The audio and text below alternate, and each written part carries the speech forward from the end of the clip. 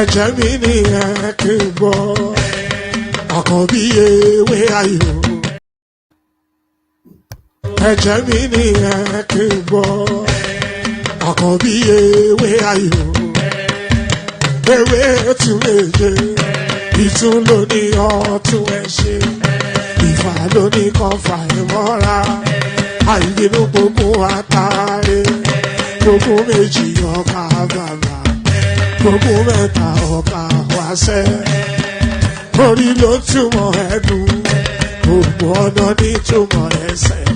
Akọni ìmọ̀ tú ìmọ̀ ọjọ́, ìmọ̀ èmi ni wọn kì í dálẹ̀. Bọ́ba lọ mẹ́lẹ́mọ́, wá fi jó ẹlẹ́mọ́. Akọni bọ́ba lọ gbé fèrè, wá fi jó ẹrùkù. Bọ́wọ́ wọn bá tẹ̀ mí. Wọ́n á fi jòyè aláre. Àwọn mẹ́tẹ̀ẹ̀ta parapọ̀. Wọ́n wá jọ ń pẹ́ mọ́. Ẹ̀ẹ́mọ́ olóko jẹ. Wọ́n pa Akíntọ́lá. Akíntọ́lá ọmọ Ògún. Wọ́n pàdé Ìyọ̀dà. Ọmọ Àtàlàbọ̀bà. Àkọ́bí wọ́n pàdé Ṣàtàdàdẹ. Ọmọ ọba Ìjẹ̀bú Mèrè. Aṣíwájú odò gbólùkẹrẹ. Ajagun lólòdì ọ̀run. Tó o bá ṣe pé tìyẹ. Tó o bá ṣe pé tìyẹ. Náà bá ń darí jọ wí. Àgbèrò ni kún gbọ́wọ́. Ọ̀bọ ti ṣìgìdì máa gbé. Àbẹ́tì ló máa ń gbé. Àyàn ti ìlàyàn ewúrẹ́. Ọlọ́run dákun má padà lẹ́yìn ẹ̀ kó má gbàgbé ọ̀rọ̀ tẹ́. Aṣíwájú. These recent elections, it's unfortunate that because the two things happened. First of all, one party took over the labor movement, which is one of my favorite movements also, and then it became a regional party more than, whereas it was a marvelous breach into the established two camps. Peter Obi achieved something remarkable there, that he broke that mold. Yes, however, he did not win the election. In addition, my own organization has a monitoring unit. You know the one I'm talking about. And so I could say categorically that Peter Obi's party came third, not even second. And that the leadership knew it. But they wanted to do what we call in Yoruba, Gbajue. That is, you know, you have force of arms. You also have force of lies. Ayandaba, ayandaba, ayandaba, ayandaba. Ayandaba, ayandaba, ayandaba, ayandaba. Ayandaba, ayandaba, ayandaba, ayandaba. Ayandaba, ayandaba, ayandaba, ayandaba. Susu, baby, subramia. Baby, subramia. Suku, sunu, baby, subramia. Suku, sunu, baby, subramia. Suku, sunu, baby, subramia. Ejembo, anamana. Ejemeje, anamana. Wana mejembo, anamu. Karatuba jodiri chukuma duku chuba jodiri ndimmawu. Egu mawego. Karatuba jodiri chukuma duku chuba jodiri ndimmawu. Egu mawego. Obodo jisike nubosi erona. Oyibo. It is everyone. Be free. Ayandaba, ayandaba, ayandaba, ayandaba. Ayandaba, ayandaba, ayandaba, ayandaba. Ayandaba, ayandaba, ayandaba, ayandaba. Ayandaba, ayandaba, ayandaba. Asima ayandaba, ayandaba, ayandaba, ayandaba. Ayandaba, ayandaba, ayandaba. Wana ayandaba, ayandaba, ayandaba, ayandaba. Ayandaba, ayandaba, ayandaba. Susu, baby, subra. subaramia. Soko sunu baby subaramia. Soko sunu baby subaramia. Soko sunu baby subaramia. Ladies and gentlemen, sometimes you just have to act like you are drunk, like you are crazy. Confuse your enemies, confuse them. Oh, that's yeah, we mo. Yeah, we mo. Oh, that's yeah, we mo. No basa ye ka ponto mo. Iye de gugeme. Okwitara kara mi nguru ma mi ga kuru mu gwo ya baby mo. Abe Maria. Boy feeling. Ayandaba.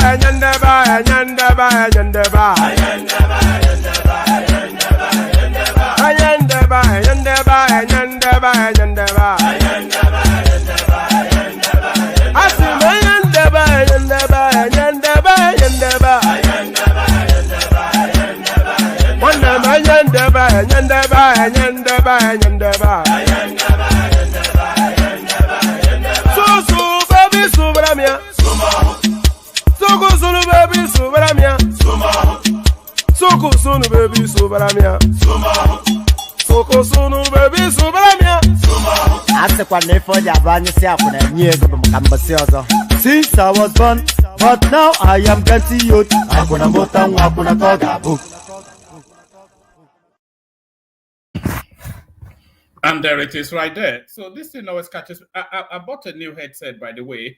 I stepped on the last one and I broke it. So I'm going to have a period of adjustment. If you can hear my voice, indicate. I know I've been struggling with that over the last couple of sessions or so. So good to be here. Since I was born and now that I'm getting old and whatever it is that is said next. So good to see you. Hold on. Hold on 1 second.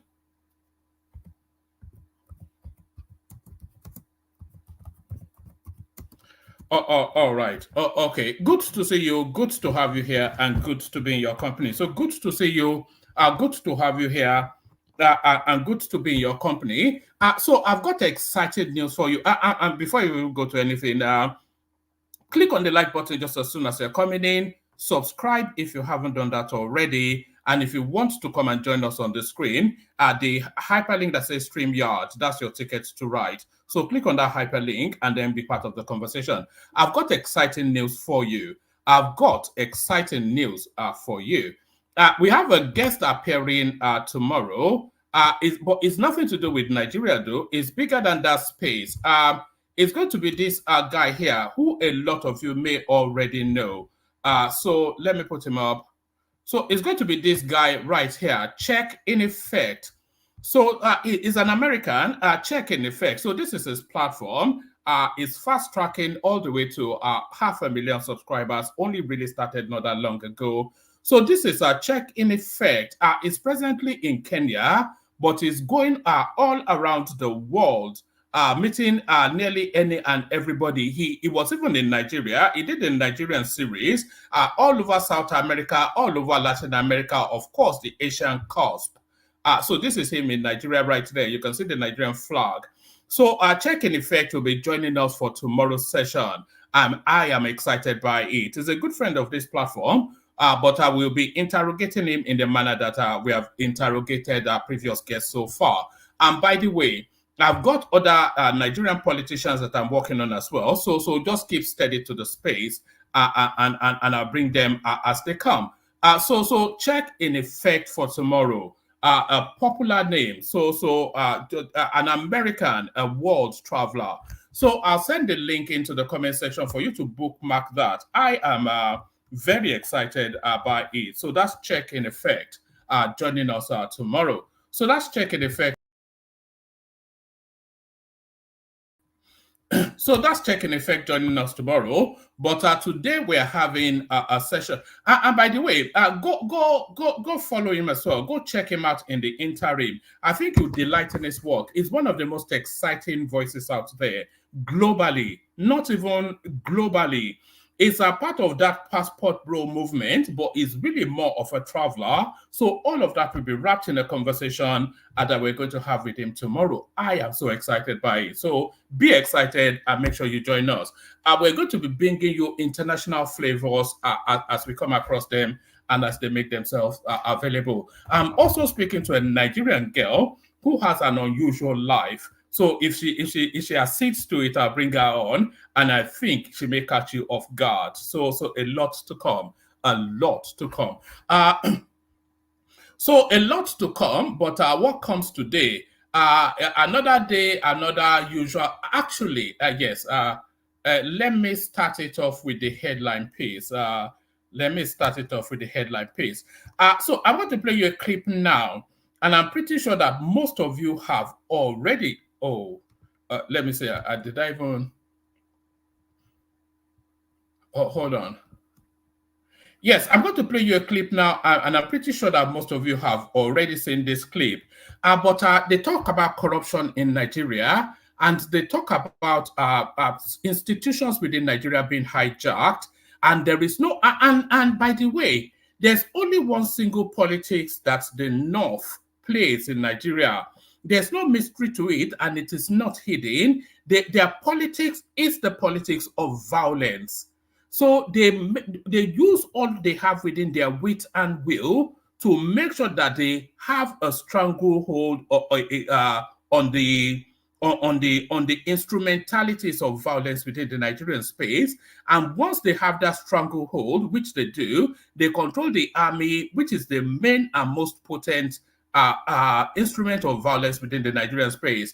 They control the Navy, they control the Air Force, so they control all of the forces, and with that control, they almost monopolize the instruments of, forget whoever calls himself president. You saw how they bullied Goodluck Jonathan, and they're using the same technique towards Tinubu now. So they control the instrumentality of violence, and with that instrumentality of violence, they control the Nigerian state. Why am I making all of this hula baloo?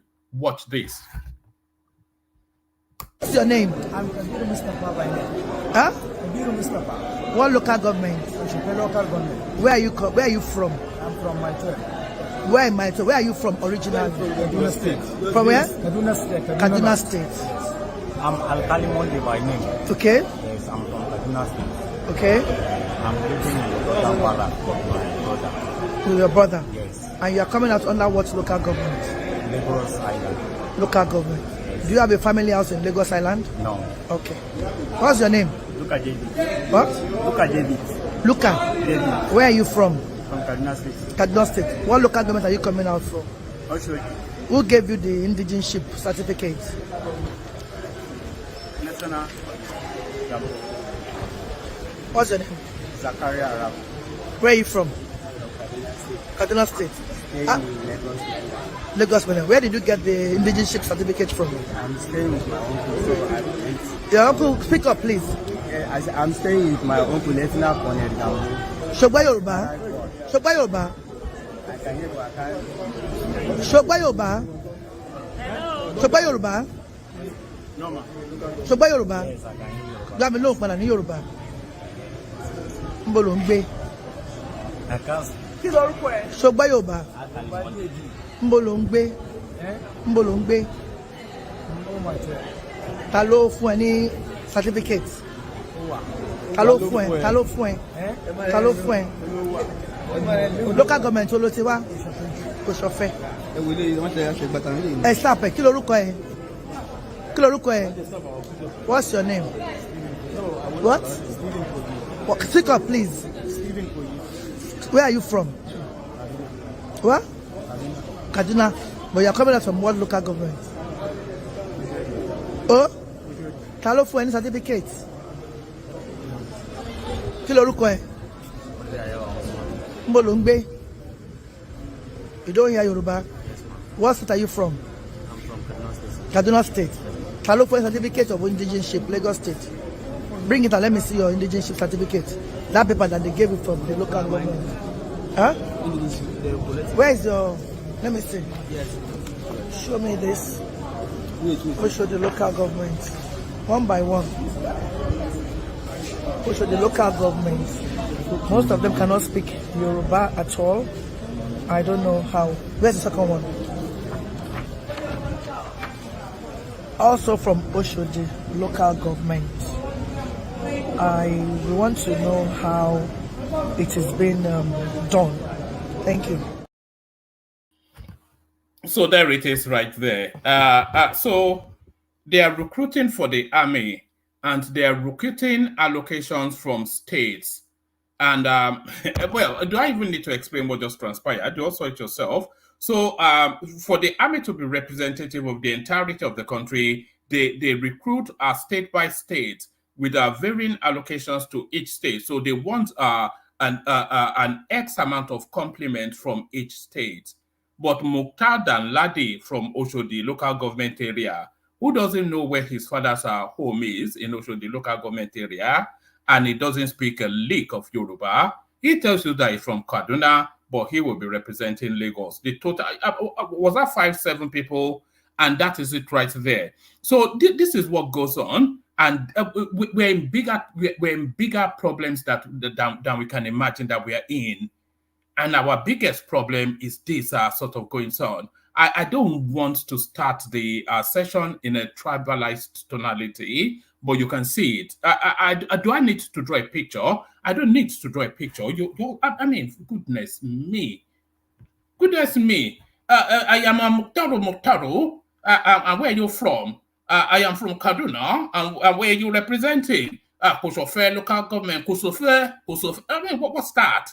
What's all this nonsense? But there it is. So it's an endemic. Nigeria is a cesspool of criminality, and almost irretrievably, we have to start asking that question: that is that country actually beyond redemption? We have to ask that question. Is that because it permeates and it seeps through just the entirety of all of the totality of the functionalities and the functionings of that country?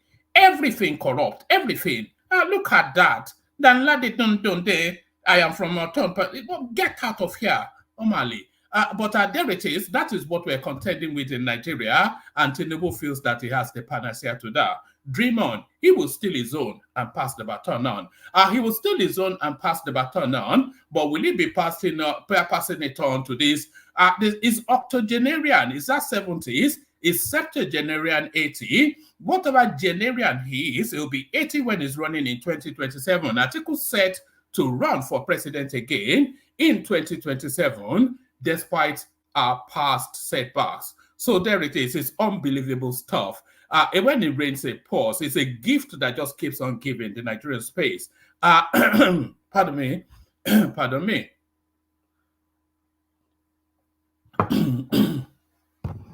It's a gift that just, pardon me, it's a gift that just keeps on giving the Nigerian space. Our former Vice President Atiku Abubakar is poised to make another bid for the presidency in the 2027 elections. So there it is. So PDP, there it is.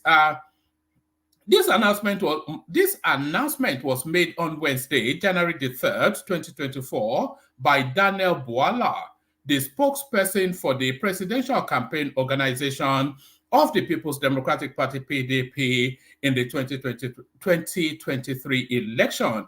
Bwala declared that Atiku, despite facing previous setbacks in his quest for Nigeria's top position, is resolute in his decision to surely contest again in the upcoming general elections. So what emboldens Atiku Abubakar, pardon me, what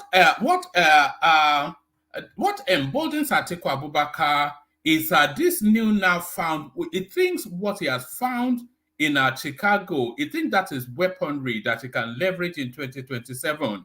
And he thinks he can get Tinubu off the ticket even before ballots are cast. And I think he's emboldened by that journey of this discovery, but of course, a perennial loser who is obviously is born to lose. You say somebody that is successful, a billionaire in dollars, vice president of Nigeria, how is he a loser? But that he hankers after the most is that eludes him, and that's what makes him a loser, a serial loser to lose again. Former Vice President Atiku Abubakar is poised to make another bid for the presidency in the 2027 election. The announcement was made on Wednesday, January the 3rd, 2024, by Daniel Bwala, the spokesperson for the Presidential Campaign Organization of the People's Democratic Party, PDP, in 2023. Bwala declared that Atiku, despite facing previous setbacks in his quest for Nigeria's top position, is resolute in his decision to surely, and that is in quotation marks, to surely contest again in the upcoming general election. Speaking to Channels Television, Bwala affirmed, sure, he, Atiku, would run again. He has the capacity, he has the wisdom, he has the knowledge, he has the energy. So, I mean, I don't want to elongate this any longer than it necessarily needs to be, but he has the capacity. He doesn't really have the capacity because the spend on that election, he did not get the payback that he got under the 2019 election. So he carries that cost. And the status quo is not favorable towards him. So there's no money for him to loot. And I don't think there's any money back that is going to be backing any attempt as a presidency by him. So he doesn't have the capacity. It clearly, patently does not have the wisdom. We saw that in the PDP primaries. We saw that in decisions on who to choose as vice president. We saw that in how he ran his campaign. And we saw that in how he took his loss. So no wisdom to report there. Ditto knowledge. He has no knowledge. So, and he says he has the energy. I mean, we saw the guy barely able to put one foot in front of the other during the course of the campaign in this session. He'll be 4 years older and he'll be 80 years, or I won't say 80 years young. They like to say that about old people. He'll be 80 years of age at that point. So I'm not quite sure where the energy comes from. So, but he continues. Speaking on Channels TV, Bwala affirmed, sure, he, Atiku, would run again. He has the capacity, he has the wisdom, he has the knowledge, he has the energy, and he is a president we never had. So that phraseology that they use for Awolowo being co-opted by every manner of criminals within the Nigerian space now. And he is a president we never had. Because to be honest with you, if any politician understands the private sector very well, it is Atiku Abubakar. We don't know what business Atiku has actually run successfully. The logistics company that is running is actually owned by Tinubu. If you go and look at the records, Tinubu bought it off him a while ago. And so I don't even know. Now, because to be honest with you, if any politician understands the private sector very well, it is Atiku Abubakar. And our economy can only come alive if there is a private sector-led economy. Atiku Abubakar has previously contested the presidential election in Nigeria. Not once, not twice, not 3 times, not 4 times, not even 5 times, 6 times. You know, I think is it Marabout that they call Babalawo in that cusp. I think it is his Babalawo that keeps on telling him that they can see, say, in the divinations that he will be president. And that's what continues to propel him. Atiku Abubakar has previously contested the presidential elections in Nigeria 6 times. 1993, 2007, 11, 15, 19, and most recently in 2023, where he faced another unsuccessful attempt. However, political analysts have noted that Atiku's persistent presidential ambition may be contributing to the internal turmoil within the PDP. You don't say. Did you actually need political analysts to tell you that? I thought that was as simple and straight to the point. I thought that was simple and straight to the point. Let me just move these ones to this side. So we move these ones to the side, and then we go on to... Right, this is an international flavor one, actually. Goings on in whichever country. Which country is this? Oh, hold on. Goings on in Sierra Leone. So let me bring you the headline. Sierra Leone ex-president Koroma charged with treason over coup attempt. Sierra Leone's ex-president Ernest Bai Koroma has been charged with 4 offenses, including treason for his alleged role in a failed military attempt to topple the West African country's government in November. So we know that there were failed attempts just round about the time that all those schools were going on, Niger Republic, etc. They attempted in Sierra Leone and I think in Liberia too, and both failed. So that's that. They now identified now this ex-president Koroma, but I'm bringing you the storyline only really because it looks as though he's going to be seeking sanctuary in Abuja.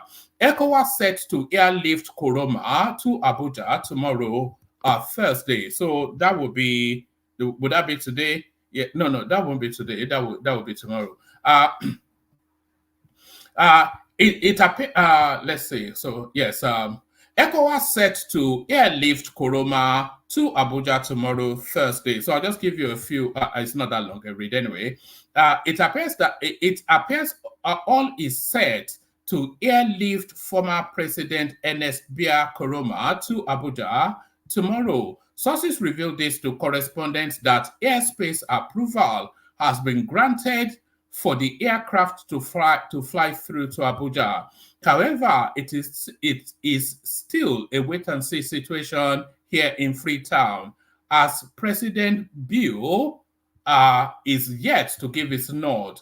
This is heightened by the treason charges on the former president and the attendant adjournment of his case to January the 17th, 2024. Legal luminary Femi Falana has, however, revealed that the buck stops on the desk of the trial judge, not the president, if former President Koroma will travel to Abuja. So I wonder how many of these are despots now. I think there's another despot already in Nigeria from some ragtag African countries, isn't it? Let me take you on to this. Tinubu closes Buhari's single treasury account, asks MDAs to remit 100% revenue to new account. So yes, I don't quite know what this means because that single treasury account should really, by law, be one portal. So I don't know that you could close it and reopen a new one. President Bola Tinubu's administration has directed that all ministries, departments, and agencies fully funded by the federal government remit 100% of their revenues into a sub-recurrent account, a sub-component of the Consolidated Revenue Fund, where the federal government will now receive and consolidate its revenue earnings. This directive, so I think they're actually nesting a new account within that subsisting legislation that forms the main account. So that's my reading of it. President Bola Tinubu's administration has directed that all ministries, departments, and agencies fully funded by the federal government remit 100% of their revenues into a sub-recurrent account, a sub-component of the Consolidated Revenue Fund, where the federal government will now receive and consolidate its revenue earnings. This directive, issued in a December 28th circular by the Finance Ministry and published on Tuesday, effectively closes the single treasury account operated under the erstwhile Muhammadu Buhari administration. It is the latest of the federal cabinet's move to improve revenue generation, fiscal discipline, accountability, and transparency in resource management and waste prevention under Bola Tinubu's nascent presidency. All ministries, departments, and agencies that are fully funded through the annual federal government budget, receiving personnel overhead and capital allocation, and on the schedule of fiscal Responsibility Act 2007. Anyway, so that I think we get roughly the gist of that. Let's go on from there to this one. So let's go on. Oh, is this not showing on the screen? Oh, I thought this was showing on the screen. So I've just been rabbiting now without you actually saying what I was whittling on about. So let's go on to this one. This comes off the back of a Kenneth submission just the other day. Foreign directive investors triple asset disposal in Nigeria. Divestment hits 200 million in Q3. Pardon me, foreign direct investors have tripled their asset disposals in Nigeria, reaching a staggering $200 billion, according to the Central Bank of Nigeria Economic Report for Q3 2023. This figure underscores a growing trend of foreign subsidiary divestiture, with multinational corporations transferring business activities from Nigeria. The foreign direct investment FDI segment witnessed a divestment of $200 million, a significant increase of 186% from $70 million in Q2, primarily due to divestment in direct and investment equities. However, the CBN report also highlights a substantial inflow of $2.86 billion compared to $2.26 billion in the previous quarter. So this is it. Some are leaving, but a lot are coming, is really what this tells you. Because if 200 million came in, and then it increased from the previous quarter, which was 2.36 billion to 2.86 billion. If you take so that's well in excess of $600 million to the positive, as against whatever it is. So if you take away the 200 million, so that's still $400 million plus to the positive. However, the CBN report also highlights a substantial inflow of $2.86 billion compared to $2.23 billion in the previous quarter. This 28.25 increase is attributed to heightened portfolio investment, particularly in debt instruments by non-residents. The CBN report reads, there was an inflow of $2.86 billion compared with $2.23 billion in the preceding quarter. The development was a result of increased portfolio investment occasioned by higher investment in debt instruments by non-residents. So non-residents is international money, as you know. But why are they investing in debt instruments rather than anything else is really where the question is. FDI recorded a divestment of 0.20 billion, which is 200 million, relative to 0.007 billion, which is 70 million. Why don't they just write million instead of So there it is right there. Divestments and investments. Divestments and investments. So I want to open up this conversational space, which is not a natural space for this platform, but this seems to be over and above everything else being spoken about in Nigeria. This seems to be the number one topic. And it has relentlessly, stubbornly held on to the number one spot for nearly 2 months now. So is Yul Adochie? If Yul is that bad, why did you drop his first? Why don't you drop his first name and last name? So this is the back and forth. Yul Adochie. So this is the back and forth between Yul Adochie and his wife. So Yul Adochie, as even if you are not interested in that space, I think you have some sort of like a vague understanding of the goings on there. So Yul Adochie is the son of a famous Nollywood actor who abandoned his wife to go and take on what was initially a side chick that has now transmuted into a second wife. So the back and forth, the father of Yul Adochie disapproves, but he stubbornly proceeds with that space, and the whole of the menage a trois is playing out in the public glare. If Yul is that bad, why don't you drop his first and last name? Politician Opeyemi Falegan tells May Yul Adochie. So why don't you drop the name? The fact that you're an ex-wife doesn't mean you lose your marital name. I've never known that to be the case, unless somebody deliberately chooses to revert. Politician Okoyemi Falegon says if actor Yul Adache is that bad, why hasn't his estranged wife, May, dropped his first and last name? If Yul is that bad, why don't you drop his first and last name? Men are meant to keep quiet, right? You want you want pie us with depression. A lot did not know how I survived 2.5 years ago. They couldn't believe. Cause what was meant to bring me down actually elevated me. And I vowed to always be the advocate of men who would be willing to speak out.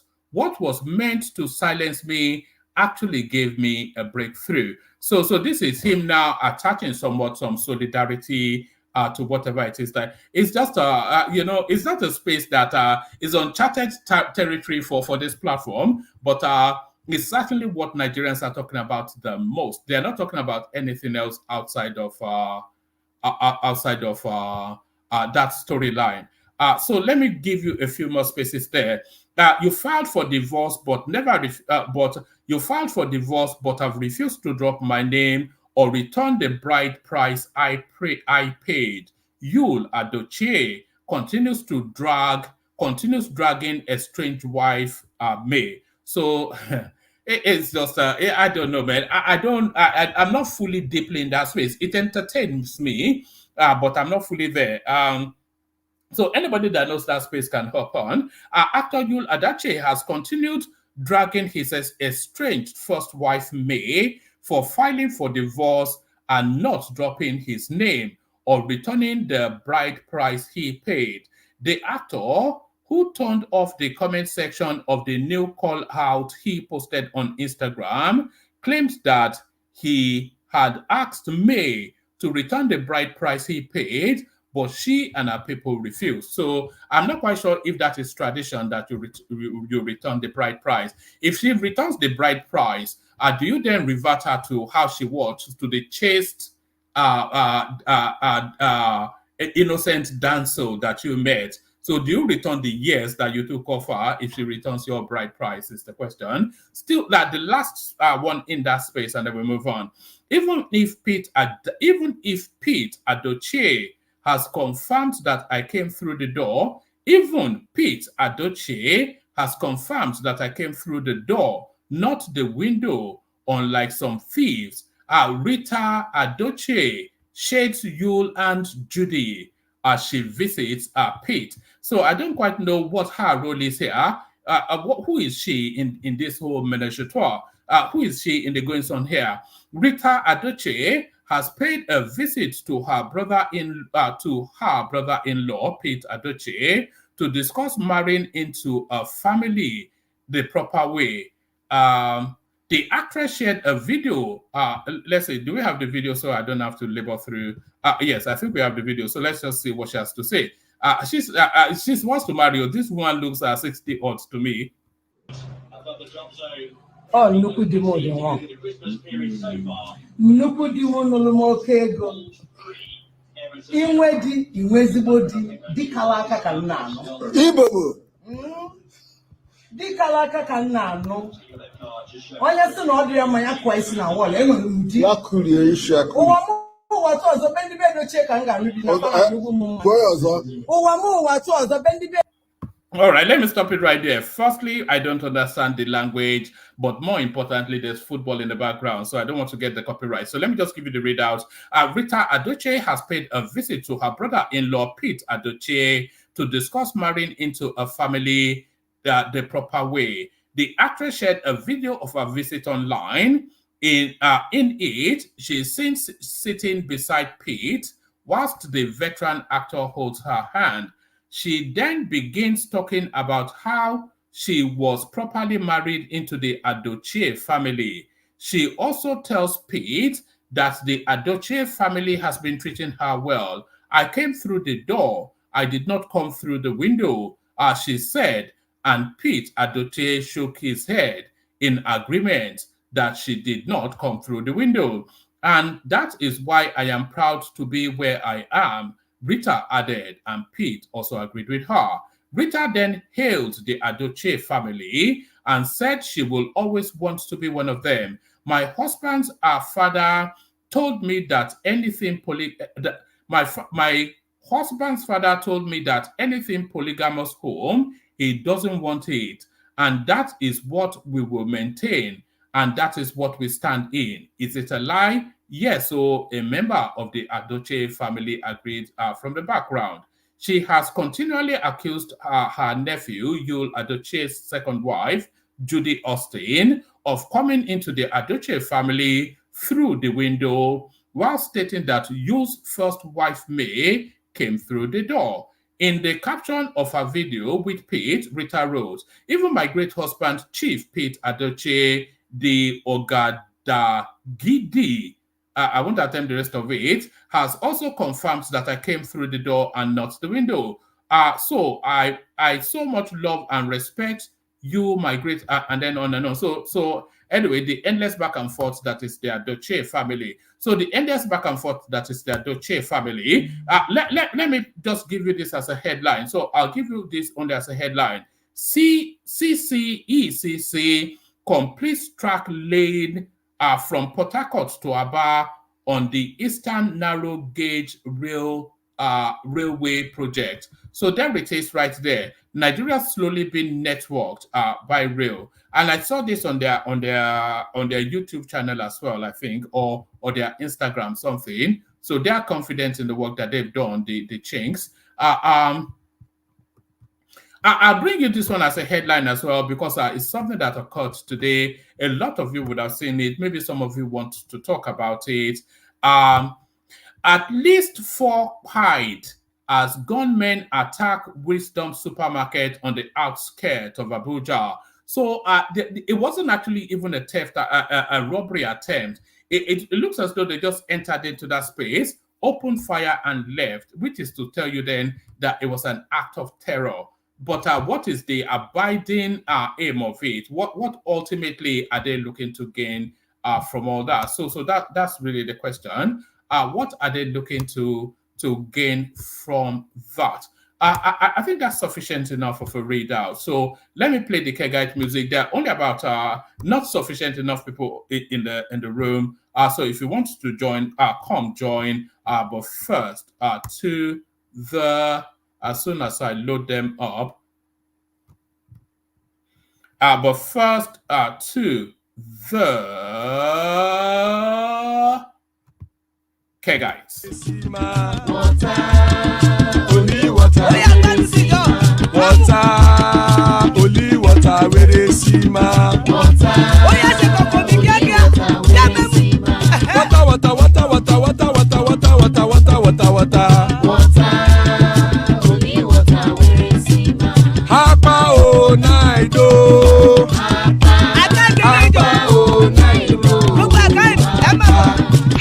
you don't come oh.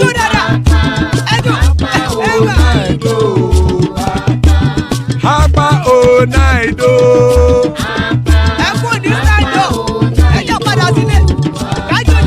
Oro keke elemu ye o.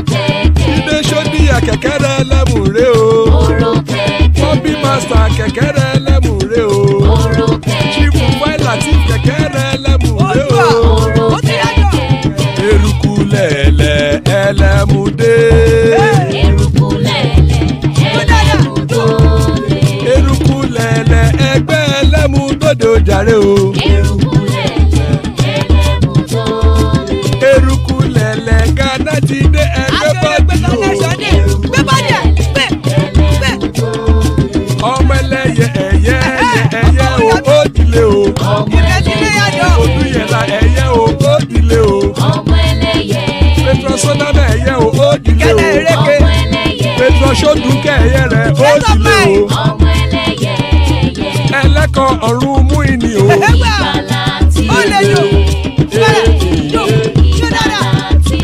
Àkùkọ ọ̀run mẹ́kọ̀.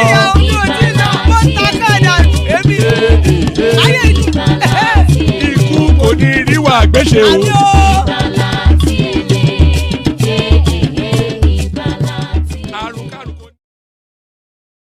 There it is right there. Ikuko Neru Agweshe, may death have nothing to do with us. So the Komologbo of Amsterdam, Solid joins us.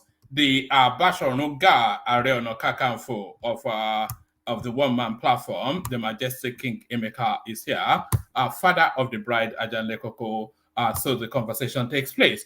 Good to have you, gentlemen. Good to be in your company. Let's kick it off with you, Solly. Solly, where do you want to come in? A lot of topics are there. I want to come in on almost everything. But first of all, hello everyone. Happy New Year. You see, yesterday when we were discussing about smoking out these people like rabbits, we were being called massacreists. USA and UK people always act so civilized, but there are some people that you shouldn't act civilized with, and that's what we people in the main Europe know. These people are supposed to be dealt with like animals.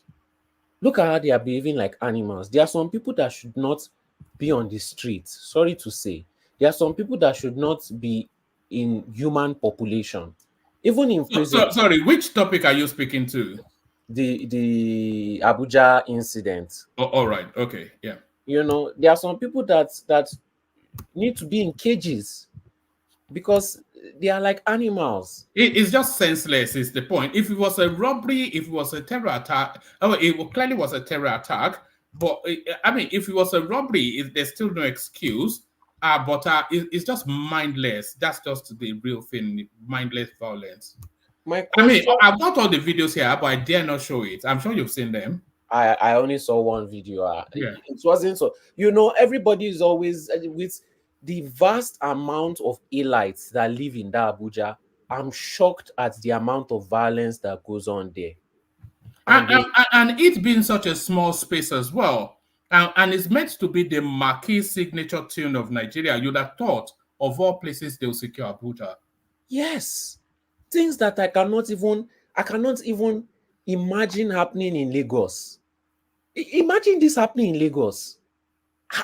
Before the end of tonight, they would have caught those people. So something is definitely going. This is where the president lives. So something is really going on.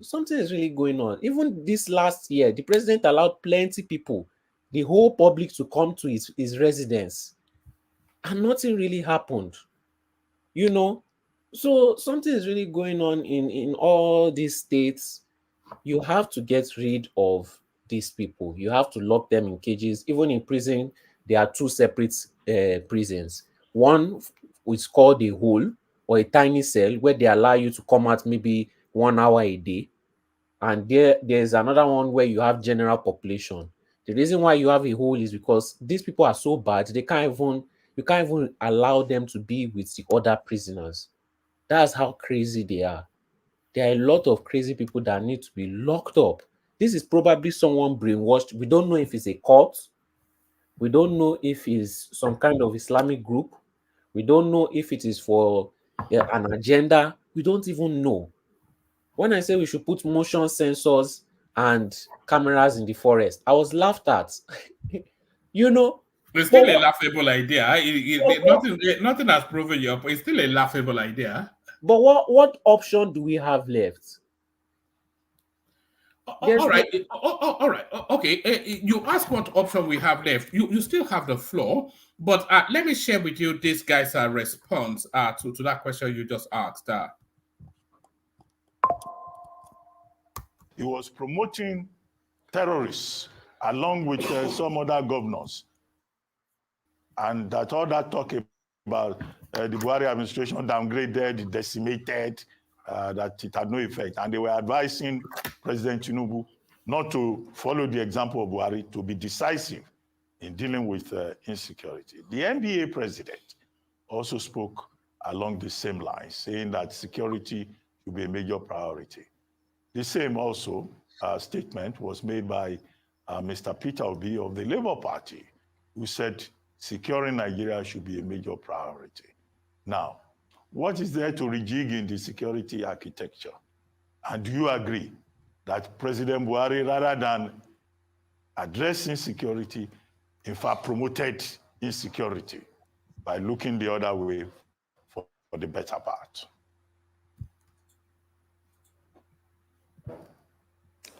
Thank you so much. Wow.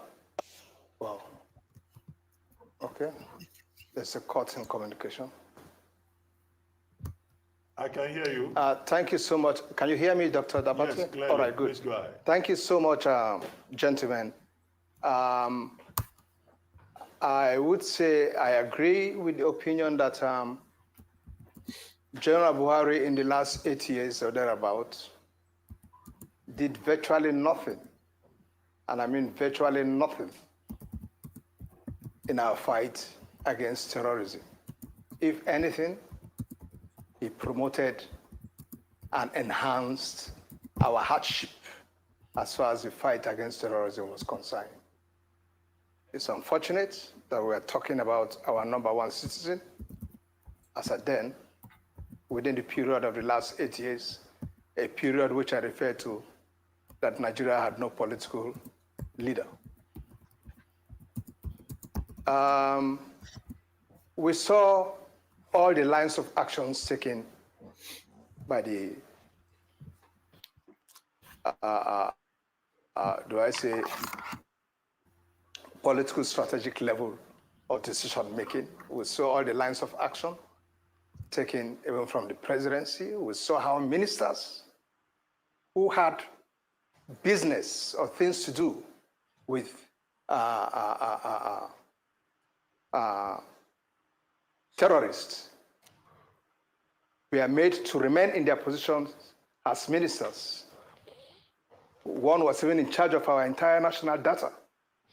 We could go on and on and on. We allowed undue sentiments right from the presidency to be visited in our alleged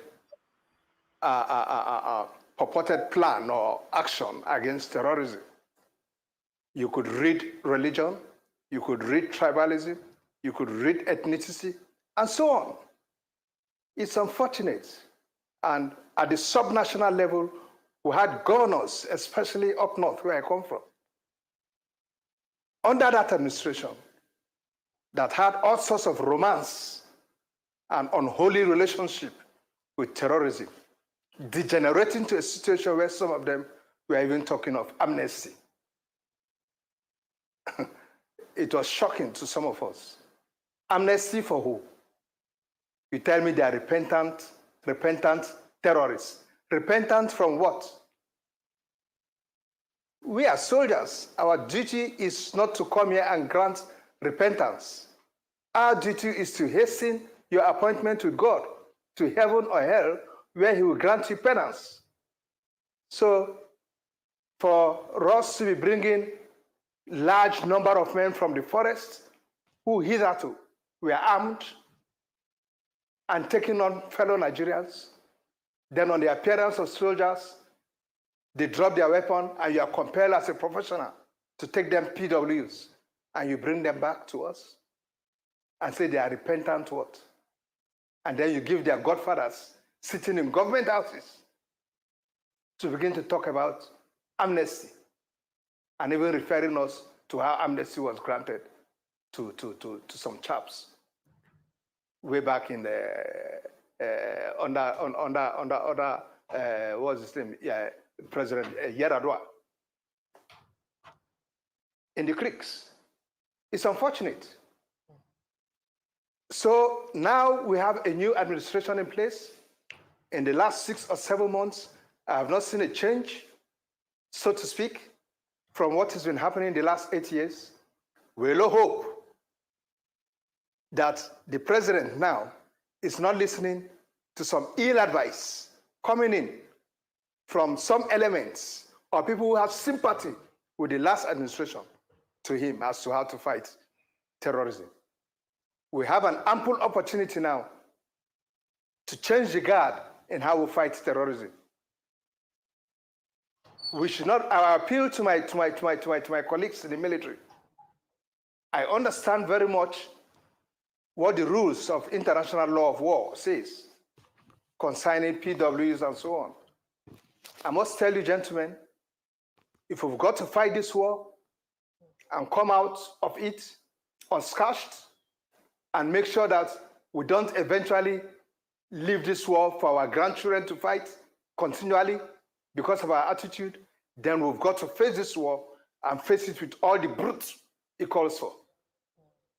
Face it with all the seriousness it calls for. Absolutely. And not to start heaping PWs here and there.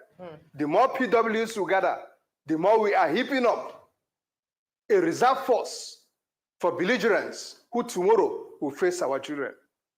Well, whether we want to accept it or not, that is the bitter truth. Thank you for simple. The bitter truth as you when described. You meet them in the forest, Colonel bring Stan them Labo. down. All right. Your duty is to hasten his appointment with God. All right.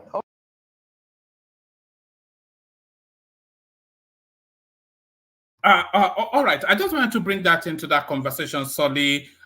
Really to answer two questions. You were saying as early as yesterday that you were not hearing a lot of these commentaries from the north. So that guy, of course, you know where he's from, and what he was actually saying was that don't even take the surrender of these people. Just leave them as bodies in those forests where you encounter them. You know, so that's the tonality. But what happened in Abuja today is an offshoot of this wider narrative. And this guy now, who is a senior military guy, is saying now the gloves should be off, forget international law, just wipe them out. Well, this is not what I'm saying from my own point of view. Okay, for example, look at this video that we saw. Most of these people are claiming they are from the south. The people which people? The people that were applying for appointments, so the soldiers. All right, yes. Some were saying, "Oh, I'm from Oshodi." They spoke to him in Yoruba. He said, "Owa." He probably heard it from a boss. His Yoruba is better than yours. You are nobody. You are in no position to mock anybody's Yoruba. At least I can understand. You know, that guy couldn't understand that he just replied anything and he was happy. You know, so if there's any crisis in the north, we're kind of doomed because of their kind of games that they are playing. And if the crisis in the south is going on and they are speaking Igbo or Yoruba, we're kind of doomed. So basically, what is the point of them being there? Completely useless. This is not what we are seeing on ground. Secondly, I've seen numerous videos where soldiers are saying they are fighting this Boko Haram and ISWAP, and the next thing you know, the Nigerian soldier will turn around and start shooting at them. Why? Because they will say, "Oh, it's our people and you are killing them too much." So you've not seen any video of that. You've heard rumors of it. I have not seen a video, and I'm in that space daily. You've not. Okay. Nobody has seen any video, but we've heard anecdotal narratives of that. Same story from different people. At that point, is it still a rumor? And most of these people are being locked up for years for saying this. So, you know, something fishy is going on, and they need to take action on this very quickly. It's very shocking to see a lot of silence on this. Maybe they are going to talk about it. Maybe they are going to say something. I'll wait for the next speech. If the next speech doesn't say anything about this, then I'll know that they are not going to do anything about it. You know, they did their end of the year speech. They did their New Year's signing of papers. They didn't say anything about anything. Let's wait for the next speech. If they say nothing, then that means they are going to do nothing, absolutely nothing about it. And that means somebody or an elite or somebody top there or somebody in the top political party is, you know, is behind this. But why? Because it doesn't make any reason. They didn't send any message. They didn't steal anything. I don't know. All right. Take us to the space that you just touched on. These are Dan Ladi telling you that is from Osho, the local government area. Is this guy not denying somebody from the south a position in the army by doing this? It seems that they tactically and systematically try to make it hard for people in the south to join the army. We need more people in the army. All these kind of games they are playing is affecting everybody. It seems like they are just trying to save their own lives. Basically, they just want to collect their salary and try to save their own lives and come to the south. These are not really army individuals. They just like the power. They like the power and they like feeling invincible. and they want to continue that in the southern lifestyle. They don't want to contribute in their own. Is it not a narrative of northernizing the Nigerian security forces? These guys don't seem like they have any agenda. They just seem like they want to save their own No, lives. they are foot soldiers in a bigger agenda now. So surely you know that they are nobodies now. They are just foot soldiers in a bigger agenda. Yes, but I don't think anybody at the top told them to do that. They sounded like they did it themselves. One of them said hold on. One of them said they came out of the barracks of he came out of the barracks on under the instructions of one northern colonel. Okay, then that's not it's a grander scheme than some. They are not looking for jobs. They are just they've been told to go into the army to fill the complement of Lagos. Then whoever is doing that modernization agenda is putting both his people, is putting everybody in danger, because the agenda is not going to work. If you are taking the army that you are supposed to be using in the north to the south, then who is going to fight the insurgency in the north? What are you talking about, Solly? You said that they are taking soldiers to the south for northern agenda, right? No. Oh, all right. Let me just take you to another space. I'm not sure that you know that space now. When they are recruiting for the Nigerian anything, but let's in this instance the Nigerian army, for reasons of national character, they have to recruit a certain complement of recruits from geographical spaces and states. So, for instance, they'll say maybe 30 people from your state, depending on the size and population of that state as well. 30 people from your state, 50 people from Anambra, etc., etc. So, now the slot that goes to Lagos State that is meant to be occupied by Lagos indigenes, they are now bought and paid for indigenization certificates, packing people from Kaduna into that slot. So that's that narrative. Yes, yeah. I understand. Yeah. But the people from the south that were supposed to be in that space, do they take them to the north? What are you talking about? Let me take you somewhere else. Let me take you to Atiku. Atiku set to run for presidential election again in 2027. One man. Suddenly don't get what you're saying. It doesn't know the space, so let's not label. Sorry, this is what I was telling you guys yesterday. Yes. Go on. The slot, like for example, now they said everybody should apply for police, 700 people. At the end of the day, you see 600 from the north. This is the reason. This is what's happening. Your position, people that are from the south that will apply, that will not be taken, but somebody else will take their position. As simple as that. Do you understand? So they are not giving the position then, the people from the south. Sorry, let me go to the next topic. Yeah, let me go to the next topic. If they are giving it to the people in the north, then that means the people in the south are not giving any position, or are they moved to the north? Is what I'm asking. No is the answer to your question. Let me just move you on, because it leaves a lot of explanation to get you into where the conversation is. Let me move you to this space. Atiku set to run for president again in 2027 despite setbacks. So this is now coming from one of his chief spokesperson, a person we've had on this platform, by the way, Daniel Bwala. So what are you making of that? How does Atiku's declaration of an ambition towards 2027, how does it fall into the permutations of how politics should and would run in that time and space? By that time, Atiku will be 81 years old. Imagine that. Did you see him in this campaign? He could barely. They were holding him on either side to climb down 4 flights of stairs.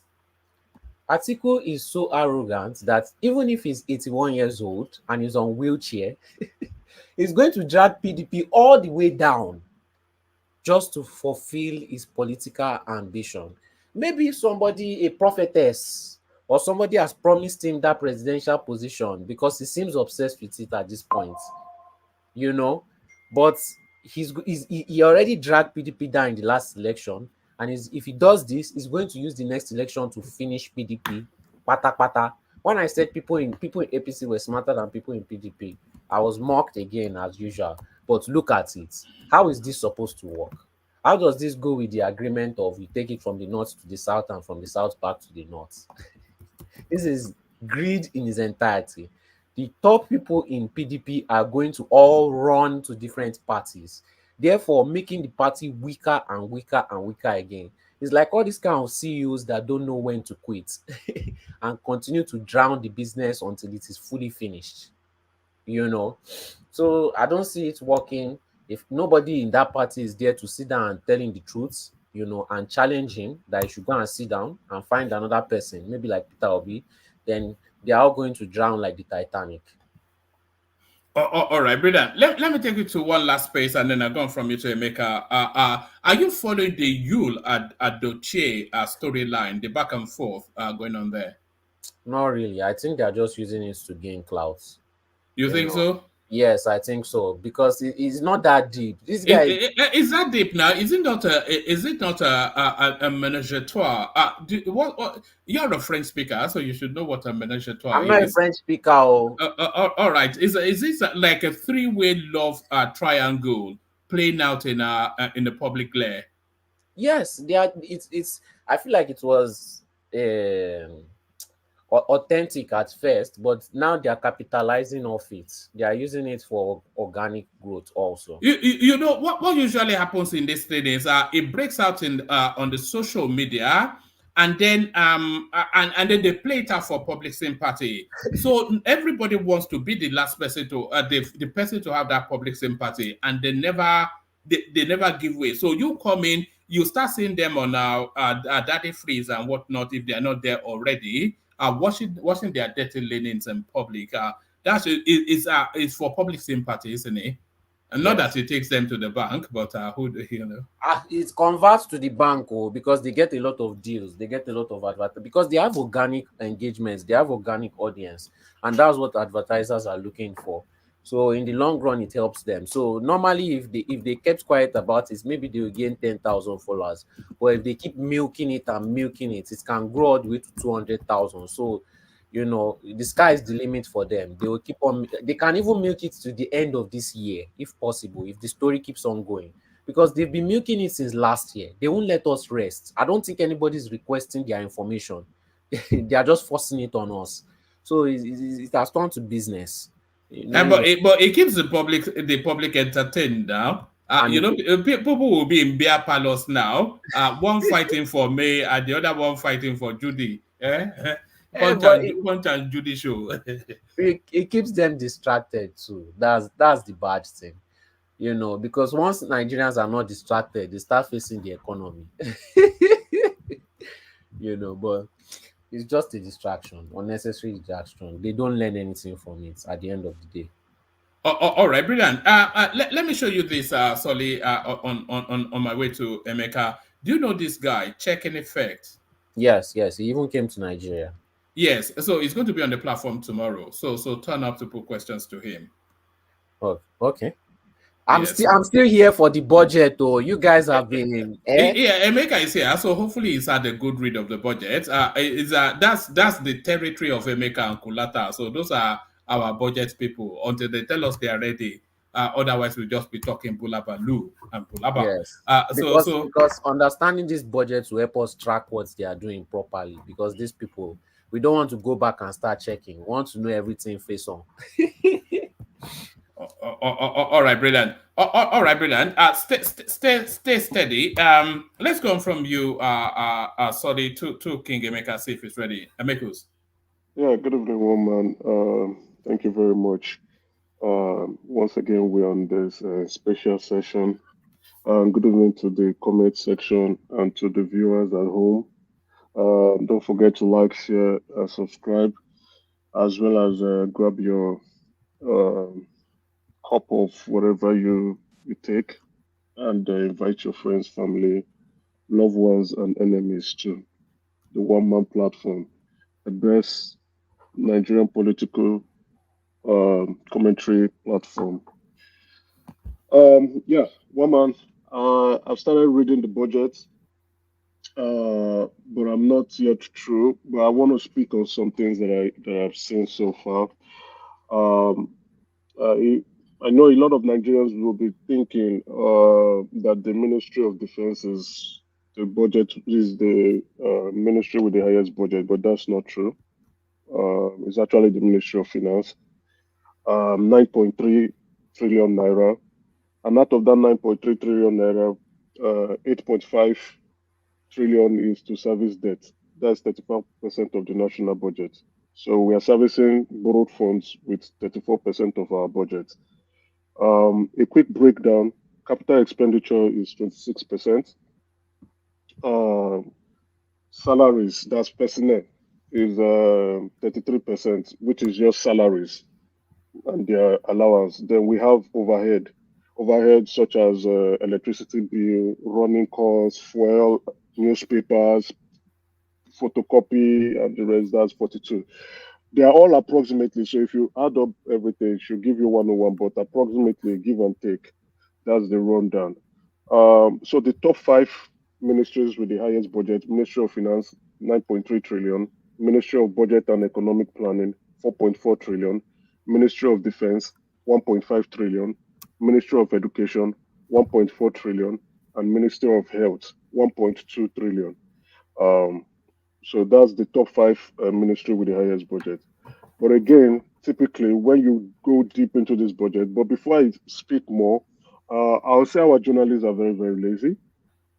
We should be having people taking a deep dive into our budget and looking at what each ministry is saying they are going to spend. And one man, from the snippet that I've looked at, I think we have very wicked people in our country. We have very, very wicked people.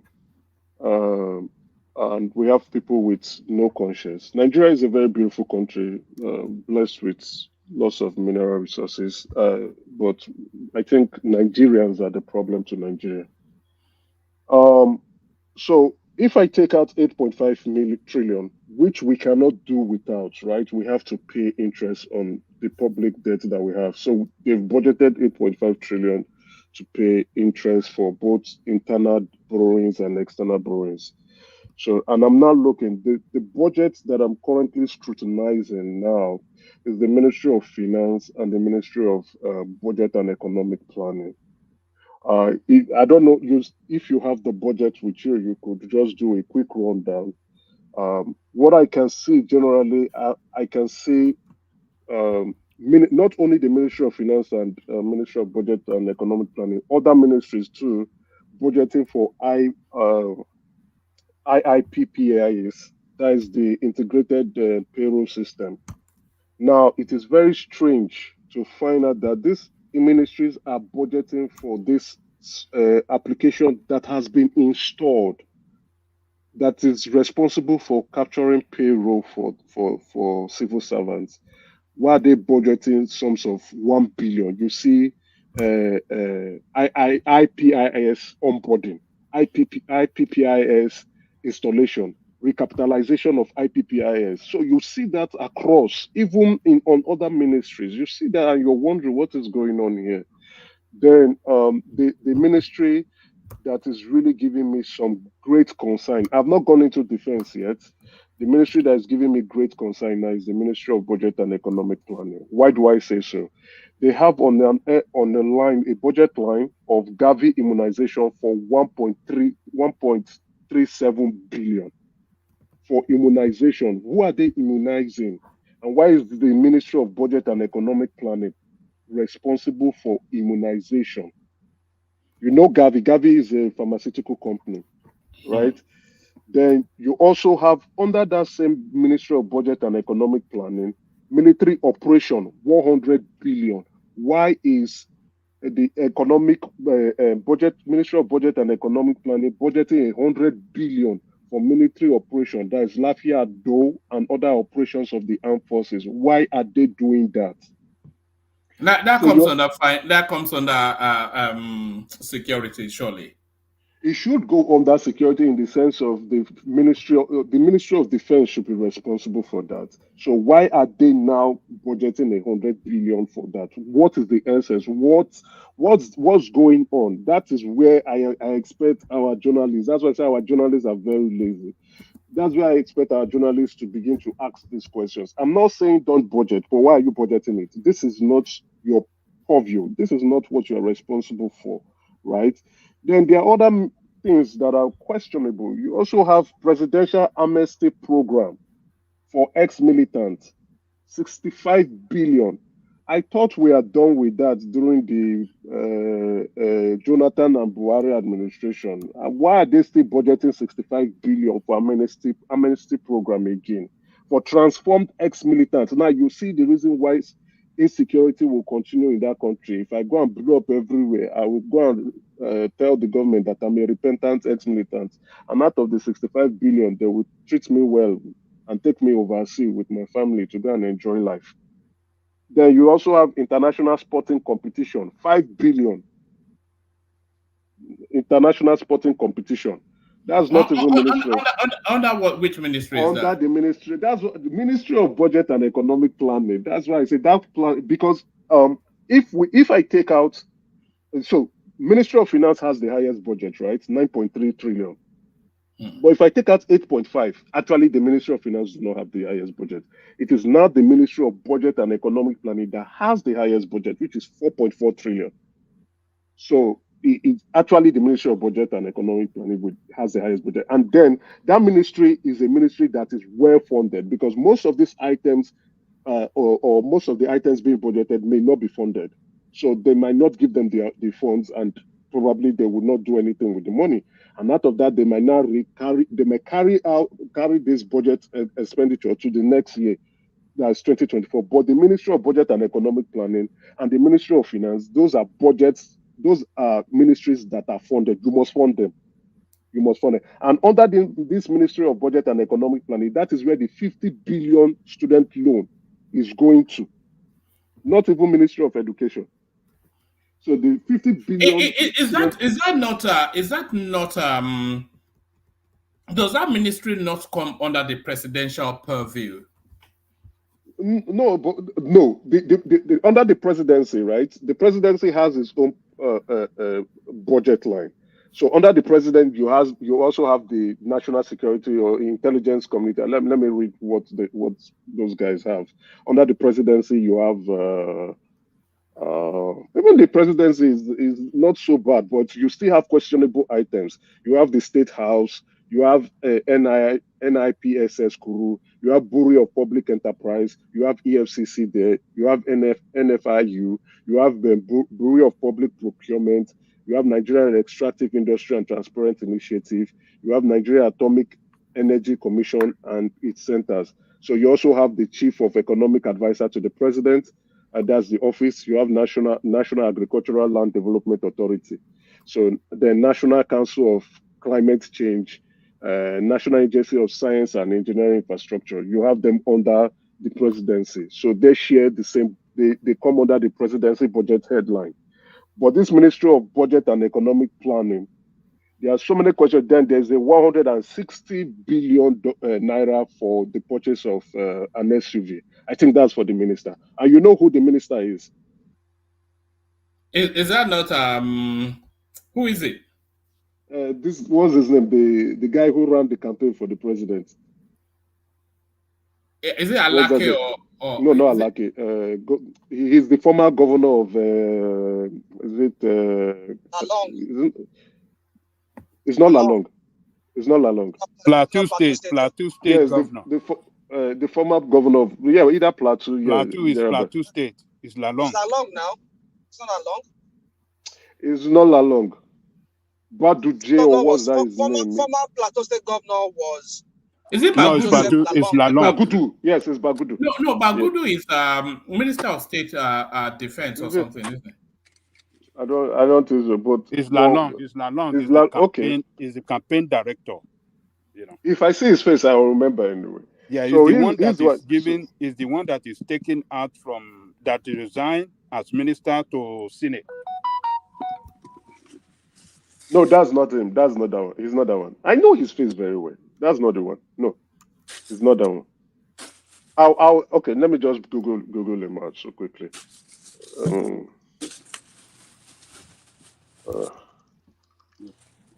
Thank you.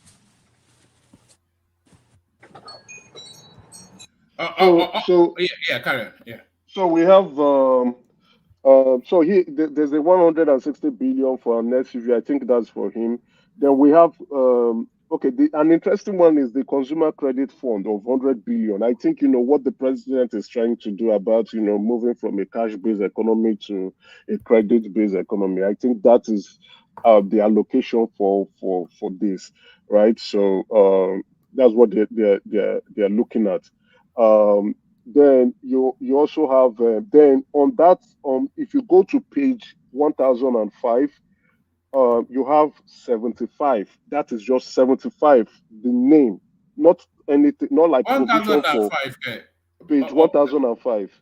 You see 75, and it was budgeted for 5.8 million. So I don't know if that's an error or if that's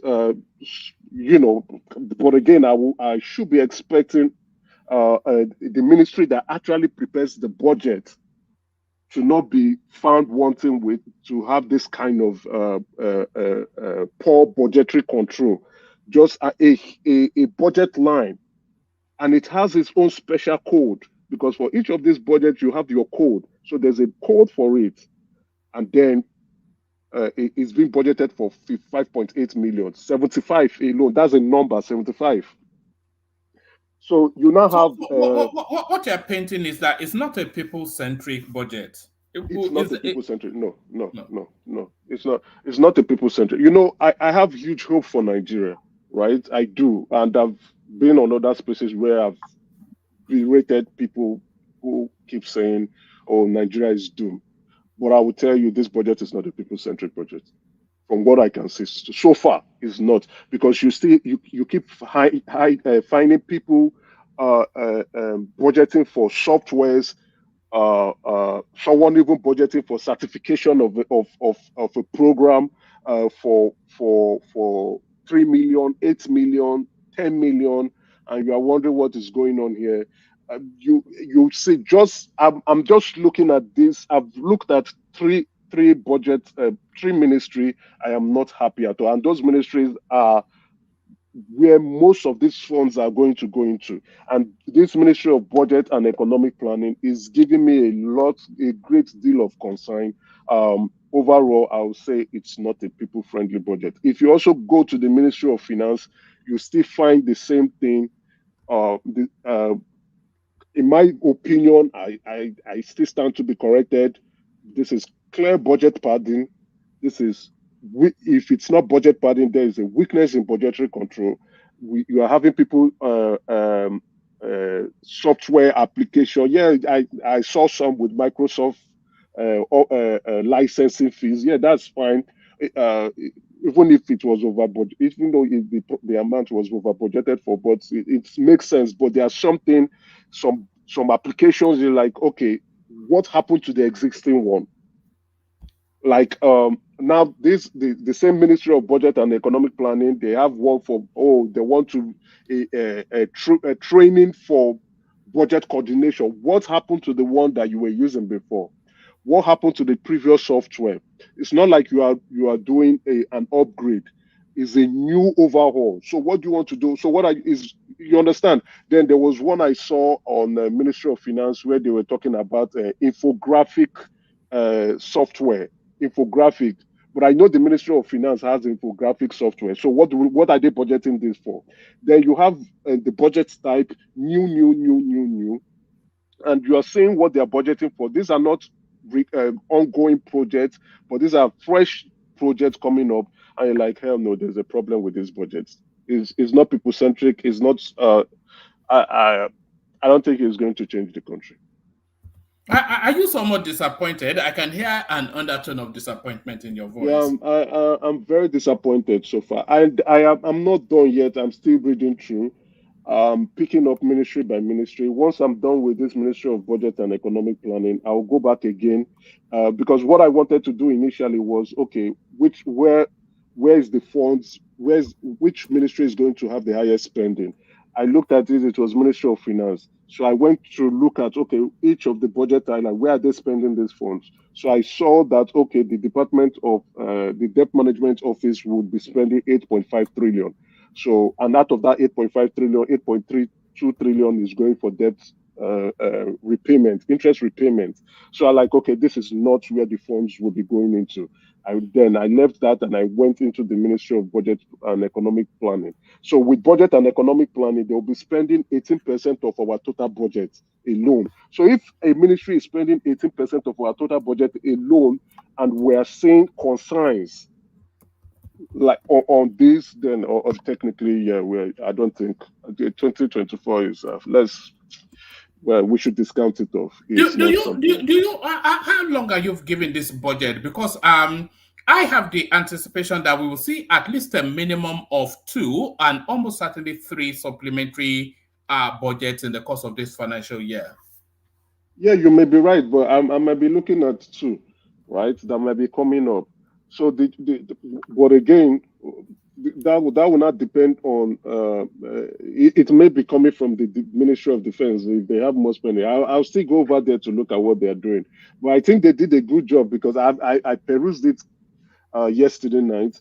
I didn't see some things going off the roof, but I just looked. I laughed. I said maybe they probably didn't want people to start looking at what they are trying to spend or what they are trying to do. But again, with the insecurity going on in the country, is a ministry one needs to look at and see how they intend to organize themselves to address the security concerns we have in the country. But again, I think I have noticed this trend. The only thing I think many of our journalists do not enjoy reading, and well, I can understand the budget. This budget is 2,290 pages, so it's a difficult read. Which means you have to really center. You must approach it with that's a usually, good strategy. That's usually how corruption is embedded. They overwhelm you with the volume of it. With the volume of it. And then they'll hide it in page 702 or something. That they do all the stealing there. Exactly. They know that you won't read up to that point. Exactly. If you go to 1005, if you have a budget head of 75 with a code of ERGP 302100347, and it is new, that will be spending 5.7 million naira, then definitely I think, this is one red flag that I think Sahara reporters will be reporting on, and everybody will be shouting, what the hell is going on in this country, right? So, and it's clearly there. Tell us if this is an error, or tell us if this is a budget, or tell us if number 75 is a human being that wants to spend this money. So it shows that our journalists are not doing good job. We nitpick. So if someone can sit down, a journalist can sit down. I just sat down for probably like 2 hours. Let me deduct the hours for yesterday, and I'm seeing this huge concern. If a journalist who is being paid to educate the public, should be able to sit down and dissect this, then you are also having installation of ideal software for public finance management. Ideal. They don't know the software they want to install. They just say ideal. Even the idea was not spelled properly. It's spelled idea. So, which means they don't even know what they want to install. They don't know the name of the software, and it is budgeted for 8.5 million. This same ministry I'm talking about, I have not gone to other ministries, just this one alone. And you can see questionable budget items. And it's going to spend 4.4 trillion for 2024, 18% of our budget headline. We're in their course of problems here. So, in my viewpoint already, we are spending. If Ministry of Finance and Ministry of Budget and Economic Planning, 2 of them will be spending a huge sum of our budget headline. And I'm not saying anything pleasant. To me, I think I've ruled off 2024. All right, brilliant. So where do you want to come into the talking points? Do you want to come into from the Al Mustafa from also the local government area, or Yul Adache versus Pretty Women. Yeah, let me calm the tension with Yo. You know, Yo yeah, is the I like the Yo. guy, but Yeah. No, I like the way he's taking on the action, right? You know, because he's been vilified, crucified, vilified over this course of this issue, right? He's not the first individual that would go off to be with another woman. And then again, he has opened up that, oh, he's allowed to engage in polygamy, which again in our community is not something we frown about. But it appears the woman involved as his first wife is not hearing that childish talk from him, and I think she has sued him for bigamy, as well as some other claims. I think retained Femi Falana for that situation. You know, but if you look at him with the way he has been going, his outlook, he doesn't seem like someone who is depressed or someone who is getting caught up or wind up over the issue. He's still going on.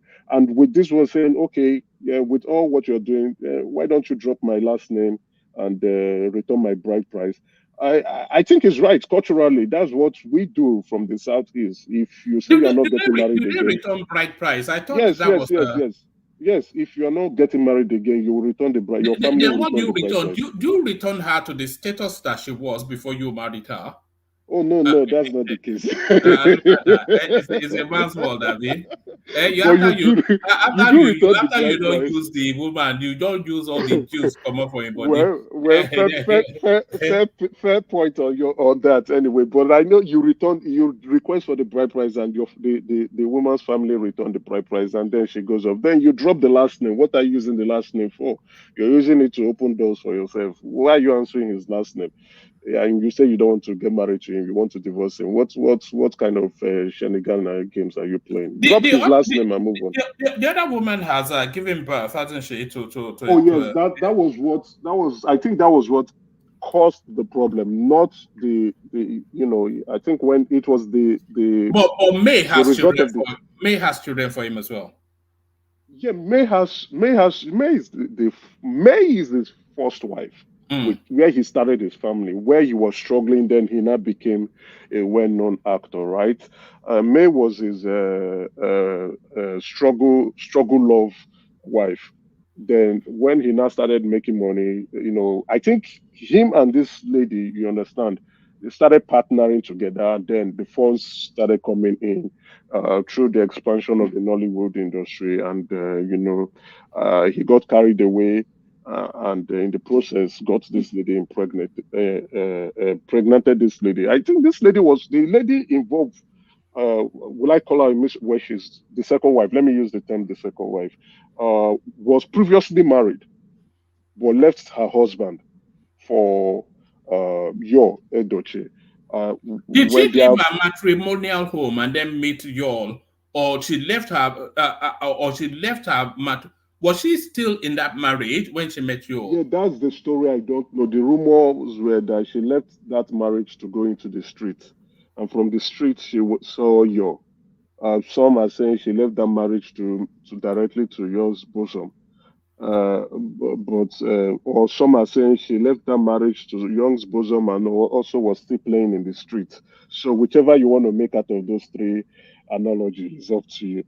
But she seems to be enjoying herself with Yo Edoche, and they're enjoying each other's But company. they seem to be rubbing it in the face of May, though. They're always on Yeah, social yeah. media with some lovey-dovey clip or photo. Yeah, not only to your not only to me directly, but to the online in-laws. Because I think that they've said a lot of hurtful words to him, and what he's trying to do is to like show, taunt them, monetize that attention, that publicity, or like what I think what Soli was saying, the cloud chasing, monetizing the clouds involved in all this story. So I wish him all the best of luck. But his father is against him as well, Pete. Yeah, I didn't follow that space, but I heard that the father didn't support his view, that his actions. I also heard that the May is his father's friend's daughter, right? That was how they got to know each other. So so it's like, family friend, the daughter growing up. Oh, then they got married. So the father also sees May Doche as his like his own child, right? And would probably want to want to support her interests anyway. But if you ask me, I think. With divorce, nobody wins. Nobody Is, had is, is truly, he truly wins. publicly fighting his son, or is that the Emeka No, Ike? his son Is, died. That's Emeka Ike that is fighting the son. yes. So the son died during this process. Oh God. So yes, yeah, during the process where they were fighting each other, the son died. I don't know what was the result of the death anyway. I don't want to speak on that situation, but I think that was the situation that really got the woman really upset. That is me, and triggered the divorce. So probably they were trying to exploit, some form of peace deal, but in the process, the son died, and probably, when you lose a child, it creates a lot of emotional trauma. And she decided to, kill off the marriage. All right, let's get back to politics. Atiku set to run for president again in 2027, despite past setbacks. So that would be number 7. 7 times lucky at the age of 81. Yeah, I know Atiku. I know he was going to, that his mindset is preparing him for the next election cycle, and I think Atiku, with the view with what's happening, he's going to keep running till he probably dies, or he doesn't have the energy, or ill health comes and take him away out of the political scene. So the mindset is good. It's a good mindset. Never give up your dreams. Is a mindset of being optimistic and being pragmatic about what you want for yourself. I like the mindset, but again, is it something that would materialize? I doubt it. It's not going to work out for him. Then you also have the P2B, who is also not leaving that space. So it's like we're having a repeat of 2023. Yes. So if that is the view, then they should all know what is going to happen to the both of them. Now talking about, you now currently have an incumbent president. You know what you just said. Then it brought me in mind of your submission on a different panel that Tinubu won in spite of everything being against him, and I think you excellently described that on your appearance there. So now, now the guy has the power of incumbency, and you say you want to beat him when the world was against him. Not even just the power of incumbency. Let's be very honest. When I was speaking about him being the man of the year, let's be honest about who the president's personality, or what the president's personality is all about. He's respected. Obasanjo was feared. He's admired by those in the political industry, let's put it that way, or those in the political sector, or those who are politicians and those who want to be politicians. He is the most admired politician in the country, whether you like it or not. Don't take my word don't take my word, go and Google it. President Bola Ahmed Tinubu is the most admired, the most respected, the most looked up to. And you could tell when he's around, you see people, the politicians, I'm not talking He has a certain aura, doesn't he? He has that aura, he has that charisma, he has that political charisma that he pulls people. You can see a rugged and dogged Wike. Sorry, Emeka, do you remember that clip when a Labour Party parliamentarian, I think it was a half It was like me mixing Michael Jackson or something. He was just exactly say, I never knew this man was this intelligent. I never knew this man was like this. Then you see him presenting the budget to the House of Assembly, and the next thing, your mandate, he has that charm. Let's be honest, he has it.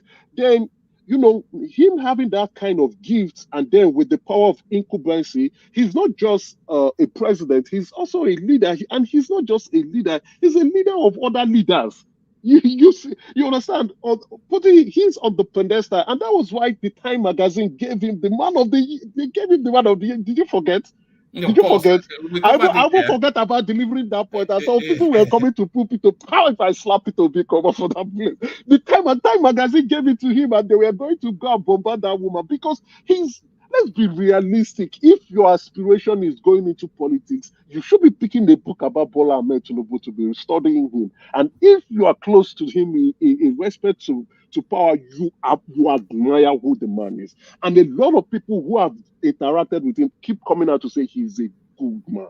He's a good man. But yeah, you can judge. You want to judge him on morality, that's up to you. But I'll judge him on outcomes, or what he's going to do and the outcomes he's going to put out. But if you ask me, then combining all these attributes and characteristics, and then the power of incumbency, and with the charm he has, that's charisma.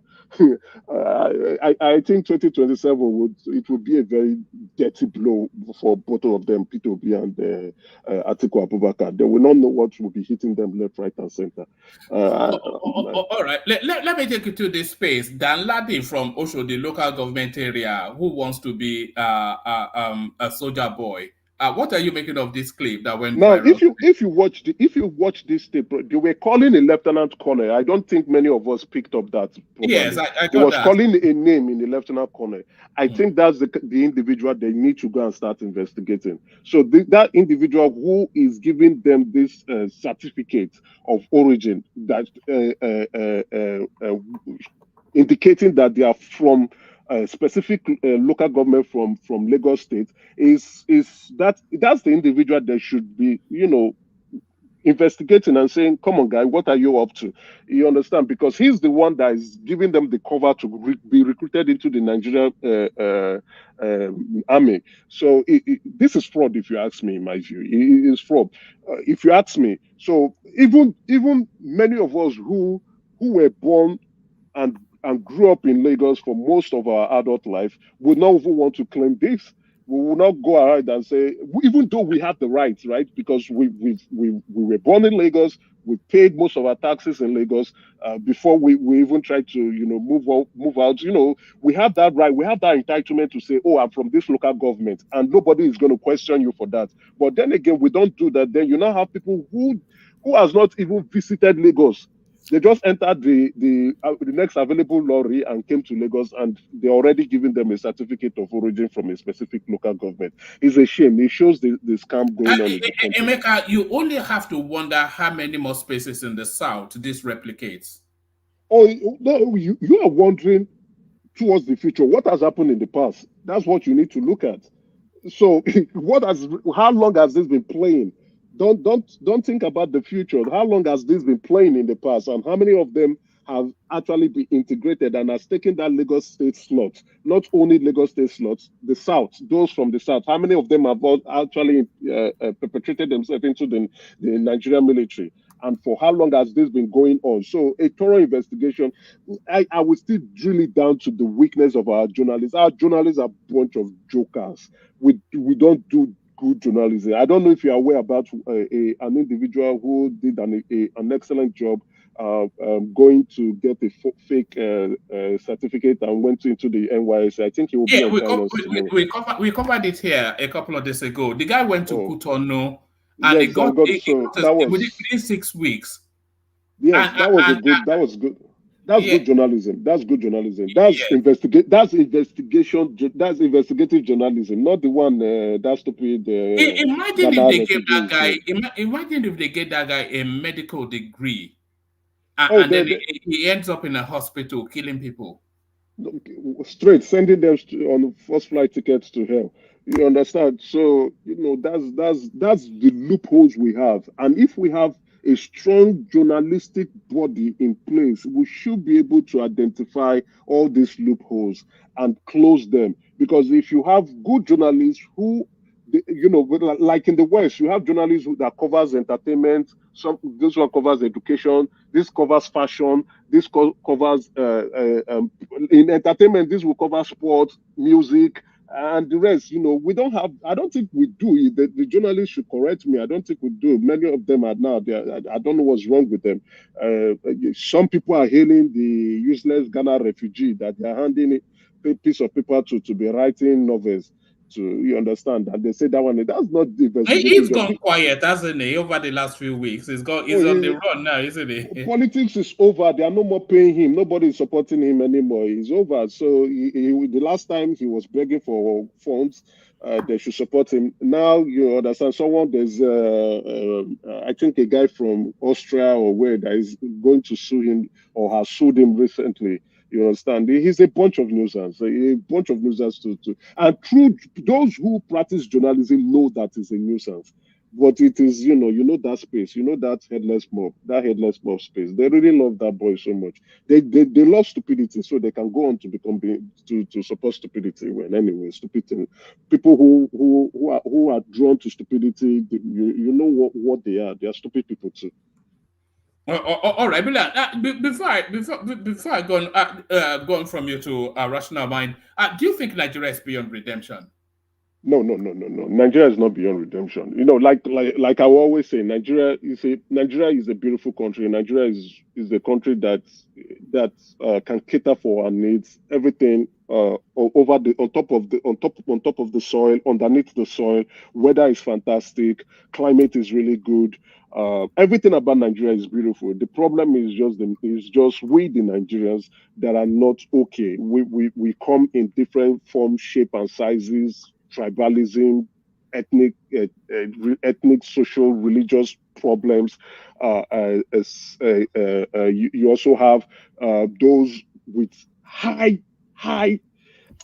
highest level of greed that you can never find. You understand? And then some kind of that selfish, narcissistic behavior. And then you also include bigotry stuff. And that's why you can find some people importing fake drugs to sell and kill people, or fake products to sell to kill people. Then you also have those who will come just because they want to conduct mining in a location. They will kill those people and claim it's ethnic war, so that they run away. Just kill your fellow neighbors so that they can go to IDP. You can claim their land and mine the ground. Then you have those politicians who will steal, and civil servants who will keep stealing. And for me, it's a bad situation anyway, but it's not a situation that cannot be redeemed.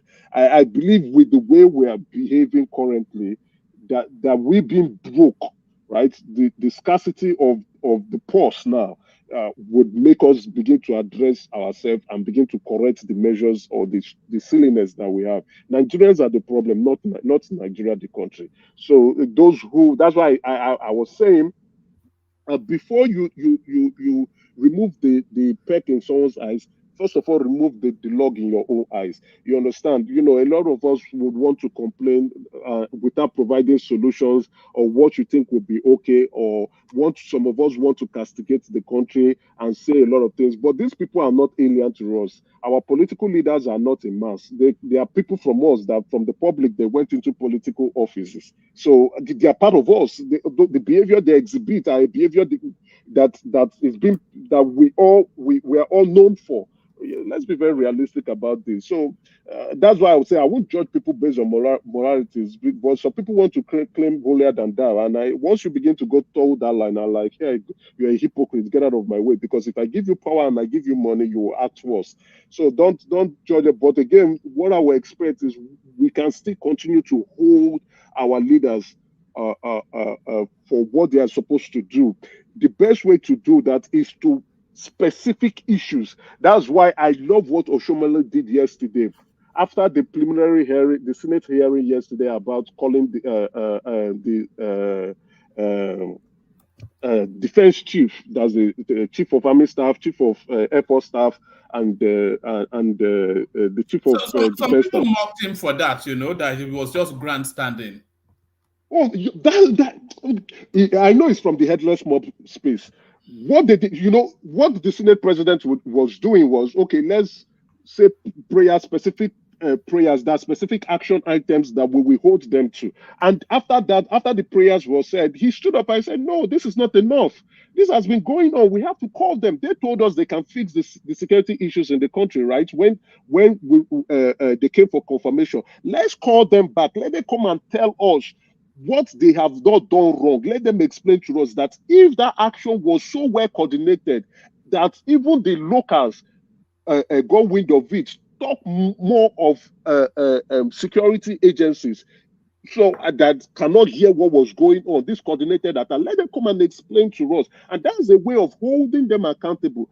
Now, for what, as I was listening, I applauded him silently. I said, yeah, Soshomole, you are saying the right thing. Call these individuals. And what now happened? The Senate president listened to him, and even though he was not supposed to speak, right, they've said the prayers is just for them to close. He spoke about it, and they said, okay, that is fantastic. Let's also call the Director General of the National Intelligence Service Agency, yes, and as well as the Director General of the DSS, let them come too, as well as who? They now invited all the people and also the National Security Advisor, because they completely forgot about the National Security Advisor. What is that man? And this man is a man that is going to spend, let me check how much he's going to spend this year. Hold on, don't be angry. This man is going to spend hold on. National security. A sizable amount of money. Oh yeah. He's going to spend 259, or let's say 260 billion this year. His office alone is going to spend that amount. So yeah, come and tell us what you are doing. What are the innovations you are bringing in? So far, so good. We've seen nothing from you. It's just like, this is the first time someone who is holding that position is not from either the defense academy, has not gone through that military training or whatever. You're once a police officer. You should be coming up with innovative ideas, be thinking properly on how to address our situation. But you've just been a ghost so far. Come and explain to Nigerians. Come and explain to the Senate. Let's know what's going to happen. So I applaud that. So what I'm saying is we should hold our leaders to specific things, specific issues, just like what we are doing here now. Like, okay, this budget you are spending, what are you spending this money on? But if we are going on a rant on generic issues, we are saying nothing. But if you say Ministry of Defense, this is how much you said you are spending on this amount. Where is this stuff that you said you are going to buy? That is holding leaders to specific issues, and then it shows that, okay, there's an oversight over us. Let's behave ourselves, and that's another blame I would give to the journalistic body that we have in the country. Not like those in Arise News that is talking nonsense all the time. Rufai and his co-presenter, those guys, bunch of useless journalists that is there. And I also know that Ghana refugee.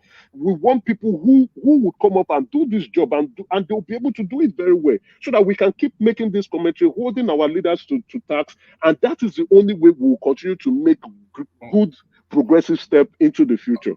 Thank you. All right, brilliant. And just finally, Emeka, just a snapshot response to this. Do you know this guy? Let me play you a microsecond of him. Yeah, it's like the first YouTuber I'm going to meet up with in Lagos, and I'm very, very excited. Yeah, man. So I always want to link up sometimes with people who follow me. I want to link up with them because, I like to show people that follow me, especially if it's another YouTuber that's in the area, I'm gonna link up with, because it's good that he support me, so I'm gonna support him. Do you know this guy? It goes by the name. It goes by the name Check in Effect. I don't know him, but I'll be interested to know what he's gonna say tomorrow anyway. But I really don't know him. I'll be honest. Whoa. Let me mute him. Yeah, so he's going to be our guest tomorrow.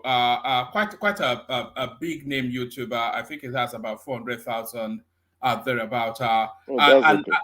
It's been to all of the. Anyway, let me save it till tomorrow. But I'm excited by him because it's a space that I've always wanted to. Because I think we are limited somewhat when we talk Nigeria. Then we're not inviting. So it's my breakthrough into that international space. So hopefully that goes well tomorrow. And then I've got a lesbian Nigerian lined up after him as well. That's interesting. I like the lesbian there. Let me. I'll be willing to ask some very good questions. And then I might have a big name politician coming as well. So a lot to come. A lot. Yeah, to Woman, come. can I ask you a personal question? Go on. Okay, so I know you. I may not answer, but you can ask. Yeah, no, go on. it's not something. I know you know the timing of your show, right? You say if you can come a bit earlier. I don't know how I think personal concerns. Yes, I can come a bit early. Actually, I can come around about 9ish UK time. There's nothing stopping me from doing that. What? Yes. Eastern Standard Time is what? I don't know what this is. So it's 1 a.m. here now. So okay. Why I say that is, you see, let's be very realistic. Yeah, you put in a lot of great. Yes, yeah. You put in a lot of great work on this platform, right? You work really hard. You understand, and not just that you work really that hard. You also the platform is in my viewpoint, and I don't think I am wrong. The best so far. You understand? So coming in earlier will be able to capture more people, because a lot of people prime time. Exactly, that prime time slot. People like, oh yeah, I think I can really, even though we have a lot of antagonists, I know them.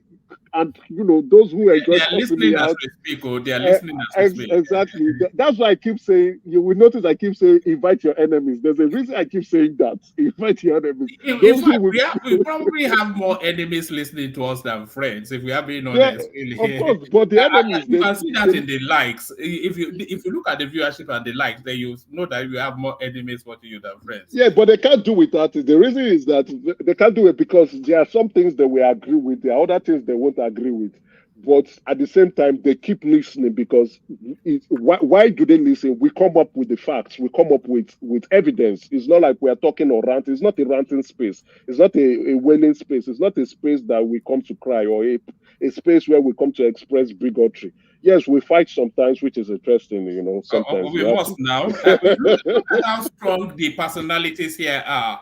It's impossible for us not to fight.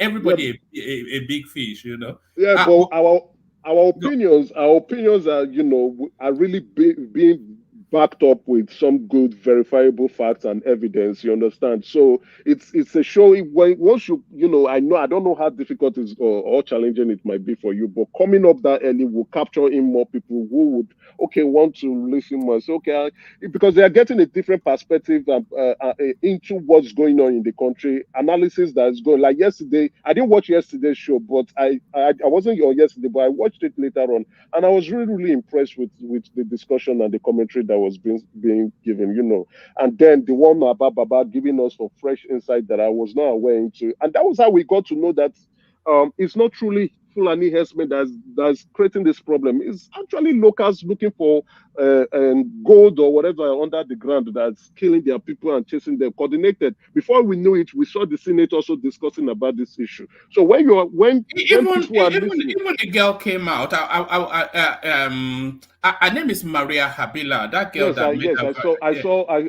I watched it today. I saw what she was saying. You understand? When she was all the narrative is that these are not heads. This a resource ethnic clash. Rather than anything religion or tribe. You understand? So this is the input you provide. This, I'll call it a great service if you ask me. And other people need to key in and understand. Not when you go to, oh my goodness, the dark and gloomy spaces where they are crying every day. I don't want to do that 2024. I want to stay alive. All right, brother. That's the majestic Emeka. Thank you, Miku. So always an epic delivery from Emeka, of course. That is why he's such a cherished voice here. A cherished voice here, but not more cherished than Rational Mind, who was driving. Hopefully, it's now available. Rational Mind. I would please beg your indulgence. Please go to another person. I will join you guys here. I'm busy right here. All right. Let's go to World Peace. World Peace, are you up for it or? Yeah, konnichiwa. Good morning, everybody. Good morning. After you, we go to Ajale Koko, and then we look back to Rational Mind again, Larry, and then Uptown. Yes, where do you want to kick it off from? Do you want to kick it off from our Lagosian Aboki? Hello, first of all, let me start with Emeka with all his praises. Now he's just enjoying now. Nobody attacked him and interject him. He just praising Tinubu like tilapia fish. Eh? Emeka is an unabashed Tinubu fan now. At least he owns it. A lot of people they hide. But he's not hiding. I just have to hold myself because it's New Year. I don't want to start from the stand view of rational mind to start attacking you. They say, look at this man. I started again 2024. Like Fatai that says the newborn. Give to me. I love Tinubu. Don't doubt. You see, I can distinguish my love for him and what he's supposed to do, right? That's why I said I will hold him to his answer. One of these days we'll have a special session, just Emeka and Fatai, and we'll see who the number one Tinubu fan. Fatai, he came yesterday, said that he's the 10th person. Before 10 seconds, he went back beyond the Fatai we knew, fighting everybody again. But it's a good thing to see him back yesterday. Emeka, you were so praising Tinubu that you forgot that Oshomole came out at Boston. Where are the let's invite the chief of army staff and the rest. Where are they today? I've seen it invite them. They will come. No, that was yesterday. You know, you have to. Who told you it was yesterday? Who told you it was yesterday? It was yesterday. Was it within the last couple of days now? They're supposed to be there yesterday or 2 days. Okay, anyway, maybe Senate have not. I know they went on research or that. They will come. Once the Senate call you, you have to answer. They will come. Not Sadia Farouk. Well, that was the FCC. She told them to get lost. Yes, I want to talk about that. That woman, I think she got married to one of the admiral, right? Yeah, the chief of naval staff. So the question is, are these people were not married before? Or is this marriage? They just pick marriage from the ground? Those northern women, they usually look round about at least the upper echelons of. Do you know how many times Abacha's daughter has been married? The Buhari daughter that married Abubakar Malami, Abubakar Malami is the fourth husband. They married and divorced the Cameroonian within 2 years. In the north? In the north. Yes, so in the north. You see when they're married, it's funny. Yeah. And sometimes you see some big personality, northern women, you think they are married. They are not. Just like that lady that is a newscaster. She's not. I've been wondering. Are these people that get married? Are you talking about Zainab Ahmed? I think so. I think Zainab is not married yet. No, I think she's married to a Yoruba man. Is she? I think she's married from the south. Yeah. Okay. I don't know, because it's funny, because it's very difficult for you to know who is married, who is not married again in the north. As early as 18, they're already married. But as late as 40, they are single. Like, at what point did you not get married and what point did you get married? It gets me confused about them. You know what the problem is there? They'll be throw a 16-year-old girl to a 45, 50-year-old man.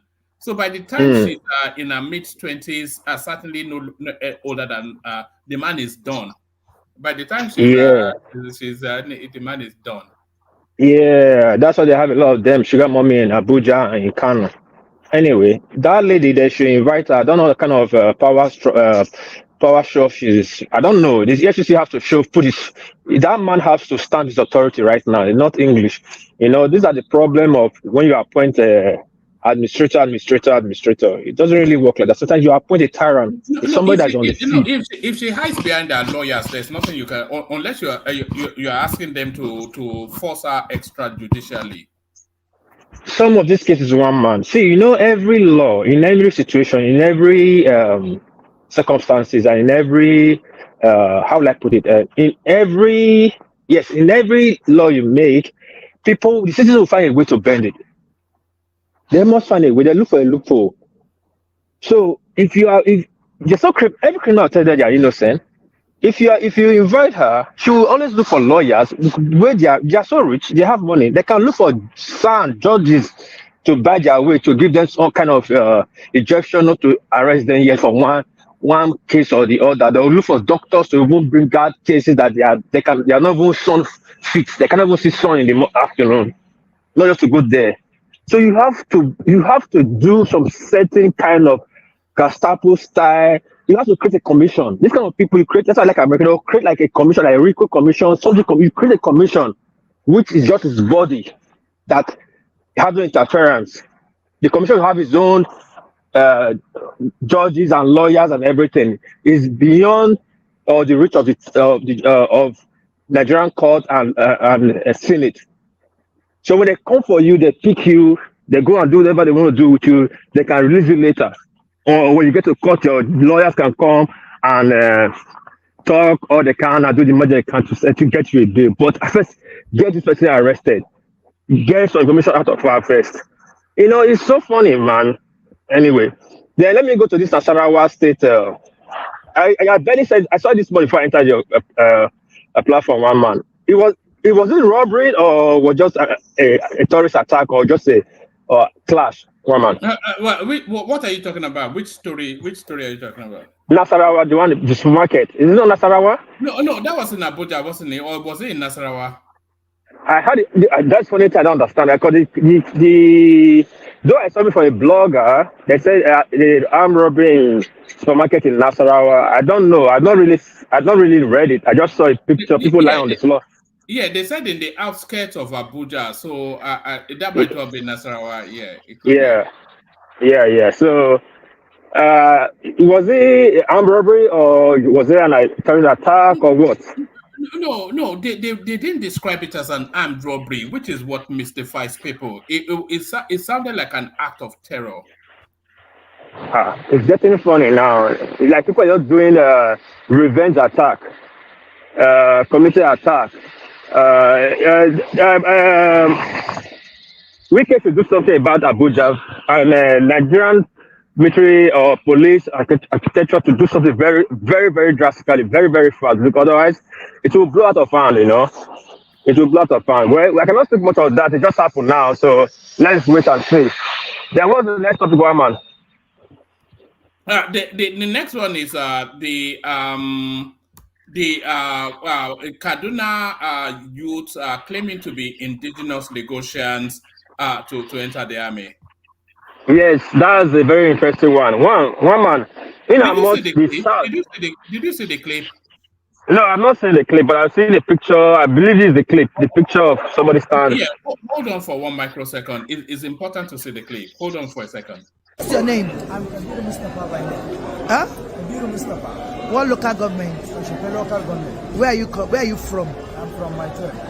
Where in Maito? Where are you from originally? Kaduna State. From where? Kaduna State. Kaduna State. I'm Alkali Monde by name. Okay. Yes, I'm from Kaduna State. Okay. I'm living in Kampala with my brother. With your brother? Yes. And you are coming out under what local government? Lagos Island. Local government. Yes. Do you have a family house in Lagos Island? No. Okay. What's your name? Luka David. What? Luka David. Luka? David. Where are you from? From Kaduna State. Kaduna State. What local government are you coming out from? Oshodi. Who gave you the indigenship certificate? National. What's your name? Zakaria Arab. Where are you from? Kaduna State. Lagos. Where did you get the indigenship certificate from? I'm staying with my uncle, so I went. Your uncle, speak up, please. Yeah, I'm staying with my uncle, Lieutenant Colonel Gambo. Shogba Yoruba. Shogba Yoruba. I can hear you. I can't. Shogba Yoruba. Shogba Yoruba. No, ma. Shogba Yoruba. Yes, I can hear you. Gbá mi lóhùn padà ní Yorùbá. Níbo ló ń gbé? Kí lorúkọ ẹ? Ṣọgbà Yorùbá. Níbo ló ń gbé? Níbo ló ń gbé? Ta ló fún ẹ ní certificate? Ta ló fún ẹ? Ta ló fún ẹ? Ta ló fún ẹ? Local government ló ti wá. Kò ṣọ̀fẹ́. Ẹ stop ẹ. Kí lorúkọ ẹ? Kí lorúkọ ẹ? What's your name? What? Speak up, please. Where are you from? What? Kaduna. But you're coming out from what local government? Oh? Ta ló fún ẹ ní certificate? Kí lorúkọ ẹ? Níbo ló ń gbé? You don't hear Yoruba? What state are you from? I'm from Kaduna State. Kaduna State. Ta ló fún ẹ certificate of indigenship, Lagos State? Bring it and let me see your indigenous certificate. That paper that they gave you from the local government. Huh? Where is your... Let me see. Yes. Show me this. We'll show the local government. One by one. We'll show the local government. Most of them cannot speak Yoruba at all. I don't know how. Where's the second one? Also from Oshodi, local government. We want to know how it has been done. Thank you. So there it is, world peace. You know the recruitment something when they say so many from so many states, and these people from Kaduna now they are taking all of the Lagos slots, and Emeka was even inviting that. Never mind what's going on now. How long has it been going on? Yes, Roman, thank you. This is mind-boggling. Though I'm not surprised. I spoke about it yesterday, saying that even the police portal recruitment they did, you go there, they said they are applying online. The portal was not open yet. 57 people already applied from the north. From which portal did they apply from? The website is not working already. It's not working yet, you know. So, but again, in how much we are being maligned in the south, but the southerners again are instrument to their own marginalization again in this military appointment. Do you know in the appointment of military, I know more. I know of police. I know of custom. I know of SSS, what we call DSS. I don't really know more about army and air force. They send slots to every state. Though the slot that comes to the south is few, but guess what, one man? The southerners said their slot. I know of DSS and SSS, DSS and custom when the slot came to me. I don't want to call. The guy got 2 slots and he sold it. He sold it to some guys. Then later he was getting out. Then he was reporting to me. The guy he sold it to. The guy got out. Say you see the guy will be feeling for. Now, when you already sold your slot, the guy have gone through his training and everything. Why do you expect that he will answer you when you got to? It was immigration that issue passport. Custom office a big immigration. That guy they don't even look at him when he goes there. We sell our slots in the south. You go to this elite. You go to the elite, our elite. You see them, they say we get some 20 slot, 30 slot. They will sell it. They don't give it out for free. That's the difference between the northerner. The northerner, they'll first of all give themselves the number. Then they'll come to the south and buy our own slot. And they will give it to their people for free. They use all this thing like a soft power. That's why they say they control the military today, the police today. One imam can pick up his phone and call the IG or call police headquarters in Abuja. You will see he will get a lot of favor. I mean, one man, you can't be sure of what you are saying. I'm very sure what I'm saying. I'm very sure what I'm saying. That's why I cannot want to call it. I'm very sure what I'm saying. See, what you have to know about me when I say certain things, I'm saying it for a deep fact. Is what I know. We have seen several situations in the past where people in charge of recruitment will recruit people for their own ethnic group. What they are supposed to share around the whole country, they will recruit more people from their own ethnic group as against what they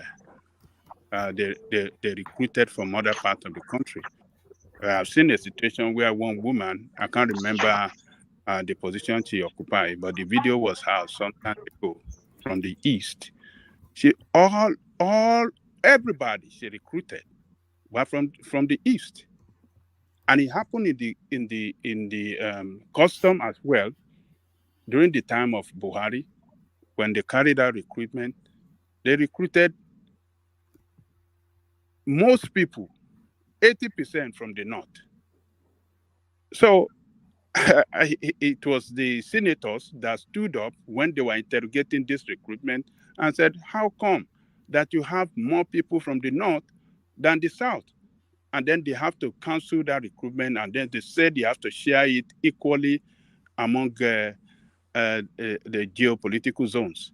So I don't want to agree with you that our people or our representative will sell what the slot for their own distance for what?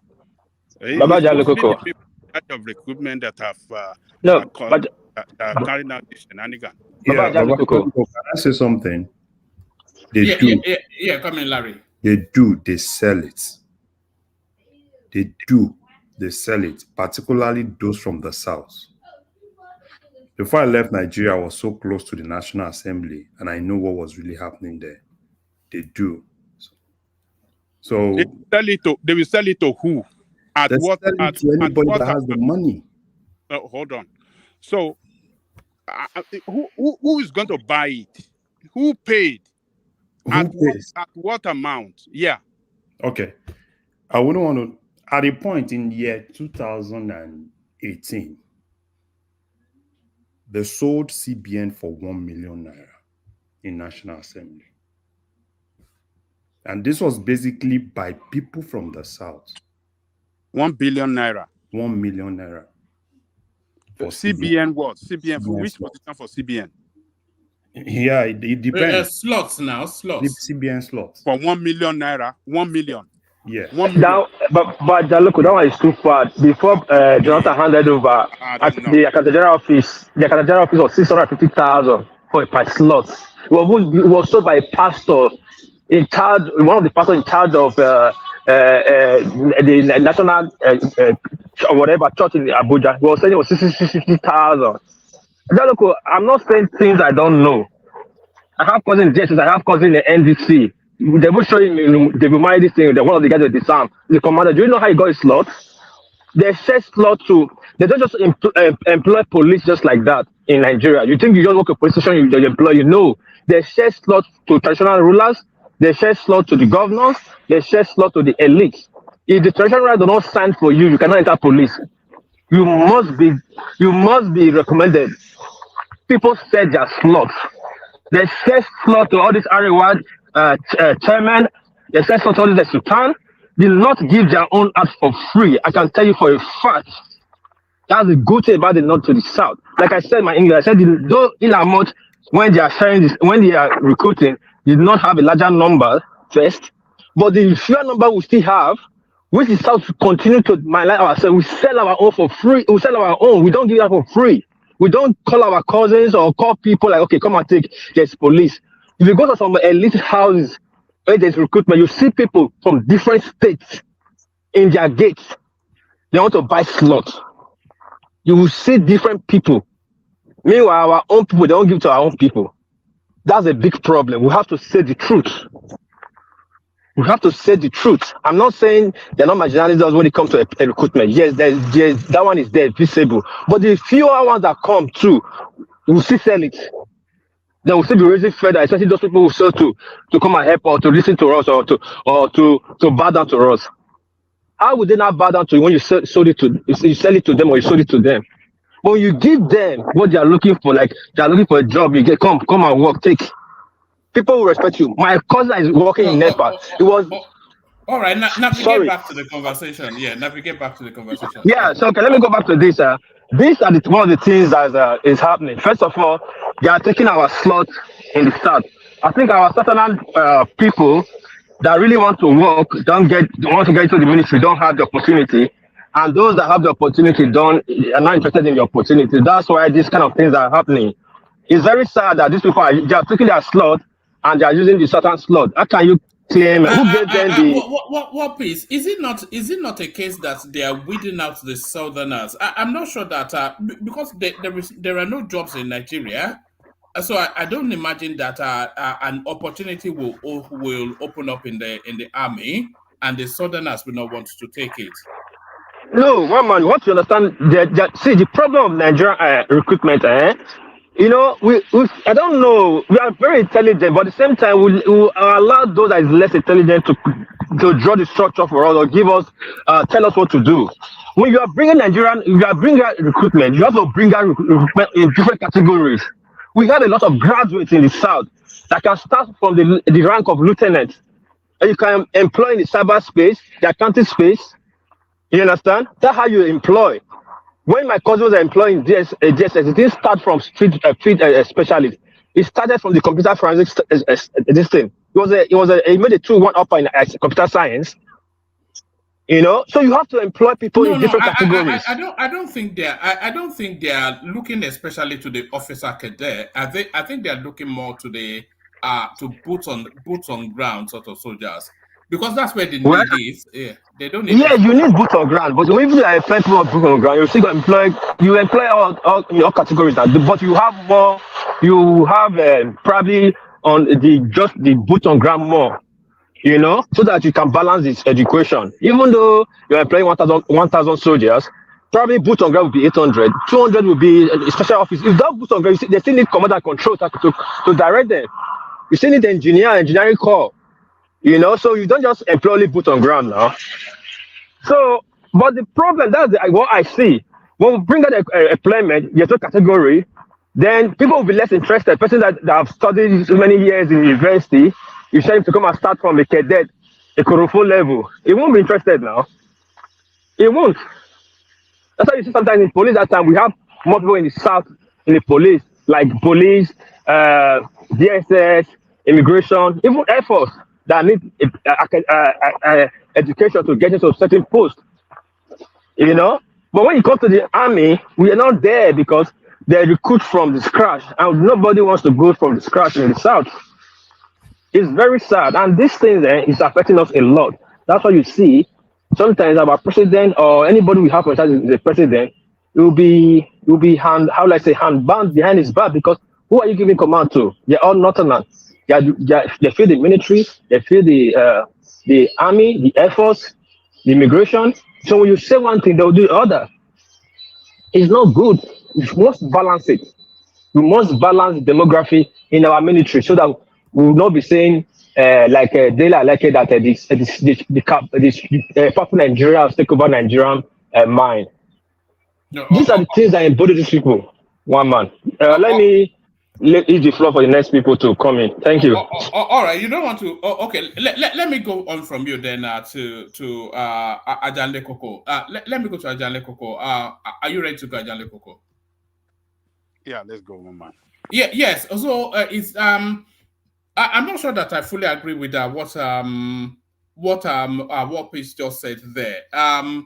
The rate of unemployment in Nigeria is such that at all the stratas of society, everybody is looking for a job. And if they are looking for whatever entry point in the army, I think you will find more than an abundance of sufficient enough people in the south that are willing to take on that job. It's a prestige job, and they all know how the armies make their money, and nobody is averse to that. So what are you then making then of this recruitment now that has exposed yet another corruption within that space? Thank you, one man. Greetings to our listeners around the world. Click on the like button, share and subscribe if you haven't done so. Let me first of all thank Emeka for the good job that he did for investigating the budget. Or rather, should I say, for studying the budget and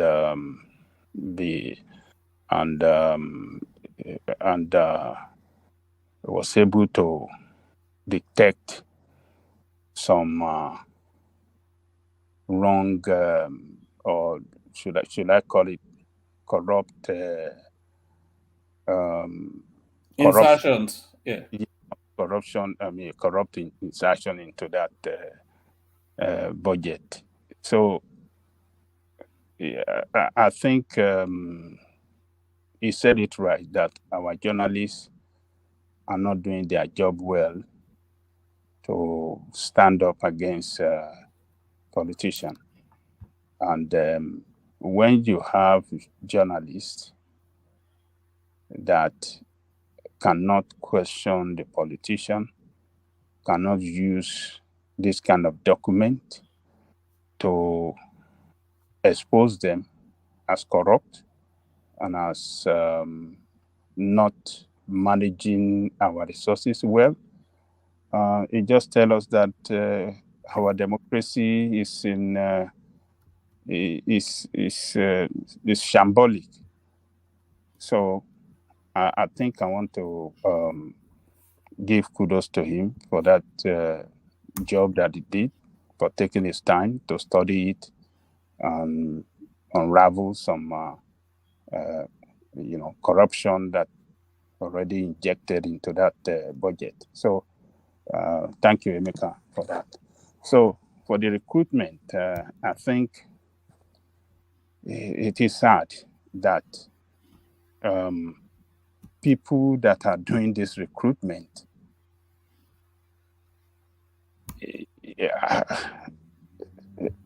are doing it in such a way that, number one, doesn't show transparency. No transparency in the way they are doing the recruitment. Everything in Nigeria is centralized. And that is where we're getting it wrong. Recruitment is centralized.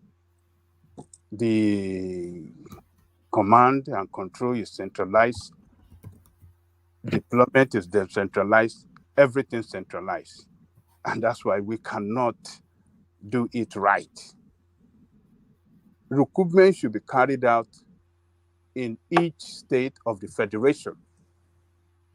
There should be a recruitment center in each state of the federation to recruit people.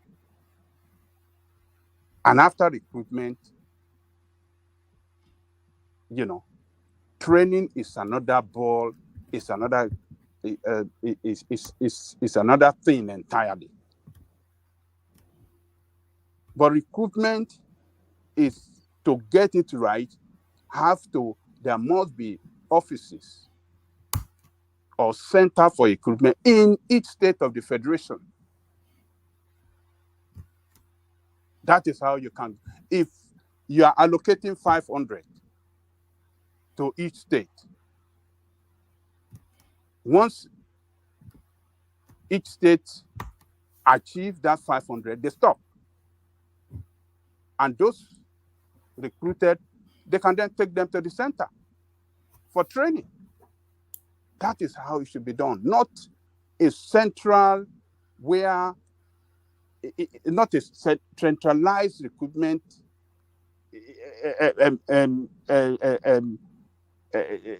the way that is being done, that gives room for, that is not transparent, and that gives room for corruption, for bribery. So we are not getting it wrong. And when we listen to the elders, when we hear the elders that saw when the country was started, they were there before independence. They were there when the founding fathers of the country wrote a constitution that worked back then for the country and for each region. And they are still alive when that constitution was packed up, and the kind of institution and the kind of government that we have been running, a centralized government that never give anything good for the people of that country. We have to distinguish between the people and those in the position of leadership. It's a system that works for people in the position of leadership and not for the people of the country. So when these people talk, some of us don't want to listen. You don't even want to talk them down. Oh, Baba Yadebajo doesn't know what he's talking. All this elder doesn't know what they are talking. But we can see this is what centralized government or centralized way of doing things, this is what it gives the country. How can people, everyone you showed in that video, claiming to be Yoruba and they cannot speak Yoruba language? If recruitment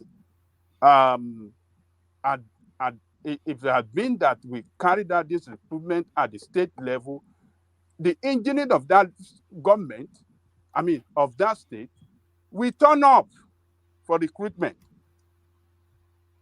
The indigene of each state will turn up. You cannot see a Yoruba to come and stand up in Anambra State, a Lagosian that cannot speak Igbo, to come and stand before Igbo people that are doing the recruitment to say, I'm an Igbo man. And when they speak Igbo to him, he cannot speak Igbo. So one man is just the structural problem in the management of the country that gave room for this kind of corrupt recruitment that you showed us. So it's a centralized way of running the country is what is responsible for this. It should be at the state level where the indigene of each state level, of each state will turn up, for recruitment into our military and the police. That is the way it should be. So it's a Can I ask Baba a quick question, real quick? Baba hello. Yeah. Do you see the reason why we should not remove indigenship from our laws? I know some people are like, we should just go to the residency. This is what is going to happen if you remove that is it. You just overrun everybody else and forget the major tribes, the Yoruba, Igbo. What happens to the BBO? What happens to their own quota system? Okay. They have no shot. So yeah. I agree with you. We cannot do away with the state of origin that we claim in that country. We can't do away with it. It must. That is the best way you can. Each one of us can show the identification that, oh, this is who I am. Even though I'm a Yoruba in Yoruba land, but I'm from Ogun State. You can't just say you are Yoruba. Yoruba Arabo, which side of Yoruba are you? Are you Yoruba from Lagos or from Ogun or from where? So, yeah, Babati, I think I totally agree with you. Yeah, this issue of state of origin is very important. Some people that are saying, you and Babati, you scrap it, you don't scrap it. At least you saw. I don't know if you've watched a longer version of that video that people are commenting on. These guys, they have certificate of indigenship. Yes, we saw that. Okay, you saw that. So where did they get that from? They paid off some local government chairman. Clearly, there's a sponsor. They mentioned the name of their sponsor. No, one of the guys there said he said his brother is in Dodon Barrack. Yeah, Colonel Danko or something. He mentioned his name. It tells you a lot that these are not just any kind of people in Nigerian army. These are highly placed people in the Nigerian army. But the question is, you're talking about indigenship. Now, who indigenship? Now, who is here for that country? You are indigene or not indigene, but somebody who is not an indigene is getting a certificate of indigenship from Lagos.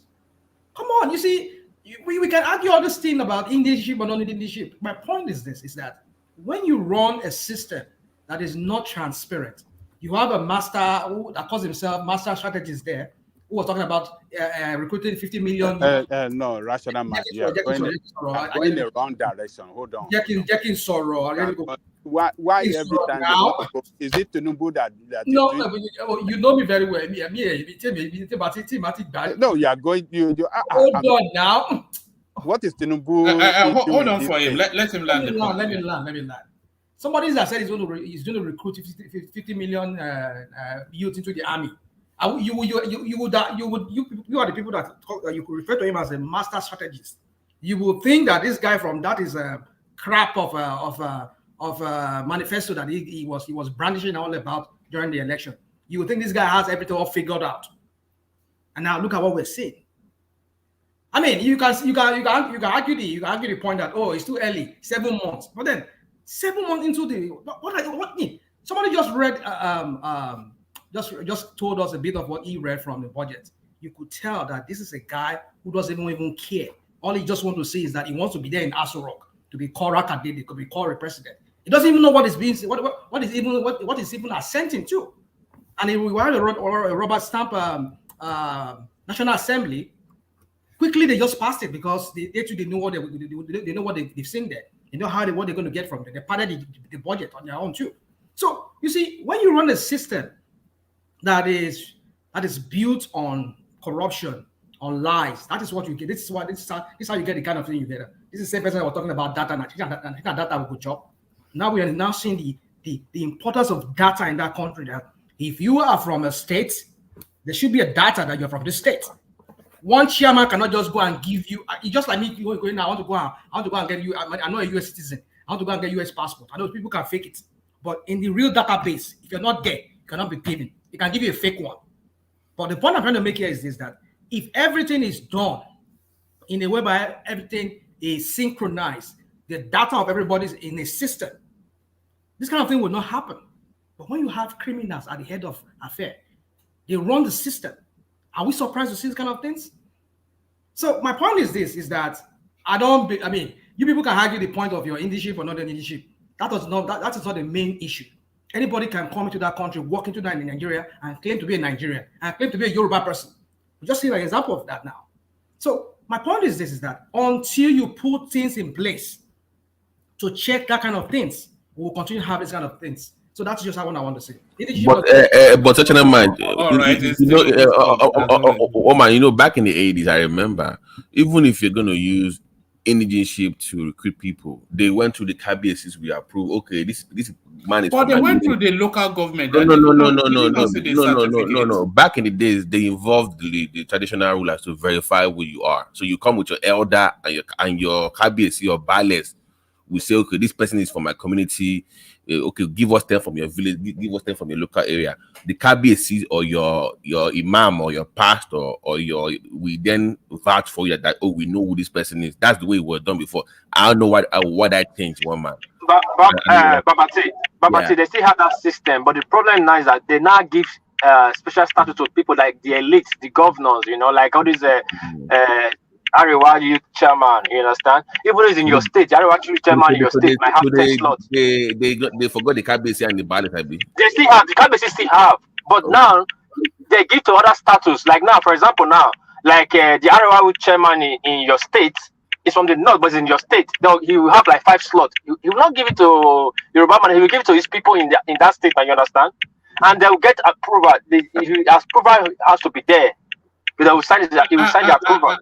Babati, if you can move for a moment, Warpace, we could hear you indicating. Babati, if you look at your screen here, that certificate there is a copy of the certificate that these Kaduna indigents are provided. Right. This is a certificate of indigenship. Yeah, and they get it from the local government chairman. One man stay with me.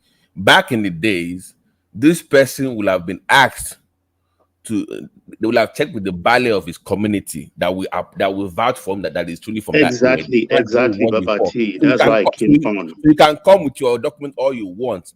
If the ballet or your imam or pastor with your KBC of that area does not know you, or the elders in that area, then you swear to an affidavit. They must sign that they know who you are in their community for them to approve you to even get the job in the first place. That was the way it was. So that would they take that to the local government. Have you forgotten the 80s? Come on now, guys. You know this now. Before. That's how it works. This thing could be fake. So how can you come and say, okay, I'm from this area? So they can't speak the local language. We don't know who is the parents are from that area. Who is the ballet? Who is the KBC that signed for him? Let's even assume that thing is fake. That they go into forge it. Right. The thing is, here you go. Hold on. No, please. Where was the letter from his local head for him to get the job? That was part of the thing before. I'm not sure that's still a requirement. So maybe don't need that. They should bring it back. It is still a requirement. These are instruments from the Seriki in Songos all over the southwest. Okay, they get these things. My point it's a fake document. My point is this. You see, here we go again, and we're talking about people being employed into sensitive areas in the Nigerian life. What I mean in the Nigerian system, these people are going to be Nigerian military guys, and they could brandish this kind of fake. You see, this is an indictment on that system. When you start bringing people who are not systemic, it is about the citizens. It is systemic. It's not about the system. Either you accept it or not, it's systemic. In a saner country where you live here, like in the United States, you cannot just walk in and say you want to join the reserve. You must, it's what they call selective service. You have to go through that process. In fact, when you're doing your selective service here, one of my sons is serving in Okinawa. I don't want to go into details as to that. But if you want to go into selective service, they will ask you a lot of questions before you even go for the whatever training or whatever you need to go through. So what I'm trying to say is that a country that does not have a data of its citizen, in fact, the Nigerian army, it's in fact that to tell you. We did not invent the computer. We have to study it and acquire it. Come on. You see, Baba, come on, please. I mean, you keep saying this thing.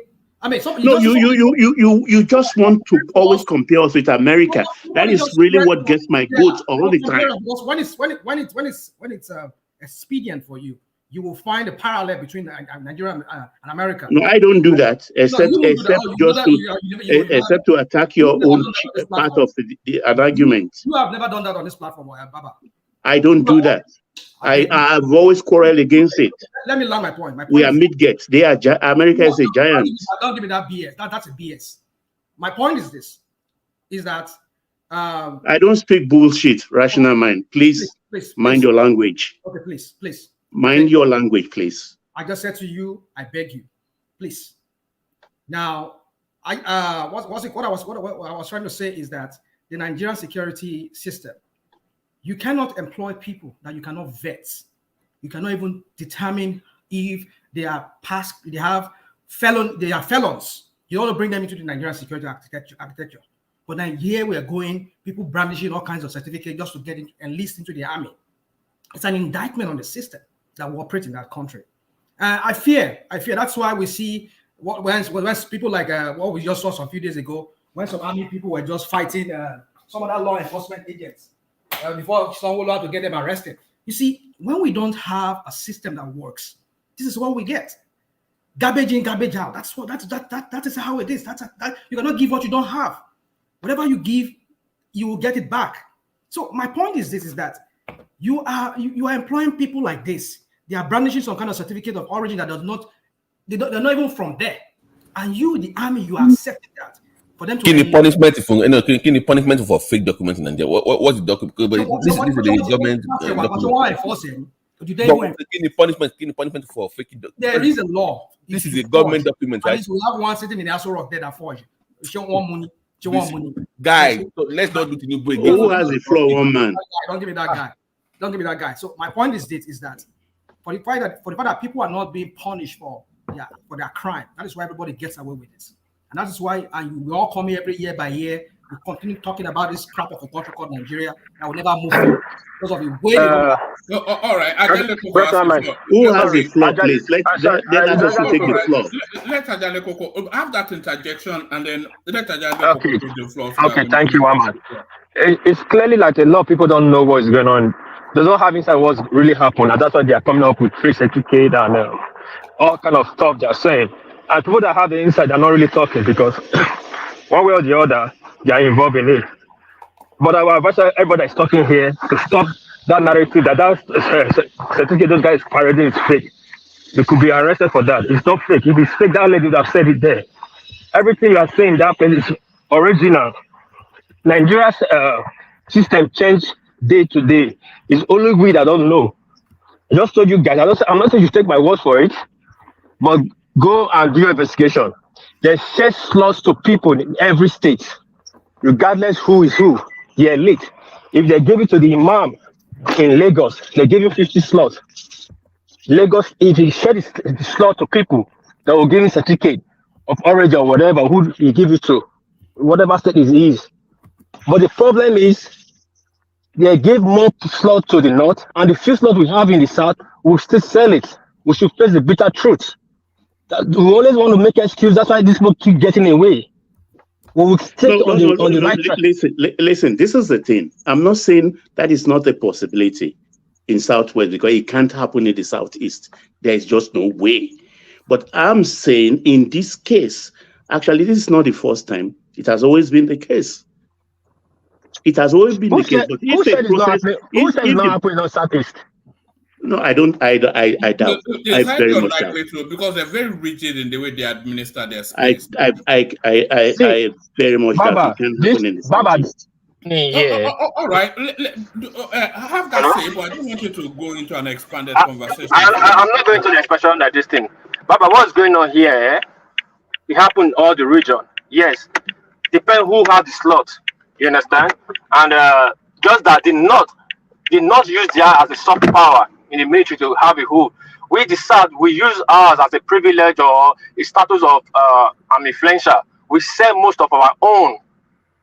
Yes, no, there's no doubt about that. One piece in Lagos State, for instance, it's about the religion actually, because like you said, yes, they distribute these things and they ask them to come forward. But why I'm calling this fake is that the process that produces that produce this certificate is fake. So automatically, I'm concluding that the document itself, the final document, is fake because the process is you have to start from the place you live, from your area, the Bale of that area, or the Oba, if there is an Oba, have to sign it. The Obas are not involved. It's mostly their clerks that hold the rubber stamp, and you go to the palaces. So those are the things. Let's get back to Ajanle Koko so that we can maintain. Okay, yes, we'll come back. Let me just say this one and get back to Ajanle Koko. Please, let me correct your notion. It's not fake. It's not like that anymore. Even the governor, Sanwo-Olu have slots. If he gives it to one bulky guy that he wants to give it to, then we should certificate for him. It does not need to go to the Oba. The system is changing all the time. Please understand this. What is the point is that on that document it says it's from that area and it's not. That's what I'm telling you. In Nigeria system, the guy is living there. Do you know when you live somewhere for 6 months, you are in danger of that place? No. In Nigeria Constitution? No. You are a resident of that place. No. Sorry, you are a resident of that place. Sorry, you are a resident of that place. Hold on, what is? But the document says indigene. Doesn't matter because that's just an example to you. You are lying because it's a lie on the government document. That's no, Baba, don't take on emotion. I just make one simple example to you. Hold on, listen again. Hold on, now, please, hold on. We just said this, we don't know. These are things I have deep knowledge in. Three arms of government. If someone have to give it to one Aboki guy, like you, someone like to act movie, and give it to her, okay, I'm playing in the military. They will give that certificate too. It's changing, it's not like before. No. World peace. No. Not what at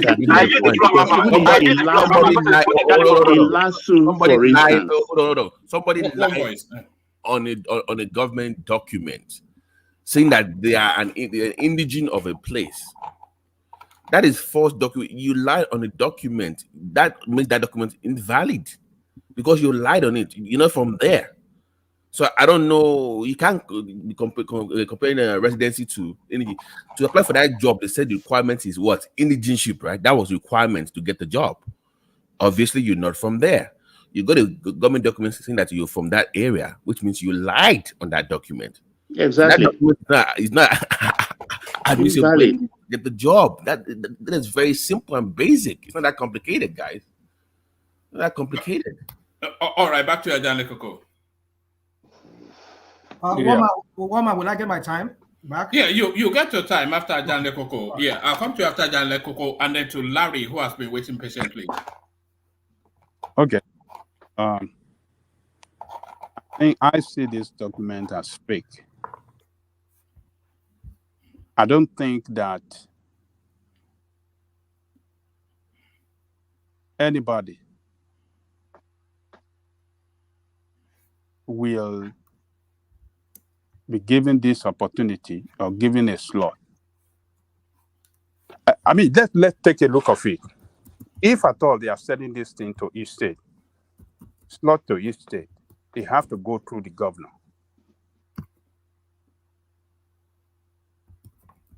the chief of staff will not just look at imam and said, okay, we are giving imam this, we are giving no.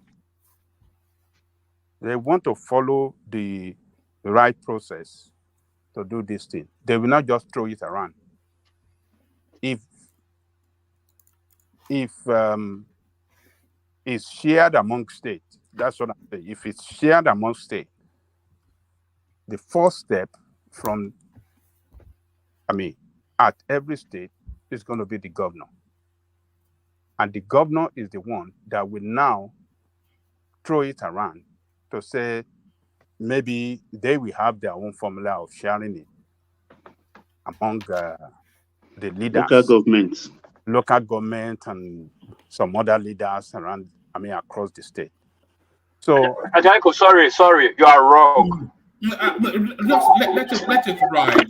The people have been waiting for too long at what pace? Carry on, Ajaniko. Yeah, it's. I think what we have to look at is the recruitment process. How does the recruitment process carried out? That is the question that we must ask. Nobody knows. Is that the way it should be done? We are not running a country. This is not the way a country should be done. It's not clear to everybody. I can talk of the way recruitment is done in the United States here. Easy. I gotta go. Sorry, I just want to ask a question. I don't know if you have kids that are ever done selective service. Do you have any kids like that, or any like brother-in-law or whatever that have ever done a selective service? Do you have any idea as to how they do it? Yeah, no, I don't have any kids. So you can go. Maybe I'll be go on. Yeah. Just go. Yeah. So look, you can walk into a recruitment center and tell them, "Oh, I came for recruitment." Somebody is right there. It's open 24 hours. Sorry, I said 24 hours. It's open from morning till evening. In every city, if not every city, in each state, but at least they have some, recruitment center that are identifiable in each state here. It's transparent. Once you walk in, if you don't have the document with you, I tell you, go and get your document, and they will check it, and you'll be recruited. When I came to this country, I wanted to join the military, but because I was over 35 years, they said, "Man, you're over 35 years, we can't get you. We can't take you in." Are you sure? Is it? Oh, yes, it's true. No, it's 27 It's though. true. 7 years. No, they say I'm over 35. Yeah, but you were over 27 years. You cannot join. You cannot. You cannot enlist. So I don't know. Maybe they changed it now. That was what they told me. Apparently, you're older than you said 35. So since you're older than, you don't qualify then. 27 is the max. The cutoff. By the way, when did that when that law changed? Because back in the days, they used to require governors and local government chairman bring people for job opportunities. But when that changed to where we're now having all this so-called recruitment? No, I'm talking about United States. I'm not talking about Nigeria now. Let's focus on Nigeria. All these USA things. So what I'm just drawing the distinction here that the recruitment process here is very transparent. Anybody knows how people can be recruited. Do we know the way you can be recruited in Nigeria? Can any one of us tell us? We know before now, but this one, I'm asking about right now. Nobody knows. It's because it's centralized. That is what gives room for this kind of No, I think they actually open it up on the Army portal. There's a It's on the Army recruitment. portal. One man, what we do before is like when it is the turn of Lagos State, for instance, they announce it on radio, they publish it in newspaper that come to so and so cantonment in Lagos. So at so and so time, and all Lagosians will go there and they will verify exactly if they are true Lagosians. That's how they recruit them. And if it's going to be national, they will say Lagos State line up, Ogun State line up, and this and that line up. So they start verification. But now it's computer age. Now, how? We don't. No, we can't keep doing this. No, be everybody get a line for online now. No, it's not exclusively online though, but I'm saying that using your local leaders is more effective. It cuts this nonsense out. That's still subject to corruption. Can the local leaders not be bought? Wait. The chairman. One man, hold on, please wait. Because the question here that they're not from that place. That's the issue, right? Even if they're going to say that those slots in that, for people, they will make money off it, correct? But that job will still go to their own people. Exactly. We short of Yoruba people. That's the point. How can you now send it to people from different states, a different region? So it's not about collecting money for that. Forget that one. The job must. We are not short of Yoruba people. Yoruba people need job too. That's the argument here. Not that they're making money off it. They can pay. You can pay, but the job still stays in your own local area. That's the issue. Come on. But it doesn't work like that anymore. On record, you go to the portal, you buy form, you fill form, they send it to where to go for screening. They screen you. That's the way it is. But hold on. You don't have any idea on it. I have cousin, uncle that gets slot anytime they are in the police, DSS, and custom till tomorrow. Before they announce they are going to recruit next month, they have said, hold on now, please let me land. They have said, what position does he occupy in the society that make him? It does not need to. You don't need to know. You are not in the status. You are not in the status. But just hold on. Now they said it's slot. Hold on. Let me land now, please. Sorry. Let me land. You can correct me. They said it's sort of Nigerians, the elite in Nigeria. So over to Gbajue, they'll share the slot along to the people they know in Nigeria, which is whoever matters. So Obasanjo, they already said the slot. Then it's left for those people that give the slot to set their own or give it to their people. But yes, not get a bigger share on that slot. That is fine. But if you will still say, what I'm trying to tell you, that slot they sold, and it's also parenting that certificate, don't call it fake because it's a slot. Everything they give it to them is genuine. We can get angry and said, how come are we selling our slot in this, giving the Sereke in the south slot too, when they already got in the north? We can say that, and that would be a fair argument. It's all off paper. I'm not saying that is on record. But anyway, I use the floor. You guys can argue it as you like. So indigenship as a requirement. That's all I have to say. I don't know why this is difficult, but indigene, that's it. I don't know why what is arguing about. Yeah. All right, Ajale Koko, bring that space home. I think we've been there long enough, and then I'll take you to another topic. Yeah. So this is the recruitment process that is faulty, and that is where we have to find a way to correct it, reform it, and make it transparent and decentralize it. So this idea of giving somebody a slot is a corruption on this way, or it's corruption on its own too. It's a corrupt process. It should not be allowed. People should be able to walk into recruitment center and, show themselves, show their identity, and if they are qualified, they get recruited.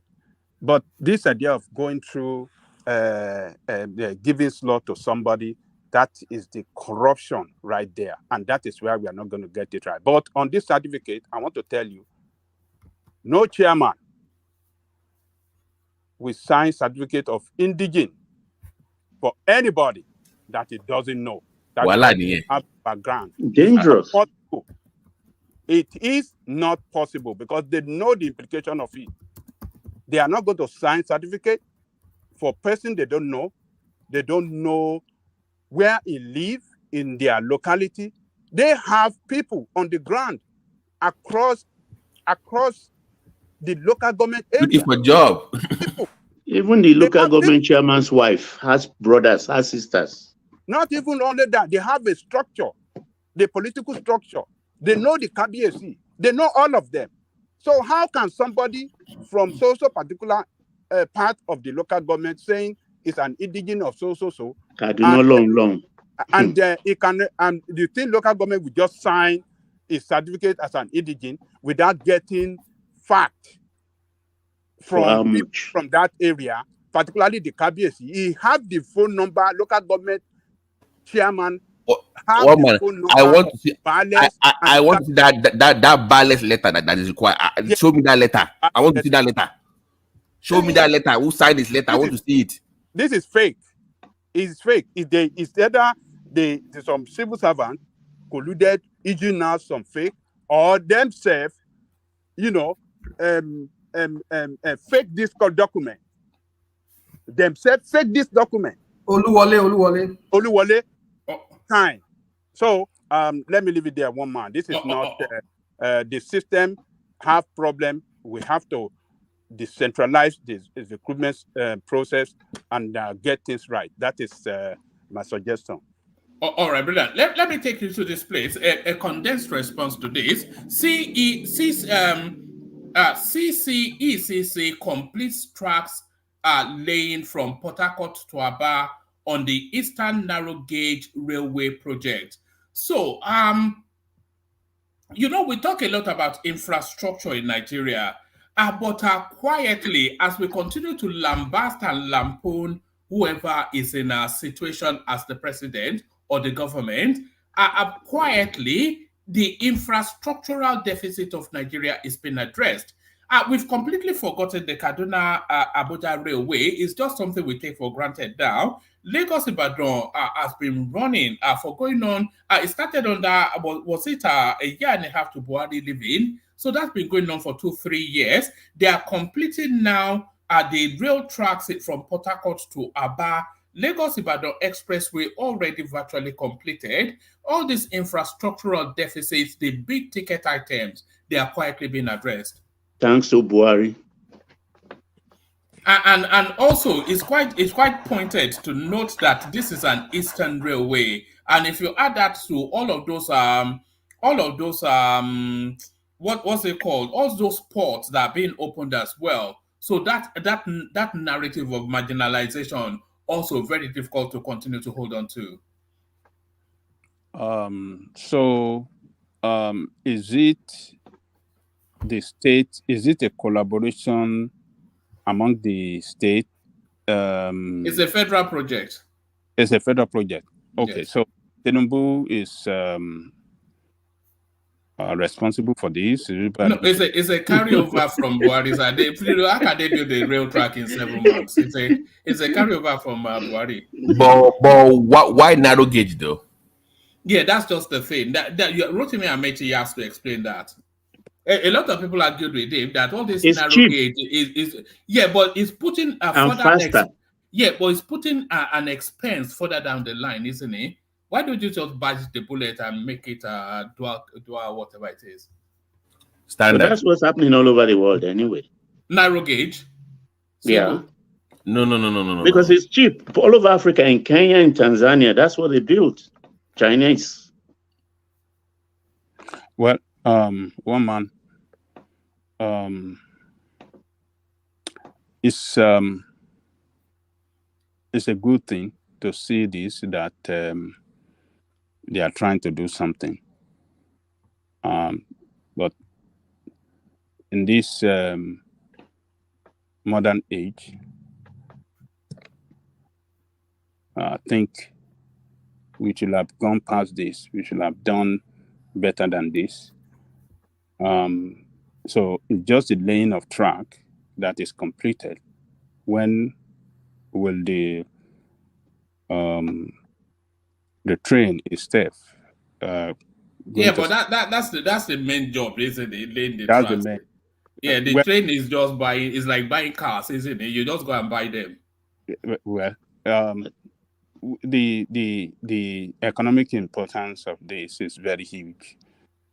It's going to open up, more economic opportunity for that part of the country between states. They'll be able to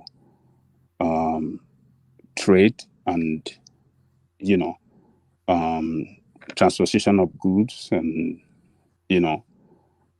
human will be much easier between Port Harcourt and the other part of that region where this train service is going to apply.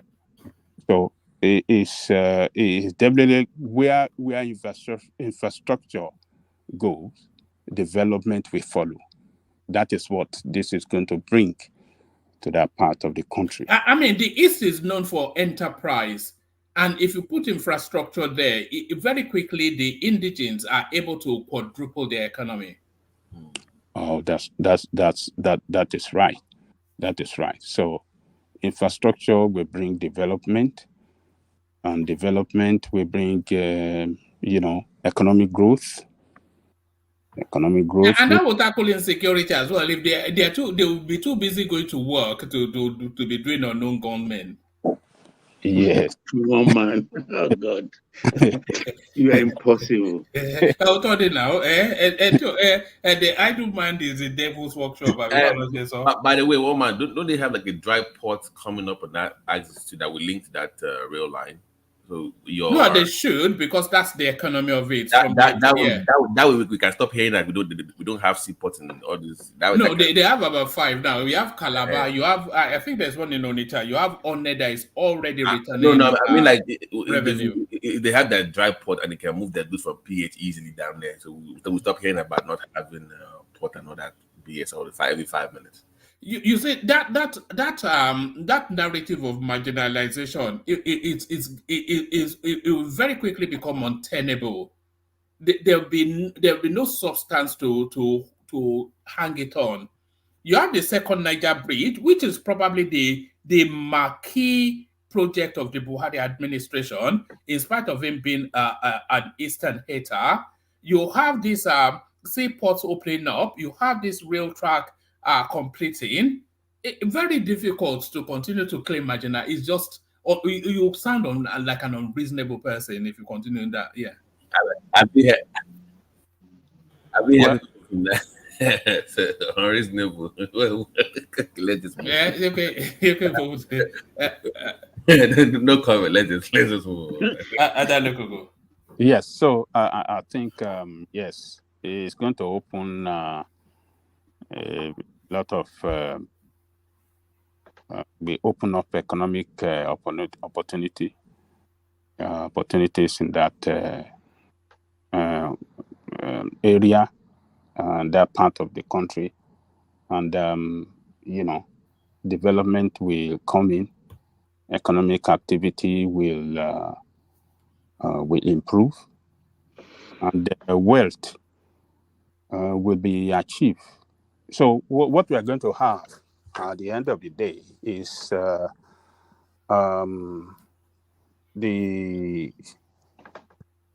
GDP of that part of the country will increase, hopefully, because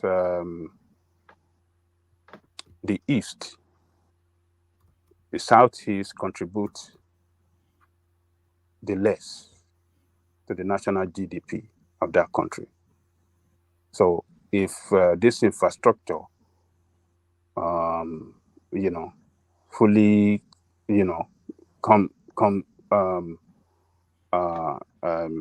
if this infrastructure, start. Why would you say the East contribute the less when virtually most of the businesses in Lagos and in other parts are owned by the Southeast? We are talking about the region. We are talking about the region. Yeah, you need to clarify yourself very well, because when you said I said the East. Okay.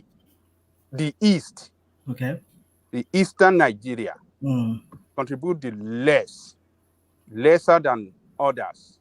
Even lesser than Northeast. Lesser than others. Even lesser than Northeast, right? Yes. Northeast and Northwest, right? Yes. Yeah. Where are you getting all this statistics from? Woman. And that's the National Bureau of Statistics. There's a Twitter handle called StatiSense. If you follow it, they always churn out all of this data. So we hope that when this thing, fully, come on stream and fully operational, I think, yes, the GDP of that place will increase tremendously, and that will add to the national GDP. So Nigeria, the more infrastructure we have on the ground, particularly when it comes to rail that can move goods, that can move people, that can move, container from one side of the country to the other, I think that will, stimulate economic growth for that country. And what that's going to bring, it's going to create employment. When a country is, recording economic growth, employment growth will be achieved as well. So I just hope that it be well managed, because the one we have on the ground are not well managed at the moment. They are running at loss. It's very shameful that we don't set our priority right. We don't give the best hand to manage the country, and that is why you don't see anything working right in the country. The Lagos Ibadan rail service is running at loss. They are fixing it actually with automated ticketing. It's corruption. It's corruption, Naja. It's corruption. Give it to the right. Look at the way Lagos State is trying to run its own from day one. It's one card for all: water, road, train, track, everything. It's not cowrie card. There is no there is no cash. There is no cash involvement. It's the way to go. Hand in hand, that of Lagos State. If Lagos State can do it better, why the federal cannot do it even better than Lagos State? The people running, well, maybe Tinubu's going to... Can you see the graveyard of yesterday's investment? Look at those trains rotting. Yeah. Shakabula. Those were the Shakabula days. Shakabula. It's now they're now in cemetery. Maybe Tinubu administration will do it better than the way Buhari did it. Because what Buhari did for that 8 years with this rail service that some people were giving praises to him, it looked nice, but it's not well managed. They don't give it to the right hand. It's to the best hand. I'm not sure that you can blame Buhari for that. It's a matter for the Nigerian Railway Corporation, isn't it? So he has done his bit to sign the checks. Who appoint the person? This looks like a matter now. He appoints somebody there. He appoints people that should have, manage it better. People that, put in place a structure that more transparent in when people want to buy tickets and what is it? It shouldn't be by cash. Cash go to hand and you give them ticket. It shouldn't be so. It should be in such a way that a corruption will not be allowed at all, and transparency will be clearly seen, and then they can really generate that. Hold on. Woman, this one you're showing us where is from where? What part of Nigeria is that? I will control any training. No, that's a The link UK. from to Nigeria. I'm not quite sure because I don't have the No, this is in Nigeria. Where in Nigeria? Where? Nigeria. Nibo in Nigeria. It doesn't matter. That's not the point. Just Oh God! Come on! Stop it! Oh, yeah, the Lagos State, Leleyi. No, Lagos State. It's about the Eastern line. No, this is Ned Media. Calm down. Hold on. Calm down, please. Hold on, guys. Hold on, please. Hold on, please. Man, this is not Lagos. This is not Nigeria. Hold on, please. Hold on, guys, please. This is Ned Media reporting on train in Nigeria. Then it's giving an example of other countries. That's the video they are playing. Could make we want propaganda of anybody. Somebody playing a video of train track across the world to refer to what is going on in Nigeria. So what they are playing right now is a video with that making that comparison. Could make we want propaganda of Tinubu or anybody. National mind. It's not. Come on. Come on, I think that's a bit of a stretch. Greetings, this thing, one man. Thank you for having me, and greetings to everyone on the panel. You see, you can't just use your kind of knowledge of somebody to just make insinuations like that, because you have to check the topic. The topic is about the Eastern Rail Line and the repair that is going on. We know there is a rail line that used to travel from Port Harcourt to Kafanchan in Nigeria, but that became dilapidated, and that's what he's trying to report, that is being fixed. It's also a narrow gauge line, and the work that is being done it may also be linked to what they are just reporting regarding Port Harcourt to Abatu. That's the process that is going on, because he actually mentioned it on that video that they are also including other cities that didn't used to have train lines this day before.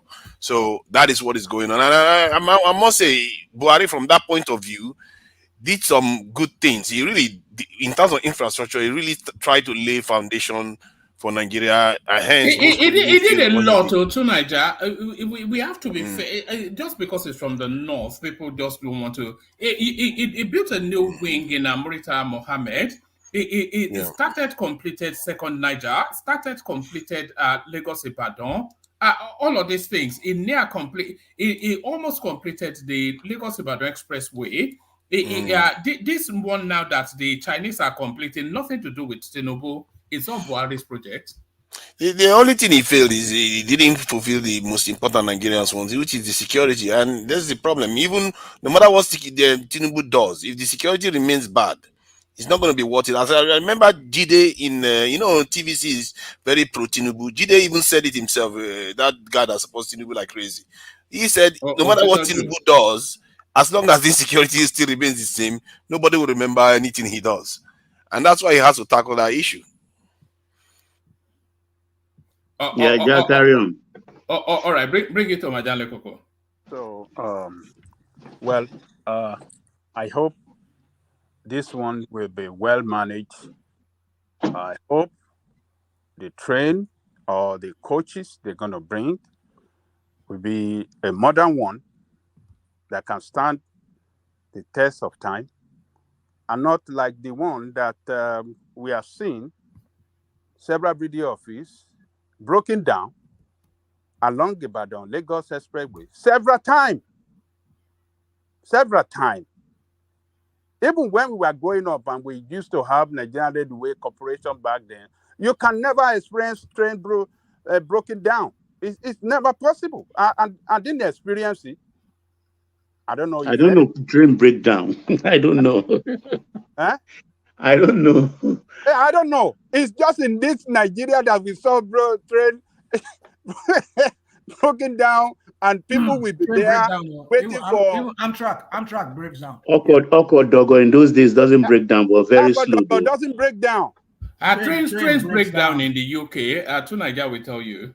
Train breaks down. Even when there are leaves on the track, the train will break down. Leaves. Do you remember? Yeah, and for a long time they didn't make profit too, and even till now they barely do make profit. So It's only when they privatize it. You know, it's the French that own the most of the rail thing in the Train UK. is not meant to, it's not meant to, by design, it's not meant to be profitable moving people. All over the world. It is meant, is the overall effect on the economy that return investment plus moving goods like from port and stuff. Heavy goods. Brain breaks You don't make down. money from moving people on rail Amtrak breaks. track. Have you ever read it on that Amtrak before? New York to come on, I live in Boston for Boston. Good. You said what? I live in that part of the country, so I know. What I'm saying is, my point is that Amtrak does more than just moving people; they move goods too.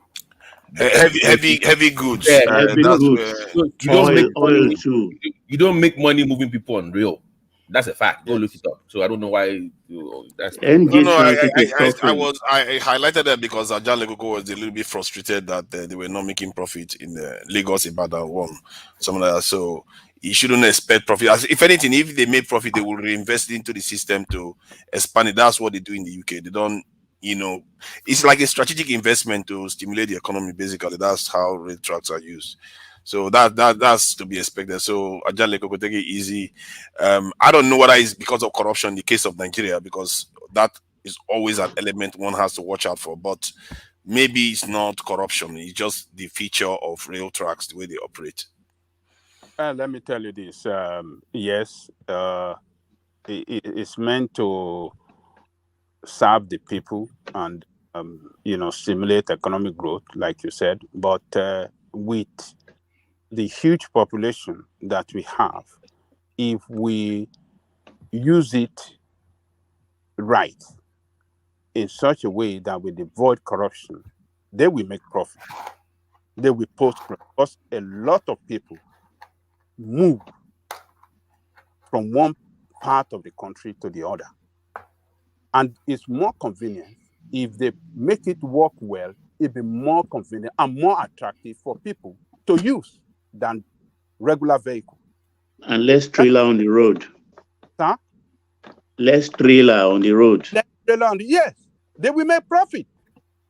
Go and if there's a way they can quantify how much have been stolen from that rail service, then you will know that yes, it's supposed to have made profit, but some people.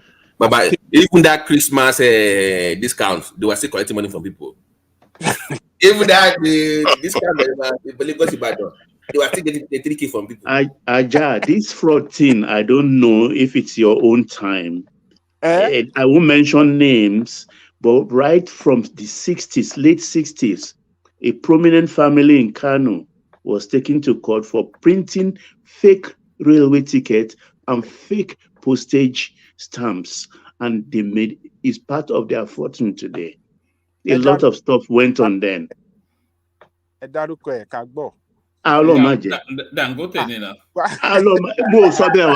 that too.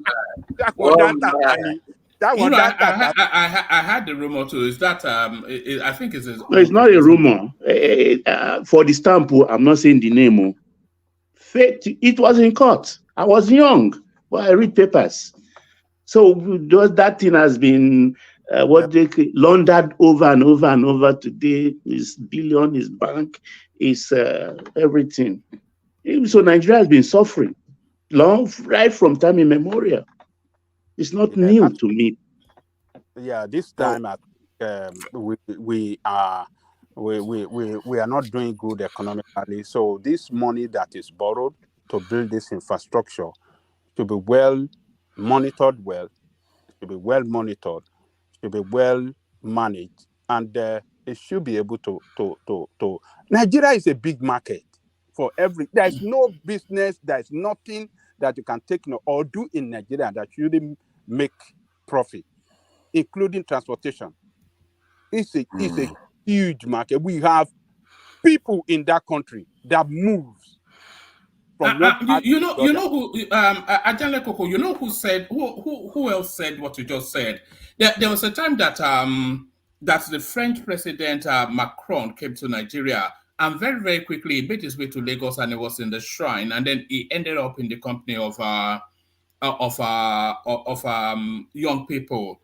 You know those sorts of roundtable that they organize for optics.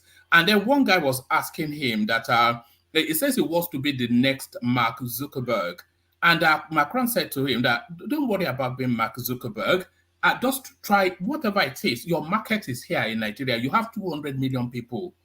If you can tap into those people, forget Mark Zuckerberg, you will be yourself in your own country. The market is huge in Nigeria, huge.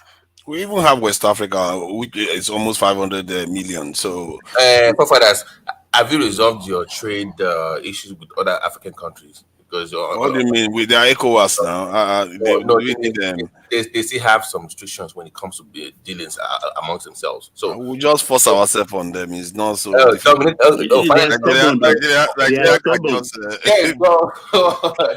Fran, take a trailer load of Indomie from Seme to Cote d'Ivoire and see how many days it could take you 10, 12, That's 14 days. I'm talking about. Yeah, but it's the infrastructure. No, it's not. It's the French people. It's not the French countries. You need to open up that market for everybody. So this idea of ECOWAS is just a name only. There's no effect. That is a valid point. The ECOWAS is too weak, and that is the job of Tinubu right now, because that's Nigeria's role. That is Nigeria's sphere of influence, and we are not using it to benefit us. No, France has a stranglehold on these people, but thank God, those that have shaken off the shackle of the French stranglehold, what have they even done? We applaud Mali, we applaud Burkina Faso, we applaud Niger, Senegal, but have they changed in the last 1 year? I've not seen any change. What are changing? Do you know what happened to me? A country like Benin Republic or all Togo, they have about 10 million people. If you open up to Nigeria, you have a bigger market to sell to. You'll be the one winning, actually, to be honest with you, because you have a bigger market to sell to. So that they need to fix that problem. Currency market, that needs to be fixed. What is it called? AFT or whatever is it called? That trade deal that we've not signed yet. After we've signed after. We are one of the last. Obasanjo cooks Buhari to sign it. But we're not in the ECO now, which is the currency of trade. No, that currency, they are afraid of Nigeria economy that will swallow them. No, but that's Nigeria is not actually for that currency to have any meaning. Nigeria has to back it, and Nigeria is not backing it at the moment. No, they are afraid of Nigeria, and I think their fears are valid. One man, their fears are valid. Listen, let's dominate again. I'm back to this dominating thing again. Thank you for bringing that up. You want to bat your head down? Dominate the damn space, man. Burkina Faso, Niger, they are going to have some of the fastest growing economies for this year from the prediction of, I think, World Bank or something. So, and then do you know that ECOWAS sanctioned them and blockaded them? Now, guess what is happening? Morocco is offering to give them access to the sea, which is some crazy stuff that is going on. We are turning against our own, and Morocco that destroyed the Songhai Empire is the one offering them a way out. No, I think Benin is cooperating. I don't know in that of it's not. They are not. Niger oil, because Russia is involved. Benin that was hosting French soldiers that were about to attack Niger Republic. No, Benin is not cooperating. What's the name of their prime minister now? He has piped down. He has seen reason. I think that was why he came to Tinubu about 2 months ago.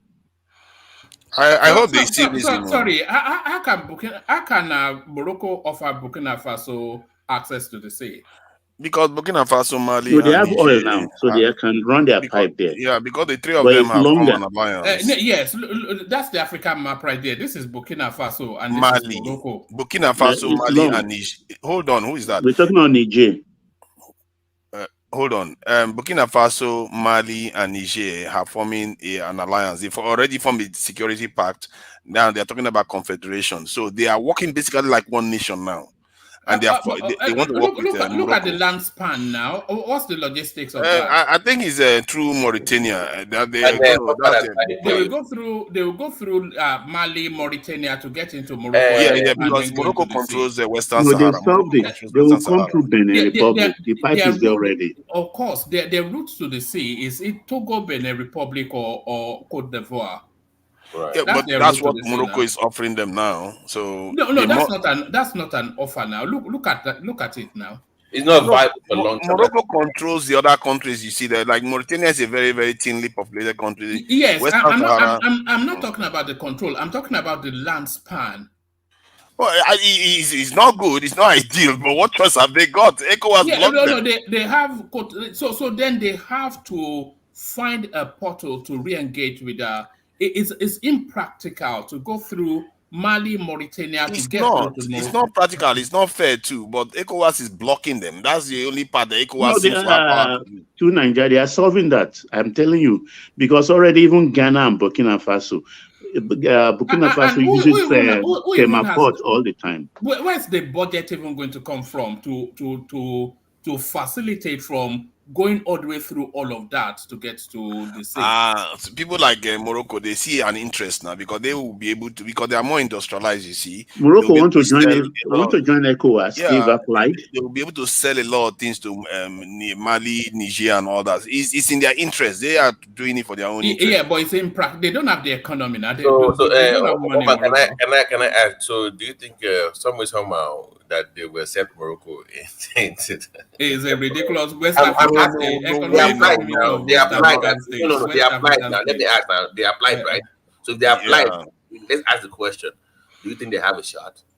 no. I think it's a ridiculous idea. Even Nigeria will not allow it. We will not allow any bigger boy Many to African come countries to hate Morocco. They have to Many change the African countries name hate now. that They have to change the name now. You can't be West African states and have a North African in it. So I mean, Mauritania even left West Africa, not to mention Morocco. Mauritania that is right there close to West Africa has left West African Union. And so there's no way Morocco is going to join. And most African countries don't like Morocco because Morocco seems to When be... did Mauritania exit I ECOWAS? think it's quite recent, actually. Sometime, maybe less than 10 years ago, they left and joined the North African this thing organization there. So it's not a good thing, but what can we say? And that country is 70% black, They left. and they've gone. They left in 2000, and they were 2000. actually Okay, that's a while they ago. were actually the founding father of the African whatever. No, it's sad. Yeah, Mukta Dada or something like that was part of the people who signed the accord in Lagos. 75 or 74. 75. Okay. Nigeria alone make up about 51% of the entire West African population. Instead of us to use that to make it count for us, we didn't make it. We don't make it count for us. We allow the French country to write offshore. And I've been labeled like I'm a domineering, like you know how I've been labeled on this platform. When I use the word dominate, they think I'm evil and I'm not. But that's what we have to do. Yeah, we have to. That's our survival, actually. If our economy is to do well, Nigerian population density is very, very high. For us to do well, we need to be able to sell to West African and other Cameroon and other African countries. That's where we are. Our influence really comes from. That's not where our economy is now, because there is no economy in that space. It will be if we start trading. To sell to where the economy. One man, you are missing the point. You see, when you can dominate that space, right? If you not go out there to bargain with like Asia or China or Europe, you have a better leverage to making better deals because you have a bigger market. Yeah, but we can dominate them militarily. No, Babati, quietly, I think informally, we've dominated them because not just Cameroon, you go to Gabon, you go up to Congo. You meet our people there. No, you don't have access. We are not selling as much. We're not selling, making goods that they consume. They are busy buying from China too. Do you know that the economy of Benin Republic is about 80% dependent on Nigeria? All West African countries mostly.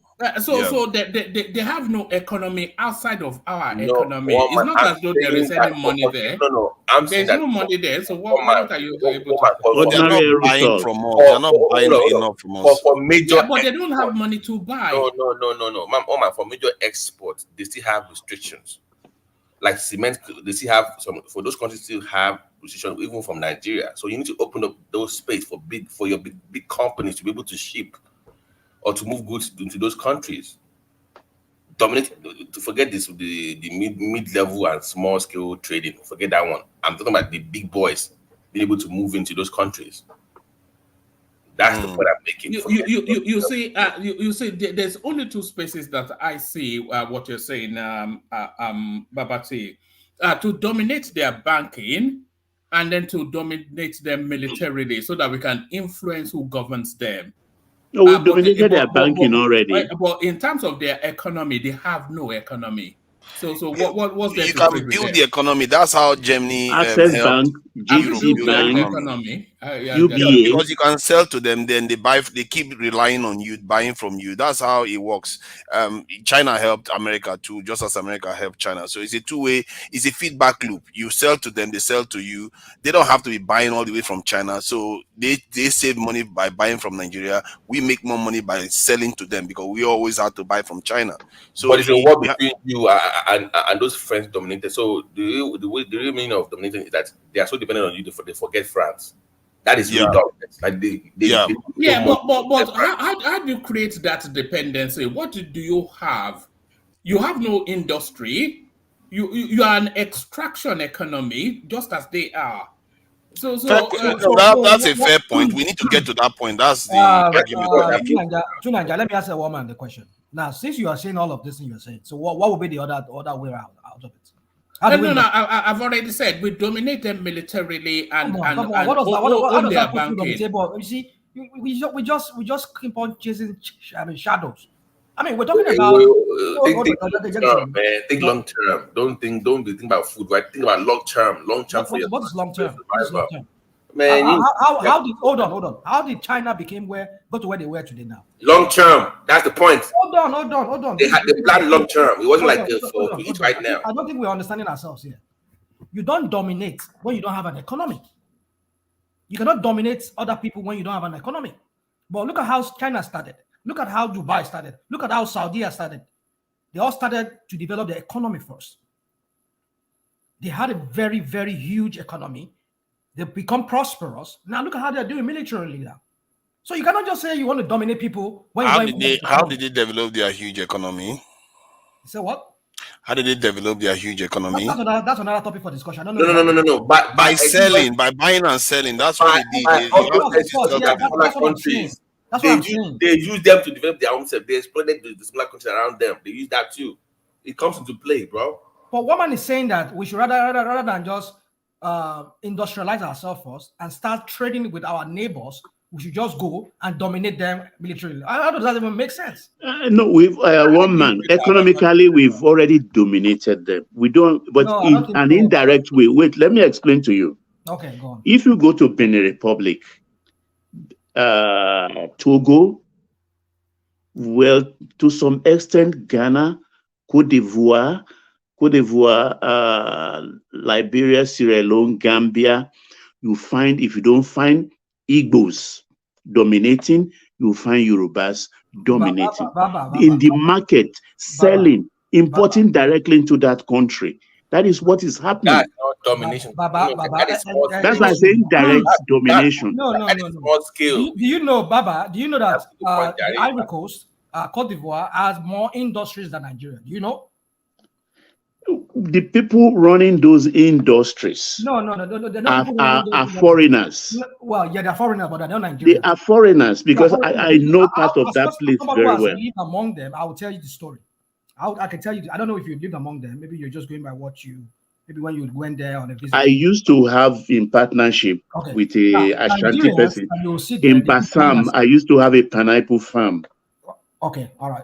They have a lot of, they are huge when it comes to banana and cocoa production in Cote d'Ivoire. But what I'm trying to say is this, is that when you talk about buying and selling, Nigerians are huge there.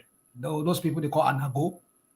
Exactly, that's what I'm saying. So they are, when it comes to the industries there, Ivorians, French, Lebanese, and some other Arabs and maybe Europeans, they have those industries. Like Belgians. So they have chocolate factories and all. They have all of that. They run these things. They run it, but not Nigerians. But when you talk about recently, I think Nigerians are making, they're just making the foot into the banking industry there. But when you talk about the buying and selling, Yorubas and Igbos, they dominate that aspect there.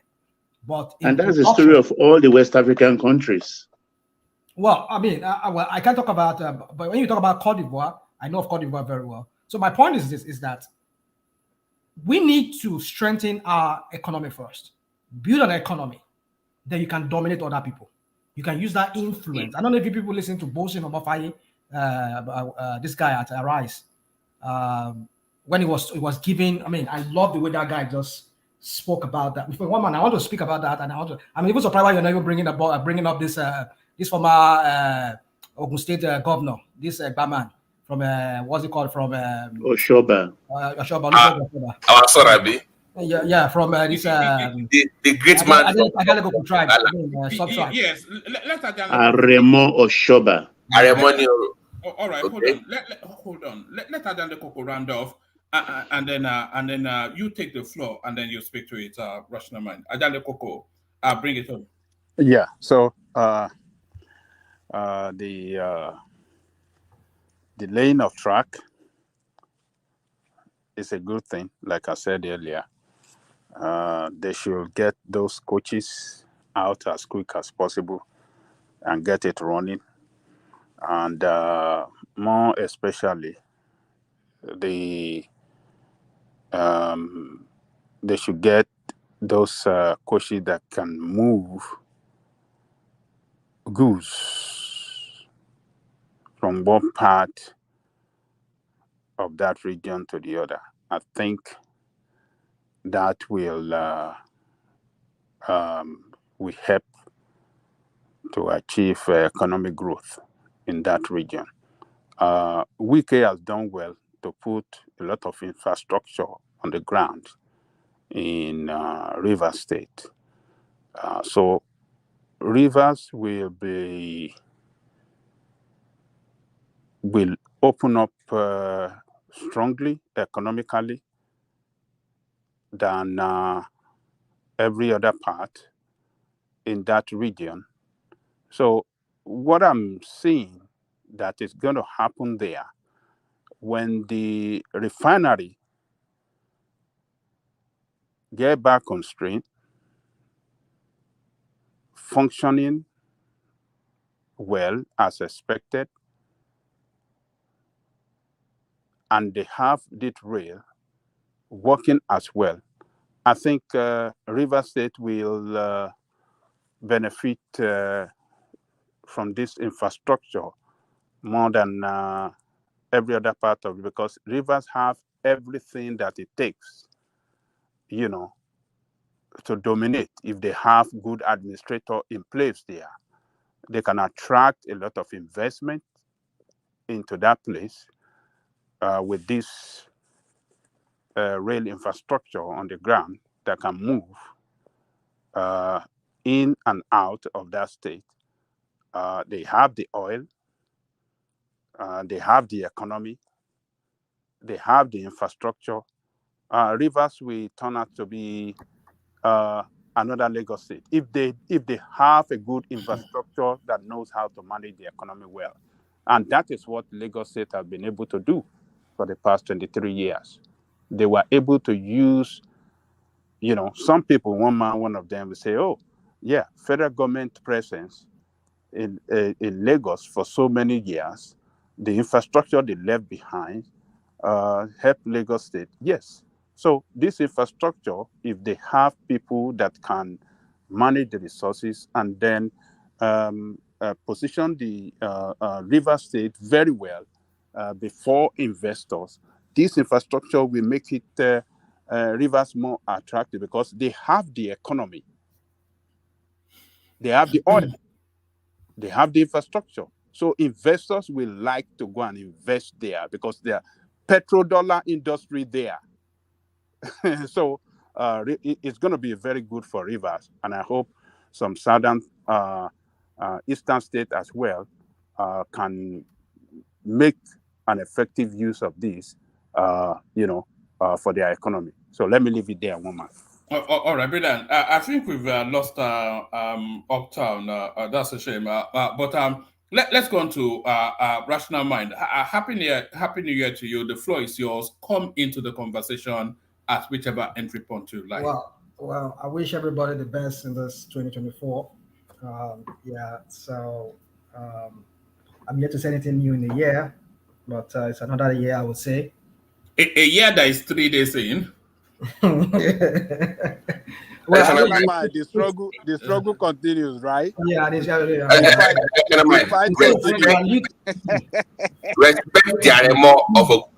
the Aremo before you, the way you talk to him, okay? Respect the Aremo of our land. Be very careful on this platform. Be very careful. Aremo of our land. Be very careful on this show. Wọ́n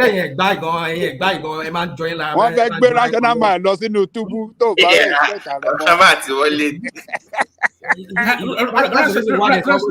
Aremo.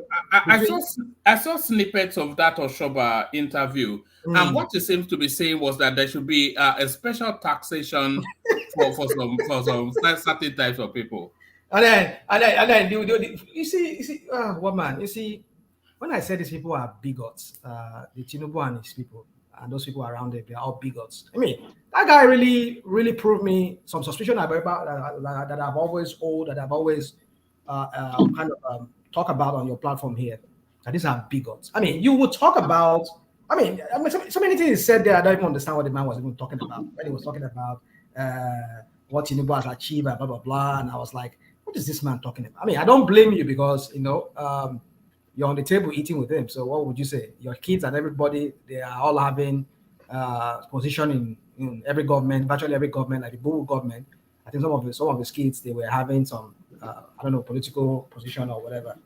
I mean, you see, I don't expect anything much from him, but the only thing is just his bigotry, When you talk about when he was a governor, that he was doing tenement rate and all of that, and then he had to go on the tangent of taxing the mansions that the Igbos they own. I was like, kiloshi money, I mean, people, it's a man tijuni. No, rational mind.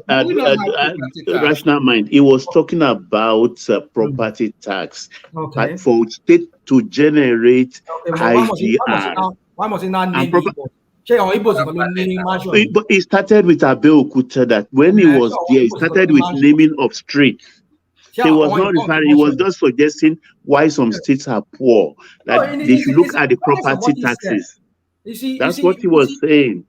Baba, you see, you would display. I mean, I forgot how Jesus said that. All right, let's do it this way. We'll do like about 8-minute monologues with No. So I want to try and limit the interjections I understand. You have a free flow. Okay, yeah.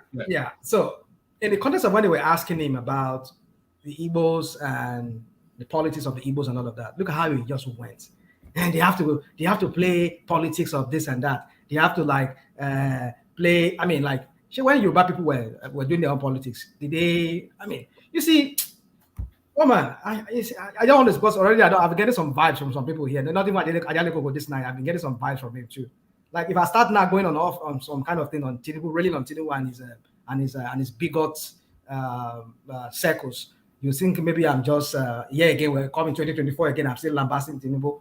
You see, the point I'm trying to say is this: why must you mention the mansions that Igbos they own? People you pay they are all just this kind of people that I pay. What can hate on one can like one, but I can want to I mean, on they're jealous of their success. Jealous of them, yeah. So, wọ́n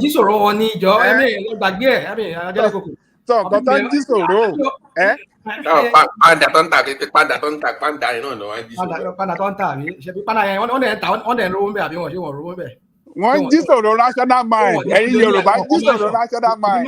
ṣebí wọ́n ta panda wọ́n ta gbogbo ẹ̀ ní ẹ̀dẹ̀ ń tax no bigotry. It's about raising money. wọ́n ralẹ̀ wọ́n yí lọ́wọ́. Get angry for no reason. Just come and get Àrẹ̀mọ ń jí sọ̀rọ̀ rational mind. I don't get it. It's just a bigotry and then all that. We need to stop this crap. I mean, I don't know when these our older men that I should be like, okay, when the younger ones are like doing all this crap, they should like, no. That's why I respect people like Pade Banjo. These are people that I respect. I mean, he might be a bigot of his own in some way. Hold on. It might be a bigot of his own, but he knows when it comes to certain things, you don't say it for the sake of unity and all of that. I mean, I'm a bigot. I won't lie to you. If I were to talk about Igbo people, there's a way I will talk to them about them. But the point is this: I will not do that in a way whereby do it publicly and make it look like, you know. So yeah. But my point is this: is that this older man. Oh man, you see, that's why I just have to take a break for some days because or Tinubu to sue me. I just don't know. Already sue me. So let me just say. So my point is this: talking about Bosin Omafai when he was talking about the things that we need to put in place to have an economy. And I don't know if you guys know that Angola has exited OPEC. Do you know that? Yeah, yes, we covered it a couple of days ago. Oh, you guys know about it? Okay, so I mean, they exited OPEC already, and some countries in Africa, they're gradually coming up. We're hearing of Egypt. I had to do a fact check on Egypt. Egypt is a rising star in Nigeria. I'm saying in Africa.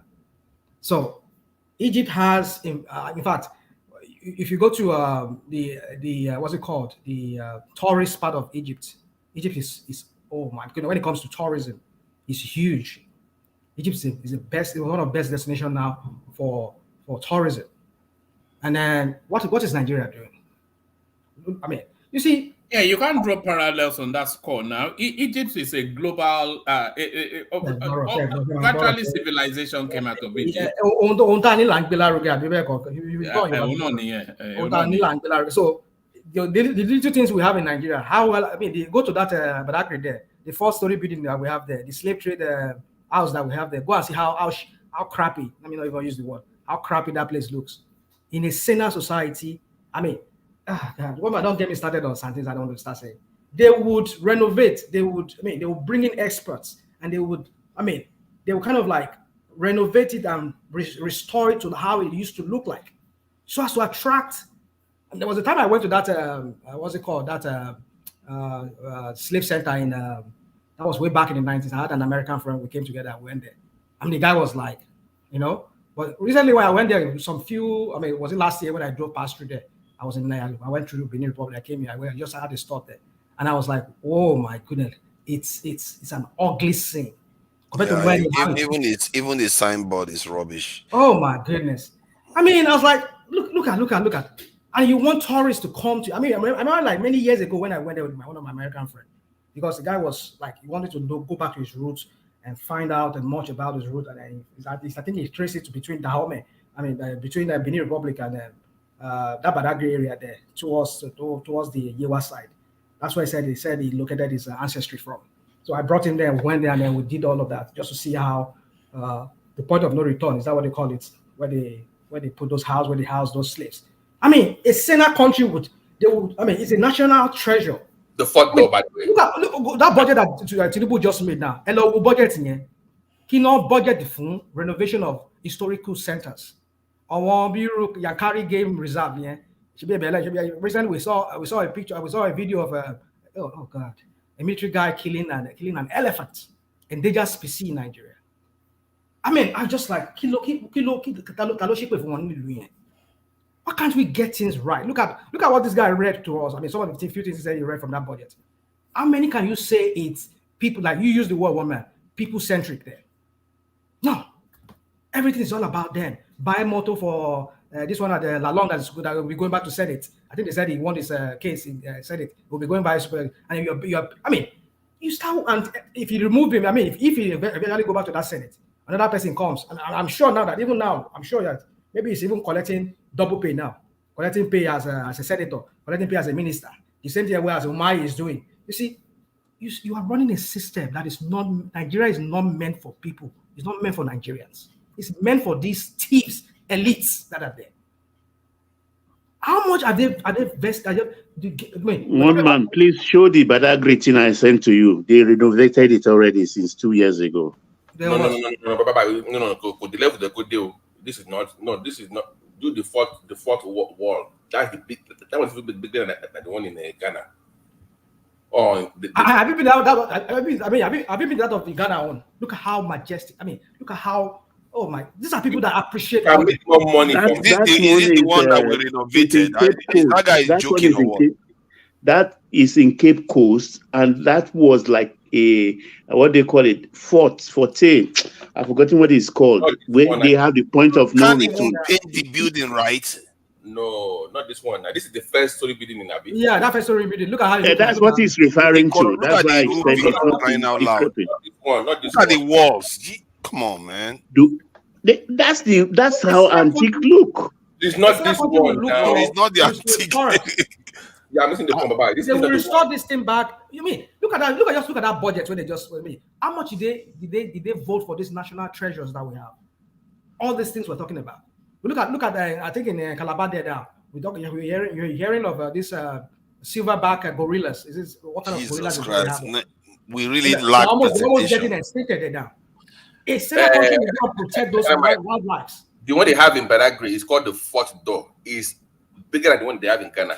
What they have there. What I'm saying is Man. No, I don't know how why. much are the governments and marking for the renovation of this? Well, value any. They don't value. That's the point. That's the point. They don't value. Look at that. Look at the 200 years or 300 years floor. Looks better than our own floor. The old floor even looks better than the new one. What kind of rubbish is that? Look at the brick the Oyibo people left there. It's even better than the one that we put on it. It's just ridiculous. I don't know why we can't even clean stuff up properly. You go to Ghana, the way they present their stuff, you will know that these people actually took time and care to do these things. It's like somebody, it's like an afterthought here. Can't think of how they put the sign on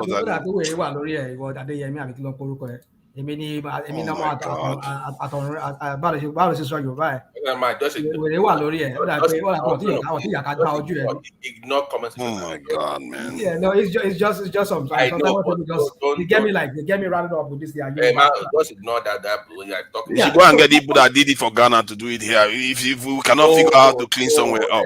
We're talking about tourism. These are tourist things that will attract people. They have. Look at Yankari Game Reserve there.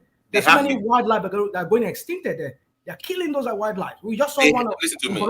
Listen to me. They have people that can do it, but your government doesn't want to invest in it. That's the point. If you can't focus on one, the focus is not there. The focus of Tinubu is just to come there and become president. But you want us to restore it to modern day, or we have to just touch it and leave it as it were? There is a way you touch it and it looks neat.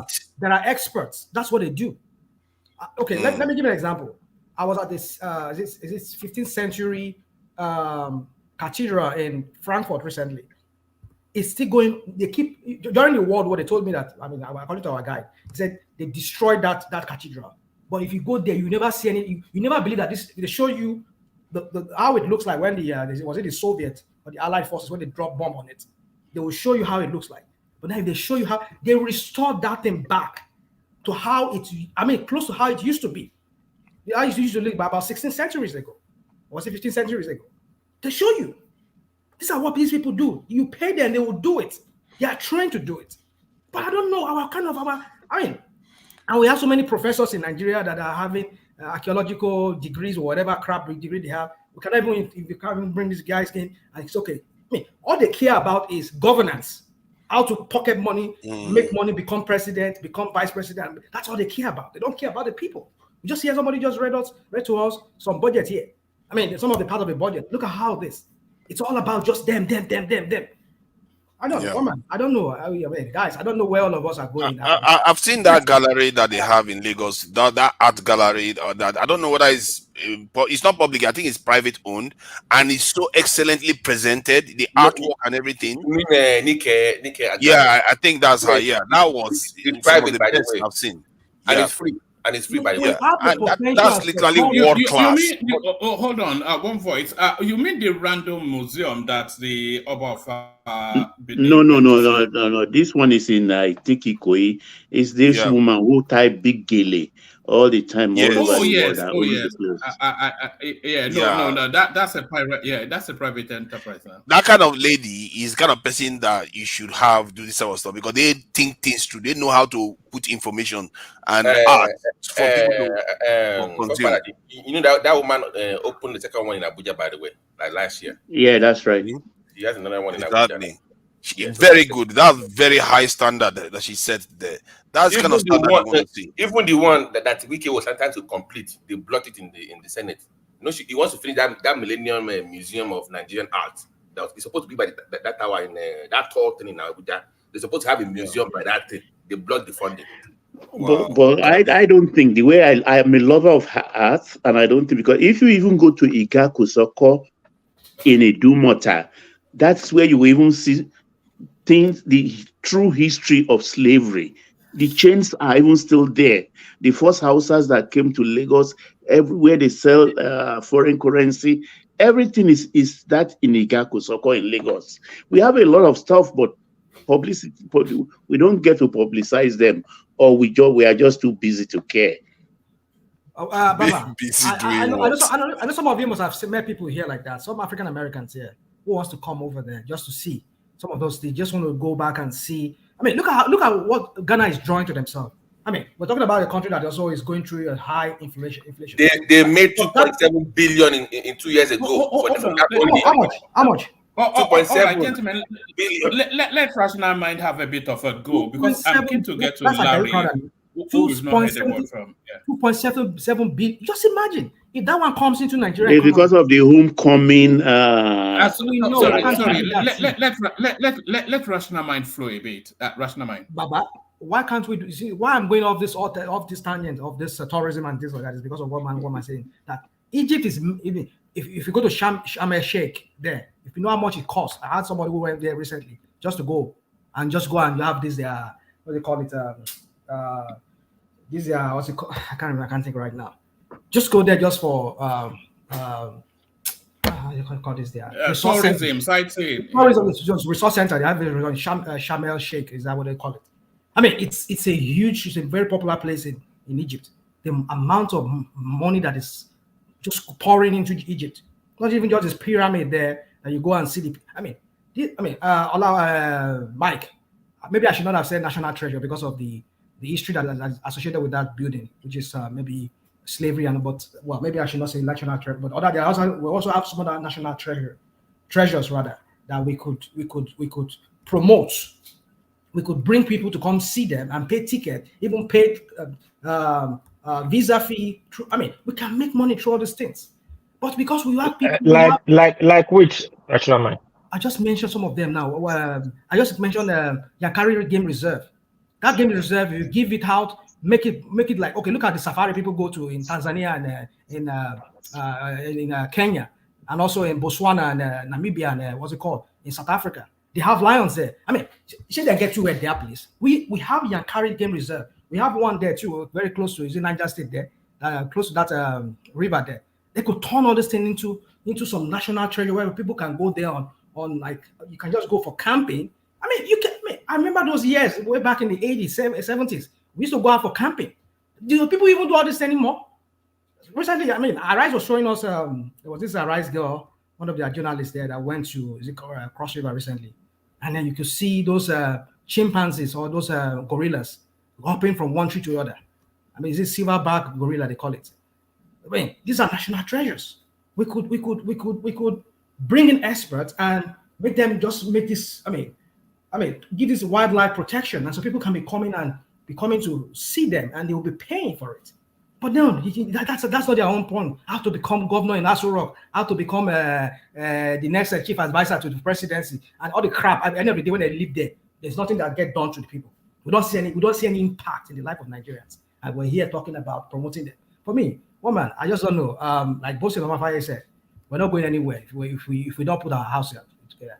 Because it's easy for you to just go and do this photo what I call it. You take picture with bin Salman of Saudi. You went to take a picture with Olas in Germany. You take picture everywhere. You go here and there. I mean, all these investors where are the investors? How many are they attracted? Remember what the Bureau of Statistics released recently. All this war tour, globetrotting that this guy was doing recently. What has come out of it? So you see, my point is this: that these people they're not ready to serve. Rather, they are there to serve themselves, to eat and be bellyful. And I believe Buhari has done his own. He has left, right? I mean, whoever make money join him, they made their money, all smiling wherever they are today. My point is this: is that you cannot say you want to influence other countries. We should be influencing other countries within Africa. We should be like in the position of maybe South Africa today, or position of Egypt as the economic power of that country. But we do influence other countries within Africa now, especially the How? sub-region. How? What do you do? What do you do to influence them? We virtually run Togo, Benin Republic, Ghana is beholden to us. All of them. Togo, we don't touch Togo. See, the French are running those countries. Francophone countries are being run by the French. One man just sit down in his London house there and start going house. Okay, you mean palace? Well, his house or big palace. Well, you just sit down there and just start showing us. I mean, woman, we that are going, we go there. I go there at least every 2 years or whatever. I go there. I can tell you what is obtainable there.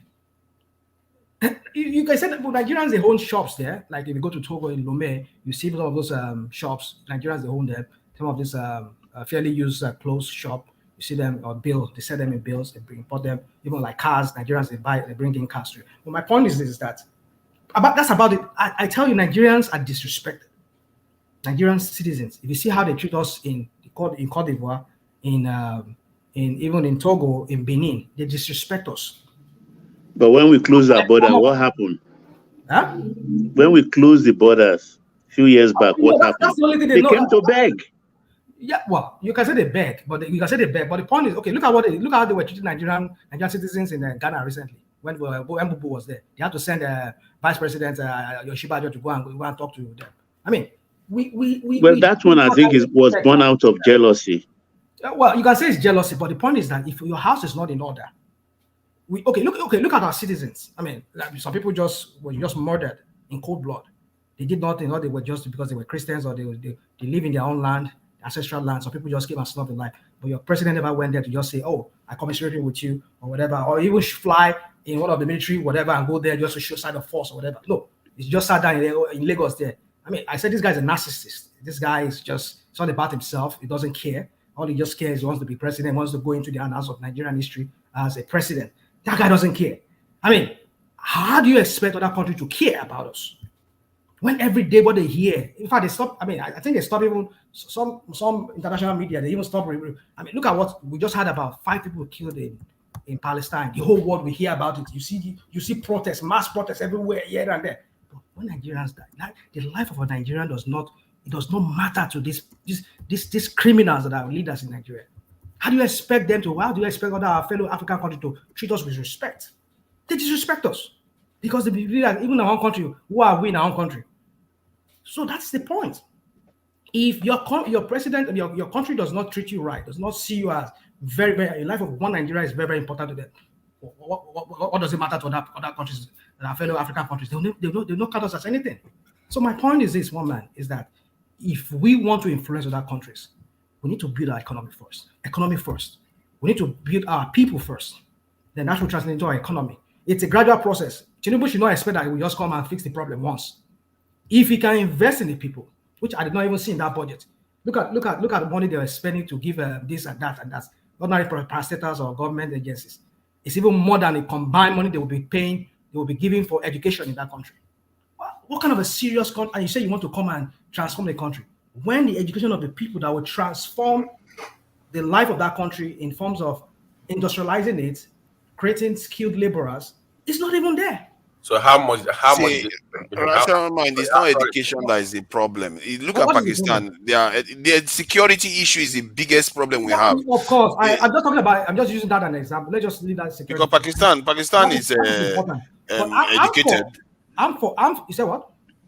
Pakistan is educated, but they are struggling with security problems. Hence why the economy is still struggling to get on its feet. Yeah, both goes. Okay, cool. I agree with you, but I'm just talking about education now. In that budget, how much was earmarked for education? All the bulk of the money was just for their buying SUV, buying whatever software they said they were trying to buy, and buying this and you see, woman, we're not going anywhere. All right, rational mind. I'll still take a very brief commentary from you on the Kaduna people claiming Lagos indigenship. But before we go there, let me do a bit of administrative stuff to update on that initiative, the one-man level up initiative. I'm not sure if you listened yesterday, but we sent 430,000 naira to Hassan who has brought in his reports, and then we sent 430,000 naira to Foley, who has now sent in his reports as well. So just to give you, and we still have a tranche of money to go to the Southeast, but we have not been able to identify who is going to be our person in the Southeast. So that might well go to the Middle Belt ultimately. But I want to tidy up these first two tranches first. So Foley sent in his report, but this one here is not playing. So I'm going to tell him to resend this so I can download it. But this was one of that's the first person there that got, I think he got 100,000. And then this is the next, hopefully one of them. Sorry and then about this is that. the next one. But hopefully, what's going on? It happens. All right. All right. Let me see if I can bring it to you this way. Just bear with me one moment. You may need to open the phone up again, and it might help refresh it. Yes. Just bear with me. Carry on for 1 microsecond. I think I can. Okay. Okay. So okay. Can I Okay, ask? Babati, those figures you are displaying there, they are very wrong figures. Don't mind whatever they put out there. It's just a projection by the time they put it out, but the whole thing flopped. That was my question. Like, how much can Nigeria make from if we take it serious from that Badagry axis? If we take Okay, let me explain to you. I don't know what happened to us actually, Babati. I still look at it. At times I blame the military, and at times I get confused because Argungu, have you forgotten Argungu was on World Tourist Calendar? Argungu. Argungu West Festival, the fish festival. Yeah, exactly. In Sokoto, Argungu was on World. Was a big thing. Argungu Festival, fish. The Obudu Ranch there. I mean, what happened to us? And even in sports, we do ATP. Okada sponsors ATP Championship. What happened to the Olga Games? All right. Sorry, Babati. I was actually able to download 3 of them earlier. He sent in 4 people. I was only able to download 3, but let me play you them. It's just really to just for people to be able to follow through. So this is one of the beneficiaries of that level of initiative. One more platform ló ní kí n kó token fún yín mà. So ẹ bá dúpẹ́ lọ́wọ́ one more platform pé wọ́n ṣe. Dúpẹ́ lọ́wọ́ iléeṣẹ́ one more platform o. Iléeṣẹ́ yìí ò ní jóná o. Àbùkù ni tolóko, àbùkù ni tọlọ́sà o. Àpò yìí ò ní gbẹ o. Ọlọ́run á máa pèsè fún yín o. Bẹ́ẹ̀ ṣe rántí wa lọ́dún yìí, Ọlọ́run á rántí ẹ̀yin náà o. Ẹ múnú mi dùn, Ọlọ́run á finú gbogbo yín dùn lágbára Ọlọ́run. Ọlọ́run á bá mi pèsè fún yín. Ibi tẹ́ ẹ ti ń mówó náà. Ibẹ̀ ò ní gbẹ lágbára Ọlọ́run. Ìrànlọ́wọ́ yóò dìde sí i. Ẹ ṣe àdúpẹ́ o. Thank you so much. Inú mi dùn gan-an ni. Thank you. I appreciate you. Thank you so much. Thank you. All right, mama. Kí lorúkọ yín mà? Mrs. Adébáyọ̀ Bùkọ́lá. All right, ma. Láti one man platform, both in home and diaspora. Lọ́nà jíjìn. Àwọn ló ní ká fún yín ní 100,000. Ẹ ṣe àdúpẹ́ o. Thank you so much. So èló ni owó tá. So that's one of the beneficiaries, and here's another one.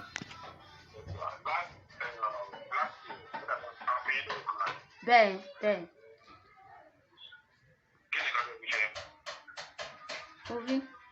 Ẹ má sọ̀rọ̀ yín. Mo máa fi tajà ni. Wọ́n ní last step wọn fún yín lówó kan wọ́n ní kílẹ̀ fi ṣe. Mo fi ń tajà ni, òun ni mo fi bẹ̀rẹ̀ business tí mò ń ṣe yìí. Òun ni mo fi bẹ̀rẹ̀, mo dẹ̀ dúpẹ́ fọ́lọ́run pé ibi tọ́lọ́run ràn mí lọ́wọ́ dé. Ayọ̀, kí ni business tẹ́ ń ṣe mà? Mo fi ń ta bọ́ǹsì. Hello.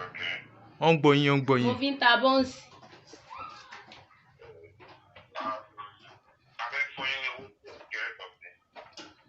Okay, sir.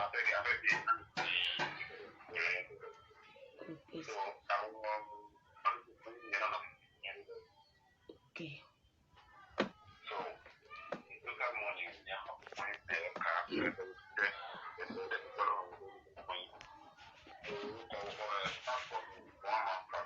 One man platform ló fún yín ní owó platform. wọ́n ti fún mi gan already Èló gan báyìí. èló ló fún yín? Wọ́n fún mi ní 65,000 naira. 65,000 naira. 65,000 naira. All right. Bẹ́ẹ̀ sà.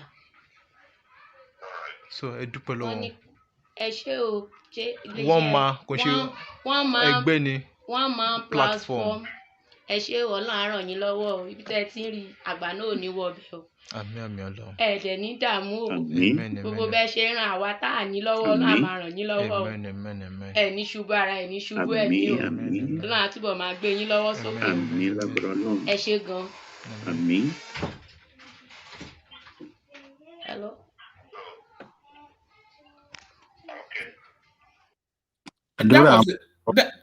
That was the second beneficiary. This is the third one. I think she got the highest according to how Folly decided to do it. So, èrìjì ọmọ gbé tẹ́lẹ̀ mo ṣe débí ni. So ṣọ́ọ̀bù mẹ́ta ni mo ní ní èrìjì ni. So ọmọ ìyálé mi ló fi mọ́tò pààyàn. Wọ́n wá gbó gbogbo ṣọ́ọ̀bù mi ní ọjọ́ yẹn. Àti mọ́tò ọkọ̀ mi wọ́n ṣàbá gbogbo ẹrù mi pátápátá láti ẹrù inú ilé títí mọ́ nǹkan gbogbo ẹrù tí mo ní pátá. Ẹsẹ̀ mo ṣàfihàn dé ìlú ìwọ̀n mi kó kankan gbogbo ẹrù pátá náà sun níná. So kò sí kankan tí mo bá dé ìlú ẹ̀. So àtìgbà yẹn náà mo ṣàdúrà àwọn ẹ̀kọ́ ògùnsì ló wá yá mi ní owó cooperative. Òun mo fi ra wọ́n bá mi ra fíríjì síbí. Òun náà fi bá mi ṣa ọjà síbẹ̀. So àti mo ṣàtìní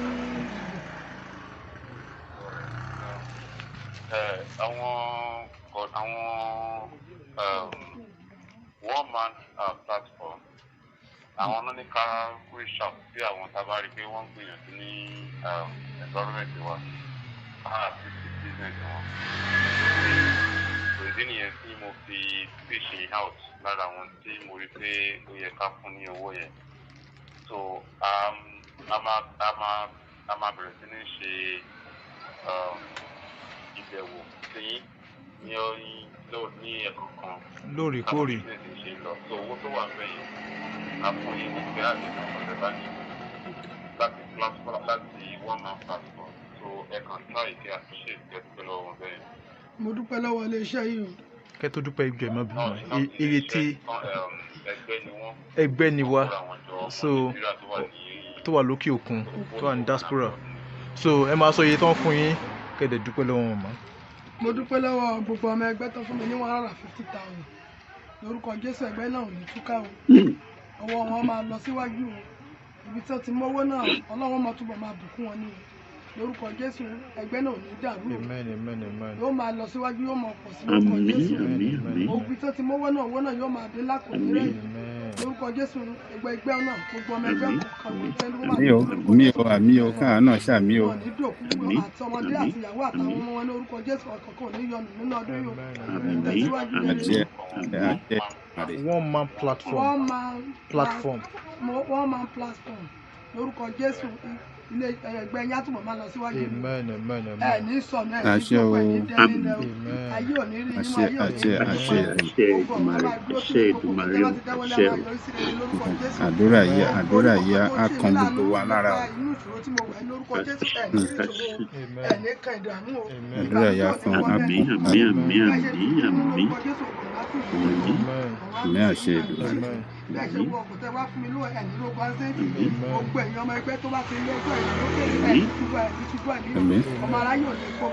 o. Àṣẹ Èdùmàrè. Lórúkọ Jésù ní ìwòye àmọ́dún ẹ̀ ní tẹni òkú. Àmín àṣẹ. Àṣẹ Èdùmàrè.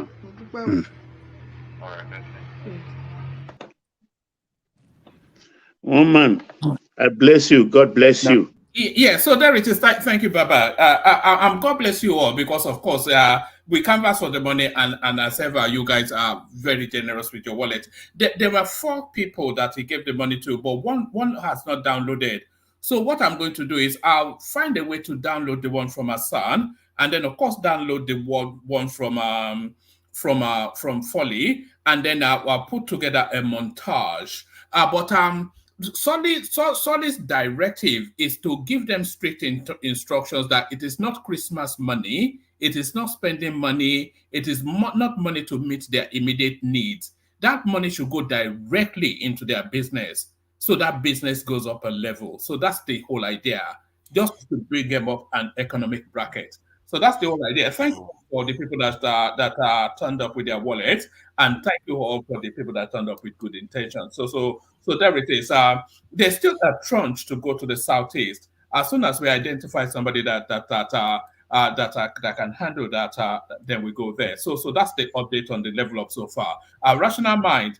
This now Dan Ladi that came that is from Koshofe local government area. Is he your neighbor?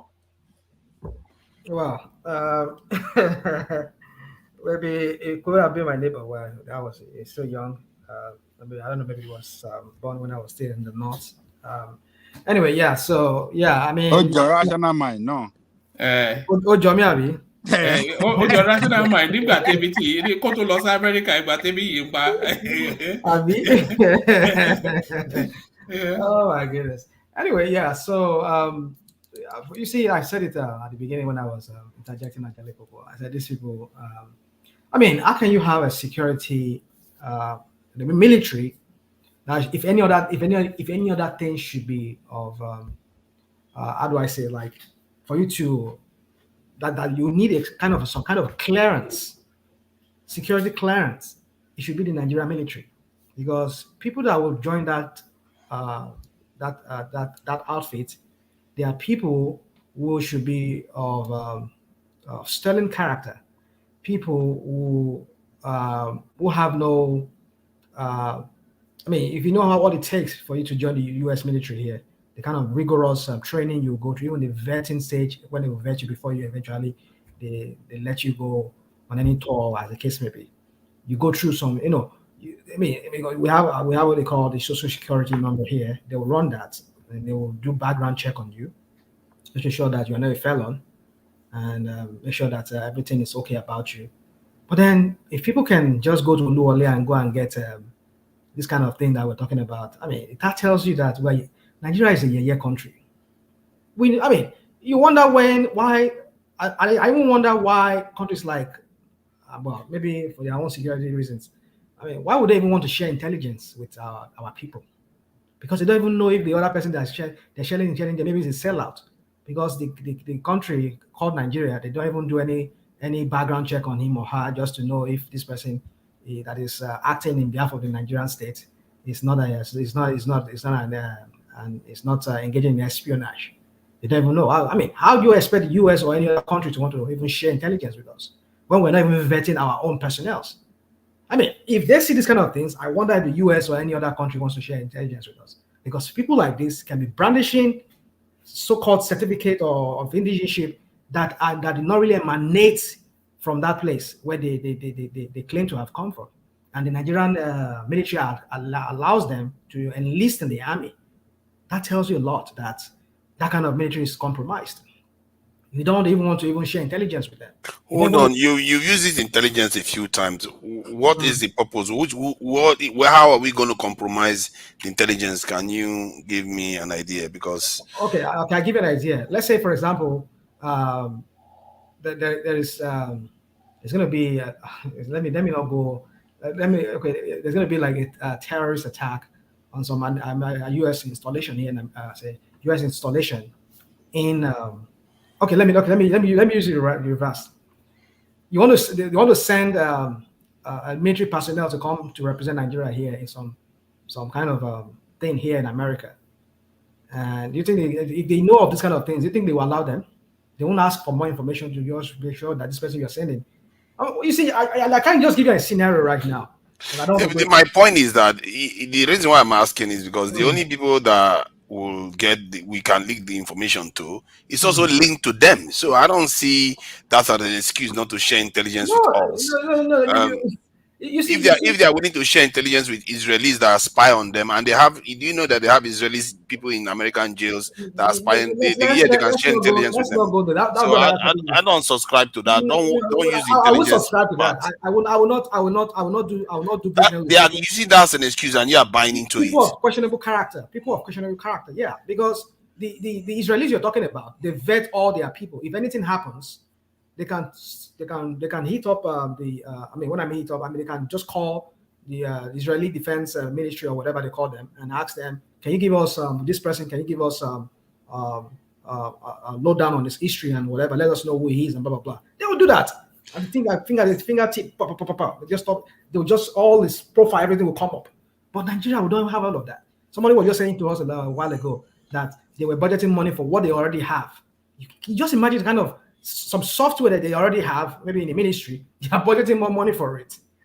Why would you even budget money for this? And you see, you wonder why Nigeria is the way it is. Why they don't even want to sell us? They want to sell us weaponry. No, you are making it look like you are in a way putting Nigeria as a problem. They are the one that put us in this situation to an extent. No. My point is that they also contributed to us being in short, they want us to be in this position. It's our job to get out of it. So no, because the idea, I think you are being biased to an extent because you are not seeing. You like to go this. You are not seeing the West for what they are. You are seeing them as they are like some benevolent force. Let me use the word of the Ayatollahs. They call the West as the Al-Shaitan. Yeah, they are the big Satan. So, yeah. I'm not calling them big Satan. I don't call them big Satan. I'm just saying that the way you are describing them as related to Nigeria seems as if we are the problem. In reality, we are having terrorist issues. Is it not the same West that colonized India? That colonized. But they got it right now. They not going to get it right to some extent. That's what I'm saying. That's why I'm supporting rational. I'm supporting. But India has their problem in Kashmir region. They are more developed than us scientifically, technologically, and in area of science and everything. They are far better. Because nobody held us down. We held ourselves down. That's what I'm trying to say. So don't let us blame. Is it the West that told your politician to be stealing your money and not use it to develop the road? They are there bragging about it. Why are they taking it in their bank when we bring it? They are there bragging about it. You are here defending them. They are bragging about what they are doing to us. Why won't they take it? My point is don't all these excuses that we like. They are bragging about it, so you can't make excuse for people that are bragging about what they are doing to us. So the point I'm making is that we are ultimately responsible, but the way rational mind was the only reason why I'm complaining. What kind of bragging? Oh, they brag about it all the time, that how they use us and they use our corruption against us and all the rest. They brag about how we are compromised now. So that's the corruption across the spectrum of the society is the West that is you want to blame for it. How can you know that this guy is a Nigerian? If you tweak something on the macro level, it will filter down. If you tweak something on the macro level, it will filter down to the people. The custom, the immigration that want to take bribe, and the police that's taking bribe is the West. You want to blame for that? I'm not blaming the West. I'm saying that we are ultimately responsible for our fate, but the way a rational mind is explaining is making it look like we are just the one creating the problem and they are the ones trying to help, and we are just the one. No, that's not how it works. We created a lot of our problem. A lot of the problem that we are ultimately responsible. We are the one responsible. Don't let us blame the West. We are the one responsible. If you look at it deeply, if you go far enough, you can even argue that maybe we are not even responsible. Your military, the recruitment process that is so corrupt, you want to blame the West. The military of your country, that's the problem. Hold on. The military of your country, the way it is structured to favor some side of the country above the other, is it the West? And some other many things that's happening in your country. The refinery that does not work is the West. Electricity is the West. The road that you couldn't build, that you are stealing the money, is the West. Hospital that does not function is the West. Everything you want to blame the West. Nobody's. Come on, You we should see, stop you are this. making a strong argument here. I just told you that I'm not blaming the West for everything, and I'm not even blaming us for everything. It's just a circumstance of history that put us in this situation that we are in. That said, the explanation that he was giving was making it look like we are just the problem. The West is trying to help. No, they are not trying to help us. Don't make them. I'm not saying they are bad because they are not trying to help. It's not their job to help. Hold on. They're not obliged to help you, though. Exactly. They're within rights to try to exploit you, and because don't think they're Exactly. looking to exploit you. If America has the opportunity to exploit the Chinese, they wouldn't even do they won't think for 1 microsecond. Oh, they did already. They did. That's what the opium said. The opium said to them. They did that. As vulnerable as you are, that is your level of exploitation. So the West is not obliged to you in any way. You are there to be taken advantage of if you make yourself available for it. But rational mind is making it look like they are trying to. That's what I'm trying to say. No, you're the one. You're the one making it. Saying, oh, we are the one compromised. We have the compromised people. Can I say something? You caught me off guard there. All I was saying is that rational mind. Let me make this point. I will let you continue. The Siemens electricity project that have been doing in Nigeria that never completed for how many years? 8 years. You want to blame the West when that of the Egypt within 4 years, all this thing they completed it. They are even selling electricity to Europe. Everything you want to blame, you guys should just stop this nonsense. You see, nobody blame the West, so you are still making that straw man argument here. Move Don't on from even there. blame them for everything. They have done Nobody's a lot blaming them. for Nobody's blaming them. that you want to claim they did if you want to hug them, the go and hug West them. have done. Even for you, are you trying to say that they're benevolent now? That's your argument. Your argument is that you are saying they're benevolent. Even for you living in, are you not living in the West? Why can't you go and live in your one voice here? Are you not living in the West? Are the West not done make life better for you? Are you saying they are trying to help us? They have helped you. The West have helped you. No. It's not about me now. We are talking about 200 million people. Me is nothing. You are one of the Nigerians. Are you saying they are trying to help us? Are you they arguing that they are trying to help us? Millions of Nigeria among who are me and you. Just stop blaming they colonized and enslaved you. They colonized and enslaved you, but yet you say they are helping us. All right, that's a wider conversation. Bring it home, rational mind. And there's one quick thing I want to say about Olusegun Gbajue, real quick. I know I did not. I never. I mean, it crossed my mind, but I forgot to say that. But let me just quickly nail this. Tunanga, the way you asked me that question, you caught me off guard. I wasn't saying that they were trying to help us. I'm just saying that it's a matter of national security. When you have people that should be in charge of your security, you can't properly vet them, and these people would have the lives of people in their hands. They will be having AK-47 or whatever they call it, or AR-15. These are disasters waiting to happen. People you cannot vet, you cannot trace their origin, you cannot even pin them to anything. They can just bring any document and claim to be whatever on that document, and you accept it as a security act. Don't you see that as a problem? Yeah, that's a serious problem. For us, it's a serious problem, but not we should worry about them. And you want them when, for example, let me not say US, any diplomat arrive in Nigeria, is posted to Nigeria, and then they have to send a policeman or a military to go and secure them from the airport to their location. I mean, I'm making this point. I know this is an international platform. I should not be saying this to scare off our friends in the diplomatic circle. This is a national issue, because when you don't have personnel that are not well vetted, escorting people, and you don't know if they were like moles sent in to do some kind of things to some of these international guests that they will be accompanying from the airport or whatever. It's a real national. You see, Nigeria is not a country. I mean, we're not running the country. We're just running a banana republic. So these are one of the things that people like these cadets or people like these that are enlisting in the Nigerian Army or security outfits are not being properly vetted. They bring in any kind of documents and you accept it. And lastly, let me just leave that. Lastly, on Olusegun Gbajue, there was something here I said many months ago with I wish Kolata is here to argue that point. When we're talking about the route Tinubu should have gone about this fuel subsidy and what's it called? And this harmonization of this exchange rates that he was trying to do, that we can't even say any harmonization. Rather, we've seen the huge gap between the black market and the official markets. Now, I said here on this platform that Tinubu should try and secure some kind of bill from the National Assembly.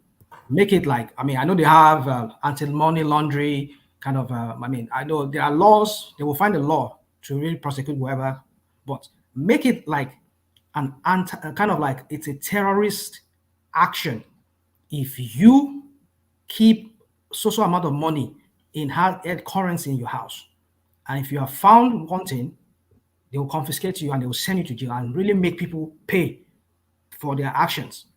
Now, if you listen to what Olusegun Obasanjo said, he said he had a discussion with Tinubu. He said to him that, look, why don't you buy execute fiat, sign a law that I think that there's a way Arise said it on their caption. It says, Tinubu to something encourage Nigeria to stop, because he said something like, he said, because Oshoba said, oh, you see, that's one of those lies that this old man he just tell. He just want to promote Tinubu.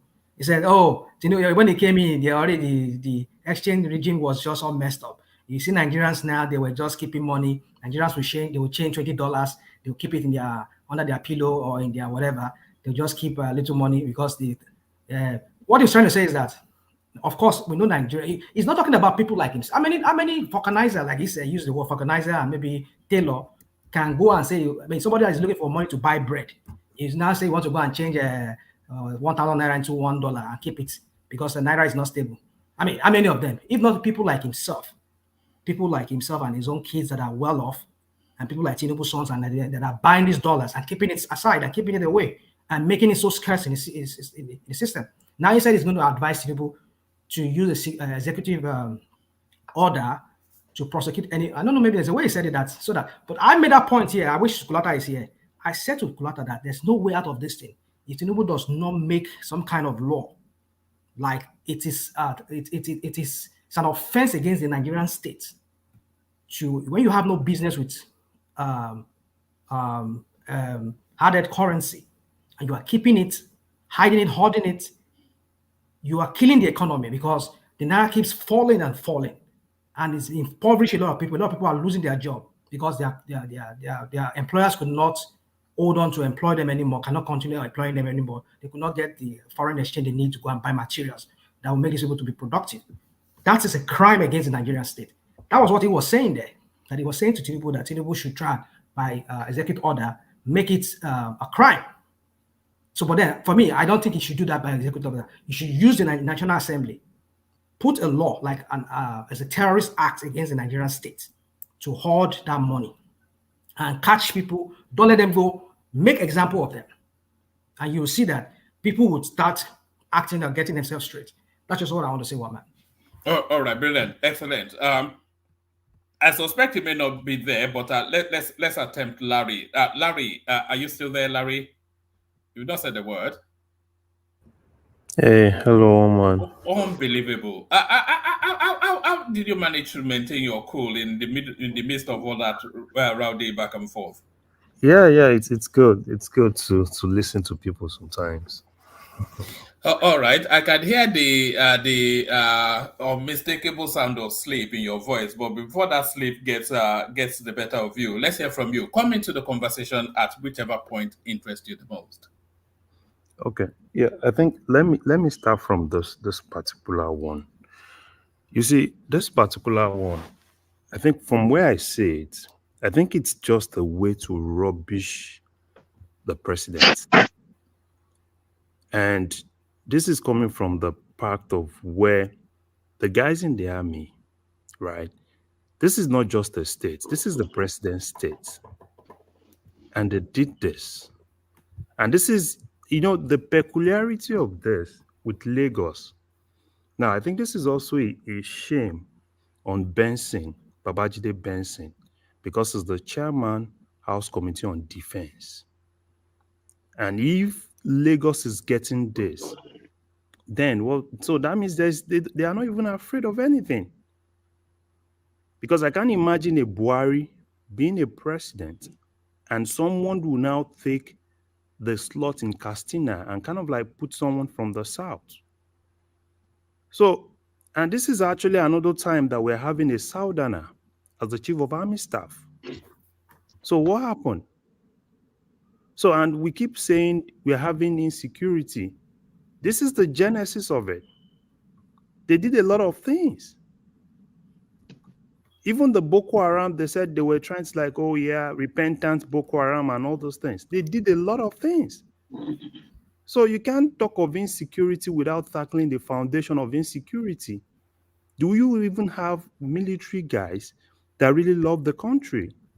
No. Are you telling me that if you send some of those guys, if the Fulani herdsmen are doing some things and you send them to attack them, are you sure they are really going to attack them? No. Because that's the major thing. So whatever they are doing, I know this is intentional and I expect heads to roll, right? Because even if you want to, because these guys are already in depot. How do they get to depot? Who screened them? This is not even a matter of, oh, they brought this. These guys are already in depot. So if you don't even respect the president, you don't even respect the state of the president, I'm happy that it's happening in Lagos.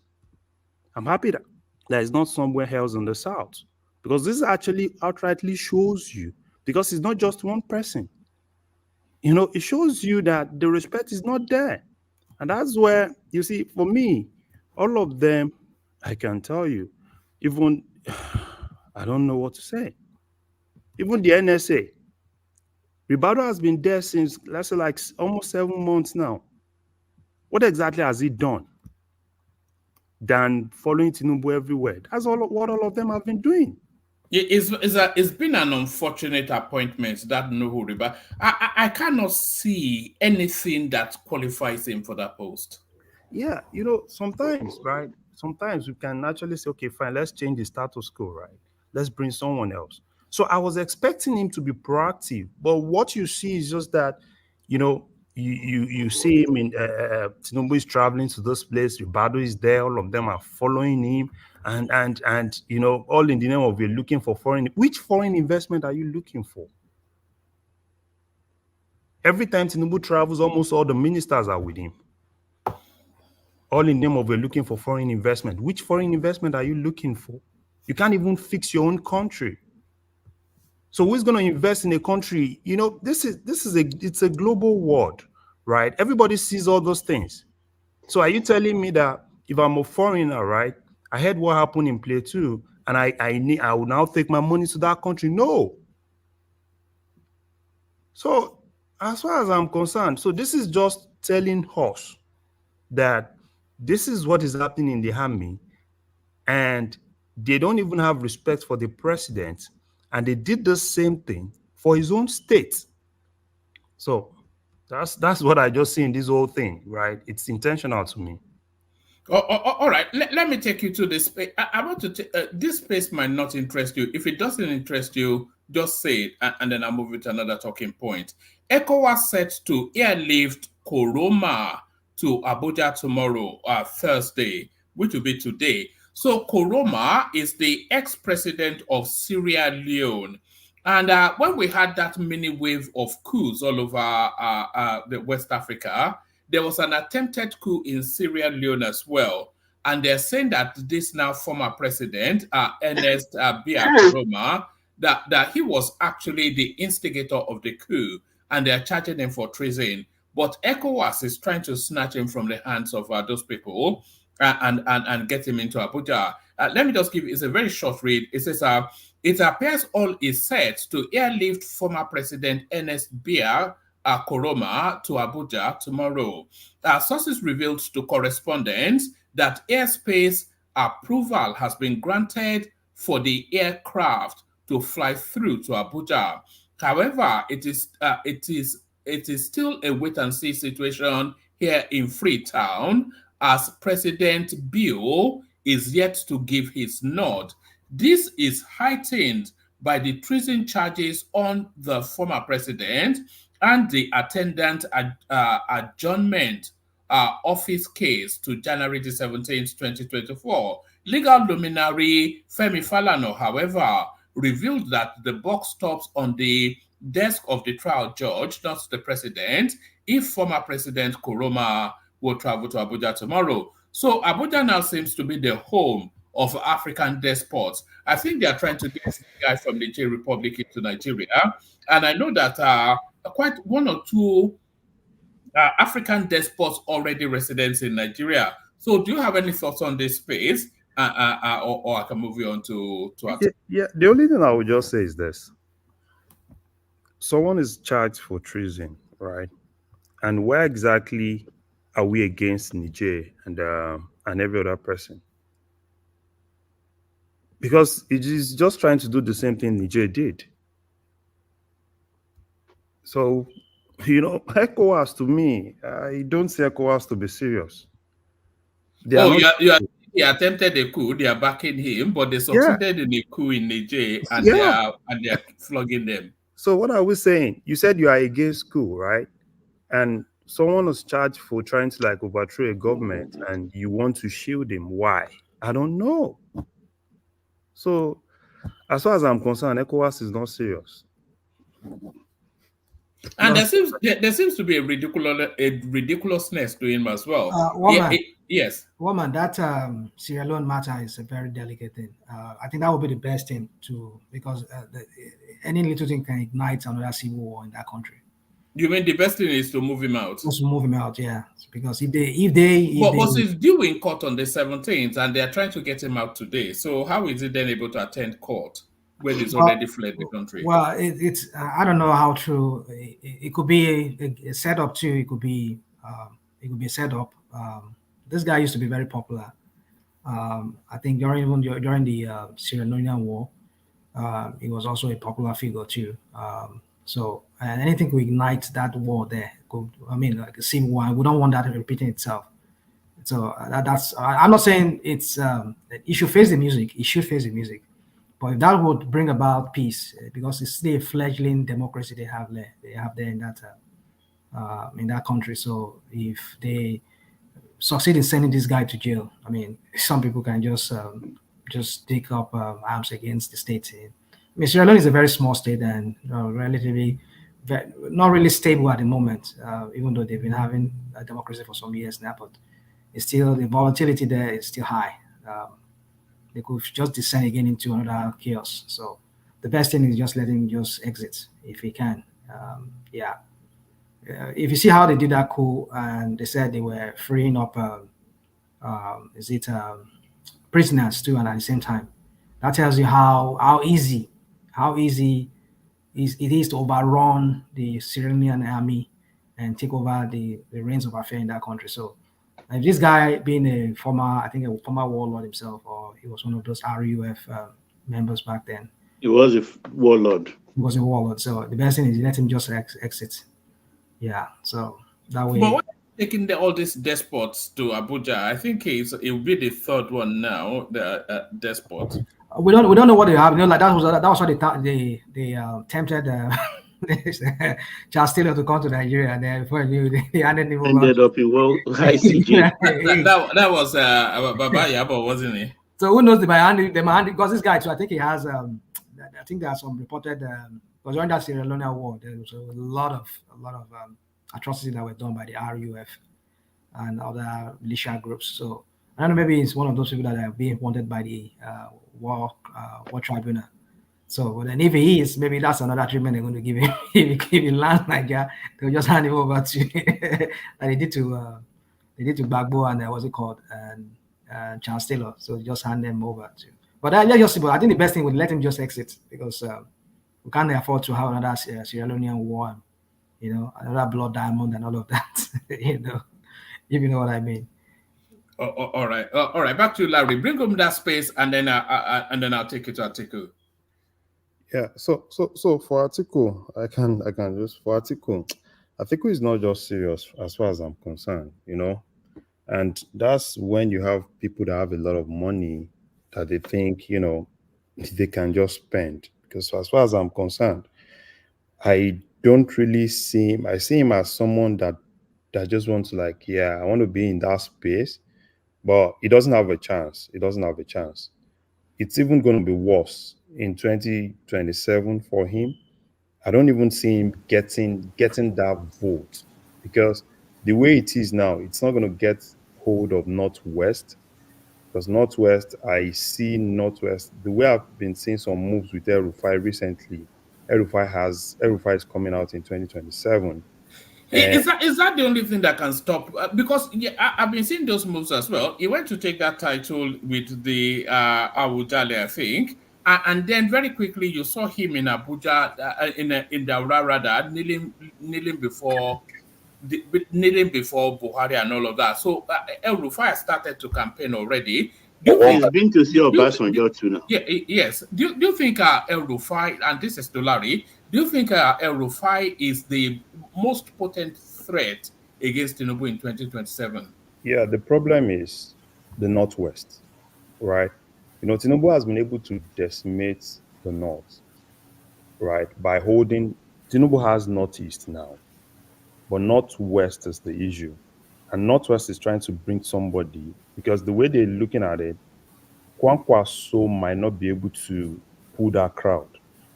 Because my fear is if the Supreme Court goes against Kwankwaso's candidate in Kano, so Kwankwaso is done. So that's why they're trying to push El Rufai. So what El Rufai is doing, normal El Rufai, right? He's gonna play that game, kind of like move from here to here there. So I think what they are trying to do in the Northwest is to bring someone strong they might not even want it, but they want to have a very good bargaining power to be able to like bargain, which I don't think Atiku has. Atiku has that. And even in PDP itself, right? A lot of people are really against Atiku now, right? And they are trying to like get Atiku. Larry, can I ask you, we focus on that PDP for a second. If Atiku wants to run in the PDP, is that I don't see anybody that can stop him from getting that ticket, like he always brags about, like nobody can stop him. So who in the PDP can stop Atiku from getting the ticket again if he really wants it? Yes, in Wiki. The thing is this, right? In 2027, it was easy. In the last election, this 2023, it was really easy for him to get our tickets. But the problem of Atiku in 2027 is just that a lot of people are tired, particularly the guys in PDP. Even the North, particularly the Northwest, right? They are tired. They just want Atiku to like, yeah, you've tried, and they don't see him as that person that can actually get them what they want. So if the Northwest and the Northeast are still together and Atiku has a hold of it, look at what happened with this Jigawa guy. This Lamido, right? Is it Lamido? He's a key Atiku guy. And even the PDP is now going against him. I think he said something recently and they were like, yeah, what are you saying? And those are the key guys, right? That Atiku is using on the North.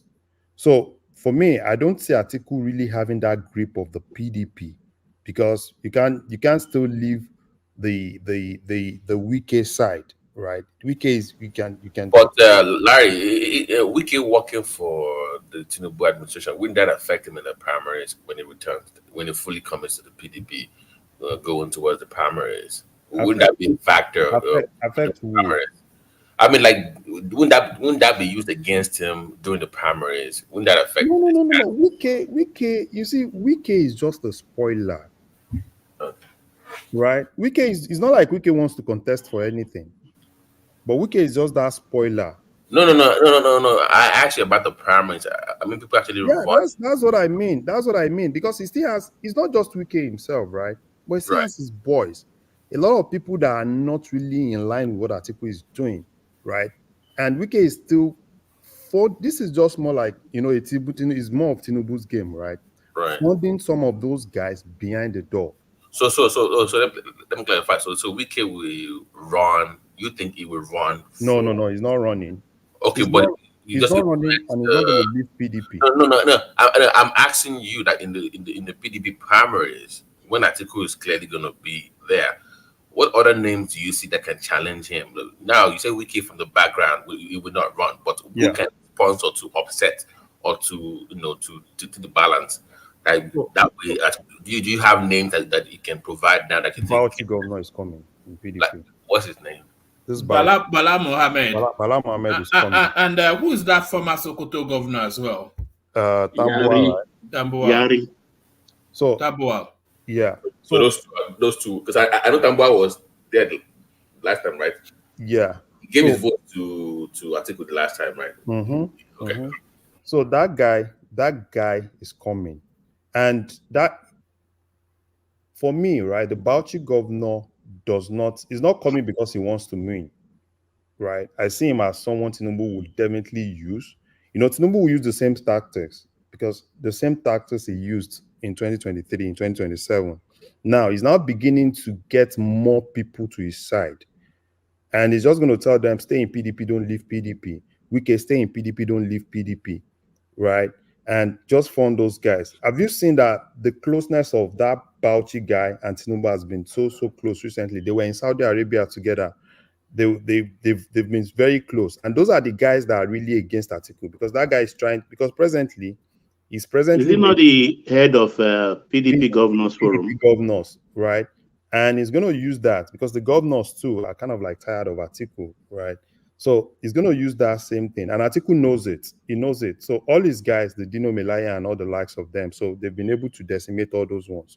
So, and they are trying to like push all Atiku guys out, like all this Boala, most of the Atiku guys, they've kind of like pushed them out. That's why you see that it's the Atiku guys that are always shouting, sanction Wike, the Dele Momodo and all those guys, right? They keep shouting, sanction Wike. Why is PDP not sanctioning him? Because they know that he still has this influence. And he's still, Tinubu is still using that backdoor policy. So for me, I just see Atiku as this person. He has a lot of money. He can always waste it. And I don't Larry, what about his age as well? We're not making enough of a mention of that. Do you think, even leaving aside the politics and going to the voters, do you think the Northerners will make that calculation? I think by the time that election comes round, Atiku will be 81. Do you think the Northerners will make the calculation that this guy is too old and it didn't look in full health even in the last cycle? Do you think they'll make the calculation that it's too old, and even if they give him the presidency, it certainly doesn't have 8 years in him? Is that not a factor, his age? Yeah, for you are looking at that age, but for them, they are not really looking at that age. And even Atiku itself, is Atiku really well loved in the North? No. It's not like they like Atiku in the North like that, right? They still see Atiku as this, the way they like, there are some people that in the North, like take for instance now, like Buhari, probably before this whole Buhari thing. Yeah, before he became president, yes. Yeah, you can see the North, right? The North was really behind him. But this last time, it was more like, yeah, okay, what's the choice? What choice do they have? So for me, I don't see them really, particularly the Northwest, right? The Northwest doesn't really like Atiku like that. So probably could gather one or two things in his own side.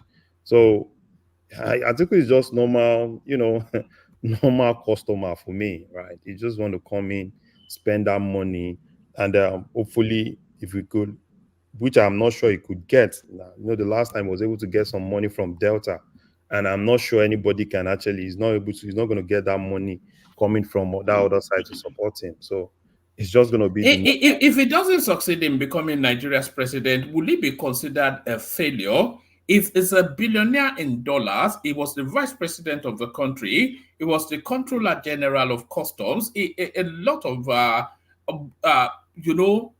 purple areas within his life. But that seems to be his abiding ambition. Would you consider him never a rose failure? to controller general. Oh, I think it was the deputy, wasn't it? I was thinking that as I was saying it. But do you think he will be considered a failure if he doesn't actually succeed in becoming president, Larry? No, for me, I don't consider him a failure because he's achieved a lot, right? He's achieved a lot, and he's been there since during those days of Abiola, and he's been there. But then we can always say, okay, fine, he's achievable for him, right? I still see it's just more like what Tinubu said, right? It's my ambition, right? It's something I've always looked up to, and he will keep doing it probably till he goes into his grave or something if he doesn't get it. So, which is, yeah, it's right. Nobody can actually stop him from doing that now, and it's also the right of Nigerians to be able to say if it's actually someone they want to vote for or someone they want there. But for me, if I had to advise him, right, I would rather say, okay, fine, just be that elder statesman.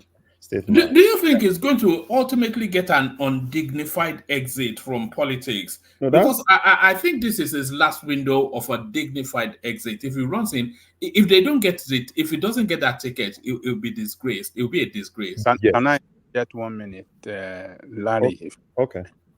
I beg to differ from what you just said. That is not a failure. I think it's a failure politically. What he pursued, or rather, let's say what he has pursued all his life, since 1992, is to become the president of Nigeria. He never got it.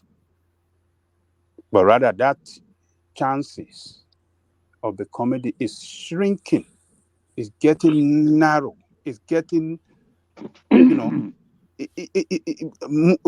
very impossible.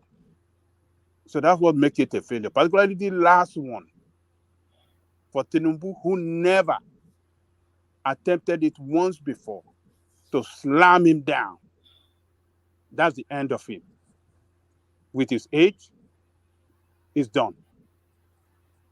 I don't know why we are even mentioning that. He's done politically. He cannot come back. He's in a party that is a living dead.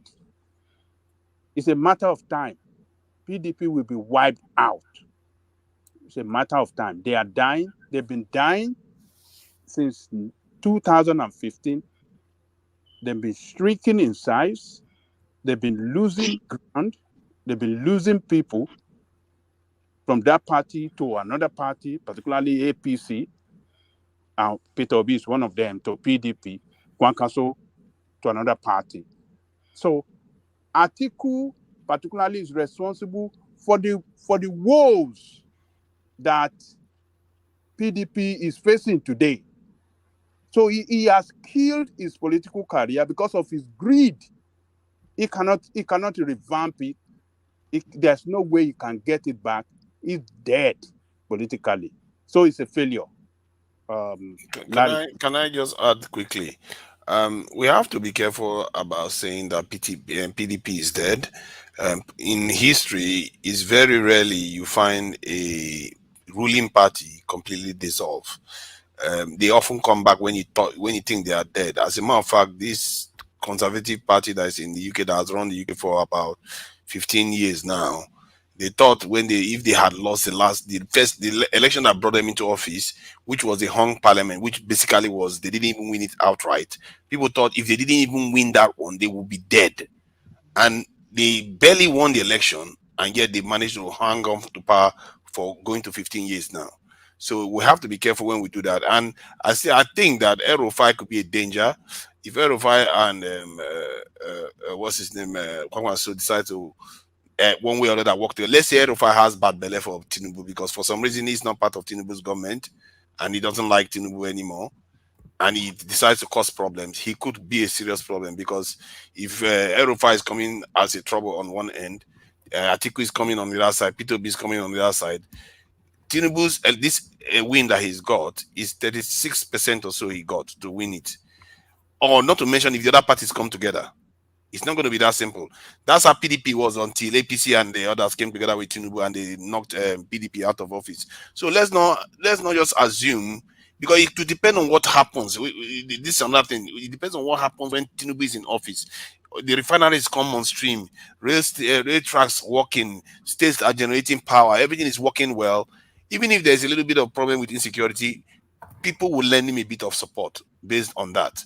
But if things are going badly, petrol price is going up, dollar, Nigeria currency is coming down, forget it, man. All the forces are going to be, even his own people will be turning on him. So it's not going to be that simple. Yeah, as far as I'm concerned, I think PDP have a better chance in 2027 because what I'm seeing with Tinubu, I don't see Tinubu performing. Because as far as I'm concerned, right, when he had that supplementary budget, I gave him that benefit of doubt. Right? Probably okay, fine. When we want to have, so probably when we have the full budget, we'll see, some significant difference. But looking at this budget, no, no, no, no. So, But this is one budget of about 3 to come. But that sets the tempo of what's to come. The people cannot identify where the budget focuses on the people. It looks from just the little snippets we're getting so far, and we'll do a session on that budget at some point. It looks like a 419 budget, Larry. Yeah, exactly. When he brought that supplementary budget, the other one, I was like, okay, fine, probably it's his first time. There will be lapses, there will be mistakes. Then there was a lot of criticism on that, and I was actually expecting him to do a good job with this, right? If he needs to sack Akabueze, or what's his name, sack him and bring someone else. That guy has been the DG of budget office for how many years now, and this is the same thing that they bring. So no, Akabueze has just been there during the latter part of Buhari's administration. No, Akabueze, okay, he's been there for how many years now? I don't think it's up to 4 years now. He came from Lagos to serve Buhari. Yeah, so Akabueze is Tinubu's man. Yeah, it's Tinubu's man. But the issue is not about Akabueze now. Is that the issue? No, the issue is Akabueze, because Akabueze is actually the DG of the budget office. People will bring it. Right? So what is he going to do? Is he going to reject their budget?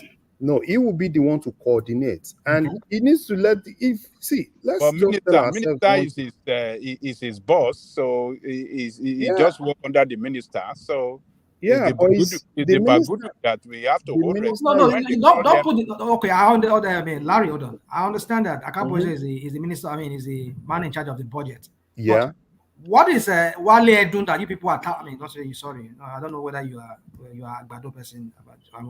You for Tinubu. What I'm trying to say is that what did Wale doing that everybody is touting as is the brain behind Tinubu's success, whatever crap that people say. What about him? He is the minister of economy, coordinating the economy. Why can't he say, these things here, we cannot reconcile these things here. These things does not fit in here. Send them back. Why can't he do that? Why are we putting everything on Akabueze head? So though I'm not a fan of Wale Edun, right? I'm not a fan of Wale Edun, because as far as I'm concerned, I think Wale Edun, those CBN guys, they're actually living on past glory. They are not, to me, as far as I'm concerned. I don't see him as a pragmatic. Would you have rather a younger, more contemporaneous person there? Yeah, I think I would prefer that, right? I would prefer that. This issue of Wale Edun, Cardoso, they are living on past glory. So, for me, I because you asked me what exactly have they done?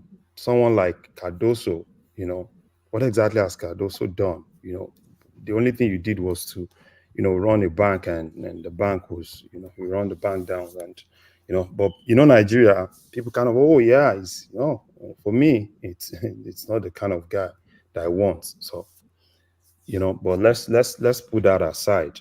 So why I said, Wale Edun, I'm not a fan of Wale Edun, but in this scenario, I think it's not within Wale Edun's purview, right? There's a minister of budget and planning, But why I said Akabueze is this, right? Akabueze, these are the guys doing the job, because the minister is just there to kind of like oversee.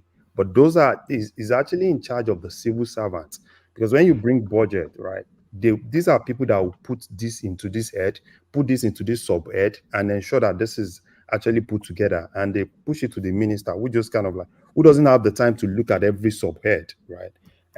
But because these are things that they need to look at. And just like someone said, right, the media, the media in Nigeria, I don't know, this brown envelope media. So as far as I'm concerned, if they have done I think it's only Sahara that's kind of like pinging one or two things in the budget. And unfortunately, National Assembly, you can't even, those guys, if they have their way, right, they can just wake up one day, pass the whole budget in a day without even debating it. So yeah, so for me, I think PDP has a better chance, because if Tinubu does, because people, if you look at what is happening in Nigeria, for Tinubu himself to be in Lagos and he could hear people shouting, Ebin power, then you should know that that's supposed to be your main base. And it shows that you are even losing that your main base. So are you telling me that if you are losing your main base, are you telling me that you get the other people to support you? So that's why he needs to sit down. He needs to stop all this traveling. He needs to focus on what is really, what is really going to help. Because as far as I'm concerned, I don't know. Probably things can actually change tomorrow. And probably I still need people to tell him the truth, right? That he needs to get those guys to really do the right thing, and stop all these ministers. Because most times when he travels and I see all the ministers following him, it's really infuriating, seeing all of them, even the guys, even the ones that are supposed to be focused on even generating revenue. You all see all of them following him everywhere, right? The guy in FIRS, every time Tinubu travels, you see him with Tinubu, and I ask, man, what exactly are you following Tinubu to do? Almost everybody, all the ministers, and Is that not of Tinubu's doing? Is that not the kind of person he is, a narcissist who just wants everything about himself? no, yeah, it could actually be, but I believe that he's actually appointed people, right? Yeah, Then but he could tell them, Harry, or John, he could tell them that, look, listen, you go do your job. Let me just go do my own. I mean, but he is this kind of person that, he likes this persona of, oh, everybody likes me, everybody follows me. I'm the man of the year. Like some people tout him on this platform.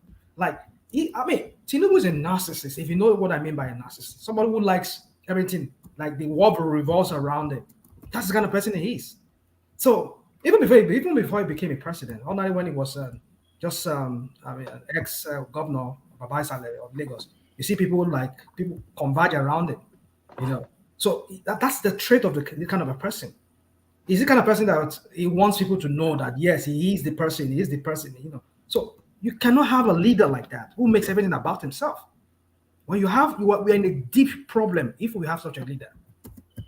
So that is why we're seeing what we're seeing, like what you just said a while ago. Why would this minister be following him about? Go and do your job. I employed you to go do your job. Don't follow me. Let me go and look for the investors myself. Pack 2 or 3 people, follow me, and then that's it. But you carry 3, 4 presidential jets, they all go together, and you're asking for these people to give you money to write off your debt, to bring foreign investors, and you're spending this huge amount of money. Is it what I'm talking about? Is it Davos? Is it Davos in Switzerland that they're going in maybe this month? You know how much you're going to spend there?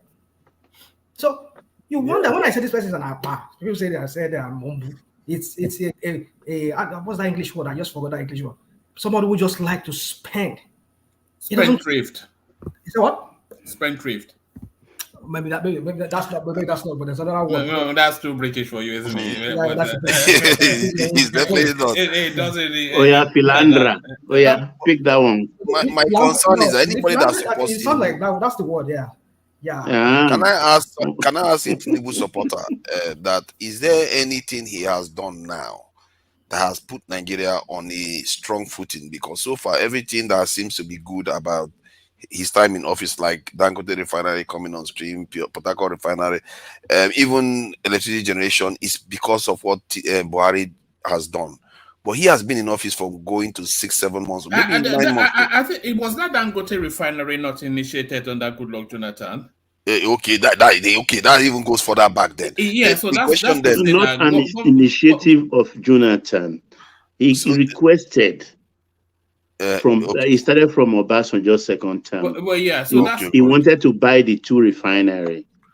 Yeah, but my concern is that but the wider thing is government is a continuum. That's just the thing. Do you know when they opened the Kaduna Abuja rail track? Lai Mohammed came on telly and told us that Lucy Buhari is working instantly, and Buhari had to come into the media space to say no. I had nothing to do with this. I was only 3 months in government. It's Goodluck Jonathan that did it. It was Goodluck Jonathan. Yeah, so government is a continuum now. So yeah, but my concern now is that is there anything Tinubu has done since he came into office now that has laid foundation for something big that is coming? That's what about all of those are the things that you rally against in your spaces.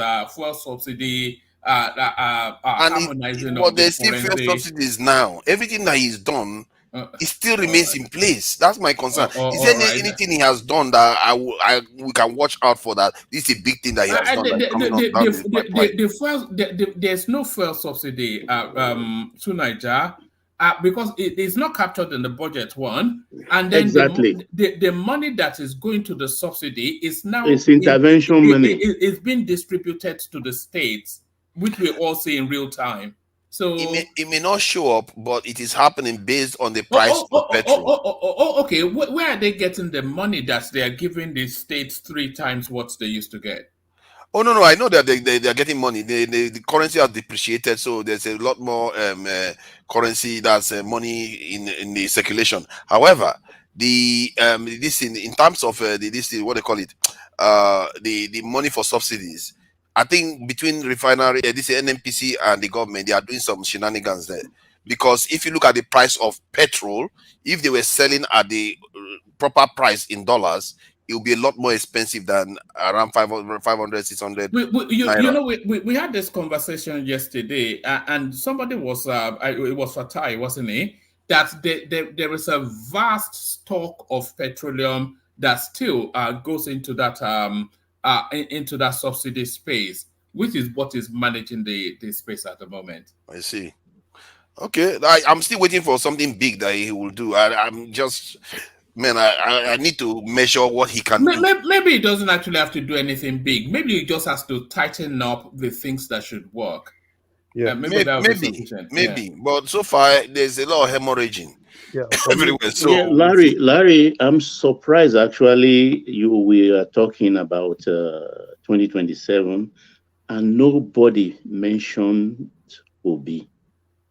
Obi is a factor. Unfortunately, like one man, I was in a space on New Year's Day, old friends, people of my age group, and surprisingly, it's what one man has been postulating consistently in the last 2 months that they all buy into. Second term in Nigerian politics is like a given, at least 80% of the way. It's like a given. So if that is the case, like one man said, definitely the typical Northerner or the Northern politics oligarchy will rather wait for another 4 years than wait for another 8 years. So whatever happens 2027 is strictly Obi versus Tinubu. And the one thing about Obi as well, Baba, and then you take the floor back, Larry, and then from you we go on to Niger. The one thing about Obi as well, Baba, I'm sure you may agree, perhaps you may not. Obi is already a known quantity. There's nothing to suggest that Obi will do either significantly better or significantly worse than he did in this cycle, because this is his one window of opportunity. So Obi is already captured in terms of what he has to offer within the political space. I don't think he's going to get those 6 million votes. Never, because the Christian votes will not go for him again. Just so many special purpose vehicles that went into those 6 million votes. Yeah, and that's what I'm trying to say, because they will not be available in 2027. There are 3, 4, 5 prominent Northern candidates for 2031, and they are all within range of the age group that can take over from in 2031. Shetima, Ribadu, El Rufai, the governor we just talked about, the Bauchi governor, the PDP governor, and Tambuwal. These 5 young men, let me call them boys, pardon me please, these 5 boys will be the spoiler, I think, for Obi in 2027. One of them will contest.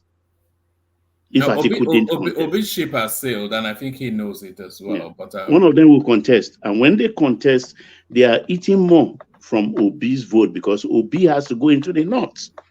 The states he have in the south, have you been seeing him trying to romance the north in the last few months or so?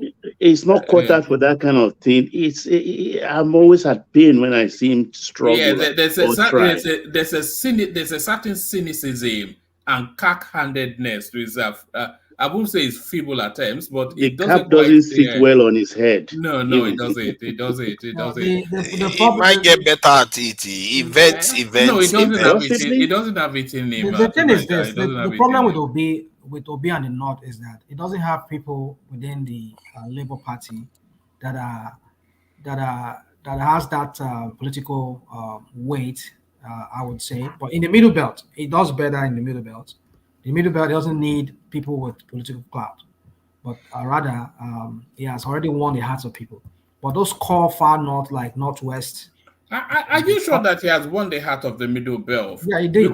Because I think what he got in the sorry, rational mind. I think what he got in the middle belt was a protest vote against one, the Muslim ticket, and two, the brutality from the Fulanese. So depending on how the but these things are still there. Yeah, depending on how I think. I don't think that Muslim ticket is going to be a factor in 2027, especially the way when Tinubu just paid for Christmas now. So I don't think it's going to be. I don't think it's going to be that much of a factor. Paid for Christmas. You see, for me, did he not invoice the Southeastern Christmas to the Nigerian state? Paid for Christmas. Yes, he picked up the bill for the Southeastern until those heavyweights, those religious bigots from the far north, core north. When I mean core north, I'm talking about those KKK states. Until when they join that bandwagon of the Labour Party, or if because I know some people. I think I saw one of your. I mean, Larry, please hold on, please. I'm sorry. Let me just. No, it's no problem. It's no problem. One man, I saw your headline on here, thumbnail some few days ago, where you said they're asking him to come join PDP, to go back to PDP. Was it you, one man? Yeah, five reasons why Obi should rejoin. I don't know. Maybe you make that up yourself, but I don't know. No, it was actually based on an article which listed those and then we debated it. All right. So my point is that you see, until he has those religious bigots from those far north to join his party, going to PDP, I don't see that happening because, like some of you have already postulated here, that some heavyweight. I mean, like Daniel Boala was saying yesterday on channels when he said he will run. Maybe I should bring him back, Daniel. Yeah, maybe you should. So he said he's going to run. So I want to believe that Atiku wants to run again, but I would advise him to run. So, but the point I'm saying is this: there are so many people who are looking to clinch that ticket for PDP come 2027. So I think Obi don't want to go there. If he goes there, he would lose a lot of people like myself.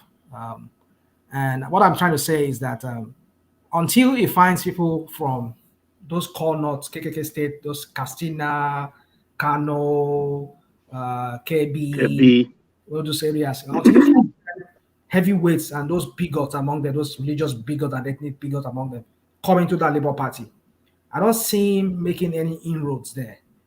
Really capturing.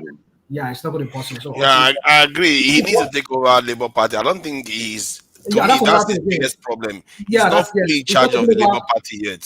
Somebody said, Daniel Bola said something that I really agree with him on. He said, if you make, was it him that said that? Somebody said, if you make yourself the only sole leader or position in a. Yeah, Bola said it. Yeah, it doesn't work that way. You need to bring other voices, let other voices talk with you. But it's just going and it alone by himself. So I see that just the same way Ashura is doing his own too. Nigerians are not right for that right now. That's the only way we get that to that point where Nigerians are very self-aware. The North will sabotage him because of their chance. Because power, whether we like it or not, power goes back 2031 to the North. We don't know that events matter a lot because sometimes we think that these things are written just because of the dynamics of politics. I mean, but something could happen now. We arrive to Nigeria. The only conclusion that will change the dynamics, the group I was discussing with was, God forbid, if Tinubu dies. you're all better off if that happens. Not be me talk. I just say in Oh, you quotes. said it too. I go for bid. No angel they pass speak am. Well, he has a very able. I would not be averse to a President Kashim Shettima. No, that guy scares the living life out of me for some reason. I'm not sure why. One man, have you forgotten the way he walks into Aso Rock and harass Jonathan persistently, even unannounced? During Boko Haram, what are those girls now? Yeah, because it was in the eye. It was in the eye of the storm. Then now it was in the even eye Patience was so angry and was going to fight him one day. Yeah.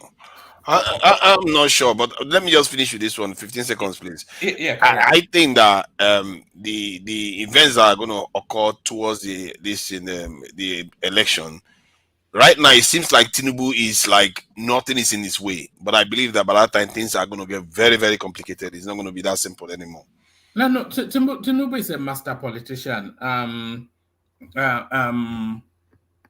To Niger, what you will see is, and note this down. What you will see is in the build up to 2027, there will be so many good feel good initiatives, commissionings, etc., that will build up to that election that will rebrand that guy. That's one. And then these events that you think that will reshape anything is like a pie in the sky stuff. No, it is though, isn't it? Because how about the student loans? How is that going? It's budgeted for. It's budgeted for 50 nobody has billion. got it yet. I thought they were going to get it this year. I didn't think that. January. They said they will get it in January. We're on the 4th of January. So it will take off. They didn't say they will get it. It's about language now, semantic. And the amount for student loan is less than what they use for renovation. All of these things are just ephemeral stuff. Nobody. These things don't really matter. You know what matters are the big impact things, and Tinubu is a big impact politician. I think where you are right is that Tinubu is likely to win if the opposition parties don't come together. Period. Even if they do, he will still win. If they do, because he didn't want 37% this time. Please, remember, I didn't wish Asiwaju dead, though. Please, I'm an Asiwaju's man. He wanted 70% of the vote this time. So if the other parties come together, they stand a good chance of. Are you carrying through those votes? Are you carrying? No, I don't have to, but not necessarily all. But if they can hold their ground just a little bit, they can upset him. That's what I don't think they can. You know, they not to sabotage him. No, yes. You know the thing is this. As far as I'm concerned, right? Tinubu has started 2027. Exactly. Correct. For one, look at Plateau State. Plateau State is back to APC. Oh, hold on. Let's realize that point. Yeah. Plateau State is back to APC because all the assembly guys, they are APC now. All the senators, APC, and the governor. I'm not sure the governor will survive this. Right? That's APC. Kano is another place. If they can get Kano, all right. So he's been able to look at what is doing. The game is playing in Rivers. That Rivers governor must go to APC. So he's playing that game. Magnus Abe back to APC. So and he's kind of like putting more olive in the southeast, right? So I think that's the problem I have with him. He's not facing governance. He's playing more of politics than governance. And that is really affecting that country. Every problem we're having today, that's why I said I'm not a fan of Wale Edun, Cardoso, and the rest of them. Because the problem we are having today is because of those guys. Those guys were the ones that worked on that policy document. And that policy document is the same template. Immediately Tinubu entered, he was using that template. That template, if you go and watch that, if you go and read that policy document, you see that everything from fuel subsidy to the dollar, unification of the dollar and everything. And the problem was that They were planning, they did that policy document based on what they heard from CBN. And they thought we had that reserve. And we didn't even have that reserve. I said it several times here before. So that's the genesis. That's why I said I'm not a fan of those guys. Right? That's the genesis of our problem. Those guys, the figures they had was wrong. Those guys are the genesis of all this problem. Because if they had done their job very well, and they really get the actual reserve, I'm sure Tinubu wouldn't have unified. No, Emefiele messed them up. I mean, when a central bank governor tells you something, will you doubt him? They didn't doubt him. But what stops them from getting in? You already won the election. Get in. I think we'd be wrong to start blaming Cardoso and what they do now. What they met on the ground is a big mess. It's an empty treasury. Exactly. Everything been looted. Nothing left on the ground. Are we going to almost bankrupt nation? So within 7 months or 6 months, you don't expect them to have got everything back on track. But I think we have to give them a little time and see this year particularly the direction they want to take the country. But for now, I think the mess they met on ground is still huge, and they're battling with it, and they're trying to get it directed and put things on the right track. So even the gas is their focus, and South Africa is the latest customer for gas. The thing is this: do you think Tinubu can handle? Do you think Tinubu can handle this dollar issue with this exchange rate? Do you think he can handle it? I think he has to write it. I think he has to write it out. I think it's probably one of his make or mar policy positions. And he cannot back out of it, so he has to write it out. So, and that's the major problem, because the thing is even affecting everybody now. Because of that, Dangote just lost the richest man slot in Africa. Okay. And Nigeria GDP too has got the first spot. Of course, you should get a tissue. It doesn't matter. Dangote is no longer the richest. Nigeria is not the largest GDP in Africa now because of it too. So it's collapsed everything. So it's a rebalancing process, isn't it? So yeah, which I'm not even sure. That's why I said it needs to sit down, because the way they are doing it, right? They are using the way they are doing it, right? Okay, we need to just still borrow money, bring some dollars into the economy and all those things. It's not going to help, because the problem is those guys sabotaging it will still sabotage it. Even if you borrow the whole money from everywhere and bring it to Nigeria, it's still going to be the same. So for me, I think you should just leave politics. If you really want, you said you wanted to be a president. Now you are a president. Sit down and face governance. Leave politics and face governance. What is going to happen is a lot of people because if this thing continue, right? You see, they believe, Nigeria, we are good at it. No matter how much you stretch us, we'll still survive. But when you stretch them to a particular point, the anger, you may not be able to curtail the anger. Because when people start coming out and start telling you, being power, this and that, and you are not... Was that what freaked you out, that being power? No. It's the reality, right? It's the reality. So it's the reality. No, but I don't count it to amount to deep-seated grudge, because I know the Yorubas very well. If it's something that is very high in their listing, it's ole. They'll be shouting. To the speaker, to the one before that. A few years ago when I first joined your platform, I asked a question. I said, talking about Nigerian suffering, and I said, because we wonder why they were not revolting against the system. And I said, what is the rock bottom? Somebody define what rock bottom means. And I'm here again years later asking the same question based on what the last speaker just said, that they're going to revolt. At what point? What is that rock bottom? Nigeria is nowhere. But let me answer that question honestly by one man. Let me answer honestly. Those who are master of revolt, if you go back from the 60s up to the Abiola time, up to Jonathan's time, those behind it are Yorubas. The day Yorubas rise up or rose up against Tinubu, he will be toast, but they will never do it. Because when they wanted to bring Obasanjo down after his first time, the Yoruba rose against the move. And the Hausas were asking, but you guys didn't vote for him, so why your beef? And they say, no, this is our own. It's not going down. Let me clarify. Maybe you don't understand what I'm saying. There comes a point where people will be so angry. But the music. Oh, I'm sorry. Yeah, carry on. Give me a second.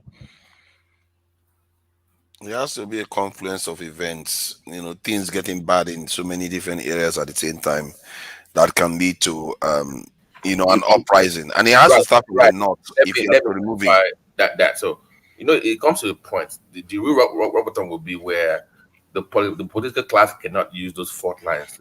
Anytime you have this uprising, they always bring in race, religion, and tribalism. Okay, who will start it?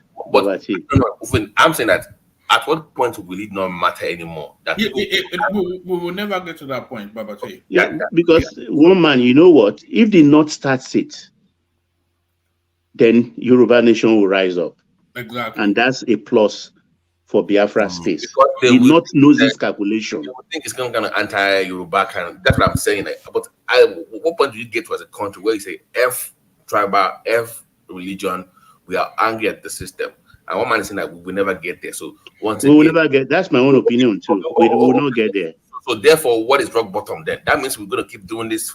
We're too tribalistic to have that. Exactly. There's no hope then, because if we keep going down the drain, nobody says anything. I just said, I'm reluctant to say it, but I just have to say it. It's the reality. I don't think there's gonna be a rock bottom, and most people will find this controversial. I think that the Nigerian people's the way they perceive the environment is slightly different from the way we think they perceive the environment. Right. They see some improvements on the ground, physical improvements on the ground, not necessarily cost of things. They see that they have phones, many of them can work online. They are in giga economy, and so the young people that should be on the streets, they have so many things on their plate right now. I'm dealing with them almost every day in Nigeria. Those guys are not in any mood to go on the streets. Do you know why I put that question up? Like an alcoholic, you must they always say to an alcoholic, you must first hit rock bottom first. That is the first thing. Once you hit the first rock bottom, then you can go from there. So if we never hit rock bottom, there's no hope for the country there. You must hit this point, like you say, enough is enough, then you can build from there. But if you're in denial and you cannot even reach that point, then we're doomed as a society. There's no hope. Tinubu has to screw it up so badly that he will have to really, really kick people in the teeth so badly before that happens. But given what I see in Nigeria might actually experience a turning point if Tinubu doesn't mess with it, and which he's technically trying to do. There's two big refineries that may be coming on stream. Nigeria may be a net exporter of petroleum very, very soon in terms of petrol itself. So many things are coming our way, but all he has to do is just secure the country, and things are going to fall in line. But he might find a way to screw it up. That's my concern. Okay, for that, you know what? Let's say there was something about in any society, the rich and powerful of any society behind the scenes are the one that shape the society the way they want it to be. The problem that your own ruling class don't love Nigeria that much. Any society you see, America, people that actually shape the country are behind the scenes figuring out how they put Obama there, they'll put this one there that they want them to do their bidding for them. But for love of country, they put this in place to make people happy enough, but not make them rich, but happy enough to survive. Your own ruling class don't understand that concept of investing in the country for their own gains. The richest black man lives in Nigeria. Babati. One man, stop, please. Does it not? Or do you call that? If he doesn't love Nigeria, but he has been the throne. No. There's no. One man, he has been the throne. It's no longer. Do you know how much do you know how much Bill Gates invests back into America? Do you know how much? Do you know how much Dangote invest back into Nigeria? For other people to benefit, not himself.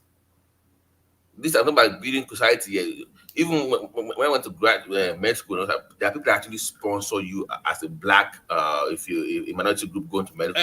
Dangote does that. Dangote does that. No, not.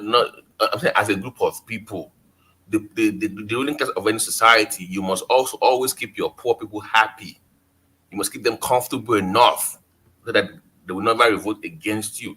Your own ruling class do not understand how to invest in people. So the problem is not the people, is the ruling class have a problem. They don't love their country enough.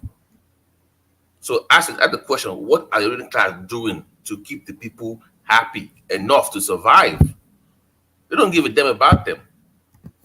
They don't. Dangote is like houseboy compared to the wealth of people like Bill Gates and all Yeah, the others. Jesus Christ. Real wealth. But relative to what he has now, he does his bit. Who told you one man that money is his? No, I'm not faulting him. He does do productive things. He does offer value compared to all these speculators in Nigeria. But he's not very rich. He's not as rich as he should be. I'm saying collectively. Any country that is very wealthy, the powerful men there behind the scenes are the ones running things. They put people in place to do their bit. Our own, what do they do when they meet behind the scenes? Elon Musk, what do they discuss? What do they do? But from business angle, if we look at it very well, I prefer the Adenuga's wealth to Dangote's one, because steady money every day. I don't give a damn about any wealth. Okay. I don't got Dangote, OBJ, Atiku. When they meet behind the scenes, I hope they better meet like every other country. What do they discuss about Nigeria? What is their plan for? That's how you shape society. What is the ruling class talking about behind the scenes? No, but you answer that question by asking the question: what is their presence in Nigeria in terms of the economic landscape? And their presence is quite profound. But the question about what is their plan, I think is a valid one to, because I fear that their plan is, let's not rock the boat, let's just play along with everything. If we do too much, we are going to lose all our money. They don't want to do anything. What is your plan for EVs coming up? This is what you know Dangote is risking bankruptcy investing in Nigeria. Yeah, it's quite risky. That's why I like that guy actually on so many fronts, because he actually does offer value. He makes cement. He's bringing refinery in. He's doing stuff. I hope you see where I'm going here. Apart from his relationship with Bill Gates. In America here, they have all this business that talk about the future and how they want to put things in place for people. They kind of plan things ahead. They are ruling class. They see things 10, 20, 30 years down the road. Investments, they do. That's what they do. What's our own ruling class? What is their own plan for the country? What is it? What is the grand plan? What is Nigeria's future in the world to come, in the AI world, in the EV world? What is the grand plan for your country? You will still gain from it. In America, you gain from it. You plan to gain from it as the powerful, but also you benefit your own people. Nigeria has a presence in tech, but that's not as strong. That is not presence. That is just sharing lanes. You must create your own lane as a people. You must be unique. You must be different. You can't be a follower of tech. Yes, but they're creating technology hubs in places like Yaba and in Kaduna. Hubs, God Christ! One man is missing the point. Tell me something that shaped. No. Tell me something from Nigeria that has shaped society, that has shaped the world. Something unique from your country. Not even close. What do you mean shape the world? Nigeria is not like, it's not we are not an advanced nation, please. We're not in that revolutionary phase. But that is level you must get to. We better get there. Yes, and the building blocks towards that are being put in place. Where? It takes time. I can't really point to Dangote again. It's not only Dangote. To be fair, I think one man is right. No. The Bua man is doing great work. The Bua man is doing great work. I think I heard Buhari say something about the train lines, that how can you transport heavy metal around the country if you don't have train line, because the roads cannot do it. So I get that they are trying to lay the foundation for industrialization in the country. The question now is if the process will be disrupted, because it has been disrupted before. And that's why I don't like instability. We need stability for this thing to actually. We don't need security. That's all. It's not been disrupted now. They've now successfully completed three epic train corridors. Kaduna, Abuja, Lagos, Ibadan. Where is your Lagos? Port Harcourt. The most profitable lane that you can ever build in Nigeria is Lagos to Calabar. That is what you should have been focusing on. That is your most profitable lane for business. It's not Lagos to Lagos to Calabar is your biggest. That opens up the whole market for you. Yeah, that area is hot. I don't understand your country. Lagos to Calabar, go look at the map.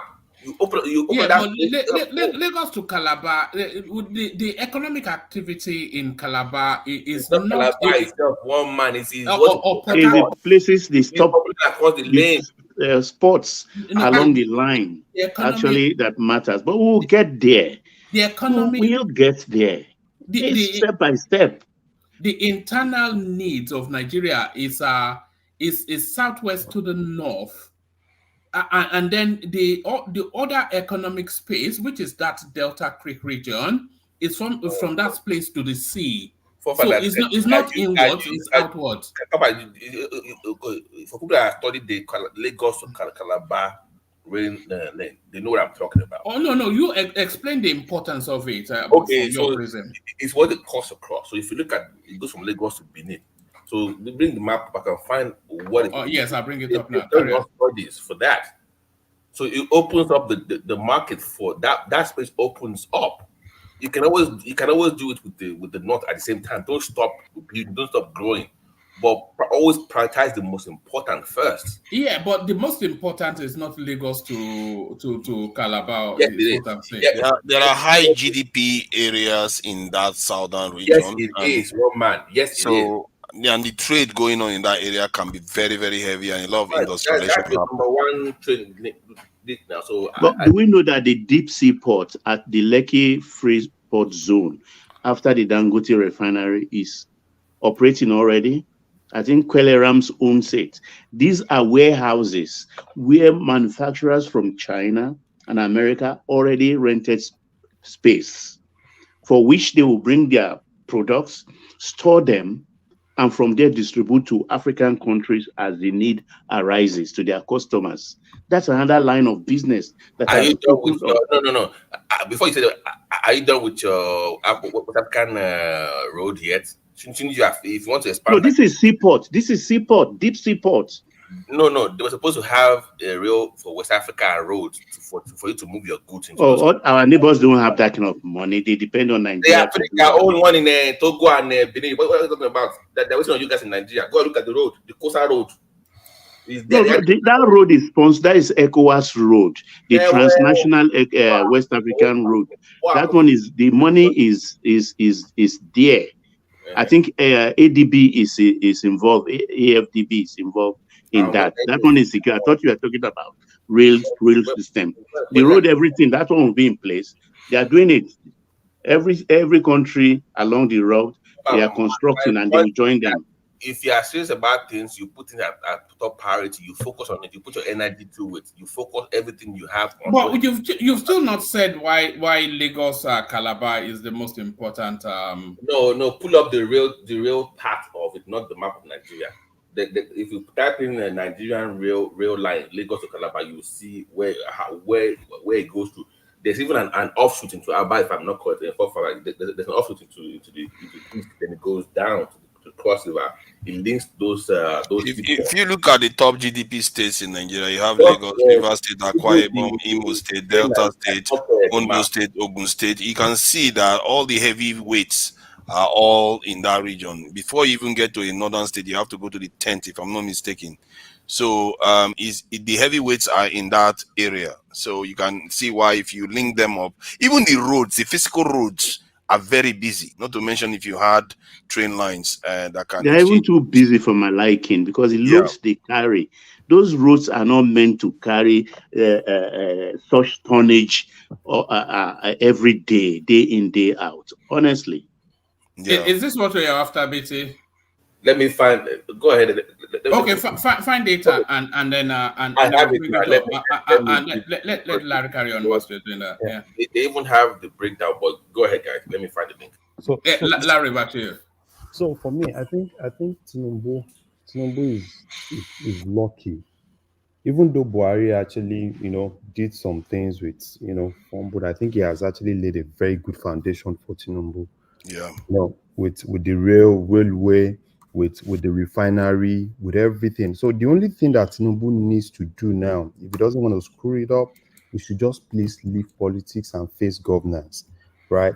Because number one, we are talking about dollars, right? We need oil production to increase. And I don't even understand to see what is happening, Navy and Tantita, all right? Navy and Tantita, who is the thief? Who is stealing? And those are places that I think, the president is supposed to call everybody, let them know that you are in charge, you are interested in this thing. Because that's the only thing. Now, Dangote is starting now. We have other refineries. Good. They are giving Dangote, some ration, 1 million barrels and all those things. But the major thing, you said you want to go to 2 million. How are you going to do that? Those are places that I need, I just need this man to just face governance. If he can just face governance with everything we have now, I'm telling you. No, that was a bit dubious mathematics they made. They calculated condensates also. Yeah. So if you can just look at what happened, people are like, oh, Tinubu didn't go to Plateau. Because this guy, Shetima, said it before election. He said he's going to be in charge of security. And that's exactly what's happening. So I need Tinubu to stand as the president and be in charge. Immediately that Plateau issue happened, I was expecting, what do you do? Summon all of them. Summon all of them. Let them know that this is your stand. But when you don't do that, right, everybody just believe it's still the normal thing. In which country will almost 190 something people die and somebody is coming in and saying, oh, it's a mistake, the terrain and all those things? That is when the president he doesn't even need to visit that place. Summon all of them, give queries, let them know that you are in charge. Our revenue, we are not even focusing on that revenue, and that's another problem, right? Tantita is shouting, the Navy is shouting, and those are places that you need to stand and let everybody know. If you need to bring everybody together, let everybody know that I'm interested in this thing. So for me, as far as I'm concerned, Buhari has really helped him a lot. He has helped him and ensured that all those things are in place. All he needs to do is to stand as a president, let them know that you are the president, that you are in charge of everything. Let everybody sit tight. I like the fact that, he's re-echoing it that, oh, if you're a minister, you don't perform, you're going to leave us and all those things. Yeah, good. But, it's still going to be the same thing if you don't sit down, face this thing, and get Nigeria out of this whole thing. Because people are beginning to be angry. Because inflation at over 28%, that's huge. And you don't even know, you can't even know what's going to happen. You don't even have a hold of the foreigner. And I like the fact that it's even affecting everybody. It's affecting the billionaires now, right? It's not just Dangote, it's affecting all of them. It's affecting Abdul Samad, it's affecting everybody. So that's why he's close to those guys. Those guys are the ones that are going to help him. But those guys are looking at his body language. That's what is just happening. They are looking at his body language. They don't even know where he is, right? Samad will try to come in and kind of we want to see where you are, right? He needs to just be in charge. And if he can be in charge, forget about politics, start politics in 2-3 years to come, right? If he can do that, I can tell you Nigeria has every opportunity to grow because we have everything. Dangote, everything. I think that's the only thing that, for me, if he can do that, he can actually get Nigeria to where we want to get to. But for now, I don't know. Probably if things change tomorrow, then probably we can all smile. All right. Can I, can I explain this with what I was talking about? Are you there? Yeah, carry on. Thank you, Larry. Stay steady, Larry. The conversation still carries on. Yes, Babati. So the proposal is that you see the red line, right? You see that red. So forget the phase 2 from Calabar to Obudu. We can always do that later. But the phase one, you see how from Benin it goes into Onitsha, right? The black lines that you see, they're already old. They're already there. They're the one that they're upgrading right now. So the black one is already there. You see how they connect to the red ones? You see, if you go down there, you see how from Port Harcourt, from Aba, you see it's already linked there already. So once you finish that red line, you're already up to the north already. That Madurugi thing is already there. So you can always do improve that one later. But so you think about, it's the north. Finish this red one, you have Aba linked to the north, to the center, and to the west. You have Onitsha linked to Edo, Ore, and look at the steel. It goes towards into Kogi, Lokoja. You have your steel plants there. You have Port Harcourt, you have a boy. So it links your industrial sites all together on rail. And if you can get your act together in Kogi State and get that steel plant running, you have supplies. You can live in Onitsha and supply Lagos without showing up. You can have the distribution company in Lagos without even showing up in Lagos at all. You can ship down there. You can go all the way down to Port Harcourt to the port and ship as well. And you can stay in your southeast and you have links to all part of Nigeria just by rail. You can do your monorail, you can do your standard rail, whatever, with the red line. So that opens up that channel. So your guys from the southeast, they can always invest their money in Onitsha or whatever they stay in that area and put it on the rail and ship it to anywhere in Nigeria. So this opens up the whole market space for people, north and south. So once again, this is the most important line that you should have been focusing on, woman. That was my point to you earlier. There is already. All right, I don't agree, but there is already Warri Itakpe rail track. The black one, the black covers, the black ones no, it covers Delta. It covers Delta State all the way to Warri. I don't know where it ends, but they call it Warri Itakpe rail track. It goes through Delta there, so but it means they already have some lines there. You see how it links to that red one, the way they made it. So those black ones are already linking to the red one. So once you make the red line, you can link it to the black one and move goods and services. Yeah, I can see That's that. it. See those black lines? They're already there. They're already there. All right, gentlemen, let me hand over to Thomas. Acknowledge yourself that you're ready now. Thomas. Thomas, I like what. All right. To Niger, you have the floor. Yeah, thank you. So what are we talking about? Well, you can come into the conversation. One man being wrong about my real line point. That's what we are. No, you can carry on with the real line. I don't agree with your narrative though, because if I were to invest in anything in Nigeria in terms of movies and services, I want to invest. This would be my top priority. I'm sorry. I know it's a level. Do you know the primary focus of a real line? Do you know? It's not heavy movement. Exactly, it's for the extraction economy. Right. Yeah, but that works for us too. That's to the north, not anywhere in the southeast or south. No, one man. Look at. You see my point. Look at the line. You already have access to the north already there. You just improve those ones, but you must link your industrial sites together. Yeah, and the coastal regions need to, because we're also linking to Cameroon towards traveling in that direction and to Benin Republic on the other side. I think that because even when you are traveling through the southern states, because the roads can be very, very bad and the traffic there can be horrible, you want another means of moving goods, large goods like that. You want some parts of Nigeria that you have, you see all those trailers tumbled and everything. It's mostly in those regions. And because the soil is very, very difficult to construct roads on.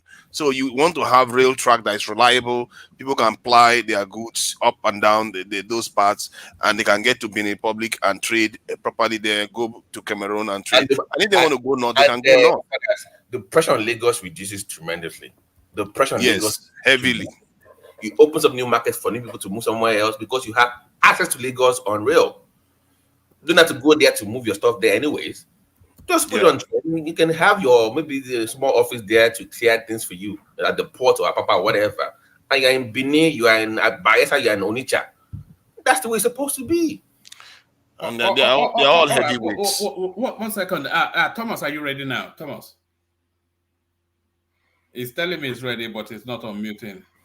All right, sorry, to Nigeria, carry on.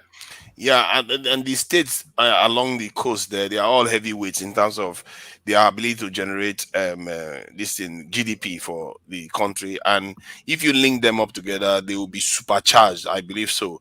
And part of the manufacturing that goes on in the east will be able to be transported along the coast and into different countries. We're talking earlier on about West Africa. This Right. could also aid it to get to Benin Republic fast. And then you can also go north. That line from Warri into that steel. If you can only fix that steel plant, you see that black rail track from Warri that goes across Umede up to Ajaokuta. Yeah. You already have a line there already. So if you can fix your steel pass, do you know what that means? If you can supply steel across Nigerian rail. This is why you don't see protests in Nigeria, because there's a lot going on the map there. And there is a lot of construction. All those train tracks that used to be dead before, they are all coming back alive. And, train tracks in Delta that I didn't know existed before, they are all there now. So people see infrastructure improving, they really want to tear it down. That's something I noticed. If you look at the history of China, the moment the country started growing, barely any protests ever. They have their little skirmish here and there, but they don't protest because they see things improving. Why not invest more? I know you want to build roads, but this is the thing for finance. They say it's going to cost us $11 billion to do this. Both phases, by the way, both for the whole thing to complete. It is worth it. It is worth it because they don't suffer the nonsense that roads suffer from. The roads, they will fix it. Then tomorrow they want to carry some heavy goods past it, then to damage the road. Because what I gathered from the road damage that we tend to have, most people just think that, they are not doing a good job. Some of them are doing a good job. It's just that sometimes they want to carry very heavy load through those roads, and it damages the roads. If you do that in the UK, to damage the roads, to those kind of goods are meant to be carried by rail.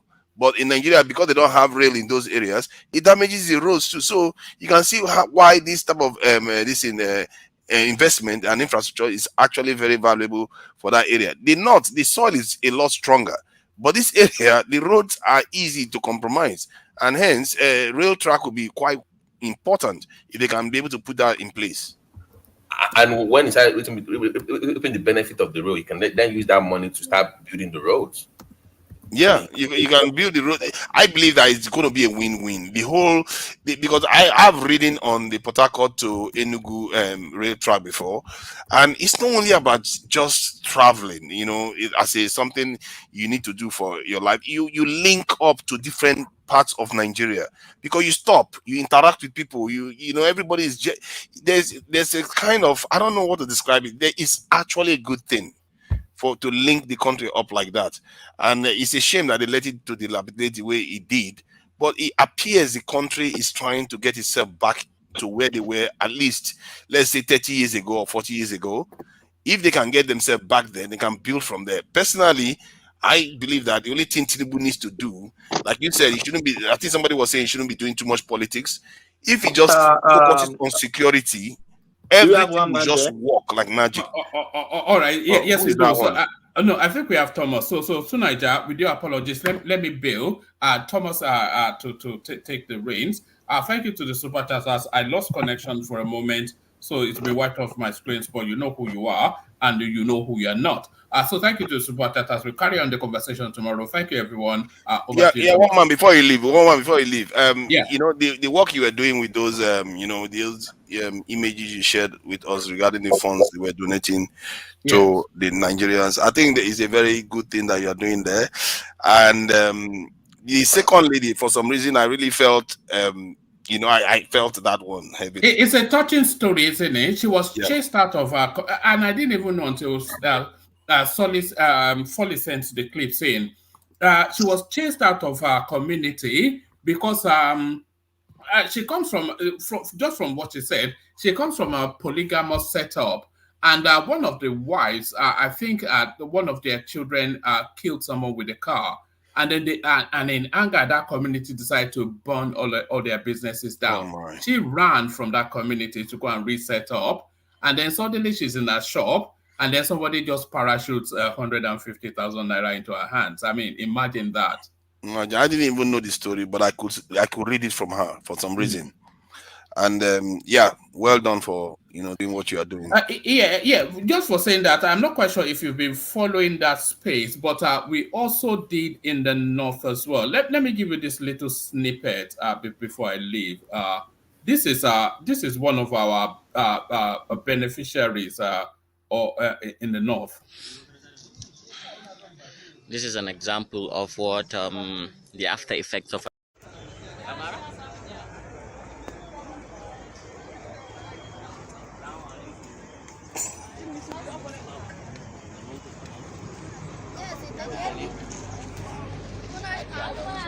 Ga labarin abinci. Akwai abinci. Me da me ake sayarwa ne.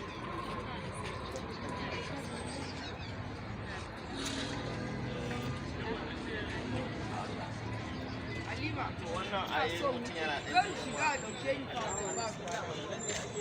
wallahi zan ɓata mu in ban shiga ba to ni to ki bari na bari So that's Zainab. She's a 23-year-old thereabout mother of 5 with a son with a disability. She's a widow for reasons of insurgency in the north. So she's one of our beneficiaries as well. And then there was a 70-something-year-old Mama Hadiza who she's looking after 7 children for reasons of insurgency in the north. One of our beneficiaries as well. But I'll pull all of the clips together and make a montage. Well done. I think Good job, man. I was tough for internet, but then that one, you did okay.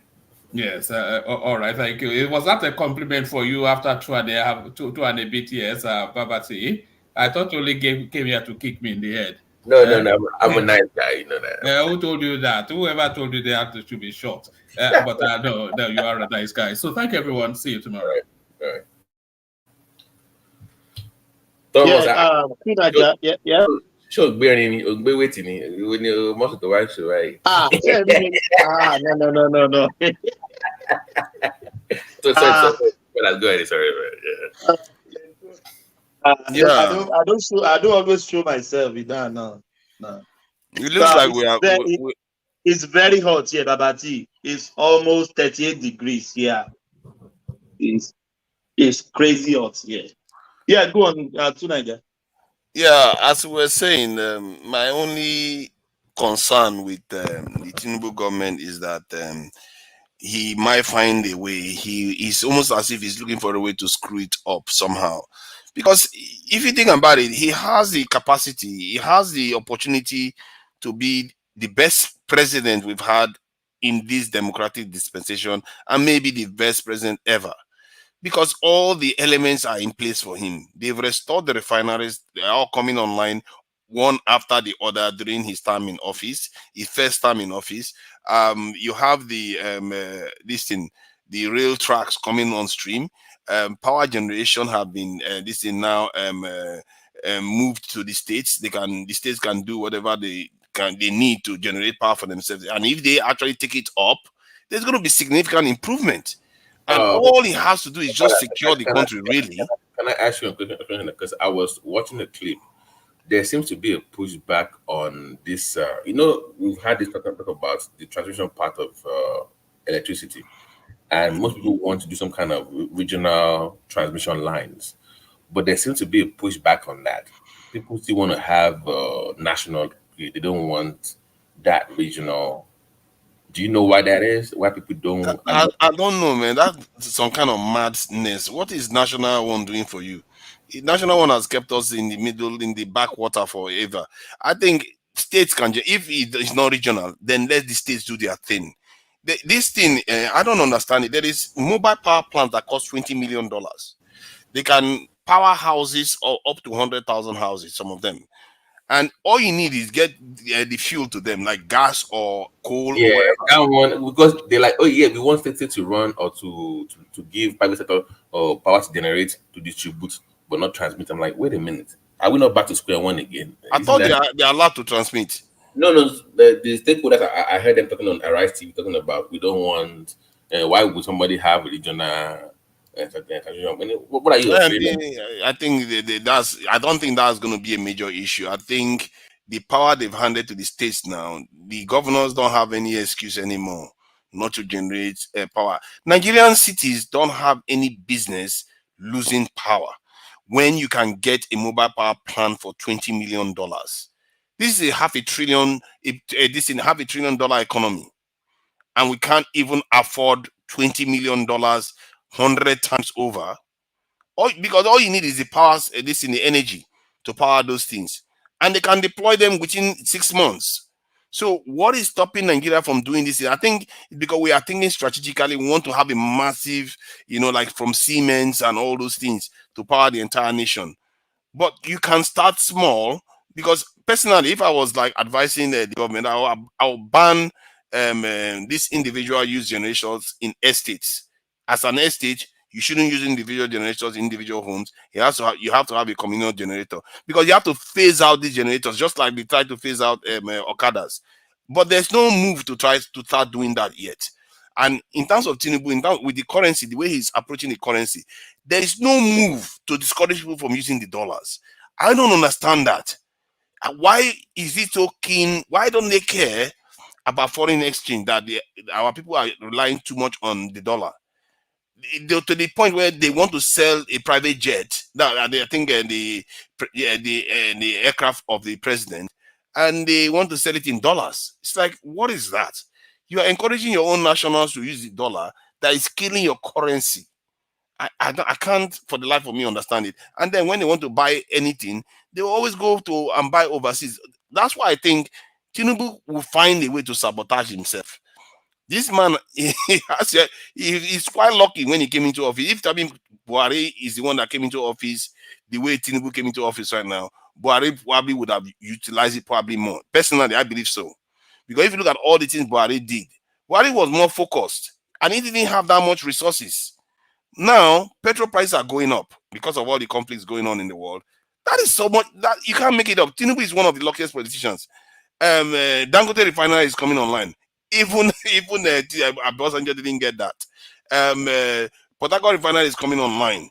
Insecurity to an extent has improved even before he got into office. Not like when Buhari came in, when Boko Haram was basically controlling village after village after village after village. So there are so many things that he has going for him. But my fear is that you don't see him trying to capitalize on it to actually get the nation where he needs to get and making him one of the best presidents ever. It's like all he cares about is just.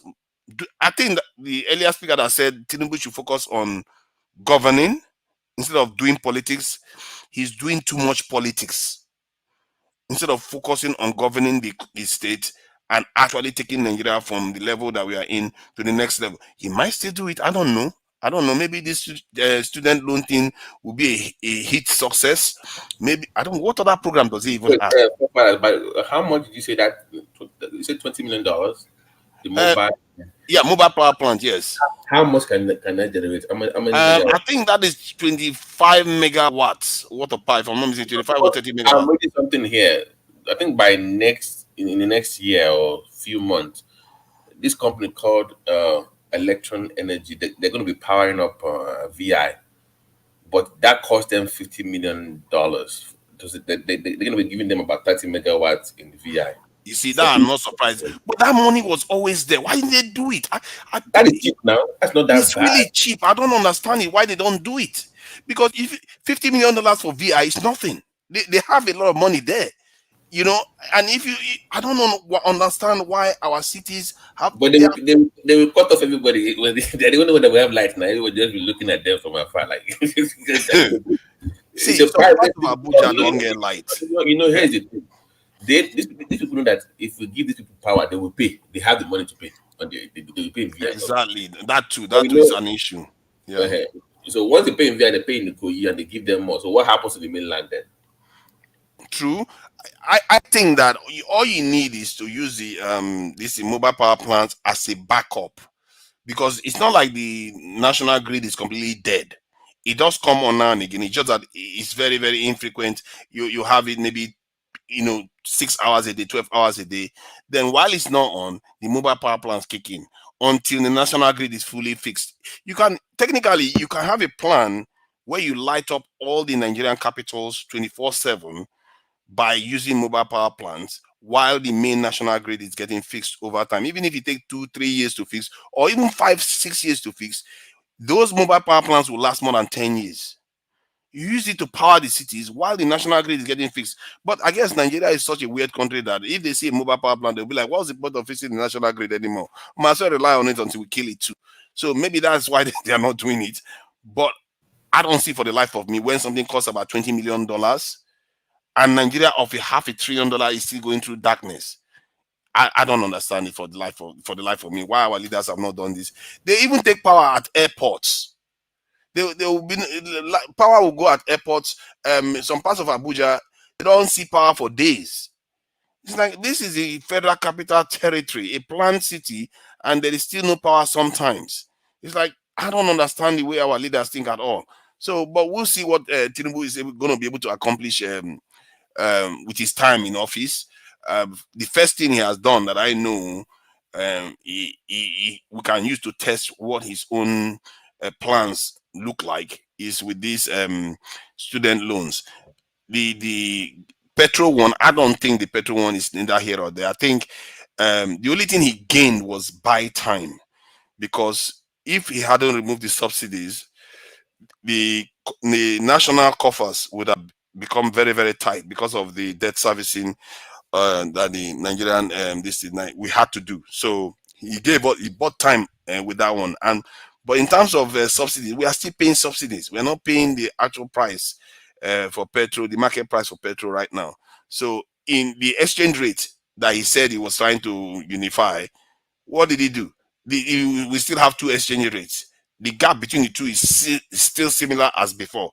The only difference now is that the Nigerian currency is worth less.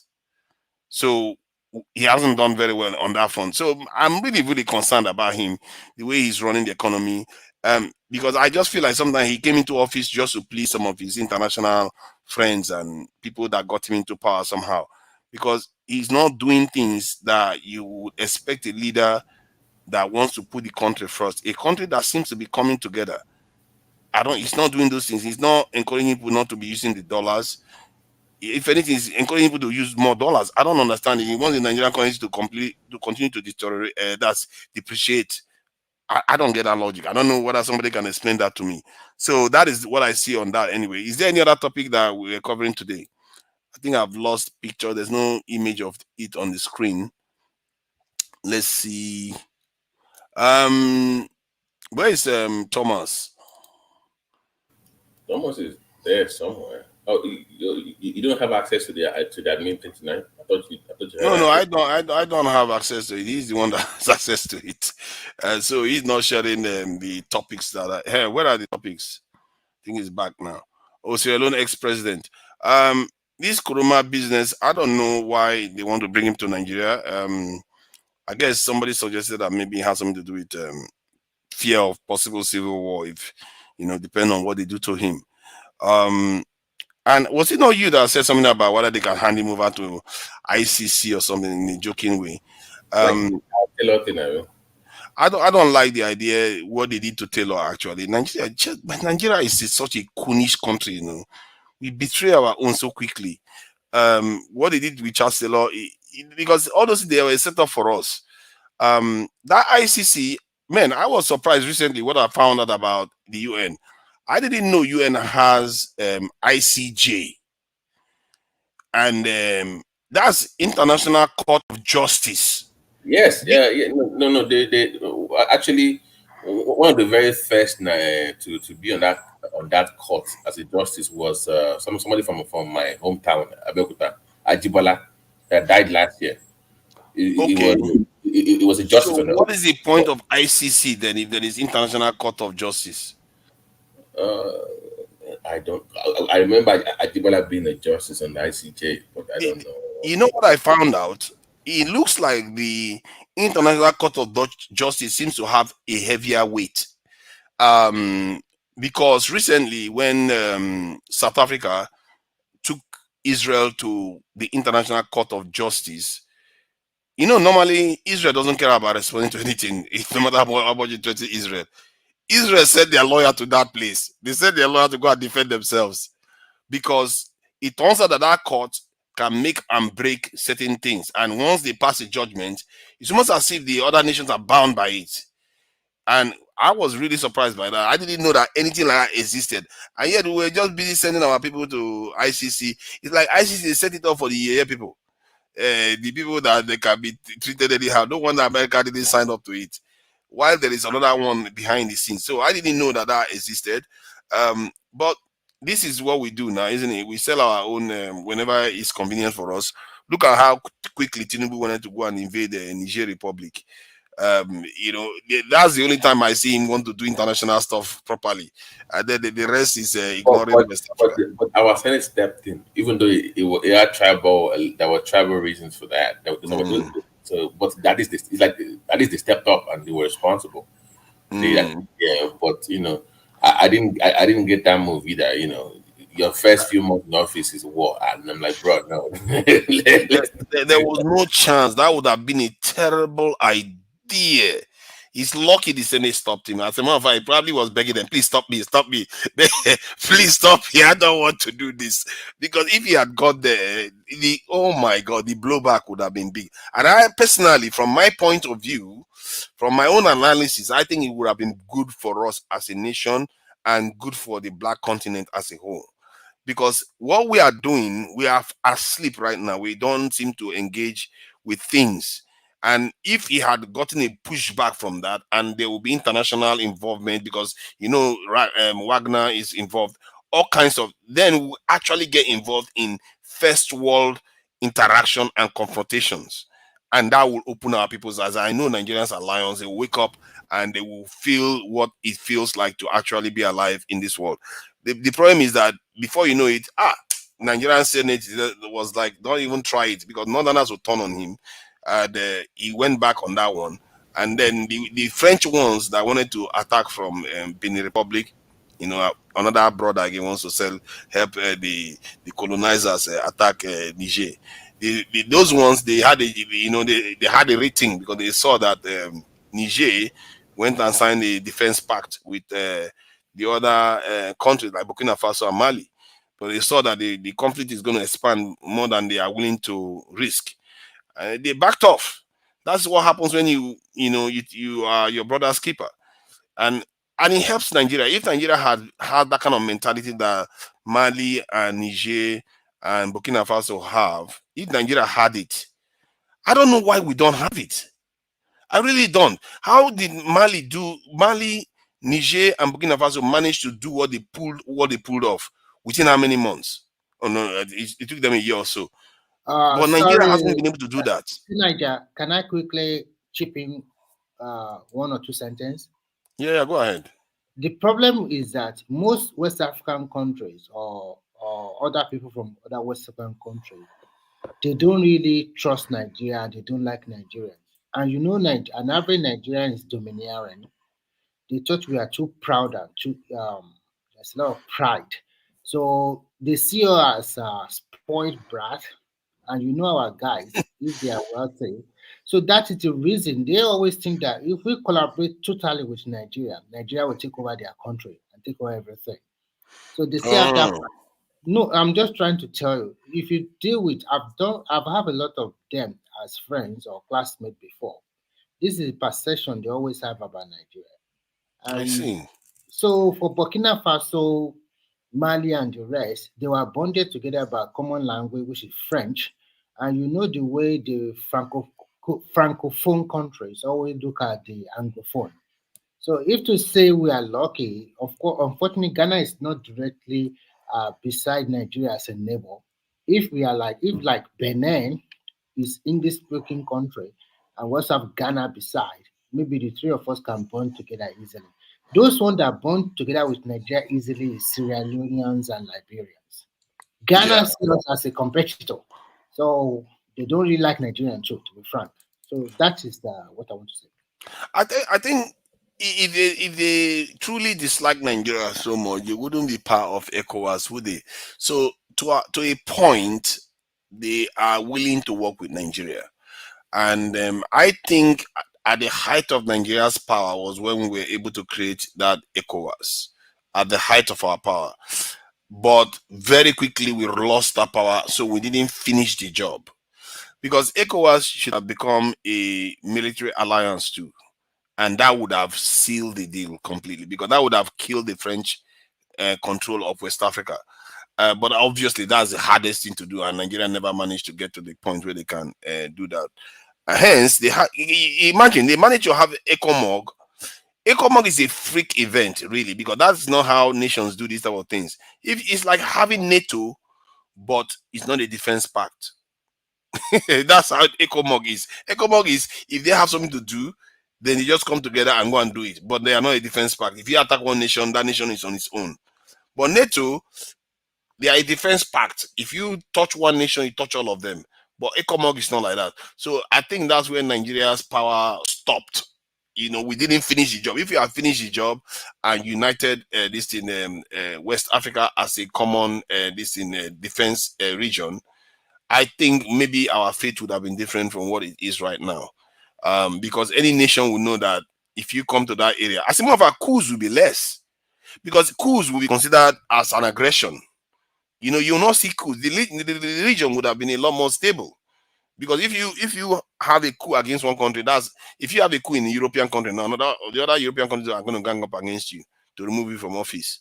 So because of NATO, but in West Africa we don't have that because we didn't end up doing that. I think this is what maybe we should be thinking about, because West Africa is our backyard. Cameroon is our backyard. And we should be able to trade with these people, use it to generate the kind of resources that Nigeria needs. Nigeria is heavily populated and the population is growing. How are we going to cater for all this population? And many of them are actually very sick too. The ones that this young generation with ulcer left and right and eating Indomie left and right, who is going to treat all of them? So we need resources. And if we are to survive into 40, 50 years time and do well, we have to own our surrounding. We have to be able to trade. America trades heavily with their surrounding. I don't see why we shouldn't. I think we are doing it because I think I heard about the continental road that they are building. I don't know. Somebody mentioned something about that continental road. I don't know whether the person can shed more light about it because I don't know about it much. That they are building some roads through West Africa, coastal regions, and because of the coastal road. I think that the Lagos one day I've seen they're almost done with their own part. I think because of the train thing that they're trying to put in between the roads, but I've seen some improvement. But those Togo have done theirs. I've seen they've finished almost their own lane, but Nigeria is the one yet to link up with that. The coastal road. So what is it supposed to do? What is the purpose? Robert T. Yes, sir. How's it going? To Nigeria, you did, brother. I do. Welcome. You said something earlier I wanted to speak on, but go on. Conclude what you're saying. Then I will. Sorry. The goal is that you're going to have a highway around amongst those countries, but they also want to have rail access. So if you look at the Lagos one, because they have the blue thing going on, you will see that in between those highways they have like a rail track line. The whole goal is to have a rail track in West Africa. That way you can jump on a rail line in Ghana and get to Nigeria. And that's the whole plan, and move goods and services and stuff like that. That's the whole plan. Yeah. Sometimes these things I like what they are doing because we will be able to industrialize more quickly with this type of, and it also allows to move goods around this thing. The region, which also is going to improve trade. The trade thing, oh my God. When you think about it, you just wonder, what have we been doing all this while? They said, we Africans, we don't trade amongst ourselves. And we trade more with Europeans than we trade with our next door neighbors. I find that really astounding because that's impossible. Like I've said this before. I don't want to put family business out there, but we've always traded with West African countries. I mean, I grew up in the Songo area. We know where Songo is. We always go to Togo, Gambia. That was almost like every other weekend. People come from all those countries. We are not the one that benefit the most. The neighboring countries benefit more from us, when we trade with them. because Right. it depends on the influence of the money coming from our country to their own country. But what happened but that the naira was very looked out for in those countries. The value of the naira, Naira, no, right? no, no. Naira is strong in terms of purchasing power because it's based on the petrodollar. We No, said no, crude. no, no, no. I'm saying the demand for naira back then was Oh yeah, because absolutely. the, Even the naira to them was like American dollar to them. The way they oh value yeah, naira. because it's all about the petrol, about the crude. That's why they depend on money coming into their country. Earlier, let me speak on what Tubaba said. I mean, Tuna just said earlier about that Tinubu has it good, that the infrastructure being put in place uh, will be a catalyst for Tinubu to build the economy to be stronger. Look, to Nigeria on a macro level, you can't be hungry and be thinking of something big like say, let's say you want to talk of buying television or you want to buy some ridiculous things in your house. First and foremost, you'll be thinking about what you're going to eat first, right? The infrastructure alone is not a catalyst to prepare the economy to the greater height.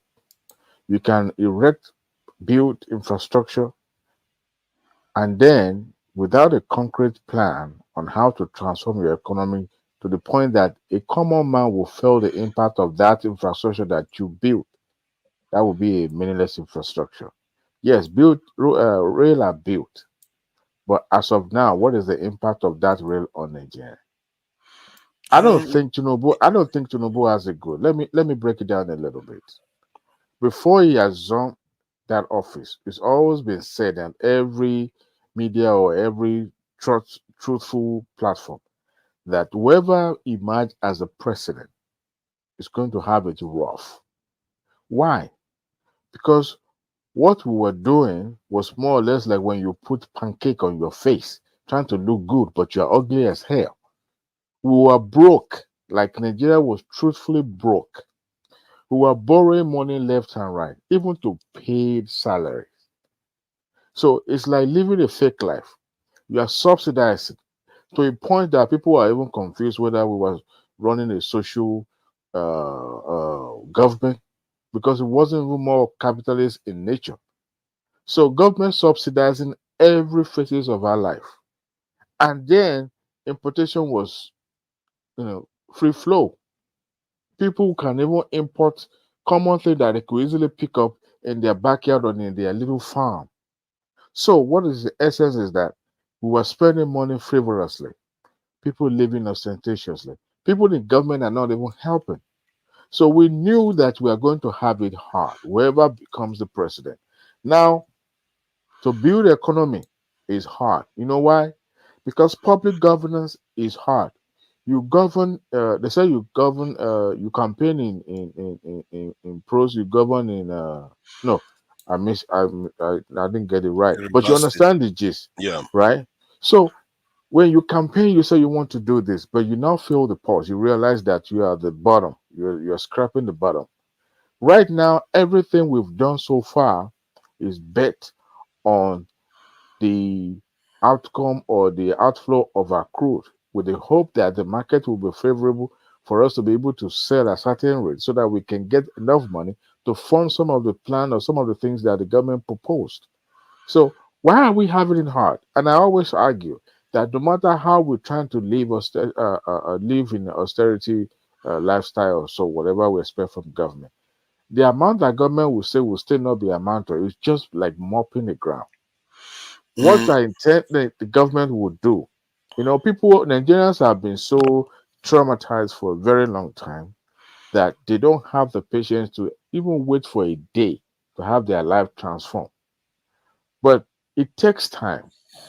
Among us, among Nigerians, we have saboteurs, people that are profiting from the decadence that we have in economy in our country. Let me tell you, to But Nigeria, that includes the it government, though. doesn't it doesn't take no, it does not take a Buying rocket foreign science. cars, selling their cars in No, foreign it's look, currency. that is even That's minor. So economic look. sabotage. If you want to set a tone, even when we were using Peugeot 404, 505, and all that. Did Nigeria transform? Did our economy transform? So that was at the height of our powers, actually. Those are optic. Those are optic. It's not optic. It's actually real stuff. Listen. Hold on. Those are optic. There's a chances that even when the government, the military government, then decided to negotiate with this company to set up assembly, the bare minimum they can do is to set up assembly. They're not going to bring the company all the way from their country to this African country. We have innocent cars. We have look. Let's think big. Okay, too, but Niger, this is not about politics anymore. This is the reality. Okay, you see those companies that you said they are indigenous companies, they are not. They are just assembling those parts in Nigeria and they're selling it. Okay. Yeah, yes. I agree with you. Let me tell you. Everything is being assembled. Some of them are being made here. Let me tell you. Let me let you in a secret. There was a man who I know very well, who live in my community here in America, in Texas. His brother-in-law became governor of the state. He was working in one of the dealership, a very known dealership in the town. So the moment his brother became brother-in-law became a governor, guess what happened? This man retired. How did he retire? I'll give you an example.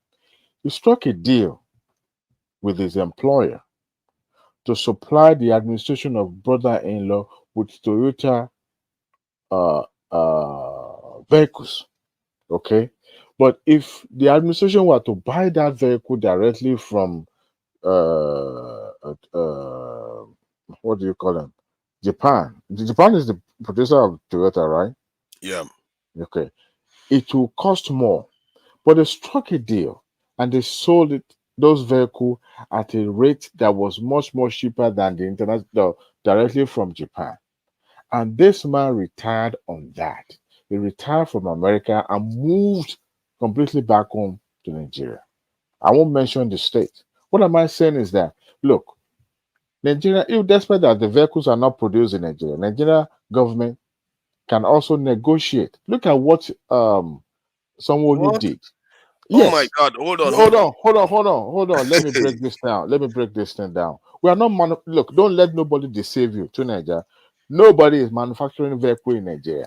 The one you are seeing is like seeing a Walmart or any of this retail store putting their own label on a commodity or who does? That most people produced. Don't too. Hold on. What you're seeing them doing is imported a foreign goods, branded it locally, and sell it to the people. That's it. No, that's not what is happening. Come on, that is it, brother. Whatever components they're manufacturing, you're not being kind now. That's just harsh. What you're doing. It's the reality. Listen, I'm not the type that will be dancing around stuff. Let me ask what you are saying. This is very common. What they did, you are right, is very simple. Most of these major manufacturers, in order to get the market share, sometimes also produce for these big chain supermarket like Walmart and the rest. This is another way to control the market of their product. Exactly. All of these PZ, Liver Brothers and the rest, they always do this thing because I work with an organization before that this is what we do. Okay, we just have as consultant to them. And this is what we do. So it's a way, even here, if you go to I don't know whether you have like you Nigeria live in UK, you have Lidl.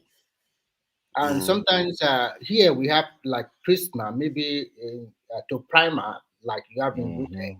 So they have their product, the same, like if you're buying something like Milo or whatever, something like that, you discover that those supermarkets also have that kind of product. Who is producing it for them? It's the same Milo company or whatever.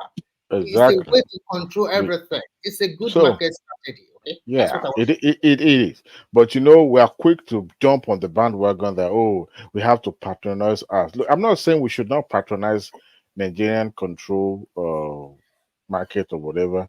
But the thing is this: if you look at it holistically, they are not actually Nigerian. If I see you near any office in Nigeria, I will find a way to burn that office down. Because the way you think it's a very dangerous way you think. Because you think that you are not seeing the future benefits that comes from the added benefit that comes from making your stuff incrementally. Every nation gradually start manufacturing every single component within. As a matter of fact, most of them never do in the end. Even America doesn't make all their components. Most of the parts are made in China. So what you don't see from your analysis is that if the nations start making it, then they will start selling the cars, not only to Nigerians, to West Africa, to East Africa, other parts of Africa. Nigeria's economy is going to be a lot better off from it. All because the government plants a thing. Tonight, can you hear me? Yeah. Yes, I want to ask you a truth question. I know you will not answer me truly, but just want to ask you. Can you, Tunaija, I will say your name again. Can you buy innocent vehicle? Yes. Are you sure? Yes, 100%. Yeah, why do I say that? Let me put some caveats to my question.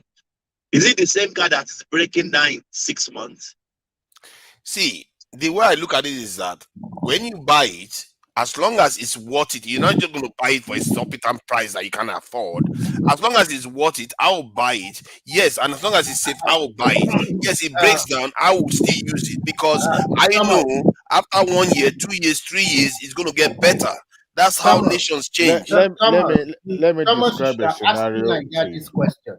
You have asked Nigeria this question. Innocent motor have been in the system for over 5 or 10 years now. And to Nigeria, like you always talk, it also has some business interest in Nigeria.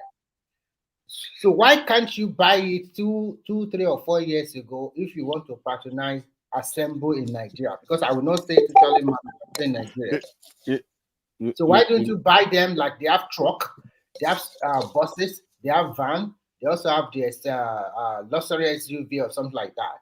So 2 or 3, why can't you just get them? The work I do doesn't need cars like that, and the innocent cars, if I can afford it, I will buy them for myself because I know I'm doing some good. You know what I mean? Let me break. Why would you buy a foreign car if you can afford it to buy a local one? Hold on now, hold on. To Nigeria, let me break this thing down for us to understand.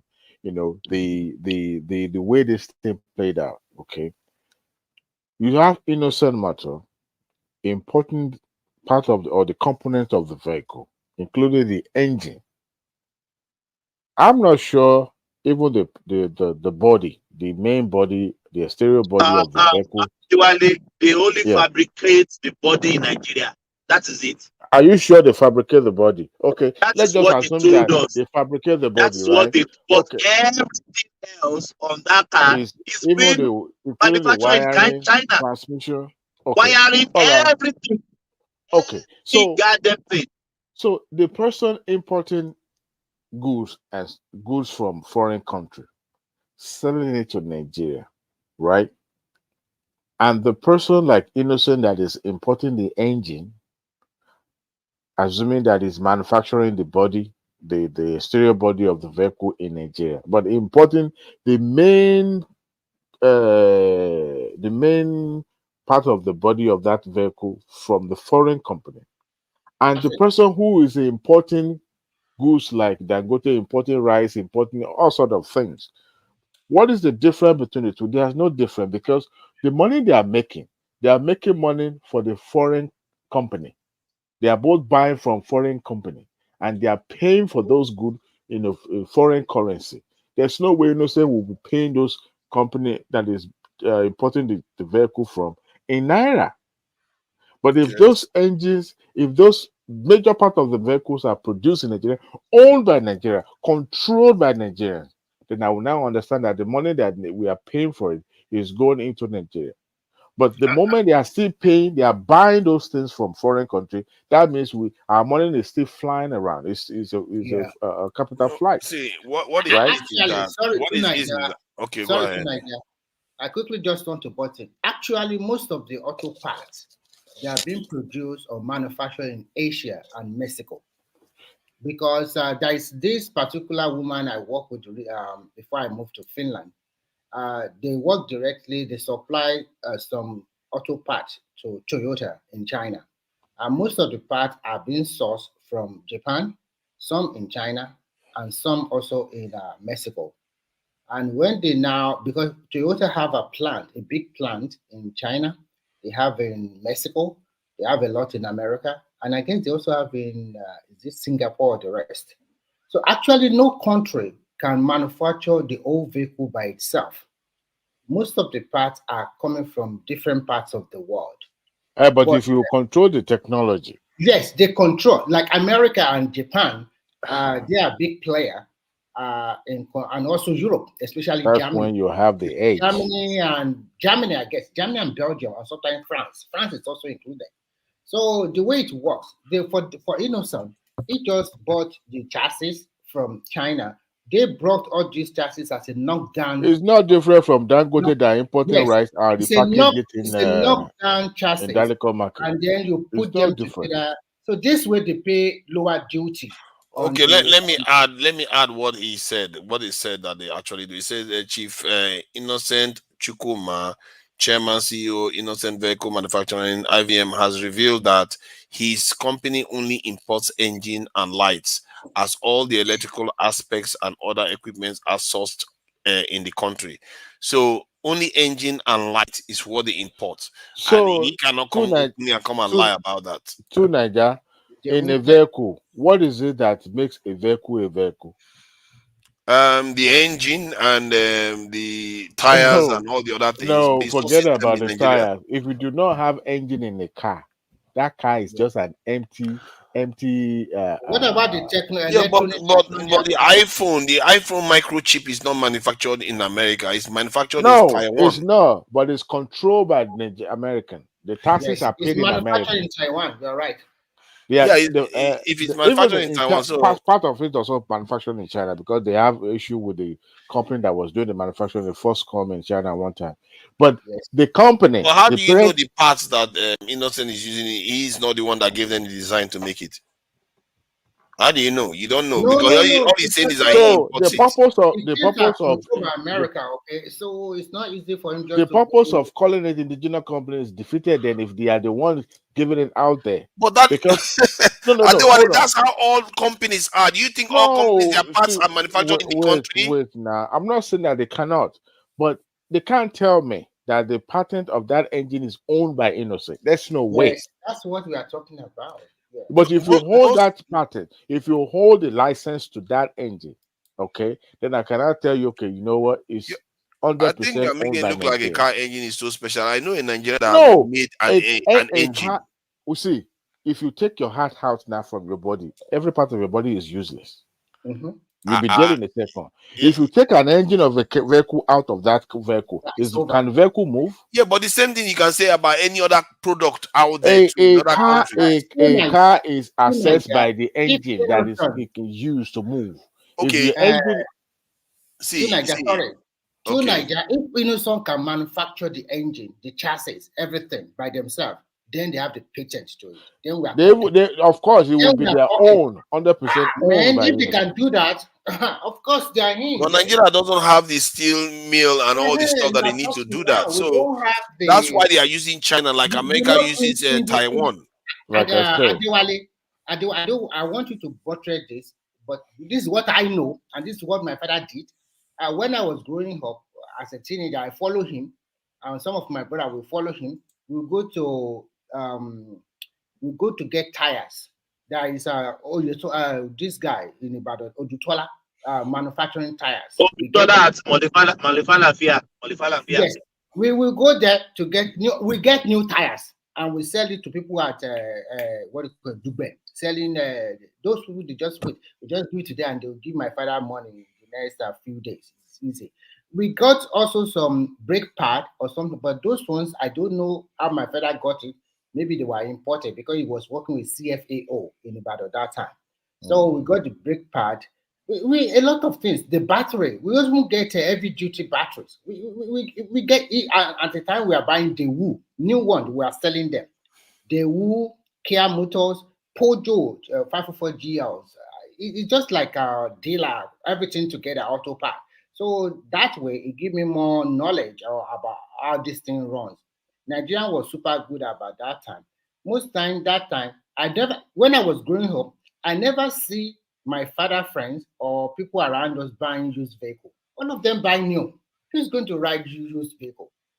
Like, it's new cars. I think the problem is that our major problem is that because of the military incursion into Nigerian democratic setting, that is one. And then two, most Nigerians are docile. They don't talk. They don't hold their governors accountable. And from 1999 to date, our politicians have seen that just give some Nigerians some money, they'll keep quiet. And everybody is biased towards their tribal lineage. So that has been the pain. Then to now make it even worse totally, you now put religion on top of it. So it's over. To Nigeria. So To Nigeria. Yeah. See, I like to be objective. Okay. There's nothing wrong in patronizing innocent. But everything is all about optic. And I would rather do something that will be more benefiting in the future than me to just go with the optic or go with the popular demand. People that are saying government should stop buying BMWs or all these luxury vehicles and patronize the locally made. There's a competition. The BMWs also, they are not going to sit back and say, you know what, come and buy it at the price that. No, they will be looking for a good deal. And you see, public governance or public administration is a very tough job. The most difficult things you can manage is people, human being. Resources you can manage because they can't talk. You just put them, like a puzzle, right? But human beings are dynamic, and that is what brings the challenge aspect of, managing people. And when you are in a public office, to Niger, you listen to different voices, and they are coming at you at the same time. Yes, you have a plan that you want to execute. Until you get to the office, you start seeing people with interest, even in the people in your same camp that claim to be your friend, your associate, your party members, telling you cannot do this, you can do that. And you have to be very, very careful in terms of how you apply policy. Sometimes you have to go around it, like outside the box. The electricity that we're talking about today, the power in Nigeria, it's not a rocket science to generate power, distribute it, and make your money, and people use it, and the economy grow. It's not a rocket science. You know it's too, Nigeria. We can access this through various means. But you see, what makes it difficult to achieve is human being. There are some people in Nigeria that they are hell bent in sabotaging that effort of electrifying Nigeria. We're in the 2024 now. You know how long electricity have been in existence? And yet, Africans are still finding it difficult to have it in abundance. But people, those people that are. Yeah, but you are one of them now. You just start No. trying to promote See, foreign cars if instead no, of no, no, local ones. you see, you can promote foreign cars. You can have foreign goods in your place. There's nothing stop it. As When long you're there able is to negotiate, absolutely no chance of doing it yourself. there's nothing wrong in having foreign items in your place. There's nothing Actually, wrong. there is something If wrong. There are if consequences to it. no, see, look, this is one thing. I understand the patriotism, the nationality, what do you call it? Nationalism. Nationalism, aspect of it. But sometimes some things, defy all these things that we are trying to apply. Yeah, but Sometimes we you have need done to this look. sometimes. The sometimes See, when we were using has become the Pojot, norm for us. when we were When the using other one should be the main. when we were using Pojot, did our economy improve? When we were using Pojot, we It negotiated died with eventually. Germany. Are we No, because surprised? our economy did not improve. And I'm trying to tell you the dynamic of this thing. Our economy did not Ujo is improve. not a local. It's not It's our just, car. yeah, but we negotiated, they built their plant. We have It's not abundance ours. of Volkswagen. Our own is different from when you get Look, from the some other one people you to call manufacture. our own is not actually our own. I want you to understand that, okay? But Because you it's start from because somewhere. You look, start from look. somewhere. What Don't you you think that see, if Nigerians patronize innocent a bit more, do, then do, you do, have more look, capital to look, actually manufacture our own look, engines? look to Nigeria. You know, the political dynamic of what you are talking about is also part of it. You are saying innocent motor should be patronized, right? Mhm. What if the innocent motor does not belong to the camp of the current administration, and you want the government to patronize them? Look, we can It say shouldn't have anything to do with politics. This is see, nationalism. look. Don't speak like a You novice, see, okay? now you see In the as much, problem. We are busy no, playing politics while the no, nation dies. no. See, it's the reality we are speaking on. It's not about it has to be this way. Nobody says it has to It's follow not this about the rule. current reality. It's about the It reality is. we want to create for a better nation. Listen, it is. If you are seeing people that are getting contracts from the federal government, they are the friends and cronies of the people that are in power right now. There is no way they will go pick somebody from PDP or Labour Party to be awarded the contract. It's not possible. It's not going to happen. Even And in if that is America, that, you wonder why Nigeria is suffering, because that's not how it's no, supposed to be. because We can't use party look, politics to block this in the look. progress of the nation. I don't know if you know about America a little bit. I know about it a little bit. You know, when it comes to awarding contract, they will say it's open bidding, isn't it? Yes. But in some cases, in so many instances, we also have inside information of what you Yes. need to put there so that you can qualify and you can be awarded. And Yep. guess what? I've been to places where it's been mentioned that if you did not vote, because it's subject to open record, your voting pattern subject to open record, that if you did not vote for certain party, that do not even bother It's not subject to open record. Where apply. did you get that? It's secret ballot in America. It's subject to open record. Anybody can request for it. I'm not sure about that. I've never heard that before. Oh yeah, it's open record. You see, I always vote for Democrat. I'm a registered Democrat, and I also pay. I give them money. Guess what? I'll be receiving text messages from Democrat. I've given money to Republican at the lower part. I mean, lower level before at this county level before, because they can see who you voted for. It's no big deal. They will see it. It's open record, like I said. But that apart, there's no way Republican will go and pick somebody from Democrat to be awarded a contract. Ain't no way. Texas is a red state, it's a Republican state. There's no way to Nigeria. So there's no way you can wish the political aspect of it away. So what if innocent car owner doesn't belong to the APC? You think they will just call him from blue? Look at what happened during the Trump administration. It was looking for people that are, at least a little bit sympathetic The way I look at it is that if you look at Lockheed to his Martins, campaign. if you look at Lockheed Martins and you look at all the other companies in America, Boeing, it's not about politics. They focus on they just give them contracts for the country. You see those companies. It has gone beyond politics now. You know, those of the company that you just mentioned now, their relationship with government has gone beyond politics, but it's still subject to politics. Okay, and I give you for example. But that's what I mean. Now we need to move innocent out of politics, Proforce out of politics, because this is No, national we interest. cannot nationalize innocent. It's still owned by an individual and it's still It's not subject national. We are not saying we should nationalize it, but we should move it to the point whereby it's not under political we influence. do not have to nationalize it. It's about interest. If it does not Are you belong to the saying Boeing camp, is national in America now? no. See, Boeing is still a well, I think it's a public traded company as well. But But it some doesn't of belong to the state at all in any way. no, it doesn't belong to the state. But the relationship that Boeing have with the government transcend politics. Any government in power will relate with Boeing because the government already invested in that company as well in terms of security, in terms of technology. So it's been nationalized in some Yeah, ways. You but put that's it what I'm that saying. way. We need to get to now. We shouldn't Yeah, be doing politics with innocent cars and but Proforce. this is Africa. This is not America.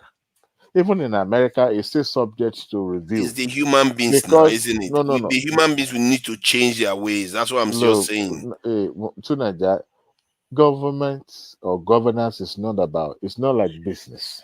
It's not about bottom line. There's no bottom line when it comes to, governance. Okay, and politics side by side with it. There's no bottom line. Anything goes. Okay, anything is considered fair game when it comes to politics. It's not like we are chasing money. You have to make profit. No. Look, we're talking about system where ego is involved. People have interests, okay, and they can go any mile to achieve You see, whatever they set for this is themselves. why So this when is why you're we trying need to the say we should nationalist party in the, Nigeria, because see, nationalist party don't care about all this. do They care not about what works delude for the nation. yourself. Do not, even at the First Republic that we have a lot of nationalists. Do not delude yourself. We didn't Most have of them. what you hear are just mere rhetoric. Actually, nationalism is been known to be the most powerful force for any nation. Any nation that wants to express itself to the maximum of its power is through nationalism, and we've never truly had that to build our country. Sometimes ago, I believe it was 3-4 years ago, when some telecommunication wanted to merge, okay, in America. These communication companies has gone beyond being rendering telecommunication services to America. Part of their job actually involved national security. Okay, that is why I said government has invested in some of these companies that has been nationalized, and it's still subject to review. And I give you an example. That particular companies, when they were on the verge of doing their merger and acquisition process, the government has to put an embargo on that process and put it on hold for a long, long time until the government okay, because at that moment, government was looking for the interest of the people, the American. So, and also they were trying to make sure that their interests in those companies and their security interests are not compromised. So they were doing everything they could within their own power to make sure that that merger does not take place until they're able to scrutinize to some effort. But the company is still owned by private individual, not government. But because government has invested in terms of security in those companies, and that is why they were making sure that their own interest is also looked after. Okay, I mean at the end of the day, another example, there was this phone company called Huawei or something like that, Huawei or Huawei. At the point Huawei. Huawei, so I've always having a hard time pronouncing it. But America was proposing banning it from America completely. They branded it as a phone that is all about spying on Americans and all that. So they were proposing to ban it in America. Thank God that the likes of Samsung and iPhone dominated the market to the point that the Huawei could not even compete with them, not even BlackBerry. So what am I saying in essence is that Adewale, can I quickly interject, please? Yes. Right. I think what you just painted now is totally untrue. Okay. The way they pronounce it is Huawei, not Huawei. Okay. Yeah. So Huawei. So that phone, I used it before I came here. That phone features and some of what it does, even much more better than iPhone. And then the American government is trying to protect its iPhone and its ally. So they have to put a ban on the chip, because the chip they are using is also the chip that Huawei is using. That Huawei, you can use 4 features at a time. You can be on talk, you can take photo, you can record, you can save files. So many things you can do at a go. I use Huawei P30. It was a phone that, because of that Huawei, most Chinese calculated over 1 billion people, or let's just say half of them, 600 million people, switching from iPhone and buying Huawei. Hey, So I big what market. I said wasn't untrue. So The what reason you are why saying that you Americans are using rejected it to spy. Huawei is It because wasn't untrue. I no, think it's that not is about just an spying. Americans excuse. spy on with iPhone No, too. see, The reason no, why they no, didn't want it look, is because So they look, don't like what competition. I look, want to say is that it's just an excuse. no, no, Just Yeah, no. they don't See, like the and see, competition. I Remy, think no, uh, otherwise let me finish. Just 1 second, let me finish. I like the way Americans does their thing. That's good move. They checkmated Chinese product immediately because they know that it's taking over. Before it take over, Exactly. we are the control of the art of the chip. So they now ban Chinese product, Chinese phone manufacturer from buying their chips. And once you do not get that chip, which is the core technology of our mobile phone or smartphone, then Remy, sorry for cutting you off. I saw some we call it Huawei. Now you sabi how you call it. Huawei. Yes, the phone was bending. Phone like a flexible phone Yes, they bending have like some of them like that. Yes, yeah, they do. but if you to Niger, if you see the feature of this phone, what is iPhone? What is iPhone? What is Samsung? What is my brother? Just go and check the feature of this phone I'm talking about. Any Huawei, the good ones. If you see the features, their camera is top notch. It's one of the best. That's why do you think the Americans are doing what they are doing now? They are trashing about because they fear that the Chinese product is going to be superior to theirs. So they want to keep their own I market. like the way America played their point. That is good. no, Because see, Remy, And maybe we should copy them now. We are not copying them. And Adewale is saying that we should be buying foreign-made goods. No, I didn't say we You should didn't buy say foreign that. goods. I did not say that. I'm saying in comparison the price of buying those vehicles. If the price is favorable, why not? And there's nothing wrong. The one that there is we are no, branding, because we have to the start one, promoting our own. hold on, the one we are branding as indigenous or home-made vehicles are actually produced abroad and subject to Oh my that God. petrodollar. But let me speak to what Remy just said now. I wasn't wrong. You really need to See, change that mentality you have. We have to start supporting our own products. hold We on, are in to trouble Nigeria. if you don't do that. Hold on, to Nigeria.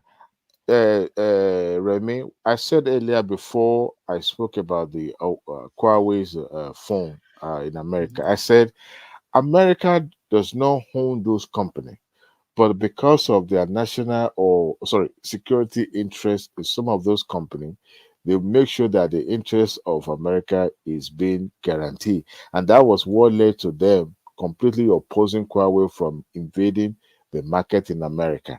The likes of Samsung and iPhone, American government has invested heavily in the security of those phones to the point that anytime they are using it in America, the security of the country will be guaranteed, not somebody spying on American. Adewale, So is what they anyone did, using iPhone? Do you use iPhone? I have a I'm work. using iPhone. I have work phone. My iPhone. brothers, I hate iPhone like More than anything. you give me, I will just smack it on the wall. Too complicated. No. Somebody gave me iPhone. I can't even operate it. Too No, it's not complicated. I haven't seen that even more simply. Simplicity of the phone. Samsung. I'm a Samsung person. I've been using Samsung since God knows. Recently, I kind of like experimenting something about photography, and I was studying something online, and I realized that you can play around with Android more than iOS. In such a way, because it's so easy to manipulate, and also just dabble everything and start setting it up like iPhone. I have work iPhone.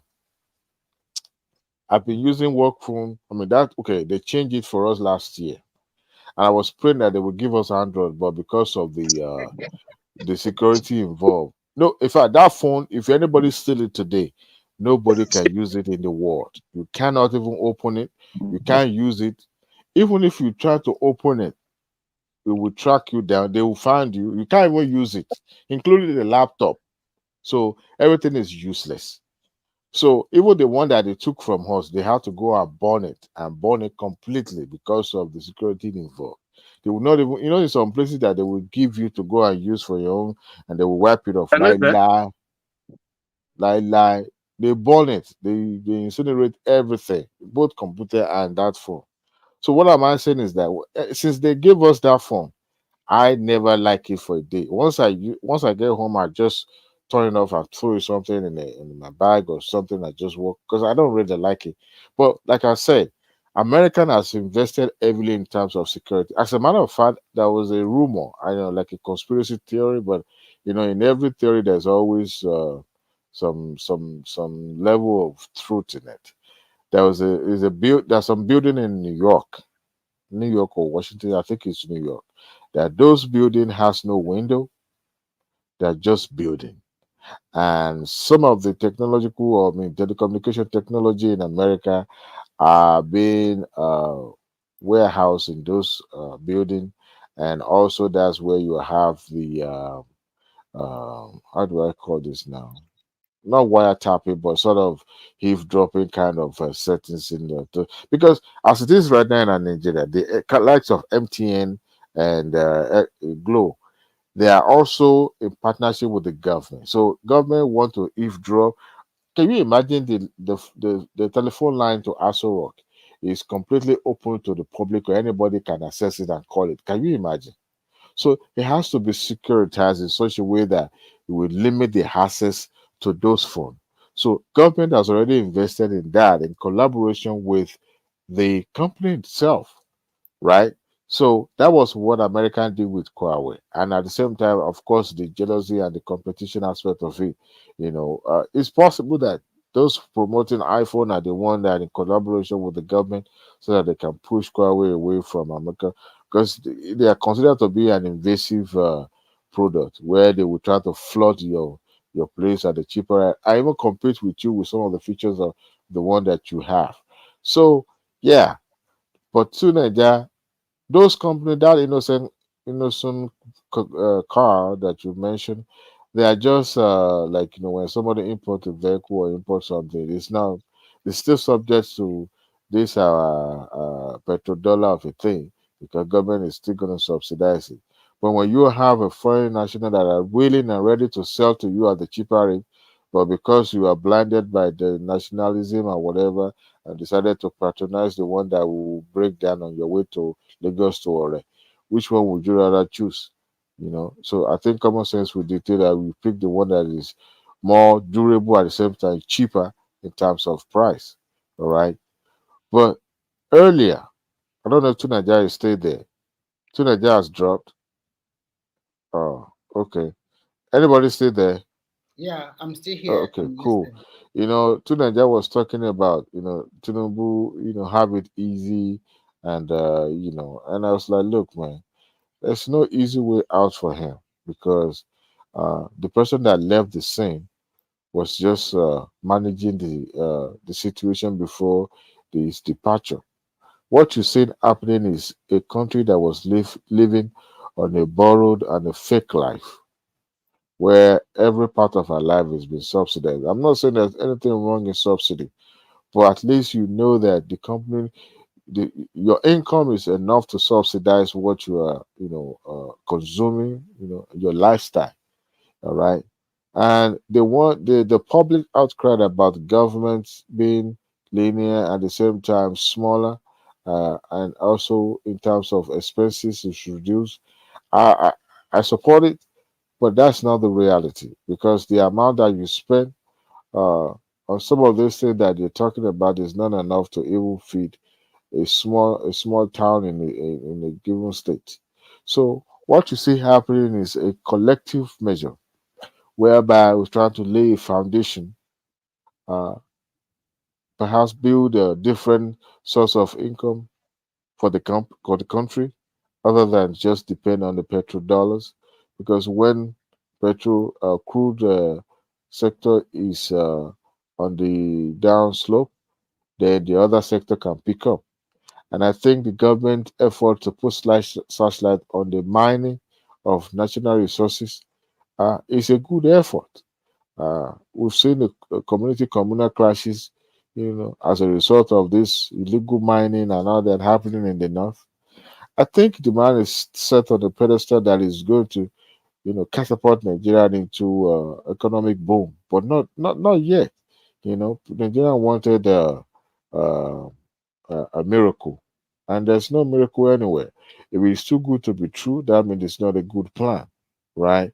So what we see happening is that we're actually living our true self of what we are worth. That's what the dollar, naira to dollar it is right now. That is the exact worth of that currency.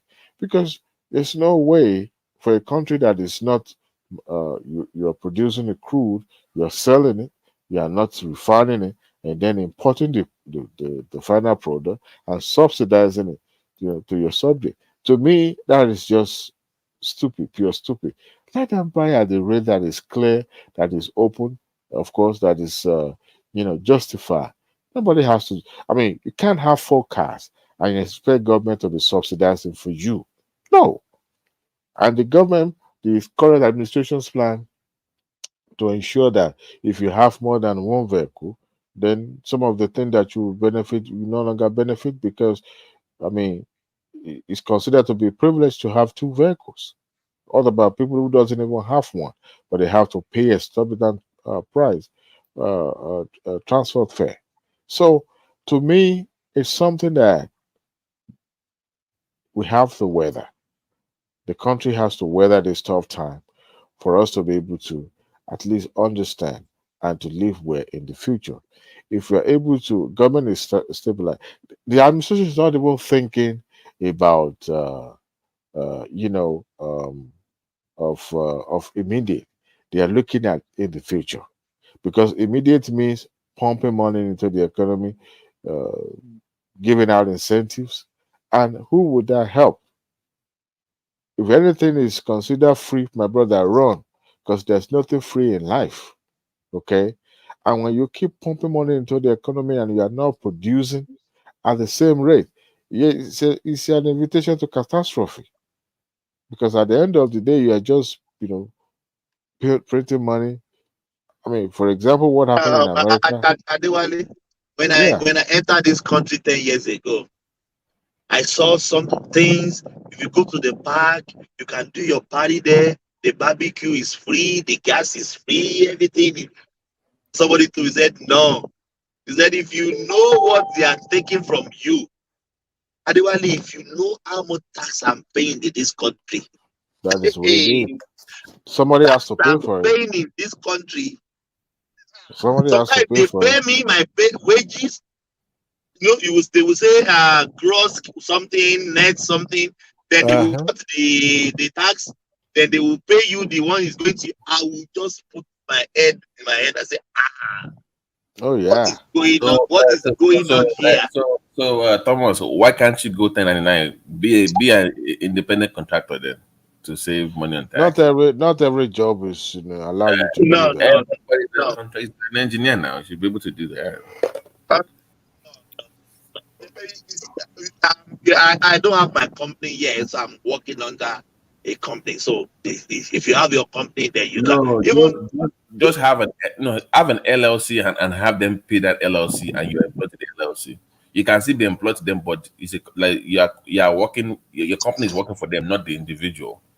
Individual, yeah. They will pay. They will pay your LLC that you can lower your taxes on that. Oh my God! But sometimes when I do my tax at the end of the year, we only do our tax. Our end of the year is June 30 every year. So I still get some tax return. So that always comfort me at the end of the year. At least I get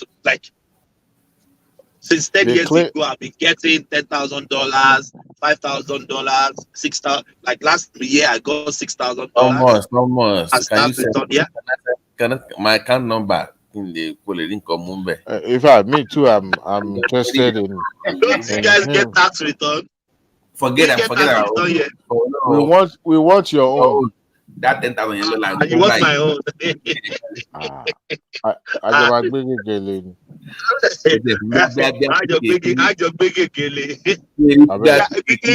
think even I talked with my tax officer. He said you are paying too much tax. That's why you are getting returns. If you are not, some people still pay back. My wife, like last year now, my wife paid back $1,000. Thomas, it's not actually a return. It's your. They're not actually giving you more money. It's just No, it's my money. I know. Yes, it's not like they're paying you anything. It's just. But if you have but you're an engineer now, you're supposed to do contracts up on the side. So instead of having that second job, you can have an LLC contract job on the side, 1099, and just have your own company and work with that for your second job. You save more money. Babati, there's no Yoruba one track money, but me to register. So much is side today. Okay. So yeah, me officially to taxi. So much a business in so I'm still building it. So I've not really because once you start going over 60 hours a week, then on share 1/3 your money is that you're already working like 40% of your money is for you. You're almost so what's the point? My brother, I take cash, man. Mama go low on million. Mama send us account of the year, cash in that day. So yeah, no really. I don't know. God, if sometimes one day they remove $800. But of 2 weeks pay. Thomas, I always laugh at Nigeria. Nigeria will pay. When in Nigeria, you don't pay any tax at all. You don't pay anything. You don't pay anything in Nigeria. About $800. $800 in a 1 week wages or 2 because we get our pay 2 weeks here fortnightly. $800. But I will just bone. Account me the money that I entered in my account. That's what I will work with. $800, $500. But it's just crazy. Go and donate your money to charity like Trump and don't pay tax. Yes, that's what companies. Anyway, you know the funniest thing in this country? I saw a big company paying $10,000, $1,000 for tax. Because they will claim this, they produced this one, they didn't sell it, it go to waste. They donated one to nurse, they donated this one to hospital in Melbourne, they donated this one to, at the long run, my brother, they are not paying tax. We that we are working day and night, they will milk us like this is no evil. No. But don't be like Thomas. Let me make you laugh. When I just finished college, right? I was applying to grad school, and I'm working doing some jobs, and I'm complaining. You know, when you're single in America back then, you pay about 29% of your money goes to taxation. In America, are single with no kids back then. So here I am at Thanksgiving, family, whatever, complaining that they taking one tax. And my uncle is sitting down there. That year, that guy made about $24 million oil and gas. Do you know how much this guy paid that year? He paid only 9%. Wow. Because it's LL, you know how you can shovel stuff around, paperwork and all that stuff now. And I'm complaining, and this guy is laughing at me like, so I'm like, he won't pay you. So it was when I showed me the LLC thing, contract jobs, all those kind of things, how to donate to charity, have those ways you can save money, tax deductions, yeah. So Thomas, I'm sure in your do you know what you should do? Let me advise Thomas. Find you a Jewish accountant. I'm not like the way they know what I'm talking about. They will find a way for you. Those motherfuckers. I don't know how they do it. Even my own. Every year, I just email him. I don't know what it does, but somehow I'm always okay. I'm always okay. So find yourself a accountant. You want to be you want to become Trump the second. So but it's true now. I'm telling you, it was Jewish accountant always. I'm telling you, they are along. Can you off and on? What happened to somebody already suggested they would want to be before. Somebody suggested this before too. That's why. No, it's not. No. It's true actually. For real, I'm a Jewish accountant. Will I'm telling you, they will solve you. I'm telling you, they're amazing. They're amazing. You know, so one thing about the country is that I think we are living our true color now. So until we balance, we are not balanced. So I just hope, when gone are the days when Nigerian were living in the opulence and ostentatious lifestyle, buying stuff. And look, to me, I think the government is, the fact that subsidy of a thing paying into just individual. The same thing goes to energy. You have people that are manufacturing what do you call it? I said manufacturing, importing generator, diesel generator, the likes of Mycano and all that. Why did Mycano invested in producing those generators in Nigeria? Why? Can they use the money to generate electricity in Nigeria and make more money? Exactly. But no, they believe in how the ship shot importation. Do you see? Do you see what I posted earlier before you came in? Actually, no, I didn't.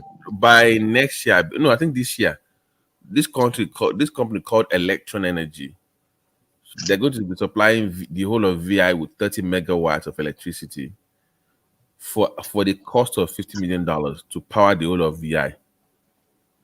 Wow. So you buy your light from them. That will be 24 hours lights. Yeah. No. So they are using gas. So they already did their own. Yeah. So they're going to give them 30 should be enough for VI now. 30 of so. That is enough, my brother. That is enough. And you know what will happen if VI gets it. I want they also want their. You know what? And let's say 100 or 60 for both for $100 million. One now. That means they collaborate with Lagos State. Yeah, but since you want to liberalize the sector, yeah, people can now just do their own thing. I know. The state can do their thing. Yeah, and those even if I will invest in that area because VI they will pay. They will pay the money. Oh, Nigerian will not issue. About me, yeah. Those ones will pay the money. People still live in VI or businesses now take over VI. In fact, the kind of high rise money, but that one on is not designed for high rise buildings. What will happen if we double, triple the population of that place? Where are the new roads? Shouldn't VI. So you can't build new roads to expand now. If you keep having high rise everywhere, where are the people gonna stay? Where are in the morning? It was meant to be residential now. Right. Now the failure of Marina is what's happening. Marina was supposed to be your sky rise or whatever. Or your Eco Atlantic. I only wanted that doing. But Marina too was congested. There was no. No, you build it up and you move people out of building a old killing and you build up from there. It costs a lot though. Because it's not that expensive. They might change the law now. You just domain them out to private stuff. Or my build the 40-story up. You give the owner of the land and the house two floors or 3 floors from the whatever you build. So they will still own part of the building if you take the land from them. So the house you destroy, you just pay them back with the floor apartment and if they sell it or they keep it, they make more money. And that's a good deal, oh. That's a good deal, oh. That's the way it's done in America now. So if I it's a small house. Okay, we will be like a 20-story building. We will give you 2 floors. If it's the downtown area, you will make more money. To back keep it, to back I'll make way more money. So after I sell it, I now retain 2 floors. Is that what you're saying? Yeah, because it's a very expensive area. So one price I think it cost. Don't I build you can here up. They will not give you the cost of those 2 as a floor in that 40-story building, whatever. So you can try to keep it for yourself or just rent it out or sell it. So if you have 3 floors, you can keep 1 or sell 2 or keep 2 or sell 1. You will make me way more money now. Yeah. That I think I can bargain with that. You have a new building. Thomas, you have a new building to yourself. Yeah. Who I want to call Eco Atlantic again. I'm sorry, I like the plan, but where is the new road going there? There's no bridge going there. This is traffic in my horrible now. Just look at it now. The same Amadou Bello road. Wait, but I think plus Eco Atlantic. That's crazy. But I think that Ikoyi, sorry, the Lekki new proposed bridge and all that will take care of that. No. It won't here. Say Fort Bridge. No, that one is on the other. That one is on the other side now. That's on the other side now. We are talking of inland. Yeah, that was on the other side.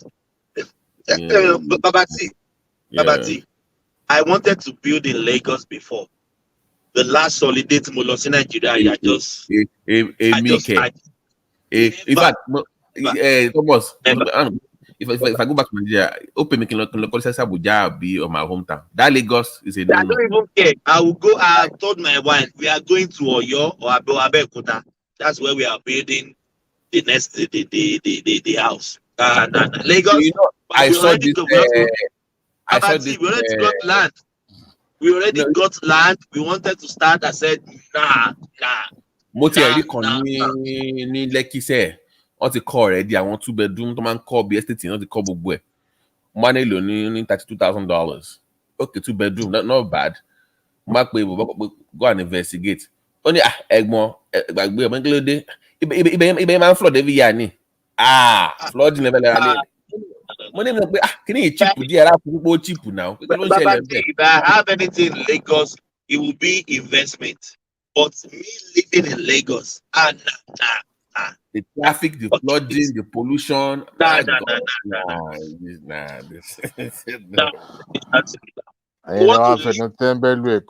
If you want to live long, don't live in Lagos. If you want to live long, don't live in Lagos. Thomas, people that are buying houses in the Lekki, but cancer,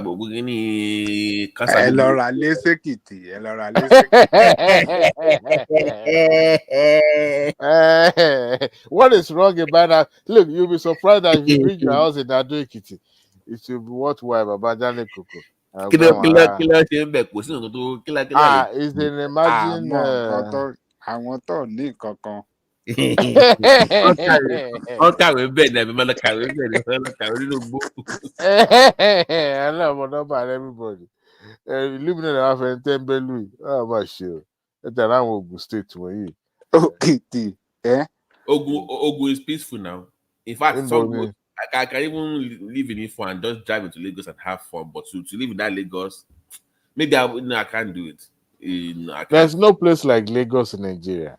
For fun, not only or to enjoy or do business, but to live in the middle of that chaos. But I tell you what, I can't live in Lagos anymore. The last time I was there, it was tough for me.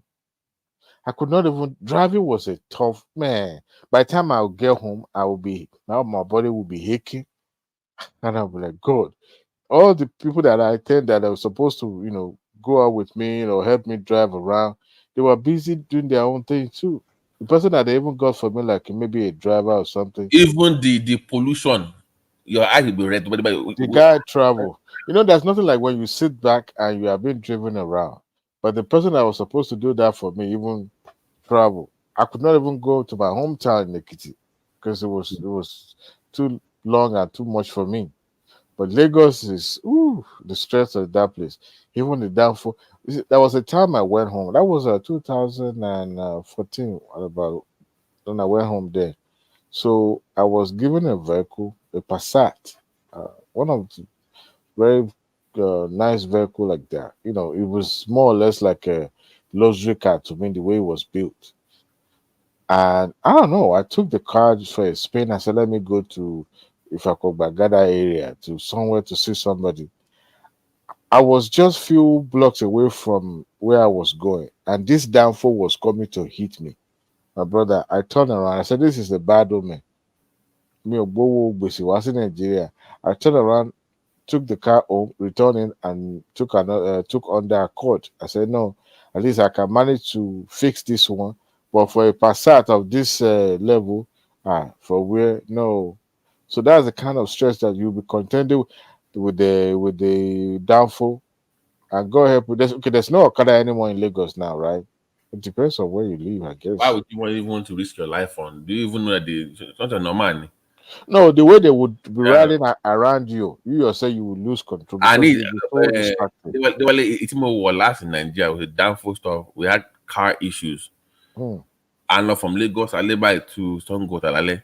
But boy, they feel they face opposing traffic. I let them. Park, you see. They park sáré ọ̀nà. Park sáré ọ̀nà. Ó wá sí boot pé kí ni máa ń cover glass ní, so you don't see what he's doing. Ó ló fẹ́ tún ó wá sí boot yẹn, ó bo glass. 10 minutes. I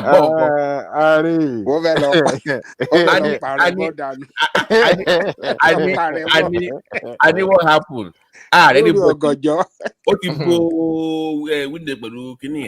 This guy left in the middle of the road to go and drink Balaga, to go and drink Ogugu, and he left people in the car. No, look, that those are personal experiences way worst thing. In the middle of the road, the worst thing that I cannot even I can't bear it in Lagos is worst. Is the population, the crowd everywhere. No sidewalk, no sidewalk for anybody. No, Lagos is a jungle. If you don't get used to it, Baba Dale Koko, when I was in Lagos,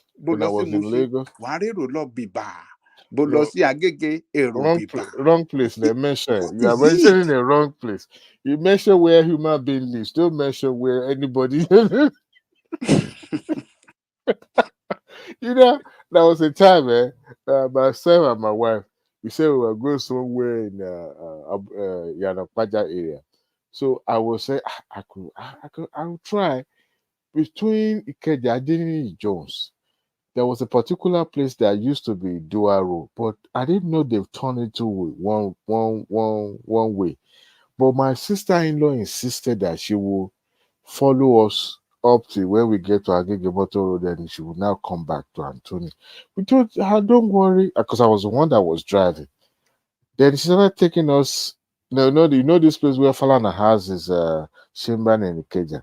I thought it was just like, I know all this area, my brother. By the time he took us to Agege Motor Road, I opened my mouth because some of the places that I thought it was dual road were actually one way. And guess who we found there? The landlord of Lagos themselves. The what did you call them? Lasma. They were every corner. I said, this is Beseski. I would have paid at least almost 50,000 or so to this. Every time we would drive, I remember very well because they have this police officer station around not Okpebi Alley, but when you're coming from what do you call this hotel in Ikeja? Sheraton. and you're about to make that corner to Okpebi, what is it called, this corner? You know, when you, but we won't get to Allen. You're just, making that right turning. Then you will pass through motherland, like you are going, you make a round turn, and then you face the Allen Road. They are always stationed in that corner, and we are going to Kudrat Abiola way in Oregon. So every time we're coming, I will stop in front of Sheraton. My wife will pick up because I didn't have the driver license, right? And I refuse to let these guys exploit me. You see, you see this on Lodge. When they see you, they could tell that your skin color is not like a regular skin color. So they will task you in a different way, unlike the way they will rough handle other Nigerians. So God help you, the battle of Jabo, you are your own. So for me, But if you have that much people, why don't you have enough walkways, walk path for people? You see them competing with cars on the highway now. Because walkway that anywhere now. But Babadale Kokoshe, you remember in the late 80s and early 90s, there was something like that in Lagos. But some of those the one available has been filled up with people selling that with exactly. God bless you. Even block the God bless you. Now you're competing with the Okada and cars on the way. You remember Ojota flyover, that pedestrian flyover, Ojota, the one that was there before the even government started constructing flyover. The entire flyover was taken over by beggars, people selling stuff. So people didn't even have enough space to even walk on that flyover bridges. So, I mean, living in Lagos is a tough call. Yes, sir. It is, and if you are not careful, it can reduce somebody's lifespan. It will, though, especially if you go. My grandma, I live with her, used to live in Alayakin's rural area. All those low-cost housing estates that they move people into. That place was well planned. In fact, there was running water. Okay. Wow. So, but before you can say, but when I went there like 2 or 3 years ago, because my grandmother is still there, it's already been bought. There's so many people living there now. A lot of people from the east. And they told us that if we want to sell that house now, can you guess how much is it? Millions. Can you guess? I want you guys to guess how much you think it was. Maybe 40 million, 30 million, 10 million. No, 40 million. Wow. In fact, some of because the house belonged to my 3 people, my mom and my 2 other auntie. Those 2 other children, they were now pursuing us to sell it off. Okay, they are looking at the money, but my first brother refused. Okay, because he's the head of the family now. So that time, I really enjoyed that place. We can walk around. We can go to Love Garden to play football. And most of the streets were tarred. It was so good. Lagos is still okay, but in Ijesha, because I have another person living there. Oh my God, it's so congested. So many people. Oh God, man. Have you been to Orile? I don't like. Don't talk about it. I don't like that place. It's one of the even back in the days, like even Shomolu was. I don't really like that. There was a girl. There was a lady I was dating. Right, I met the lady. So this girl, I didn't. So there was a church. So wait now. Somebody introduced me to her. So in the course of that, I went to church. Then I was almost becoming a pastor. So we usually have weekly. A pastor, Adewale? So everything I wanna say, I can why you want to sing. Hallelujah. So, hallelujah. Pastor Prince Daddy. Okay. I'll get the last. So we went to the church, the program, and then I was taking her back home, and she said she lives in Orile. No, Ijora Morile side. Not Badia. Not Badia. My mind keeps saying Orile, but I think it's around the Ijora area because that place was swampy and ghettoish and dirty and stinking. So, do you know that as soon as I go home, as soon as I drop her, because what do you leave one to go, David? As soon as I dropped that number, I don't know what I hit something. My engine knocked completely. No way. This guy is a gunner. No way. Lose my number. So SLC she was like, what have I done? This and that. So I just said one day, let me go check on her again. Just to when I got there, I said, no. I wasn't born with silver spoon in my mouth, but there ain't no way I'm gonna deal with this kid. Because while I was mistake friend in you're on your own. When I saw those area, those are if you live in K2, you are living in they are still in paradise. Yeah, living in Koyi. Koyi is upscale. We're talking about K2, even with daughter. Okay. Most of you pay Koyi ni K2 jẹ́ síbẹ̀ yẹn. Oh yeah. If you are living in Oboroshoki, you are still Shomoluke. You are talking about Shomolu is àwọn ibi tó ń sọ yẹn inú ìrà làwọn bẹ̀ yẹn. Inú ra bàbá Jẹ́nìkọ̀kọ̀ you get it. It's so ghetto. It's like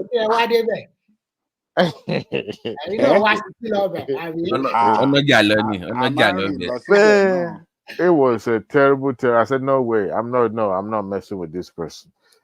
Because it's so. How can someone? Okay, I will come from Ekiti. I'll come and live here. If somebody from my places where I live, was like, Yagele Kodi, Otio, not this kind of place. And I said, no, I'm not going to move with people like this. Because we don't only know I've Canadian label, I've seen a little to.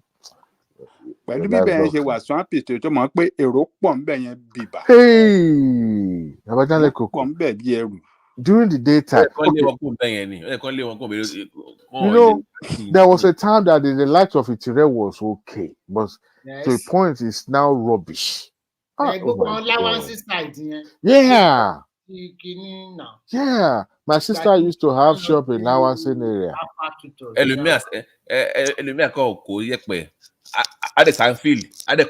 And nothing will, and that's it. Straight up. I don't think they're not following you. They will just before you know it, the following day you see somebody selling, put a counter by the roadside, or tank on it. Before you know it. Allen Avenue, Allen Avenue, Keja. Gbogbo side ibẹ̀ yẹn àwọn Igbo ti bẹ wá ń ta kíní bẹ́ẹ̀ aṣọ gbogbo àwọn ibi tí ó pé àwọn máa ń private offices company gbogbo ẹ ti di Remy, I went to Gbemisola Street. Before when I went to Nigeria, I was there like 3 years now. Say come on, so about America. So, and I went to that same street. That Gbemisola Street was where they have one water park one time. You guys remember there was one particular water park there. This same Gbemisola, I think that's where Abiola's house was too. If you see that Abiola's house now, you weep. Some of those edifices are no longer. Oh my God, how long have I known before? Nigeria is a disorganized country now. It is so disorganized. What surprised me, not that you now have the new Lagos East growing now. Our plan for you should have learned from the mistake of the past, not to repeat the same thing in Bejuleki again. It's going to be the same thing now. They're just building houses anyhow. It's no pattern. Every day on YouTube. Come and buy this essay in Bejuleki. Every day on YouTube. Just essay. Come and buy this essay over there. Bejuleki is the next thing. Blah blah. They are building houses. They don't even have good water. Their water is so brown. And there's no road there. You see the single road. No road. I mean, those areas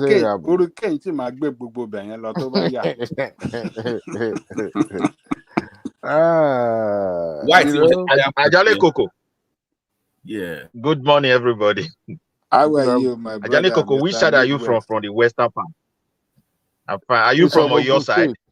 He's from I Ogun know I'm State. from Ogun State. I think I'm from Ogun State. okay, The area Ogun boy State. I of think they use Yoruba. because I just want. Yeah, I wanted to put this one there. I think do they still have this cocoa tree? The one we really know western part for. Let's forget about Lagos because the kind of development our people are doing is a disaster. No, if you to go, they still have Do we still cocoa. have it? Yes, they still have cocoa. We still have cocoa. It's just But not like the in a scale, that okay, not in a very good scale at all. No. But we still have cocoa in anything from Oyo State we downward. don't really still have cocoa in Ogun State. It's Rubber. it's more of Rubber. Oyo State, Ekiti, Osun. Rubber That is where we have rubber. We have kola nut. We have which have palm yes, channel, yeah. So that the things. My brother, do you know why I asked this question? And of course, yes, do you know why I asked the question? Cassava, kola nut, and all this. Yeah. No, these are normal agricultural products, produce. Like I want to really talk about the cash crop. I went to my place, my brother. Most of my village, my mama village, there is no longer a bush. People just spread houses. This one is building, this one is building. I don't understand.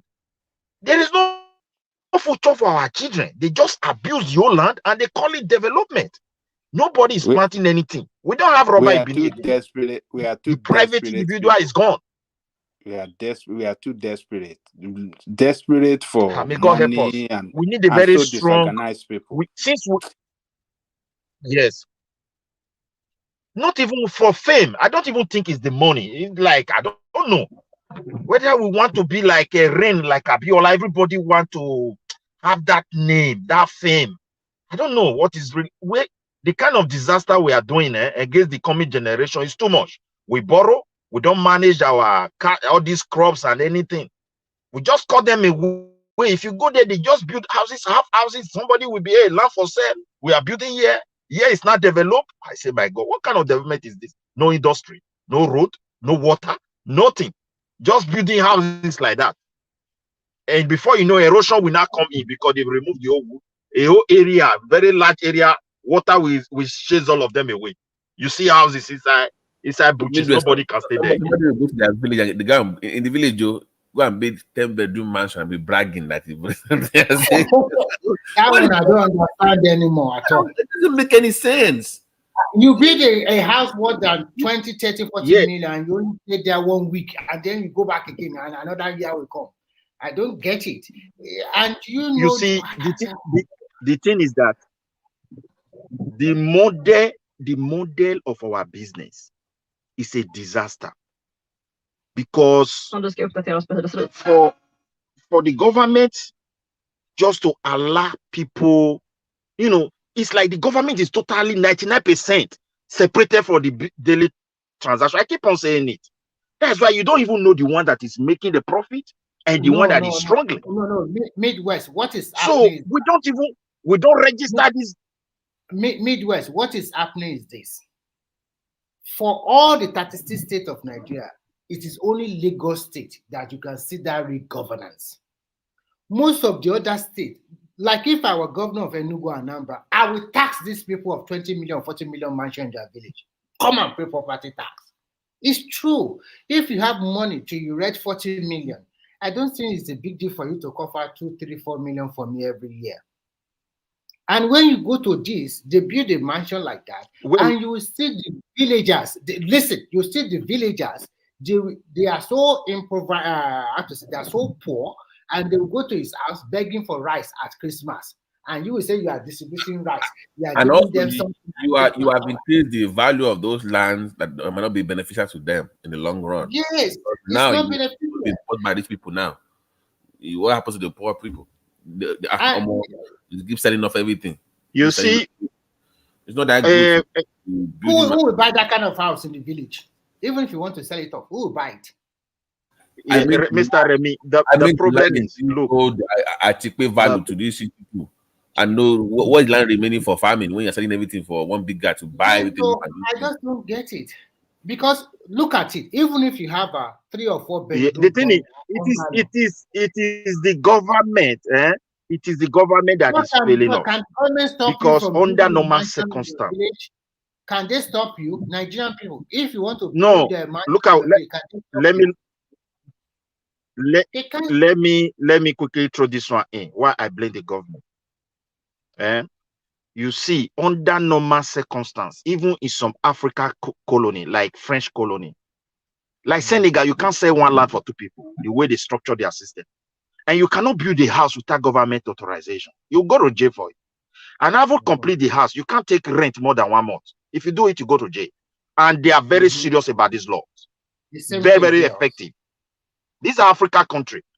Like in our country, it's like it's a place where you wake up, particularly when you can speak this English, you can read and write, or you even have a degree to back it up. You just feel like whatever you are doing, you are the best.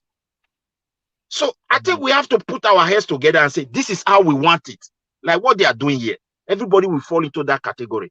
Even though you have millions in your account and you pay the due tax to gather that one for yourself, it is yours. I think, but you must pay the tax. Midwest, Because when you pay it, there is a new tax reform coming upstream now. They want to target as many as are out of our population. If they can target 50 million paying tax citizens, that would be fantastic. Because there are so many double or triple tax that people are paying. So they are harmonizing them. And even the state government, they are seeking the help of the federal, this the DAGA that is on tax reform, they are seeking their help. So that they can harmonize everything, and they are going to do that. Because the more you capture that people can pay tax, then people will be able to know that having 2, 3, or 4 cars in Europe, you have 4 or 5 cars, then you're in debt already. Where are you going to park them? And if you park them, you are going to pay a lot you of can't money. survive. Road tax every year, and then you have like Sweden. Funniest thing, Sweden, you in the front of your house, you pay money for parking your car in Sweden. Yes, so yes. Do you know the other time I have a parking front of your house? I don't know of Finland. I don't know. They have not given me space that time, but they gave us opportunity to park in front by the roadside overnight. So I parked my car there. The following morning, they have already given me €60 fine. What did I do wrong? They said if you park on the public road. Like, this is my fault. There's a zebra crossing. They say my car is 0.3, just 0.3, very close to that 5 meters distance. That I instead of 5 meters, my own distance is about 4.7, and they give me €60. I was mad, but the guy just calmed me down. Said that is the way. But that's not your house. It's not the front of your house. It's a public street. It's a road. It's a street road. You can park there. Ajade Coco. I'm trying to tell you. Let me explain it to you. When I was in Spain, it was so mad. Yeah? When I was in Spain, in front of our houses in Spain, you park, you don't pay anything. If you go to the heart of the city, so they put tickets around that area. When I came to Sweden, the where I live is close to village. Front of my house, you pay for leaving your car there. The little space they have for free. If you park like 10 cars there, you can't even see space there. So you will be forced to go and rent one place. Midwest. And when you rent 1 or 2 places, you want to rent the third one, they will tell you no. They don't have space. Go and look for private people that have space where you can be parking your car. Midwest, do you know the irony of it here? If like this road is 60 km/h, you can speed. They have arrested some guy, they speed like 80 km. Do you know the fine the police are giving them? They can give them a fine of €1,000. Some they would give them a fine of 1,500. They also take away their license. These people with point from driving license, everything. If they commit driving license from you, they're not they play with traffic rule at all. Yeah, Scandinavian people not they play with traffic rule. But now in our own case, when now I was watching that governor's video chasing people driving against traffic, and I'm like, why did you have to come to this when you have systems in place that will capture your plate number? when you violate things. You don't have to. You don't need government to be jumping about. Alain said I'm a soldier. He said, lock him up. He said, you're a diary. Yeah, it's even worse. Lock him up. Wait, continue. Oh no. So if it's not a government, you can just say I'm a guy because I'm. So, Babati, that electricity we need to do by cook or by whatever. I want to find solutions to electricity. I mean, Nigerians, you need to be somebody that has agidi to govern Nigeria. Nice estimate democracy that is not going to work. You need agidi. See,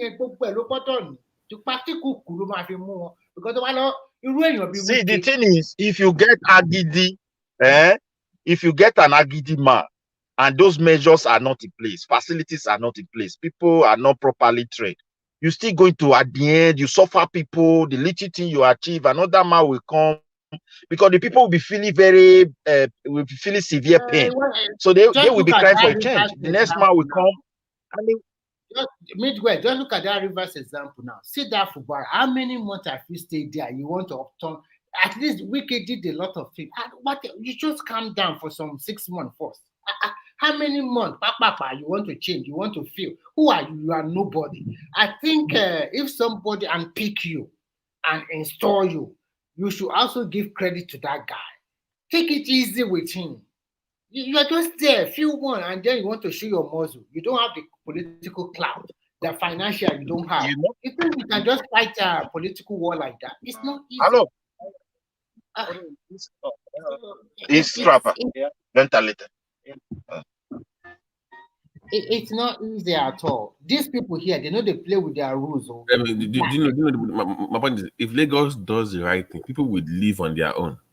Yeah, so people will pay.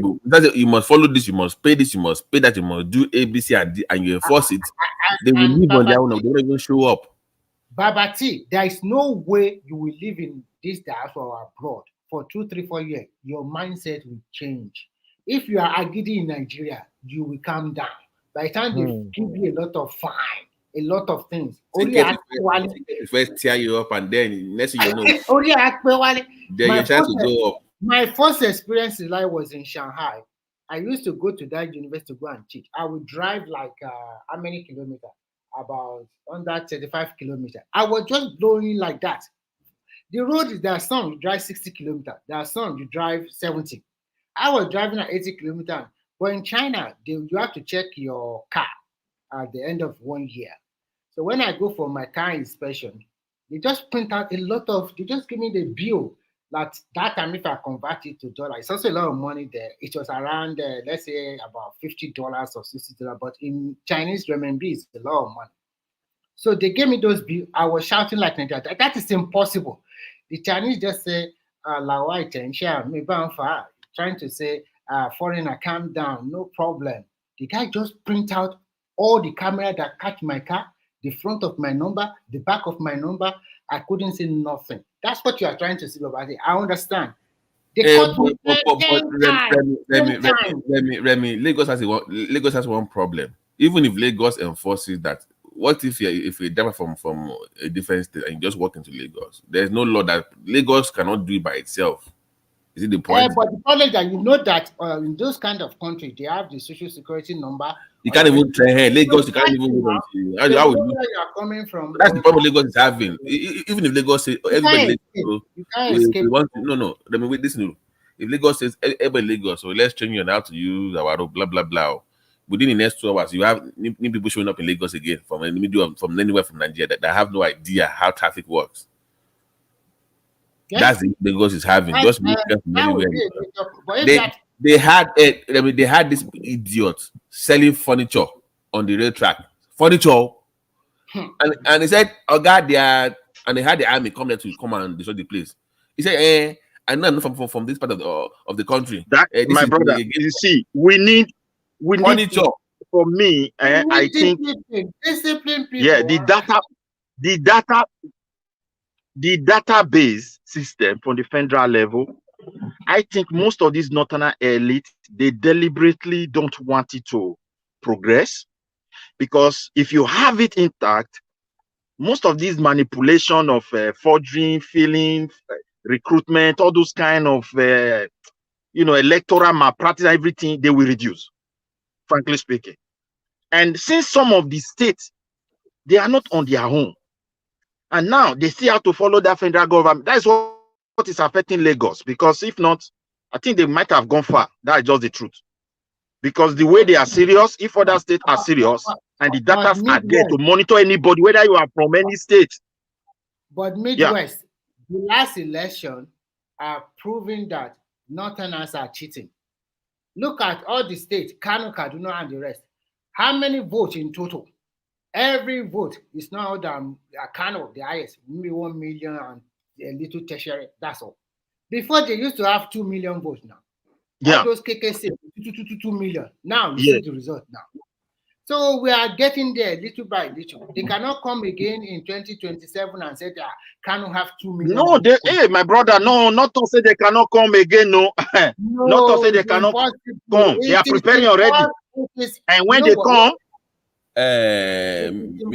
let me say something, Remy. That is the reason why I've been warning you people from the south. You know, you people have been pushing for diaspora voting. I said, people, say Sudan is diaspora, right? Niger is diaspora.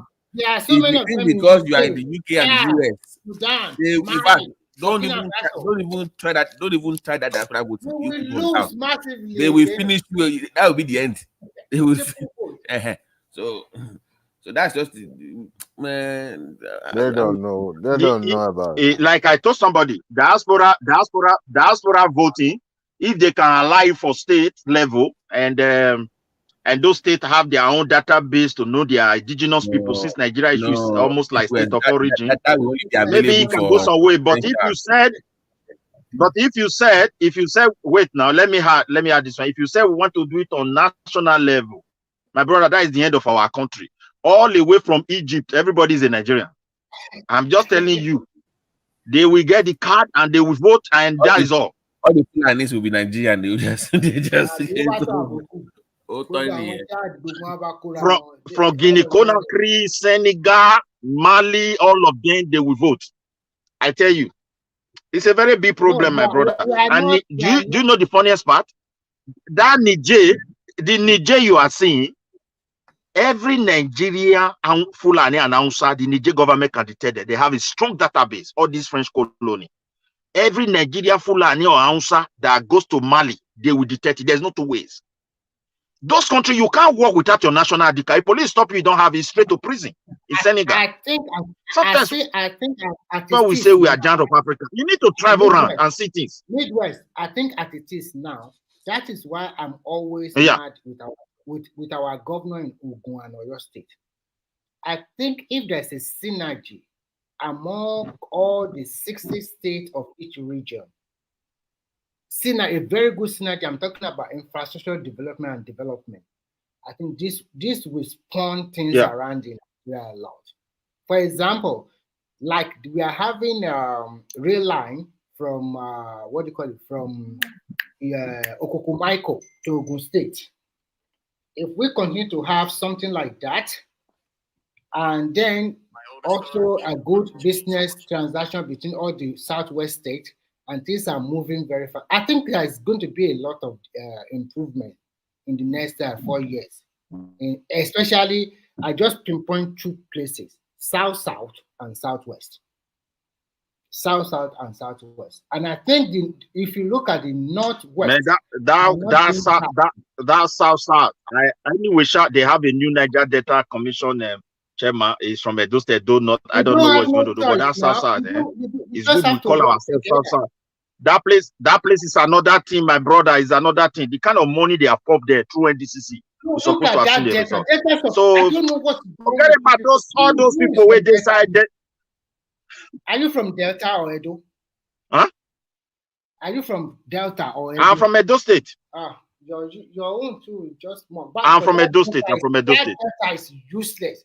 A lot of money just wasted over the years. Delta is supposed to be at par or even very low. And that you the shout Obaseki. Delta is supposed to be like Lagos.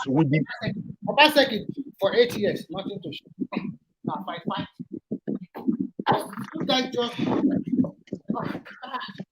That is why I pity this river. That is why I pity River State, because they don't know what they are going into.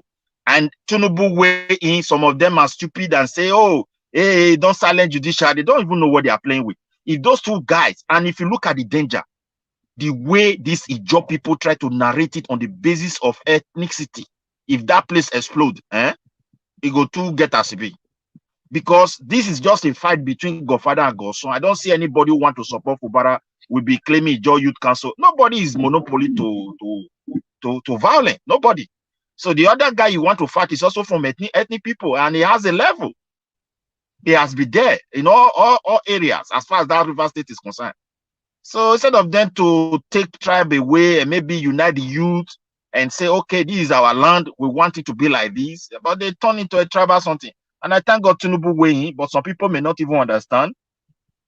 And because if they go into that fight, no development. Now judges, top-ranking military officer, top-ranking police, now go to chop their state money.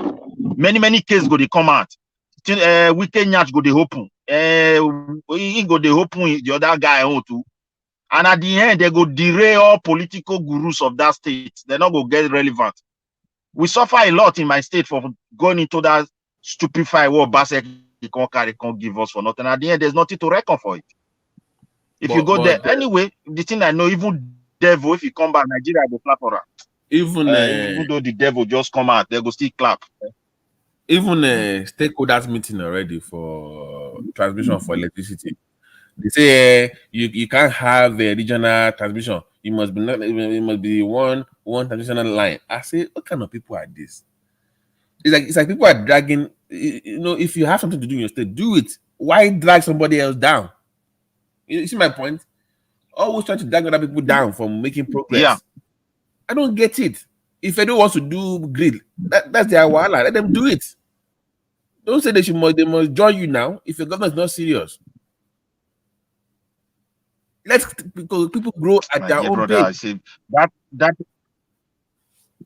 see, the thing is this. If, for example, when Obaseki was there, Kowa was there, two of them were serious, they would have united under the Bender umbrella or Midwest umbrella and think of what they can do for their people. Because those people there, everybody's similar. We don't have too much tribal crisis like that. We don't see ourselves very too different. We may have some slight difference everywhere you have it, even with family. But because of corruption, they don't agree. Amotekun was in the West. We were crying only to see governor formulating law to release 20% of a dollar for Ruga, just because he want to collect money. He has already put everything in place. They want to pass it in the House of Assembly before the whole thing leak out. You see, people were mobilized. This Niger Watch, at first said those states issues concerned, he really tried for us. That social media place. Galvanize people, market women, retired police, and all pastors and all. That is what saved us. By now, 20% would have belonged to these guys, 20% of a land. You just imagine the kind of governors that we have. And at the end, they just build all this cement structure. We are building this, we are building that. The money is going. When they leave office, everything is empty. You go there, you are not happy. There is nothing like government. It's just that you have people who are struggling to survive on their own. You can't feel the presence of government. Just only governor, police are there. When they give command, they go and arrest. When the judiciary, they know where to meet. And that's all. It's very heartbroken, my brother. That area is supposed to be like Lagos today. There should be a railway that have to have connected the whole of South. The money was being pumped to them. Where is it? Few individuals. They can't even unite. They can't even speak with one voice. I showed that line this tonight on the show. The Lagos to Calabar. It comes across Benin. Is the red line that it comes across. So it's supposed to be for the south majorly. But when you have government, if you're not serious about that country, I don't know. To be honest with you, I don't even. I've given up sometimes. I don't. So to be frankly speaking, that country it needs proper restructuring.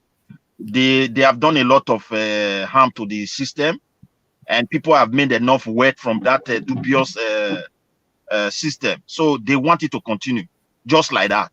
because that is the only way they can maintain their wealth. They were not businessmen. They were just opportune to occupy office, and money was just flowing. And that's why most of them, they die, the money die with them, because the way they raise their children don't even know how to do anything. You know, and the system is not there for you to even function. So it's a very serious issue. If they die, the money is gone. The children will enjoy it 2 years, go there, before you know they fight over it. They don't know how to invest. They don't do anything. Before you know it, they are poor. Do you ever see any Nigerian politician say that he wants to resign from office? He's not happy with what's going on. He wants to resign. They never resign. They died there now. This is that the time expires. He's done with. You know the reason. Say, for example, now we have a leader that is serious to say, look, my dear Mr. Governor, the money I'll be giving to you for 2023, by June 2024, there must be a balance sheet for it. And if we are not satisfied, and no external investigator or external auditor is coming, let it be law, and see whether some of them will not run away. I tell you, after 96 months, when they start looking into the account book, none of them is going to balance. That means they are guilty. And if it's like 40 years imprisonment, they go run. Some go just begin the sick.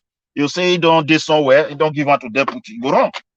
Now because of impunity, man, there is like now we that they try to do a good, but we not the let them they work, you know, not the let them get the way the team be. They can't talk for television. When they go back, they go settle. So it's a serious issue. I pray may God help us. We are already the Nigerian team. Now Nigerian team now. We are already in, man. Now we. Yes. So just be. Thomas, when somebody steals money and he just goes to church and they say, "Come on, kneel down. Let me lay hands on you and give you the title, give you." Before you steal money, pastor tell us say he go harvest this year. Pastor tell us he go harvest 100% this year. That's why not get far one harvest. Where you want harvest now? My brother. When so you don't harvest, you don't go give Thanksgiving.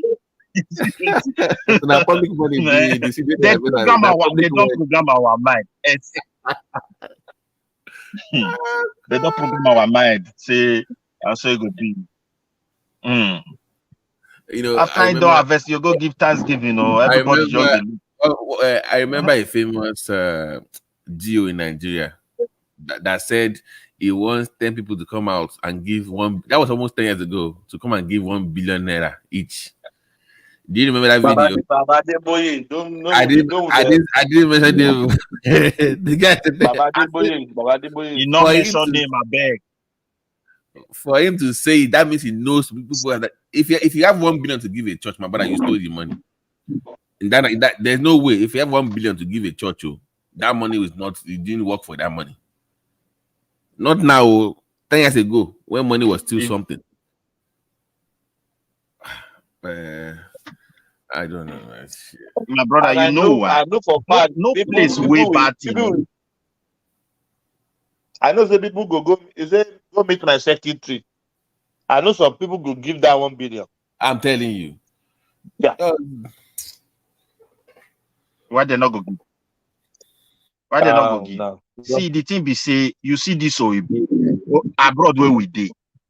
Oyibo way if he manipulate for your company, evade some tax, can't get small money where he hide.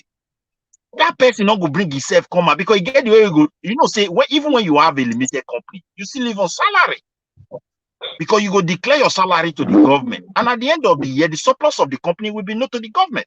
Now, if you feel manage, you can take some things, come on for that. Not the person go tell you so, boy, hide yourself just the way you hide this money. Because if you bring yourself out, they can't look the way they spend. Forget them. When they bring their problem, that person not go no peace till they die. So that is why people they hide themselves. Like our own, we just steal and they just come out. It's impunity, so nobody they ask them. You know, we hope for a change, but everybody is just confused. You know, that's just the truth. You they do what is good, another man go they scatter. So you even they say they do the good, you know whether they do the good. So the whole thing get as it be. Get.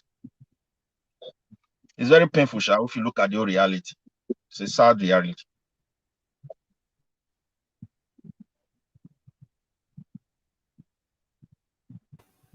Well, hopefully they can just, at least Tinubu can find a way to secure the country. That way we don't hear issues like they play two things every 5 minutes. I think we at this point we are numb to it at this point.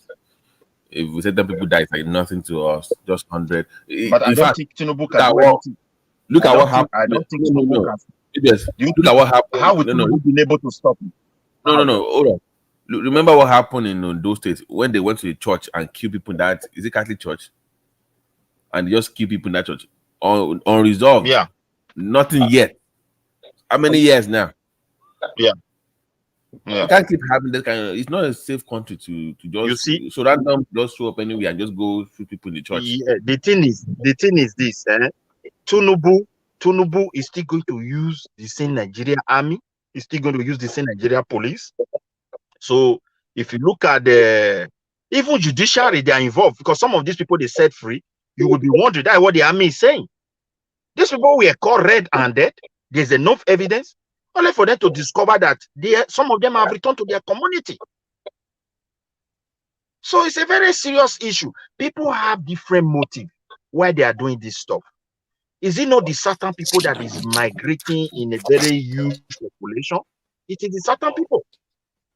So, and these people that they are killing, it's like, they want us to see it as normal. I think the only way they can stop it, the danger is that if, for example, they create a different unit, that region have a power to create something like Kamoteku, and they are able to, equip them properly, that will yield result. But the danger is that with that one lead to another thing. That's the fear everybody is having. You cannot be passing one side, another one is opening. That is the worry. When you equip other unit now, you give them proper ammunition. Maybe one person can come there and hijack it and create rebellion against the government. But we can't continue like this as well.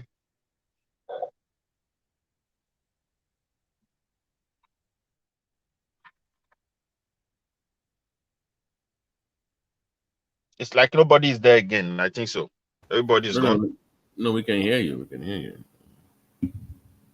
No, we can hear you. Yeah. What of Ajale Koko is gone? Where is Kene? Kene is gone. I was seeing him earlier. I was going to ask the super Nigerian some questions, but he left. So I was going to ask him, super Nigerian. I'm going to ask him. But I was even going to order the earlier thing about the indigenship thing. That is a very serious issue. That is because forget the army. That means this has been going on in different departments, not just the army. They've been recruiting people into government offices, using in different offices and different parastatals. That needs to be investigated. Then who is going to do it? It's a very serious crime. It's a very serious crime. Forgery, forgery and impersonation, or how do I describe it? That document cannot be real. It must be fake. There's no chairman will dare sign that for somebody from a different state. Forget even a fellow Yoruba said nobody will dare do that. It's fake. It's Oluwole.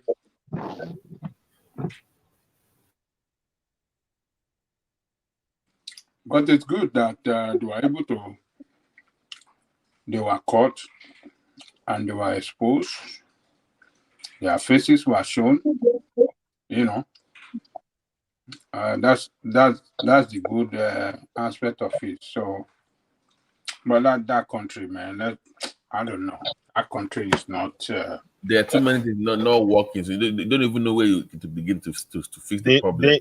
The truth of the matter is that if they want to help that country the way it is now, we need to go back to some history after the independence, and they should restructure that country to regional government and formulate a law and policies to guide a regional kind of security. Brother, that regional thing, because the people that are doing these harms, they feel entitled.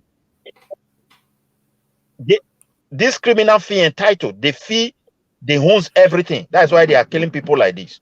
I'm just telling you the truth. Except they have to see that there is a power somewhere that can challenge them. That's the only way they can change. And if we leave it open like this, the danger is whether we have a regional group or not. On the ground, people can be consulting, and if care is not taken, they can decide to do, self-help, and then they're going to fight the state. Imagine when one regional they harm their people, and they're already seizing barrack, attacking airport, and the government did not hurt. Other region they will imitate it immediately. Because there's no way we can just abandon his middle belt issue. Like I tell people, that thing that is happening in middle belt is coming to our doorstep. It's already here. If we say, oh, middle belt, rise up and defend yourself, what are you saying? It's not middle belt issue. It's everybody issue. It's just coming. Nobody is immune. Nobody is safe. The way the thing is going. Safe, oh. Are you telling me they don't care? Only middle belt is? Are you saying the only middle belt in that country? Yoruba is there. Hausa is there. Every tribe is in that state. Yeah. No, you can't ignore that. They just coming. They need to take it serious. This one is not like this is not Tinubu problem. It is just everybody understands a new president. The problem has been there for years, and there is a country that doesn't have data, so they have to do try and error as well to see whether anything can work. So the only thing is that this army, they should be serious, not just pumping money to them. They share the money among themselves between the generals and those guys who are there fighting, nothing for them.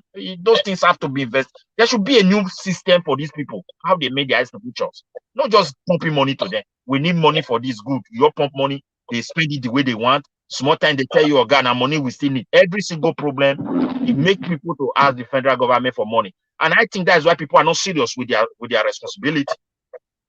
Because if you analyze problem in the healthcare, the summary of all that problem will be, Mr. President, is also billion we need. If you analyze the whole thing in within the security, they will now do everything. The summary of ISO is, Mr. President, we need also billion to be able to solve it. Is it infrastructure? How long are we going to continue like this? Huh? Don't worry. Things will change for good. Let's see how it goes this year. Things will change for good. Let's see how it goes. Let's hope. That's just the truth. Frankly speaking, there's nothing remain for that country. For people to just hope. Thomas, let me ask you a question. Are you there, Thomas? I'm here, yeah. One of the reasons why you pay attention to your Australia and what goes on there, their politics, is because you pay taxes. Do you think that if Nigerians pay taxes, they will pay more attention to how the money is spent? Is it because the money is not coming from them? They don't care anyways. If they are the one paying that much money, they will pay more attention to what we think they should be paying attention to. They will. Because they know without them, Nigerians are paying taxes. I mean, everybody, I'm saying like the majority of like the way we have in abroad. If we had that kind of stuff in Nigeria, do you think people would pay more attention to what's going on? Because I'm like, I don't pay anyway, so what's my business? They steal all your money. They don't feel like they are losing anything. But it's their country. It's true.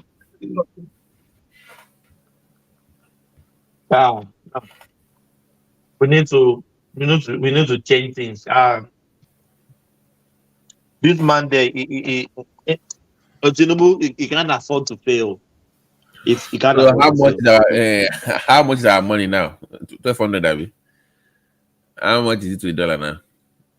1,002, Abby. 1,002, yeah. And there's no riot yet. 1,002 something. And there's no riot. And there's no riot yet. And there's no riot yet. The reason why they don't riot, Why would they analyze the economy? You know why they are not rioting? Let me tell you why they don't, to my own observation. Do you know why Nigeria cannot riot? for waiting. Why riot? You change from a producing economy to a religious economy. Una be fear people. That's why I no feel right. Not fear. Nigeria has not the. Nigeria has not the. Say Ajale Koko. Ajale Koko don't see Nigeria like people with the. One bullet for I don't see Nigeria like people with the fear. Maybe they fear. They fear. Maybe scared. Yes. Fear people. No, Nigeria no the fear. No, say. Most Nigeria they don't want to destroy their country. They have seen what happened to Somalia, what happened to South Sudan, what happened to most of this country. Why? We are stupid. Yeah, Nigerians not the fear. They're not the fear. The thing is, if these youth are jack and people equip them, you will know that they are brave. That is the only worries I have. Midwest, let me when you neglect your Midwest, hold on. This country, you know that baby formula food for babies. Ask me how much did they ask with the formula before people took to the street? 50 cents. I don't know. They add 50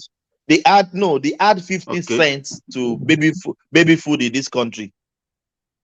Mothers are already the next day already enter street. Yeah.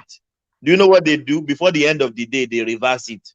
Of course. Baby food, 50 cents. 50 cents. They will. They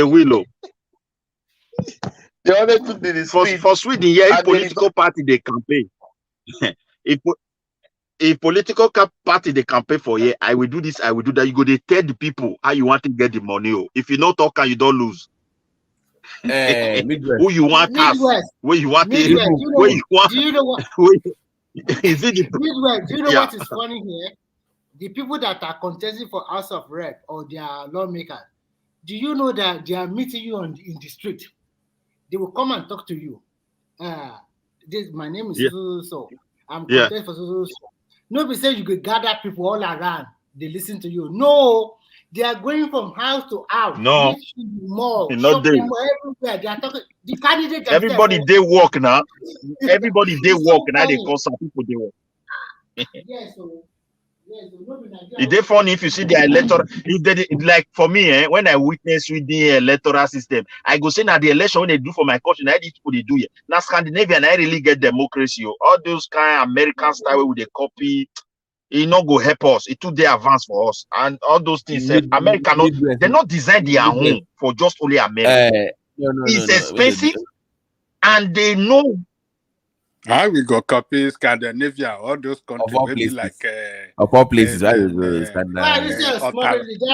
Otta Village, maybe like Remy, let's copy those small countries like that. We know, but we know, but how much is your taxi? How much is Baba T, what's up? Become a copy. I want you kereje. I want to Dallas. To Dallas, but benefit on farming. Ajane Koko, may I tell you, Ajane Koko, I know say we did for advance. Ajane Koko, may I land this one back. A big part, most of those Scandinavian countries where we not mention Otta area in Ogun State. No, it not big. It not big. It's bigger than all this country now. Ajane Koko, wait. Ajane Koko. That the same system we are talking, if you take it to Nigeria, it will work. Population is not our problem. You see, one thing I keep telling people, we all live in advanced country. Do you know why I can't work in Nigeria? Let me know why I cannot work. Look at the tribal, the demographic of Scandinavia, those countries. They are very monolithic in numbers. They're almost the same people with few foreigners. Nigeria, never. No. You are confused about that, my brother. Don't say that. Like here where I live, make I tell you something. Their history be like Nigeria on this Scandinavia. Person where come from northern Sweden, comes south where I did. Yeah, person where come near where Finland did, where be Swedish citizen. If he comes south, it go take on like a year before it go free flow of the language when they speak for South. I'm talking about street communication now, not the official language. He can read it, he can write it, they can speak in television, he can understand. But when he start talking, they start talking in the street. You will be here. What do you say? What are you saying? The person have to explain it, because they have a lot of words that they use in the South that is not, they did not, some people don't take it. We call it street words in the whole of region, in the southern region like Scone.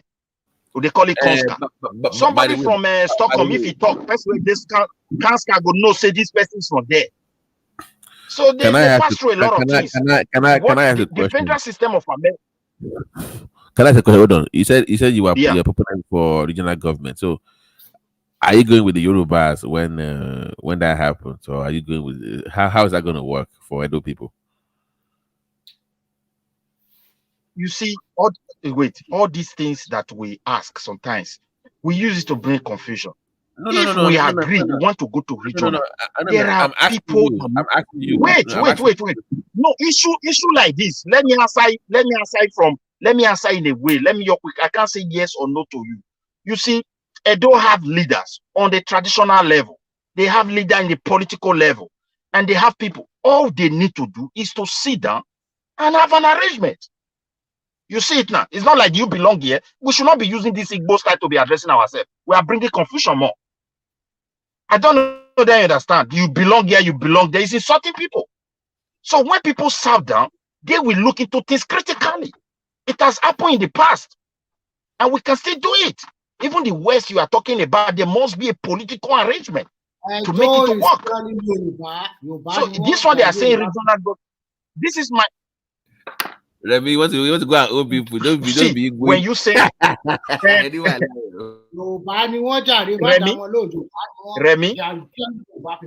Remy, let me tell you one thing. I feel we have also traveled, and such issue is a very critical issue. It can derail progress of a country like what we're facing in Nigeria today. If you say someone belong here, it belong there, you must explain to that person from which angle are you talking from, so that the person can understand. That word, it belongs to Yoruba. Benin is not going to accept that. That's just the truth. They are not going to accept it. But if you said we can work together, there will be room for people to say, okay, let's talk about this issue holistically and let's see where we agree. I think that will go a long way to benefit every one of us. But if you are describing it belong here, belong there. When the Yorubas are majority, is more related they are working with the Northerners and things are not getting well, and you are not saying, oh, you belong here, you belong here. People are not going to take it. It is the South Side that we just mentioned that is laying the golden egg that the country has been rubbishing for years. Go to this Bayelsa state. Go to down to Riverside. You see where people live, my brother. The Bayelsa people you are mentioning, I don't know of South. They cannot even manage anything. Listen, the thing is this: the South you mentioned. Even when we say South, people still need to meet together and discuss critical issue. All those areas where they have failed have to be pointed to. For me, I've never lived as a South. My ancestor has never lived under authority called South, but they have lived as Midwest people. They have lived as Bende, and it needs to be respected as well. Just the way you have lived as a Western person. We have also lived as Benin, as an empire. History is there. So when you say South, it's very confusing. Geopolitically, it makes sense. But the people have never been under one umbrella, under administration. I think it's a challenge. You have people believe their tribe is superior than others. When little thing happen, they're using hand to beat their chest, this and that one will not help us. So for the South something, I don't think it's a matter of sitting down to let them understand, look, we have never been South. If the remaining part, because even that area, after Bende, this Calabar are supposed to be a region. They agree after the independence. So it was 4 regions for the South and 2 regions in the North. That's what they agree upon. It's just that the Easterner did not allow it to materialize before we enter into all these deep crises. And not today, we are still struggling. If you say someone belong here, are you coming to announce me and you want me to fold my hand? I don't understand you belong here you are talking about. Then when they share Nigeria, we have shared it. This one belong here, this one belong there. My brother, before you reach your headquarters, people don't they look for where to get harm. We pass through a lot. So everybody need to be consulted. Everybody need to be respected. And everybody need to put their own worries into that table and tell you this is solution. We must agree on this term before anything. So that is it. Like the way the country is now, everybody have pain. And if we want to say, okay, we want to restructure Nigeria, are we going to restructure on the basis of trying to shit one another like the one we have been doing for years? No, it cannot work that way. No part of Nigeria that is enjoying it today now. Though you may, someone from Yoruba may have that sense and that feeling. My brother is president. My deputy president was my brother some years ago. That is the vice. So we have that sense of belonging. We occupy some, juicy political position, but nobody knows tomorrow. But when you come to the common man, my brother, we are suffering the same thing. It's just the truth. No light, no road, fear here and there. You can't walk. You send your child to go and buy you something. If you don't return on time, you are worried. No security. Society cannot be like that. If not for this, no security, if not for this diaspora that is sustaining the economy, which many people don't know. This December now, you send 50, this one send 100, some send 200, some of them are building houses. That's what is sustaining the economy. Not the government own. And when they pump this money into the circulation, business are still surviving. How much is the government paying the common man? 30,000 naira. That means they can't eat. That's what it means. Large population cannot eat. So it's something that we need to see. We cannot just say, oh, when they restructure Nigeria, don't belong here. We cannot do it that way. It cannot work. After all, we have leaders. They must know what we are talking about when you say someone belong here or belong. Is it because they are too small or they cannot govern themselves? Why won't? So I still raise that one there, my brother.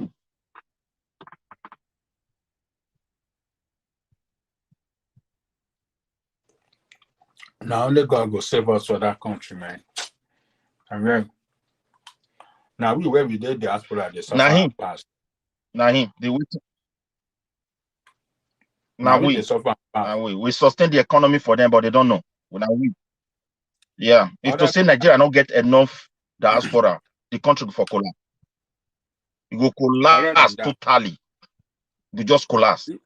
If to say the basic amenity is the work, things the insecurity no day. People they manage the business. You know how many people for don't go back to Nigeria to relocate? Millions of Nigerians for don't return to Nigeria to relocate to start the do. That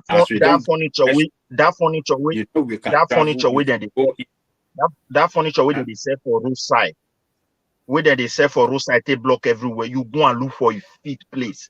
You go do and where. You will employ people. You will pay tax for them and you will still make profit.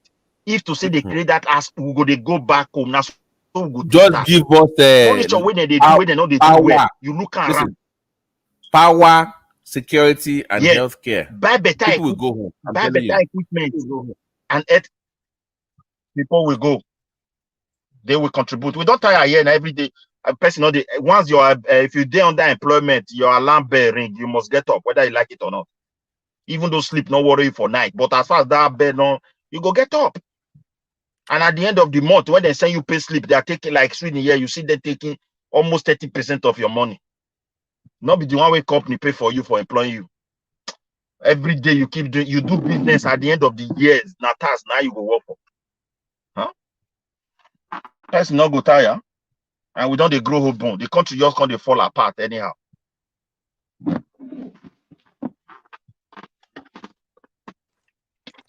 Bàbá tí ilé làbọ̀ sínú oko ẹ padà sílé kan lọ tún lè ṣe.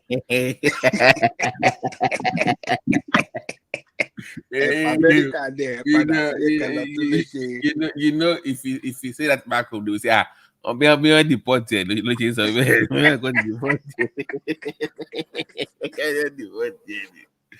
Midwest, home is home. You know, Return home. Go and repair that country. We are Return home. brothers. We are brothers. We only have value in Nigeria for 3 weeks. Once you party with a guy, Ajane Koko. See what you I want to advise you, Ajane Koko, when you go home, not just go city. These guys like person where anything no deal with. Go settle for one place at least for 6 months and see your country. Now then you go see what people they face. Not be you way go they change dollar to naira. So no, just pretend. You go see something where go make you cry. Pretend. Go try for one local place. That's true you talk. You go wake up, you go just they cry. Say now my country be when nothing follow and come.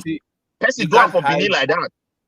You can't hide it. They will know. You will smell different. You will act. You just they go see them for your skin. Say your skin they fresh now. Which can't poor person the skin they fresh like this. Make I tell you, Ajane Koko, you know what the person, you know what the person do. If from here go there, when he go there, tell his family say they collect the paper for and say they carry and come back. Now so he call them for Lagos. He don't hide everything. Yeah. After he don't spend small, he come be like say nothing deep. You know what that guy talk? He say now only his mother. Now I love him for this life. Huh. I tell you the truth. He say now only his mother. Now I love him for this life. Do you see all these remember people that guy? where you the help, you they spend their children's school fees. Do you remember that guy that said that that was found at the guy that was found under the bridge in Oshodi? That said he spent 20 years in America. I think when he got to Nigeria, it was his brother that came to pick him up, and all he remembers is that he's now sleeping under the bridge, and he's almost 6 years now. I said, what do we call that one? Want to go Saturday lower, want to go Sunday lower. Man, they have taken everything that they bought. Man. I don't all know how. His money, everything. They think that to help with him, if he can die, let him die. At least we have been able to make some money out of him. It's better for us. We don't care about him. He's been in abroad for several years. God has given him the opportunity. I mean, God has blessed him with so much to bring to us for us to enjoy life. I mean, some people are wicked though in that country. Now people are wicked. Brother, Midwest. Somebody that tried it told me this life. Now only mama, and I love him. He said people when they pay their children school fees, what they did when they come fees, they say no can't get money again. They abandon them. My brother, some of the things where they do here, go back. They are bad. He say if you see suffer, say man, people are suffering in our country. We're not going to understand. Since we don't see small euro dollar go they change, use until live with them 1 month, 2 months come by. Say we're not gonna know. Say we're not gonna know. We say when we they complain those days, Nigeria na paradise. Where we they complain Nigeria no good, say na paradise. It's all till you fall to that class. Now you go see reality where people the face. So the bubble land for Nigeria, they can't pack in document or hide. They can't pretend like say that he land for Lagos. He land for Lagos after he don't keep all the documents. He can't call his family, tell him mama saying get problem. Say that the government sees all the paper.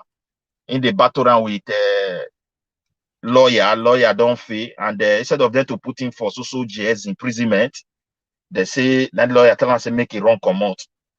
So he not go go back again. But however, small thing we do with that, go try use that start small business. So the can tell him what he go do. Maybe he go buy this one. Go, person will I can't try best. The rumor can't they fly. As that kind of rumor don't fly. Now there you say nobody. He said before you know after the first month, second, nobody they visit him again. If he go people house, he go sit down with them. Ordinary. If you see negative story where people they cook, waiting you know even talk how they live in life. Some people call the talk say nah, he go fuck another person's wife. Now they throw him from abroad. Story they fly around him. Story where he not talk. Say go touch your wife. Now the man call police for her. He said many things called they come out. After he spent like 4 or 5 months, then that ghetto area, because his body can't change, say he really mean her. He say the care he received and the love is that of mother. So I tell you, my brother, that's the reality. Now only mother. He said that place is wicked. I know, like you say, wickedness, our people heart. You go to see, now when you say if you have, you don't know who is with you. You say brothers when they support, they pay their school fees, the kind of behavior, you go there, go ask them. You can't go to them, and they will be able to even think of how can we help this person. You say in brother, coming closer to them become like a body to them. You say in brother way they help. Brothers, your brother way they help, they pay school fees for their children. Things change. If you go there, their wife go they do one kind. No respect for him. Story they fly say he go fuck another person. He don't finish. He say he can carry one taxi abi kabu they drive. If he want, he say if he they drive, he want start motor. Tell us, hey, they'll call her. They can give us some kind of Mufti Akate. That is big Akate. They go tell her Baba Mufti. Mufti now, you know where person joy don't come out. You go move for body. Then they mock her. So go call her Akate bus driver. That person come from abroad, they drive bus driver for your quarter. And they don't have anything. Then he go come see people where he see. They know the fee chop. They are working in their house, no food. What's wrong with the Tosi business? Say some people their business collapse for their tourniquet types. They know the shoe they buy from them. Where they go buy before you know their own money don't go. Some people go there, they want you go see a lot, then you can see a lot of people where they street, where they battle to go see money to go right jump. Not be say no one right. They find that money, enrollment fees. Papa, mama, they rally round, they struggle. They not fit pay. Where people just call you, I beg my brother, not fear. So he say he witnessed a lot of things. He sees poverty, and he not believe. He comes and crime also. Everywhere, not rich like this.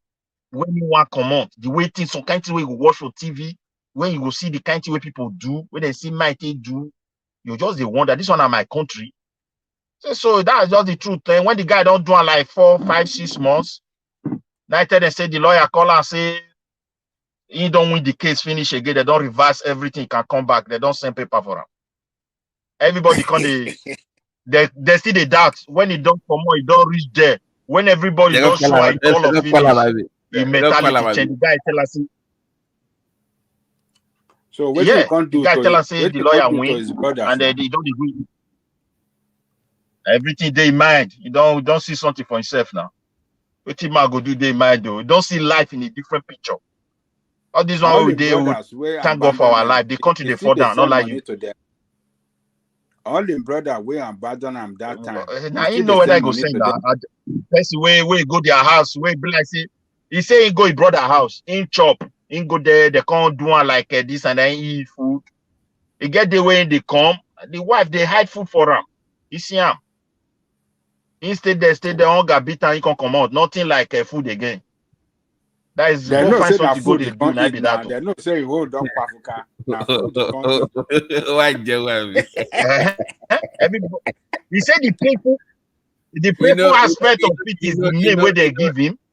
Midwest. Baba Mufti. You know what Midwest? Yeah. when a man does not like you, even if he's hiding it, his wife will let you know. The way the wife will be believed, you will know that this person does not like you.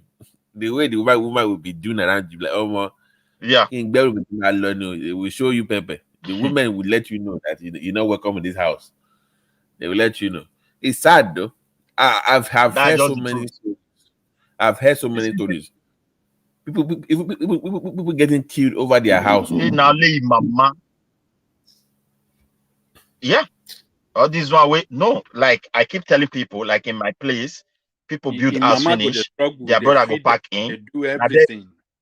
Now they go they raise all the children. Now their brother they raise their children. I told them, look, if you come out now, may God forbid we live long, hair come out for your nose. Any of your children will go back, go point, say this one at my papa house. Now he coffee, now inside coffee go. If he come say he want to sell and he cannot sell the house, they're not going to allow. So you can see we are the victim of all these things. We just go. We need to really analyze the reality and see what we can plan for. Because you know it's very difficult to understand what really they go on there. People they will build us. If they go back, they know they come back for my state. We see at that time. Now play, don't go. Let me Midwest. So I say this go. In near Gbanye, somebody that has 4, you know those 4 flats, he has 4 of them. He went back home, doesn't even remember he has any house anymore. I don't know what they do anymore. He doesn't even remember it. No, doesn't even remember the house. If I matter of fact, if they show him the house, you say the house is not his own. He'll be fighting, he'll be arguing with you that he doesn't own the house. 4 flats, you know those 4 flats. He forgot. Oh, long. People wicked, man. We are into it. Because he made mistake now. When he left the country, almost in 98, 99, when he left, it's 4 units now. So he moved family members. They move into those flats. Just move there. You know everybody have. That's it. Want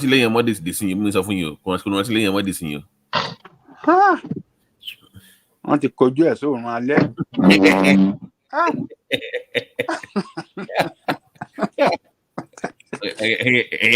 guy that time, the guy he traveled. That guy, one guy that time for Spain. That time me and Ninu went to Spain. That time he traveled go home. Before he come on for Spain, he count 15,000 euro. That time he don't still tell. Then now he take follow body. I think the girlfriend we born one picking for I can testify to that. So as the guy reach Lagos, his brothers can't receive him. So one of his brother, some of his brother, the sense papa, mama, when they reach Benin, they never reach 3, 4, 5 days. And so this guy colleague girlfriend say his body get as a bill. You know, tell him say why not just pay small money, return your ticket, say make them look and bill. The other day then announce say the guy don't die. That money, they don't even fee account for him. As we talk today. The house where he built, the brothers they don't spray wing. They contact people for Lagos, say they say their brother buy house for Europe. How they think they do that one? Can you imagine? They don't care whether their brother born or. This brother, wicked, man. this life, all this tribal way we did, me I don't analyze them. It need them money, me chop for body yourself, chop for person body, and even that Nigeria was a distraction. It get business here where person go to do. You even get guarantee of future pass. Now when person not go understand things, they go to say you both get the way they made their money. Not be say they go just they can't down and they keep on like that. No, there are strategy. If you have a business and I have a location and you buy that property to run your business there, as far as that business can pay for that property and give you something to eat, you have already guaranteed your future. Because after 10, 15 years, that property will have a huge value. This is how they save their money here. You understand me? You go into transportation, you have trailers, maybe 2, 3, for example. And all these things, money where they pay for that trailer is expenses. I don't know that you understand. The government can't tax you for that. It reduces what the company is making. But that thing still belongs to your company. After you finish the payment 5 years, you know that you don't get assets. That second one still have some good values. These are the tricks where they make their money here. Not be say them, because if you say make you just the counter, and at the end, small thing we will gather, just the same down there, you know, that idea, how can I do this? We don't know. That's the same thing where we talk about our country just now. You see that black business where we do, where people say they be champion. Where they live there, they come here, they can't do anything. Go to United Kingdom. Person tell me say na Pakistani, and I see they sell food where our people go they buy the large stores. You say, can you imagine where is that? These are our businessmen where you say that they pride because the bureaucratic procedure to do it, we don't know. You understand me? So, like if you go there and you see a rappers where you come, they look then like third world or Turkey. All these bureaucracy where we see for Europe, they Turkey complete before you start anything. So when they know, they don't already get idea of this. They go to find office where go issue this one, office where go issue this one. Before you know, and they help themselves. Anything where they see, they go and ask for where then they pray how to do it. They not go hide them. People go begin the venture it. Before you know, and they don't establish themselves. They concentrate first of all to feed themselves there. Our own, we they pump everything, hoping we will go back, go start. But look at where government don't trust put now. I'll go into farming. I will come carry cutlass, go the guide the corn and cassava for inside bush. Huh? It's not possible. So it's so Some heartbroken people they when talk. you Say, analyze your some thing. people they talk. Say, nah, we both be our problem. We no make us progress. Some people they talk like that. It's not Oyibo anything. It's not an Oyibo problem. It's our own Two problem. Niger don't talk am today. Say now Oyibo be our problem. Say they no leave us alone to have progress. I say na true you they talk. Now Oyibo you know build road. Now Oyibo say make you no build road. You know build that electricity. Now Oyibo say make you no. When you carry the money, go there, go put for bank. When you carry your money, go put for their own bank. For their own bank. Now Oyibo say make you steal money, See, carry the and thing come is, their country. Ajale Coco, yeah, Ajale Coco, we cannot rule them out. You know, the thing is, now because we no want to take proper responsibility, we feel blame ourselves for that. But the way they work, actually, they don't want us to succeed. So now we can't decide whether we want to succeed. Start putting measures in place. Look at this Middle East country. You know, most of these countries for Middle, we need to design what is good for us. Okay, look Saudi Arabia. If I tell you whether good or bad, everybody can testify that country is progressing. When you look at United Arab Emirates, all those Dubai, Qatar, and all those country like that, they have King Jordan, but they decided to hold down. Why Oyibo no hold them down? We busy make now. I tell you, I want to draw two lines now. May you understand what it. I want to draw two lines for you. Smell. Make I draw two lines for you. You see, those people are king. Those people are king. Ayale Coco, make I land this one. Those people have king, and those king, they were able to present what they want for their country. At the same time, the Western people are benefiting. So that make them to give them that chance for those people to run their country and progress. Now look at the surrounding country where talk say we don't want to do with you, we want to do on our own. Look Syria, where is it? Look at Libya. So my brother, we need to tell them, okay, you want this, but we also want this for ourselves. Not be the one way we just be like say we wanted and say we don't want you. They go come back with full force. They'll come back. Make I tell you this. Look, Oyibo no dey hold person down, say make you no progress. Oyibo get interest for your country. Yes, that interest dey. Now you dey control your oil, now you dey do everything. Now you dey make money. If na country like Niger, where Oyibo held them neck down, that one is a different ballgame. But no be so for our own case. We they make money left and right and left. For when rain fall, now money. Ajale Coco. But still, don't say that. Our people they chop that money. No use that Ajale money. Coco, I not agree with you. I not just agree with you. See, Ajale Coco, wait, make I land this one for you, my brother. Now you both say make you not fund your education French well. colony. Hold on. Now you both say make you not fund your education well. Now you both say make you not build road. Would they fund our education where? Would they fund and where? Who tell you? Say, do you know? Are we not funding our healthcare? Hold on. Do you know how much percentage this budget carry for education? Now 2%. Oh, this budget for 2024. I don't even know. I never. If I tell you, I never look the budget. Now 2% be. I never look the budget. They for this thing for education. What are we talking about? I beg. Both research and all. I beg forget. Ajani Coco, see, I agree with you to some extent. I agree. Midwest, hold on.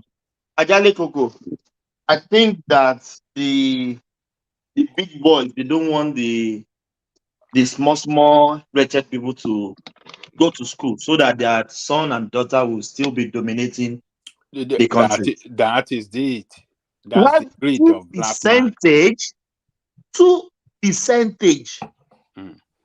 One man, I think Now, one man, first time why they do you hear know be this Ajale Koko, are you sure? Go check now. Go Are you check him sure? now. Go check him now. We treated them here, my brother. You know they follow us. You Ajale Koko, the three things in this country. I not look that one. Education, education, health. Now wow. Defense. They know they take out for they feel spend their last kobo. Health, education, defense. That three things. Health, education, defense. Now, they know they take a joke. They know they take a joke.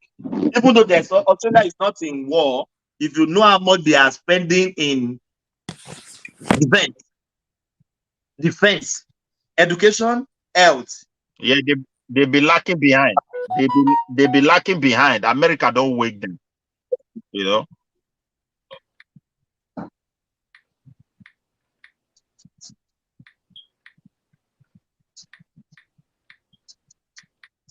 Because Midwest, you are looking at it from as somebody from the South. If you look at the North, what Thomas says, it has a valid point.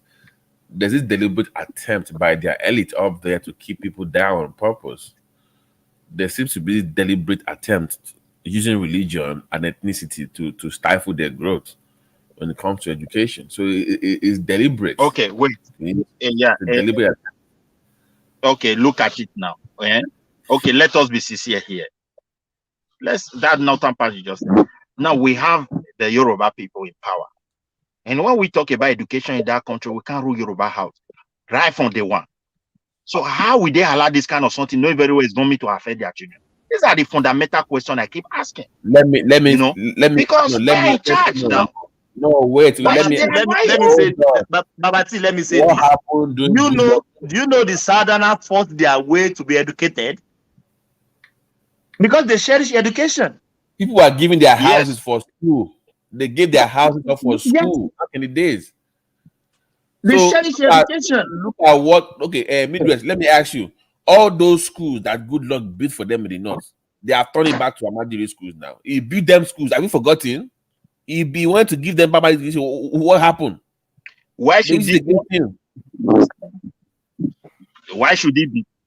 That is why I said it's somebody that want to help Nigeria. It is time for restructuring because the way things are going, if this insecurity continue, people may look somewhere else. And I don't think that one will be good for our country. All these youth, we are saying they are fearful. The reason why they are fearful now is that it's like more or less we are not in democracy. If you go out to go and protest peacefully, maybe if you touch the heart of the governor wrongly, the governor can just give command and say, Oga, Mona put pepper for their eyes.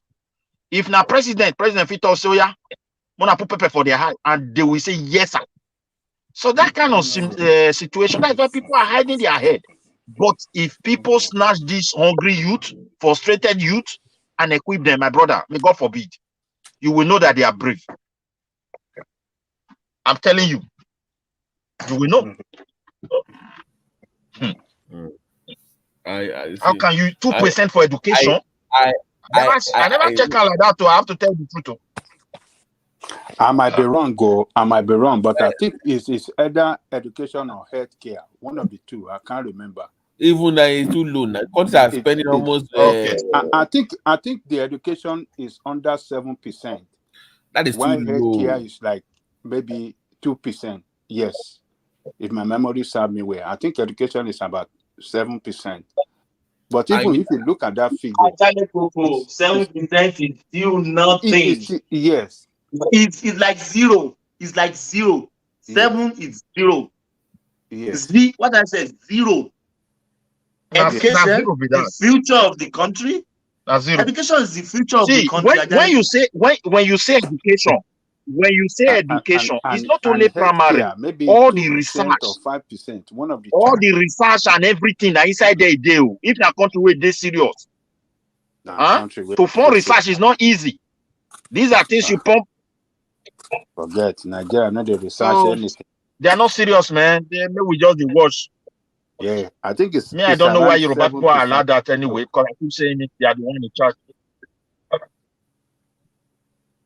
I think it's around 7% or so, if I get it right. Yeah. It's still small. Ajale Coco is still nothing. It's nothing. Nothing.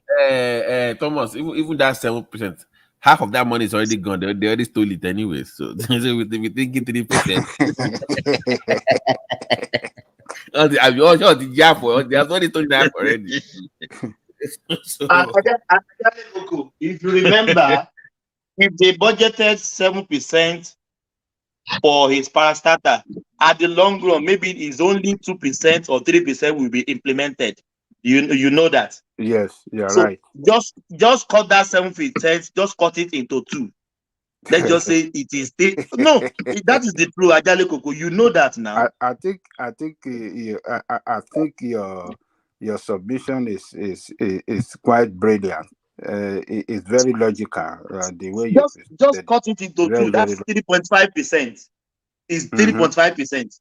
Yeah. even that Education, Ajale Coco. Education. Thomas, even that 3%, we say remove half for the big boys. Even down the line, the small guys will still take their own call too. At the state, local government will take their own call. Everybody will take their own share, spare. Everybody will share their own. So maybe you have maybe 2% or 1.5% that we will get down there. That's Nigeria for you, man. Shit. By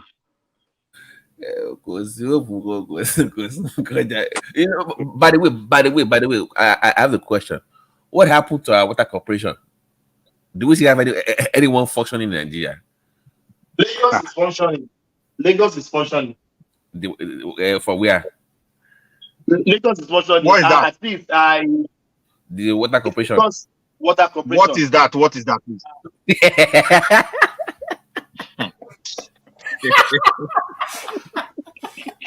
You know what's funny? Back in the days, back in the days, coming from school, every house had a tap in front of the house. You can drink water for free. Oh yes, that was the way it was back in the days. It was free. You could drink water from anybody's compound. It was free. So now you just see, make I tell you, all those pipes for my state, all those pipes for inside my state. Now inside ground, now they rotty put. Then the water board, you know that way that they build go up, a water tower or something like I don't know where they build go up, where they store the water.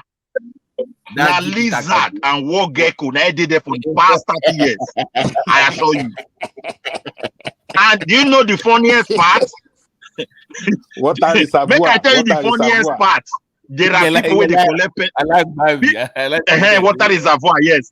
Make I tell you Ajale Coco. Make I tell you the funniest part. There are people Ajale Coco way to people where they collect pension, say they work for water board. And they wonder where person see tap water reach. One at the pension. My brother, that country, Wahala dey, not be say go come. People they collect money, they can't retire. They say na water board they work. But midway for the past 30 years, there's something like bag of water. Ministry of Everybody na real. We still have Ministry of Water Corporation now. They are still existing, even though we don't see any water anywhere. I could remember. I could remember. Hold on, please. I could remember back in. So what are they not doing? Your neighbor done. I mean, young boy, Bolomitinyo. Where Bolomitinyo? It's just that country. God's place is just. If that's why they said, if you can live in Nigeria, if you can live in Nigeria and survive, there is no place in the world you cannot live. There is no place in the for if you can survive in Nigerian soil. That's truth. No. Yeah. There's no place. There's nothing they can throw to you in any country. You will not. You will not pass back. Yeah. No, we are rugged, man. We are rugged people. We are rugged people.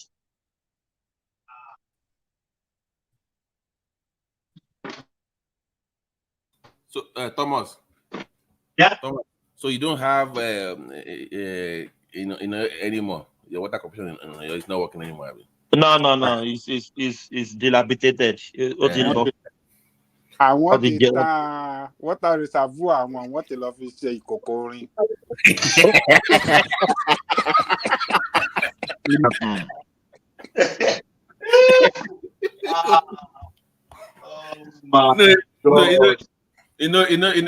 It's sad because if you told me that the water thing will become a business, I'll say you're lying. What is I was born in the 80s. In pure water. I still remember in Felele, Rab, I will open tap in our bathroom and shower from the government. Back in the days, pure water. What is that? What is pure water? Hello, you guys, you are just catching fun.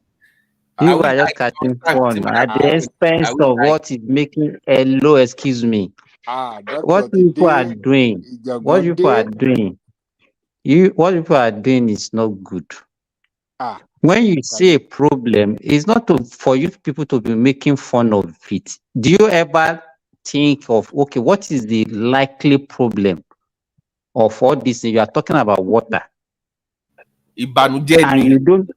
It's not Ibanuje. It's not Ibanuje. Let's talk about the problem of Nigeria and let us analyze it. Our patriotic Nigeria today. Our super being, super Nigeria today. Ajali Koko. Let me tell you this. We know the problem, but all of us, we just like, because talk is cheap. Hey, everybody will come. Hey, okay, you should have done this. Rational Bank came this when he was talking about tourism. Hey, that Egypt he used one language. I laugh. In fact, when he was talking, I put the thing on. I asked one of the Egyptians, one of my colleagues, to listen to, come and see what one Nigerian is talking about your country. The guy he was laughing at Rational Mind. Go and look. Go to Egypt and see what they are experiencing in Egypt. The guy, their own president that has turned is a dictator in that country now. He has changed the way all the opposition, the ones that are not in the country, are in prison. You understand? Go and look at the depth of Egypt. The only thing that is sustaining Egypt is because of their. Just wait, Babajari Koko. Electricity in the Arab world. Because let me tell you, it's not a luxury, it's a necessity. They cannot survive without electricity. Okay. So if you have that kind of weather, let me tell you, we can't do without it. If let me tell you, in Saudi Arabia during the summer, if they take electricity for 10 minutes, you will see the number of people that will die. When you have a temperature of 50 degrees centigrade. Is a necessity. So when we are analyzing things, we should. So he said, "It's not necessity to us." Let me tell you that. Let me tell you. You want to know that they said necessity. Hold on, let me finish. Please talk about the necessity. Is a mother. Since we have made mockery. Excuse me. You have been talking since Midwest. You people have been catching fun. So let me say my own. Yes, the Oyibo people, they are the ones that talk. They said necessity is the mother of invention. You understand? And that is why we take all those things for granted. Because if we don't have electricity, people still survive. If you don't have water, people can still get water. You understand? It's a good life not to have electricity. It's not a good life. But what we are let me tell you this. Yeah, I am privileged. Just hold on. Those people, those old days, those leaders that you used to praise, we used to praise, those days, they are the ones that failed to actually project that country into the way. It's just we look at it as if the problem of Nigeria started 8 years ago, 9 years ago, 10 years ago. It's an accumulative problem. 23 years. Have we got improvement on electricity, on water, on road? What? Let me say this. 23 years that you have been running democracy now. Baba Jali Koko, go to Because you are blaming people in the past that even 1974. built Just let me talk now. Ajale, Our Baba Ajale mainstay of Koko, wait, make him electricity. talk. Let Simba talk because Simba has been talking. Simba Midwest, just hold on. Let him talk. Yeah. Go on, yeah. You are, thank God Baba Jali Koko you are here today. When the Ghanaians are coming to Nigeria in the 70s, during the oil boom, as at 1974, Nigeria was producing 2.3 million barrels of crude. Look at our population that time. How much are we producing today? That time, cocoa price fell in the international market, and that was why the Ghanaians are coming, because we went to Ghana to go and recruit Ghanaians to come and be teachers, to come and do all those artisan jobs. That was why they came to our country that time. They are having challenges with the economy. Then by 1983, when we asked them to leave, that was when the price of oil fell also, and we're having challenges with our economy that time. That was when we said, okay, they should pack off. What I'm saying is that all those facilities that you are talking about, all these water corporations, those are the time that they built all these things. They don't build it for the future, they build it for the population of that time. One, because if you look at a good country, they plan for the future. They will build it, okay, they will have projection that in the next 50 years, can these facilities sustain the population? But we just built them for the population that we have that time. Besides that, those facilities. That is not an excuse. No, then let me tell you, I'm just telling you the problem. I'm just highlighting the problem now. Yeah. Apart from that, we didn't build them for the future, and we don't improve on them. All those facilities are also dilapidated. The only thing, let me tell you, all these things that we just come every day, everybody will just be talking, it's supposed to do it like this, do it like this. It's not going to work if you don't look at other ways of getting revenue for that country. That bigger amount of that small money that we thinking that they are corrupt. Let me tell you, if you see the way other countries are corrupt, but because come to Saudi Arabia and come and see what is happening. But you know how much they are making? They are making hundreds of billions of dollars every year for a population of 35 million. And we are struggling with maybe 20 billion or 30 billion budget for population of 200 million. What can you do with that? Even if they don't spend the money, it will not take us anywhere. But we all come here and say because they have corruption of how much is the whole money, sir? When you listen to people like Simba like this defending this, but Simba, you are also I'm not defending what you I'm saying. Let me tell you, I'm not defending. But what I'm saying, I'm just being realistic. This is not I'm not saying there is no corruption, but let me tell you, even without corruption, look at the size of Nigeria. Look at our population. We don't have money. Nigeria is broke. Nigeria is poor. It is your politician that make Nigerian broke. Nigerians make Nigeria poor. I take responsibility. All of us should take responsibility and move that country forward. But by the time you are saying the politician, which responsibility you want me to take? Which responsibility for what? What did I do? You can't even. That was why he ran away. Now you are not even ready to sacrifice anything. You ran away. Okay, Simba. Look at it this way.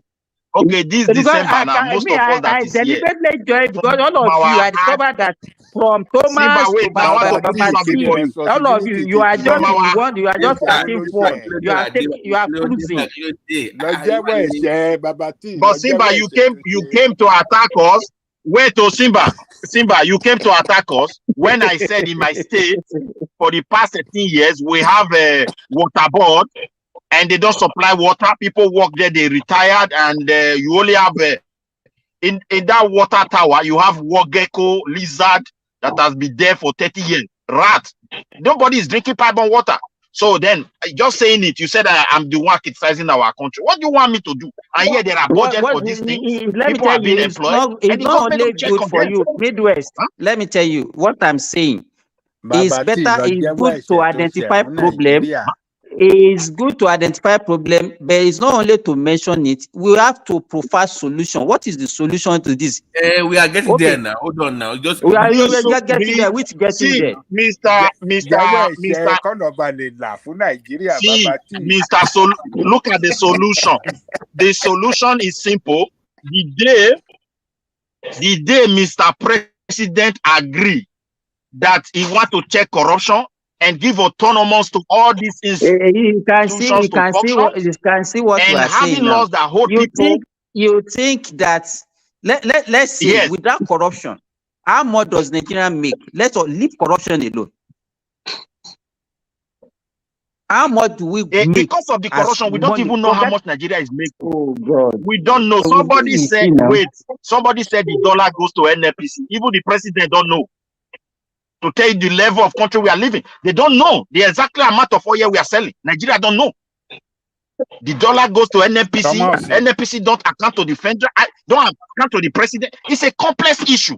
So you can't blame me for that. We don't know what we are wants to making. come in now. What did they do you, Thomas? Where is Olafewole now? Thomas. $10 before you. $10 before you come. Come and help us with Simba because we don't know what he's talking about. Ola, Thomas or Simba yani? Is there? Oh, I'm very good. Okay, ṣé ti gbé Ọlá wọlé. Wait till the warning. Those ní mọ. Kò gbọ́lá wọlé. Okay, Ọlá ti wọlé. Baba Father Christmas. Christmas don't go now. Ọlá now. Abi which Christmas they celebrate in New Year? It's a lot there. Oh, okay. All right. Can you help us with Simba, please? I don't know what you're talking about. Bàbá tí. Ṣé o máa lọ jẹ́wọ́ ẹ̀ṣẹ̀ kọ́nà ba lè là fún Nàìjíríà? Happy New Year. Kọ́nà tùbà kó tùṣẹ́ fún Nàìjíríà, bàbá tí. Ṣé kò sí anybody tó gbọ́ mi ni? Mo ń gbọ́ Ọlá. I'm good now. We dey hear you now. Ìgbà tí mo kí n pa Happy New Year tẹ dákẹ́. Happy New Year Ọlá. Àwọn ìyàwó àtàwọn ọmọ ń kọ́. Àlàáfíà náà wà wọ́n jẹun. Àwọn ìyàwó àwọn làwọn ìyàwó. Ó ti dáhùn ó ní wọ́n wà. Bí Yorùbá. Wọ́n ní wọ́n wà. Wọ́n wà. I beg, make I ask question or I beg. Simba, how much is Nigeria making? No, let me tell you. It's one of those people where they chop. Are you people hearing money. me? That's why I come. Simba, how much is Nigeria government making? Based on what our own budget. Look at our budget now. Budget of maybe about less than $30 billion. No. You not see you now. my brother. You see the problem where we get. Somebody in the government was asking a question. NAPC, where is the dollar? To tell you that, you see the way they structure the country. Which dollar it's are you talking about? Which dollar are you talking about? Where is the dollar? Because they don't know amount of crude oil where we they sell.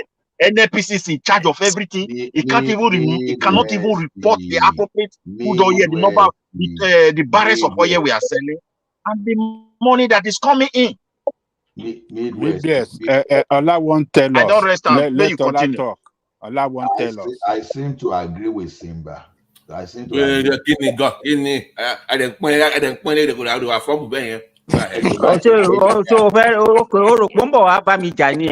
That's what you are looking for, Abati.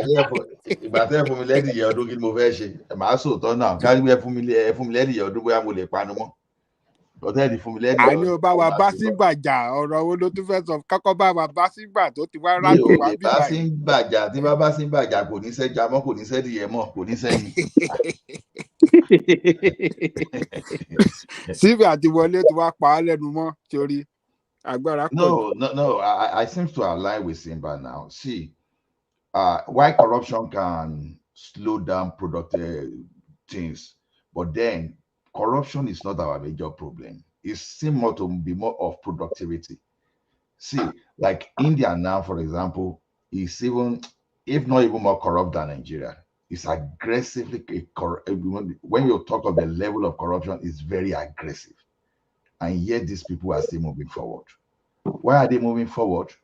Because they are still able to be productive.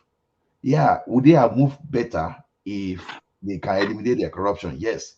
But everything we talk now, since now, is oil, oil, oil, oil, oil. America is a bigger producer, oil producer country than Nigeria. But oil is not even, it's even nowhere when you look at the GDP. So likewise, Canada too. When you look at Canada, we have a particular region that is all about oil, but yet oil is not the major thing. So okay, look at Dubai now, for example, United Arab Emirates. How much is oil contributing to the GDP? So our own problem lies more in our productivity than even oil. So to me is yeah, I don't know. We just need to we just need to do something. We just need to do something. You know, here the other time we were analyzing. Oh, some people were telling us that some people have the largest business in Lagos. I said, oh, this thing came again because I remember when Babati was showing us those people who dominate Lagos business. In reality, Lagos business is dominated by Yoruba.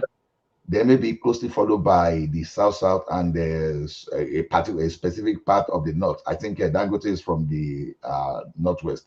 So what am I trying to bring out here is this. All those things we convert to trading, they are potential factories. They are potential things that are supposed to be converted to serious manufacturing base that should be helping our economy. So and when we even talk of this oil economy in Nigeria, how many people are benefiting from it?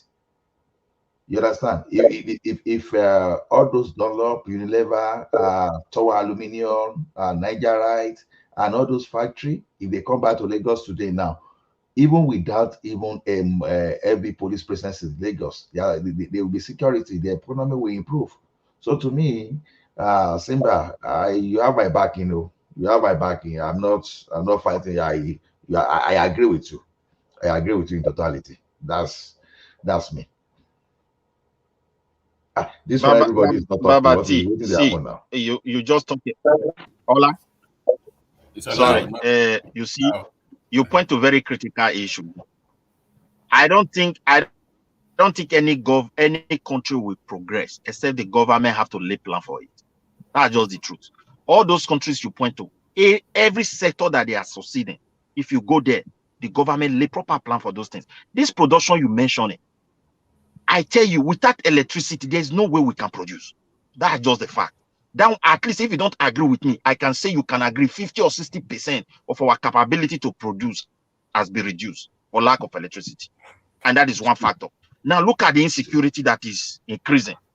And who do we blame? You see, all these factors need to be put together. There are things that we hold on for all of it. It's the government. Blame? I don't know why they're excluding government. Oh, this is what I don't understand. Let me ask you. It's the government.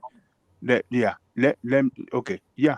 It's the government. Then the question which you ask ourselves, how much have we invested on electricity since 1999 today?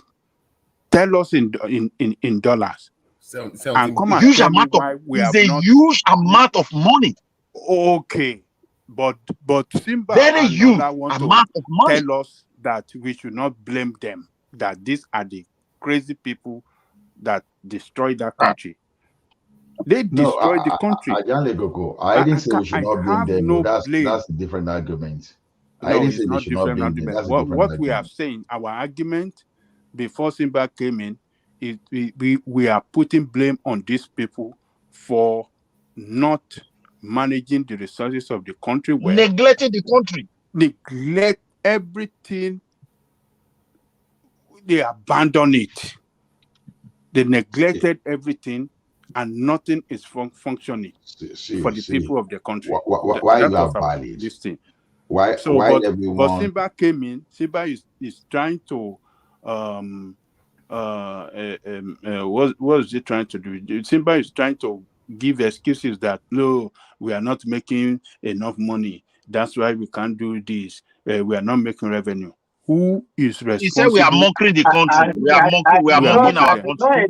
Who is I'm not responsible saying for it's that? not blame them. Oh. We've been doing this for years, for months on this platform. What I'm saying, get me. I started by saying that we have to look back and what happened even when we had the money that we're supposed to have planned and diversify and improve our revenue. That was what I'm trying to let you people know. That all this dilapidated infrastructure that you are talking about does not start today.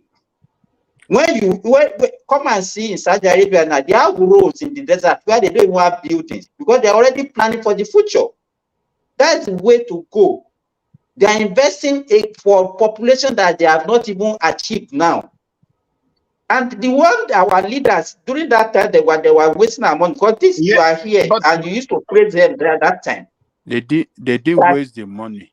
They invested those money on No, infrastructure. Those people that wasted the money. that example you gave, please let me come in there. Simba, yeah, let me come in. Is because they have been able to achieve what this generation want, and that is why they are able to also develop for the next generation. The problem we have in Nigeria is that this generation is not even having the impact, not to talk of the future.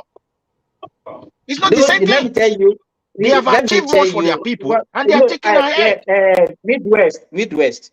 I don't know how old are you and how much you know about what has happened in the past in Nigeria. If Babajide Koko is not going to be by heart here, he knew what happened even in the 70s. He knew what happened in the 70s. Nigeria has been having problems since. That was when they even built that country. What was it that happened? What did they build? What did they build? What did they build? Or if those in the 70s did not. You know why you are talking like this, Babajide Koko? You won't Because have nothing you are only comparing. It's like when you have two bad things. Even between two bad things, you will see the best among the bad. That is what you are doing. Okay, let me give you some instances of how those people manage the resources built on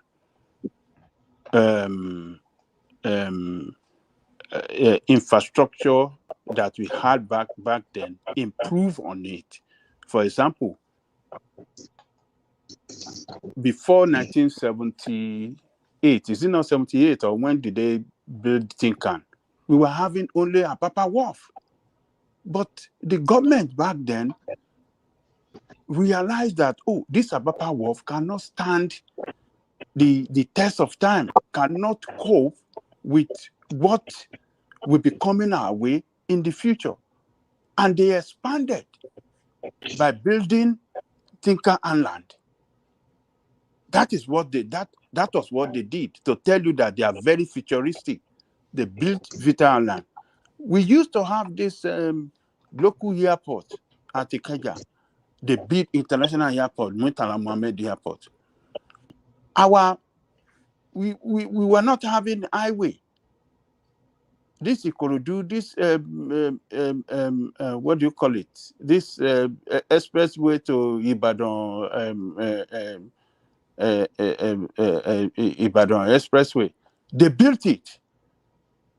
There are so many. They improve on the hospitals. I'm very surprised that let me tell you this. Let me tell you, Jakonde, hold on, let me make this point. Even Jakonde, as at the time that Jakonde came in, it was only Iju Water Works that was feeding the whole of Lagos State. What did Jakonde do? What did he do? He built some substation, about 5 substations, within 4 years, substation that, look, this Iju Water Work will not be able to supply the population because the population of Lagos was growing. So they built some substation, one at Shomolu, one at Surulere, one at somewhere in Lagos Island. So, just to expand that water supply across Lagos. So These people tried back then. The people you have now that failed to do anything. They invested billions, more than 20 billion. Will you suggest maybe we go and wake up all those dead people that they mean well for the country? I want to talk Simba. They didn't mean well for Simba. the country. You are just Simba. because Simba. they don't because Okay, wait. Simba. Simba, please let me put this one before you. When I was growing up, I grew up in the city. I also grew up in the villages. I can assure you.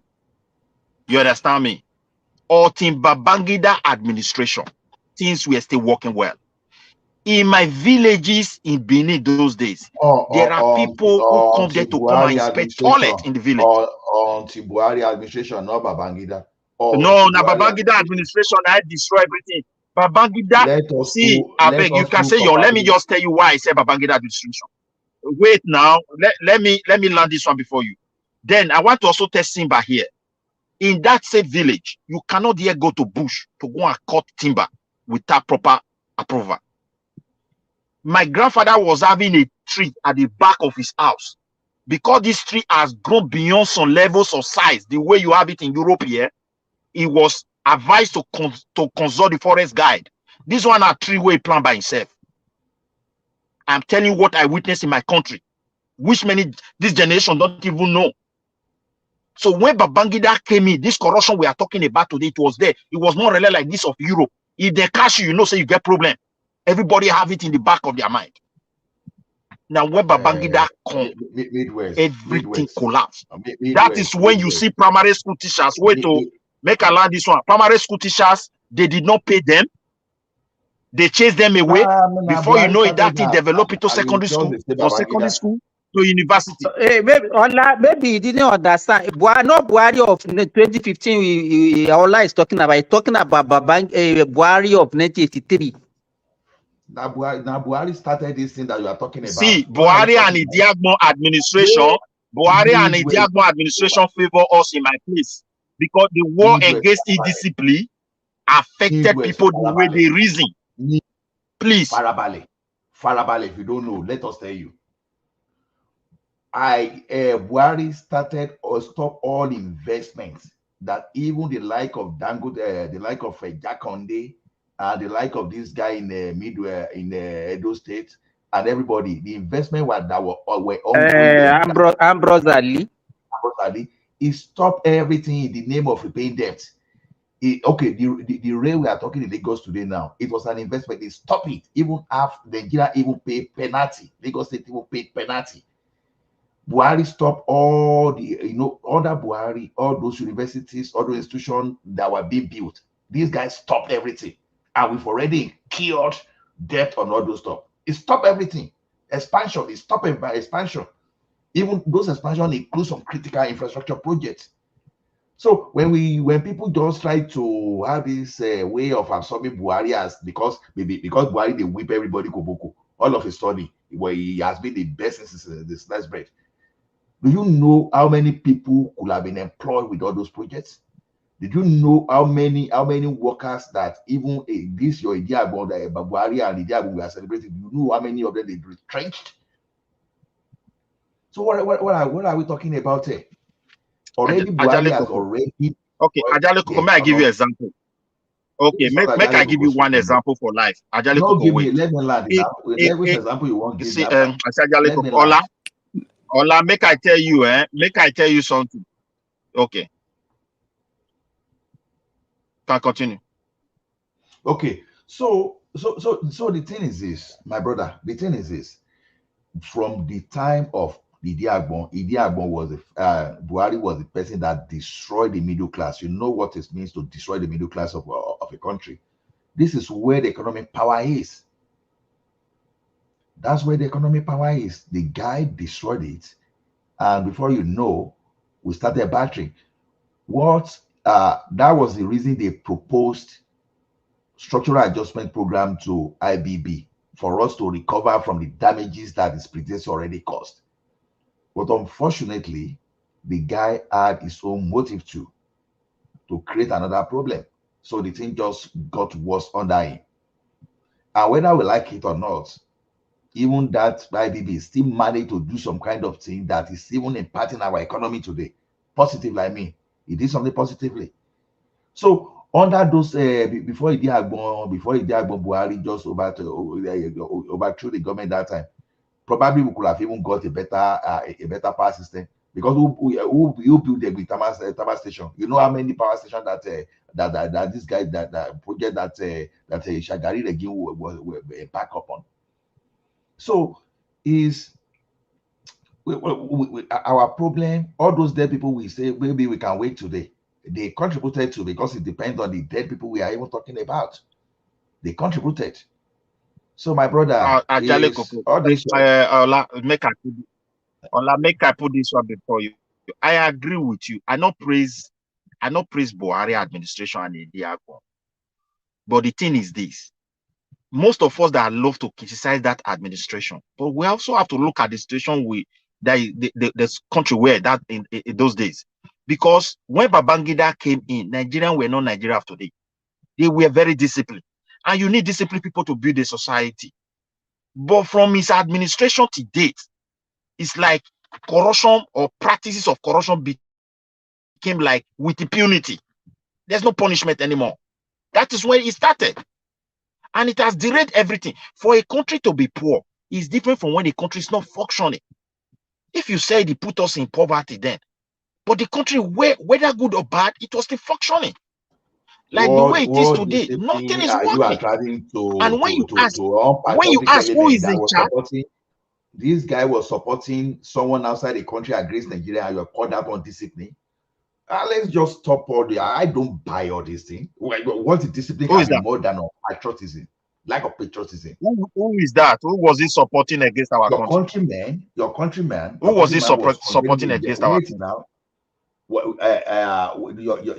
countryman was contesting the OAU general secretary position, and you were supporting someone from Nigeria Republic. I mean, is this child or thereabouts? What type of discipline? What type of discipline you can have more than lack of patriotism? All this kind of putting Buhari as a omniscient, as the best, as all this kind of thing. Where did we even get I this didn't thing? put Buhari there. Ola, I see. Everything If you we say can't, about Buhari, I agree with you. I'm not if defending him. we can't even get our I'm not issue right, defending him at all. I don't defend him. hold it. If we Yeah. cannot even get our issue right, then how do we provide solution when we cannot even get this thing? If I told you today that even the electricity we are talking today, it's not even the major problem. Why it is a problem? It's not the major. Policy is the major problem of that country. What's that? Policy. Because I will tell you, okay, when we say, I think implementation of the policy is the problem. Yeah. Even policy from the beginning, because why will you have implementation so much? is the problem. Why will you have so much with the federal government? Some people just want to control you, right? But when you start giving things up, okay, when you license radio now, the broadcasting station now, broadcasting station develop, and the reason for our Nollywood development, people don't even know that. Because of the regulation of telecommunication, that's why we have. Why didn't we deregulate electricity on time? Why didn't we do that? Now, when we say electricity is our problem, I will tell you one thing now. It's just a reflection. It's part, but not the major problem. I will ask you, how come that all these people that are into oil exploration, the like of Dangote, and those people that have the like of Bua, the like of Lafarge Cement, how come they were able to produce their own electricity to supply? You understand? So if you have allowed the state, for example, and other people to generate the electricity, it will have been like thing. So electricity is not the problem itself, but that thing that is stopping that electricity, which is policy. This man that is using Buhari's age telephone self, I don't know. See the thing they ring, green. It be like everybody don't go. Me say we are just a close for work. So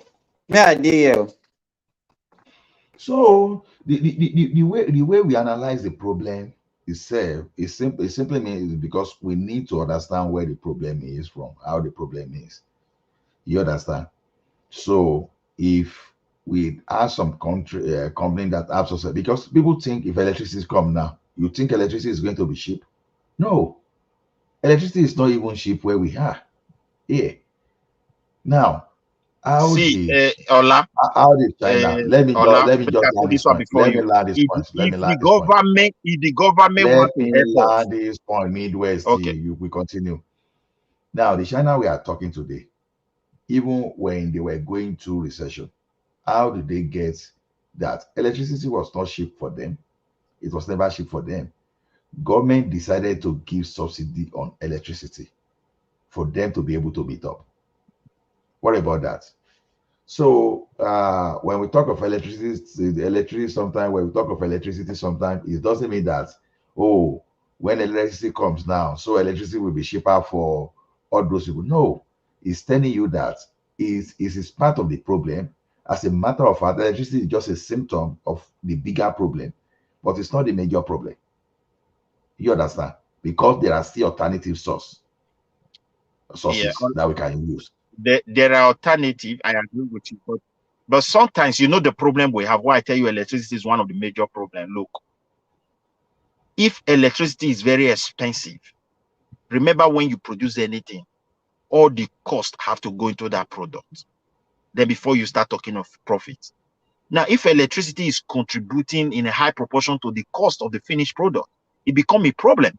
So when they import something from elsewhere to that country, even if they pay duties, export duty, import duty, you will still discover that those things are cheaper than the one you produce in your country. And even better than. Electricity So that is to say that country. Okay, Midwest, let me challenge you to something. Now, if electricity is the only major problem, how come that Dangote is able to export is able to export from Nigeria to neighboring Africa country? At what cost? See, my brother, you see this country. No, I'm just putting it to you. If electricity is the problem, how sometimes come when Dangote you is able talk to here, export? Wait, let me analyze something before you. Ola, you talk as a businessman. I've listened to you here. Someone that is trying to push for something, try to. When it comes to like, let me do business, let me do something. I've seen that spirit in you, and from your experience, when you talk, I can see there's experience. You understand me? But look at Nigeria problem today is this: the way people run their business is so secrecy. How they arrive in their profit, you don't know. Look at Niger Delta pipe oil everywhere. They have been selling almost hundreds of what's it called, typing of our natural resources.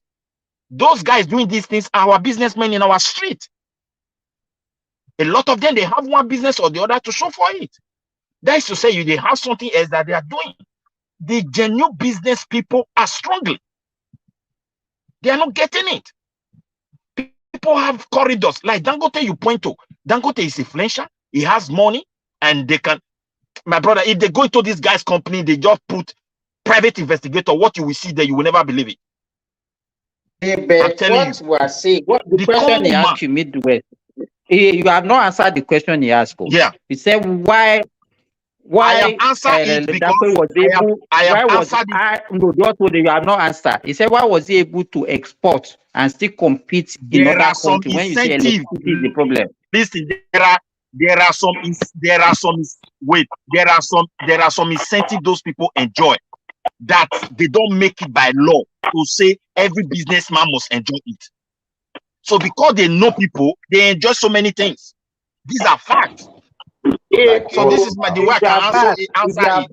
Let me tell you, let me ask you, Midwest, if you are vast in economy, what is it? Is electricity the only factors of production? There are some other factors of production that we have a competitive advantage. Just hold on. There are some other factors of production that we have competitive advantage over other countries. And that one will work for you if you have your industry in Nigeria. You have cheap labor. Well, there are so many other things that are very cheap in that country that can even insulate the so-called cost of electricity that you are hammering on. That's what we are trying to let you know.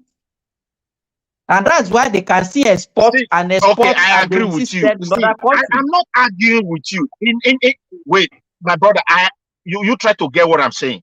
For example, okay, Midwest, only. every Only business Midwest. or any program Only have its Midwest, own. only it now. Midwest, hold it. Now, let's even leave Dangote. MTN. I think my phone they echo there because it be like say they echo. Now. I don't stop Wait. since. Okay, in the echo. So MTN, right? And some other company in Nigeria today. At least if MTN is down, you will know that telecommunication will be done in Nigeria. If Globalcom is down, you will know that telecommunication will be done in Nigeria. Are they not using electricity? Right. How come they are still able to survive the economy in the country? Are you looking at that? Okay. Now, since you'll be listening to like some broadcasting station, all this Arise, all this Channel TV, they've been all licensed, right? They still run the business. How come they still have their business running? How come we see how banks in Nigeria are still running their businesses, even though the cost of business is still high, right? That is pointing to something that if you can still do something at all. Wait. Yeah, no, wait, Farabale. Wait, Ola. When you still do something at all. Wait, don't. I'm not saying electricity. I want to quickly put this one before you. Production is of different type, my dear brother. These people you just mentioned render service. They don't produce anything. So when you say someone is into manufacturing, the factor for rendering a service and the factor for producing a finished goods is a different thing entirely. They are not the same. What do you mean by they don't produce? You cannot it's say not because the same generator that you use. Is it not the same generator they are using to run their service that you use for industry? What are you talking about? What is the difference? Wait. So they don't need electricity to run a bank, or what are you talking about?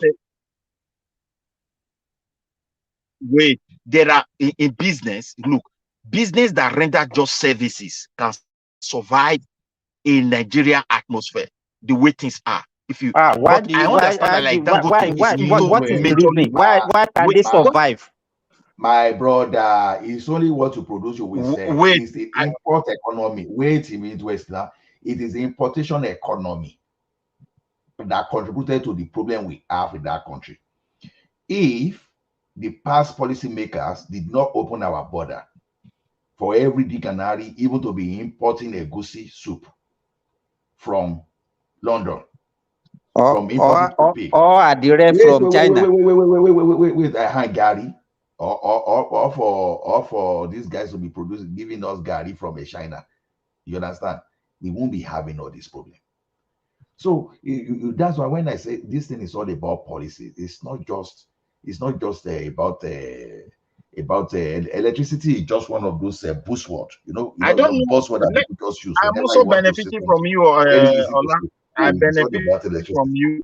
No, I benefit from you, and I'm listening to you. The thing is, if you said, wait, like Ola, let me tell you, you have to ask yourself a question. Someone will buy something in pounds, despite the high level of exchange rate, and come and sell it in Nigeria. And yet, the one back home cannot compete with the one from. That's to say something big is wrong somewhere. So the government have to have a proper policy to address it. Because these are evidence that manufacturing it back home, there's somehow big challenge. That's why people are not taking that advantage. Because most of the items that they are selling in Nigeria, they are just selling it because I don't really know. They're able to sell it because nobody is there. If the people want to set it up in our country, they cannot survive. They can't survive. That's just the reason. How can you go and buy rice in Thailand? You will export it. We have to go. Finish. It's 10 hours now. We have to shut down. Finish what you are saying, then we shut it down. Okay. You go and import rice in Thailand, in India. They are not free. You pay for the cost of transportation, and you pay for if the border is open. You whether good or bad, you still pay for the cost of landing, which is clearing. And at the end, you pay for the your cost own of what you are product buying cannot as take well. an advantage of this cost. Something is wrong. Something is wrong. Something big, because we're supposed to be above them. Our labor is cheap. The land is there, yet we cannot compete with those people. I think it's, as you said, policy. But I think electricity is the major problem. You can't run so many things with generator. That's just the truth. So you need electricity to produce rice. Is the electricity used to produce rice? Yeah, the meal, yes, you need it because the meal for you to produce proper rice, you need constant electricity to run those machines. To produce Boiling rice. it, you need machine. At what point? Storing At it, what bagging point it, do you need need? At what point do you equipment. need electricity? So what are you talking about? You need Midwest. At what point do you need electricity to produce? You need electricity production of rice. From the harvesting per season. You need it to make it to become rice. Midway. Yes, if you go to the warehouse where you're going to wait, the warehouse where you're going, I mean, not be rice waste stone food. Rice that is free from stone that can compete with those people. I will still repeat it again, right? Electricity is essential, no arguments, no doubt about that. But if we keep saying electricity is the only reason we are having problem in our country, I will keep disagreeing with you. It's just because the manufacturers, they have alternative. Okay, now you want to be producing electronics, you want to be assembling electronics in Nigeria. At the same time, you allow, okay, the like of Philips that used to do electricity, electronics in Nigeria those days, Philips in Ojota. Now you have Philips now. You say, okay, put your factory down in Nigeria, but you open the market. Ola, let me shut it down there. We talk in the background. Yeah, okay. I'm very sorry. Yeah. Thank you, everyone. We are very grateful. Happy New Year again to you guys. If you are just joining us, thank you guys. Yeah, thank you. We catch you tomorrow. Listen to your brother. Thomas, please. It must be by capacity and commitment. This is a job that requires physical and mental energy, and we must get it right. And that is what we're asking. The church must be at the forefront. Our children cannot continue like this. There's no offense. They're committed by being Nigerians. Nigerians are the best you can get in the world. And we have the energy to change this world. All we lack is that we have criminals who have hijacked this country, stealing everything away, and we are keeping quiet. Please, the church, wake up. Take back your country. God bless you. Recovery, because we've been through... Oh, where's Governor Peter Obi? Has run away. You should go and bring him for me. I need to talk to him about a few of those. Go and bring him.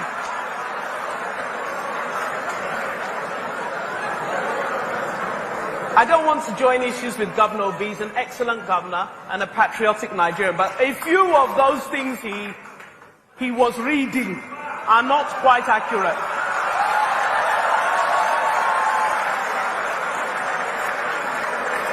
Thank you.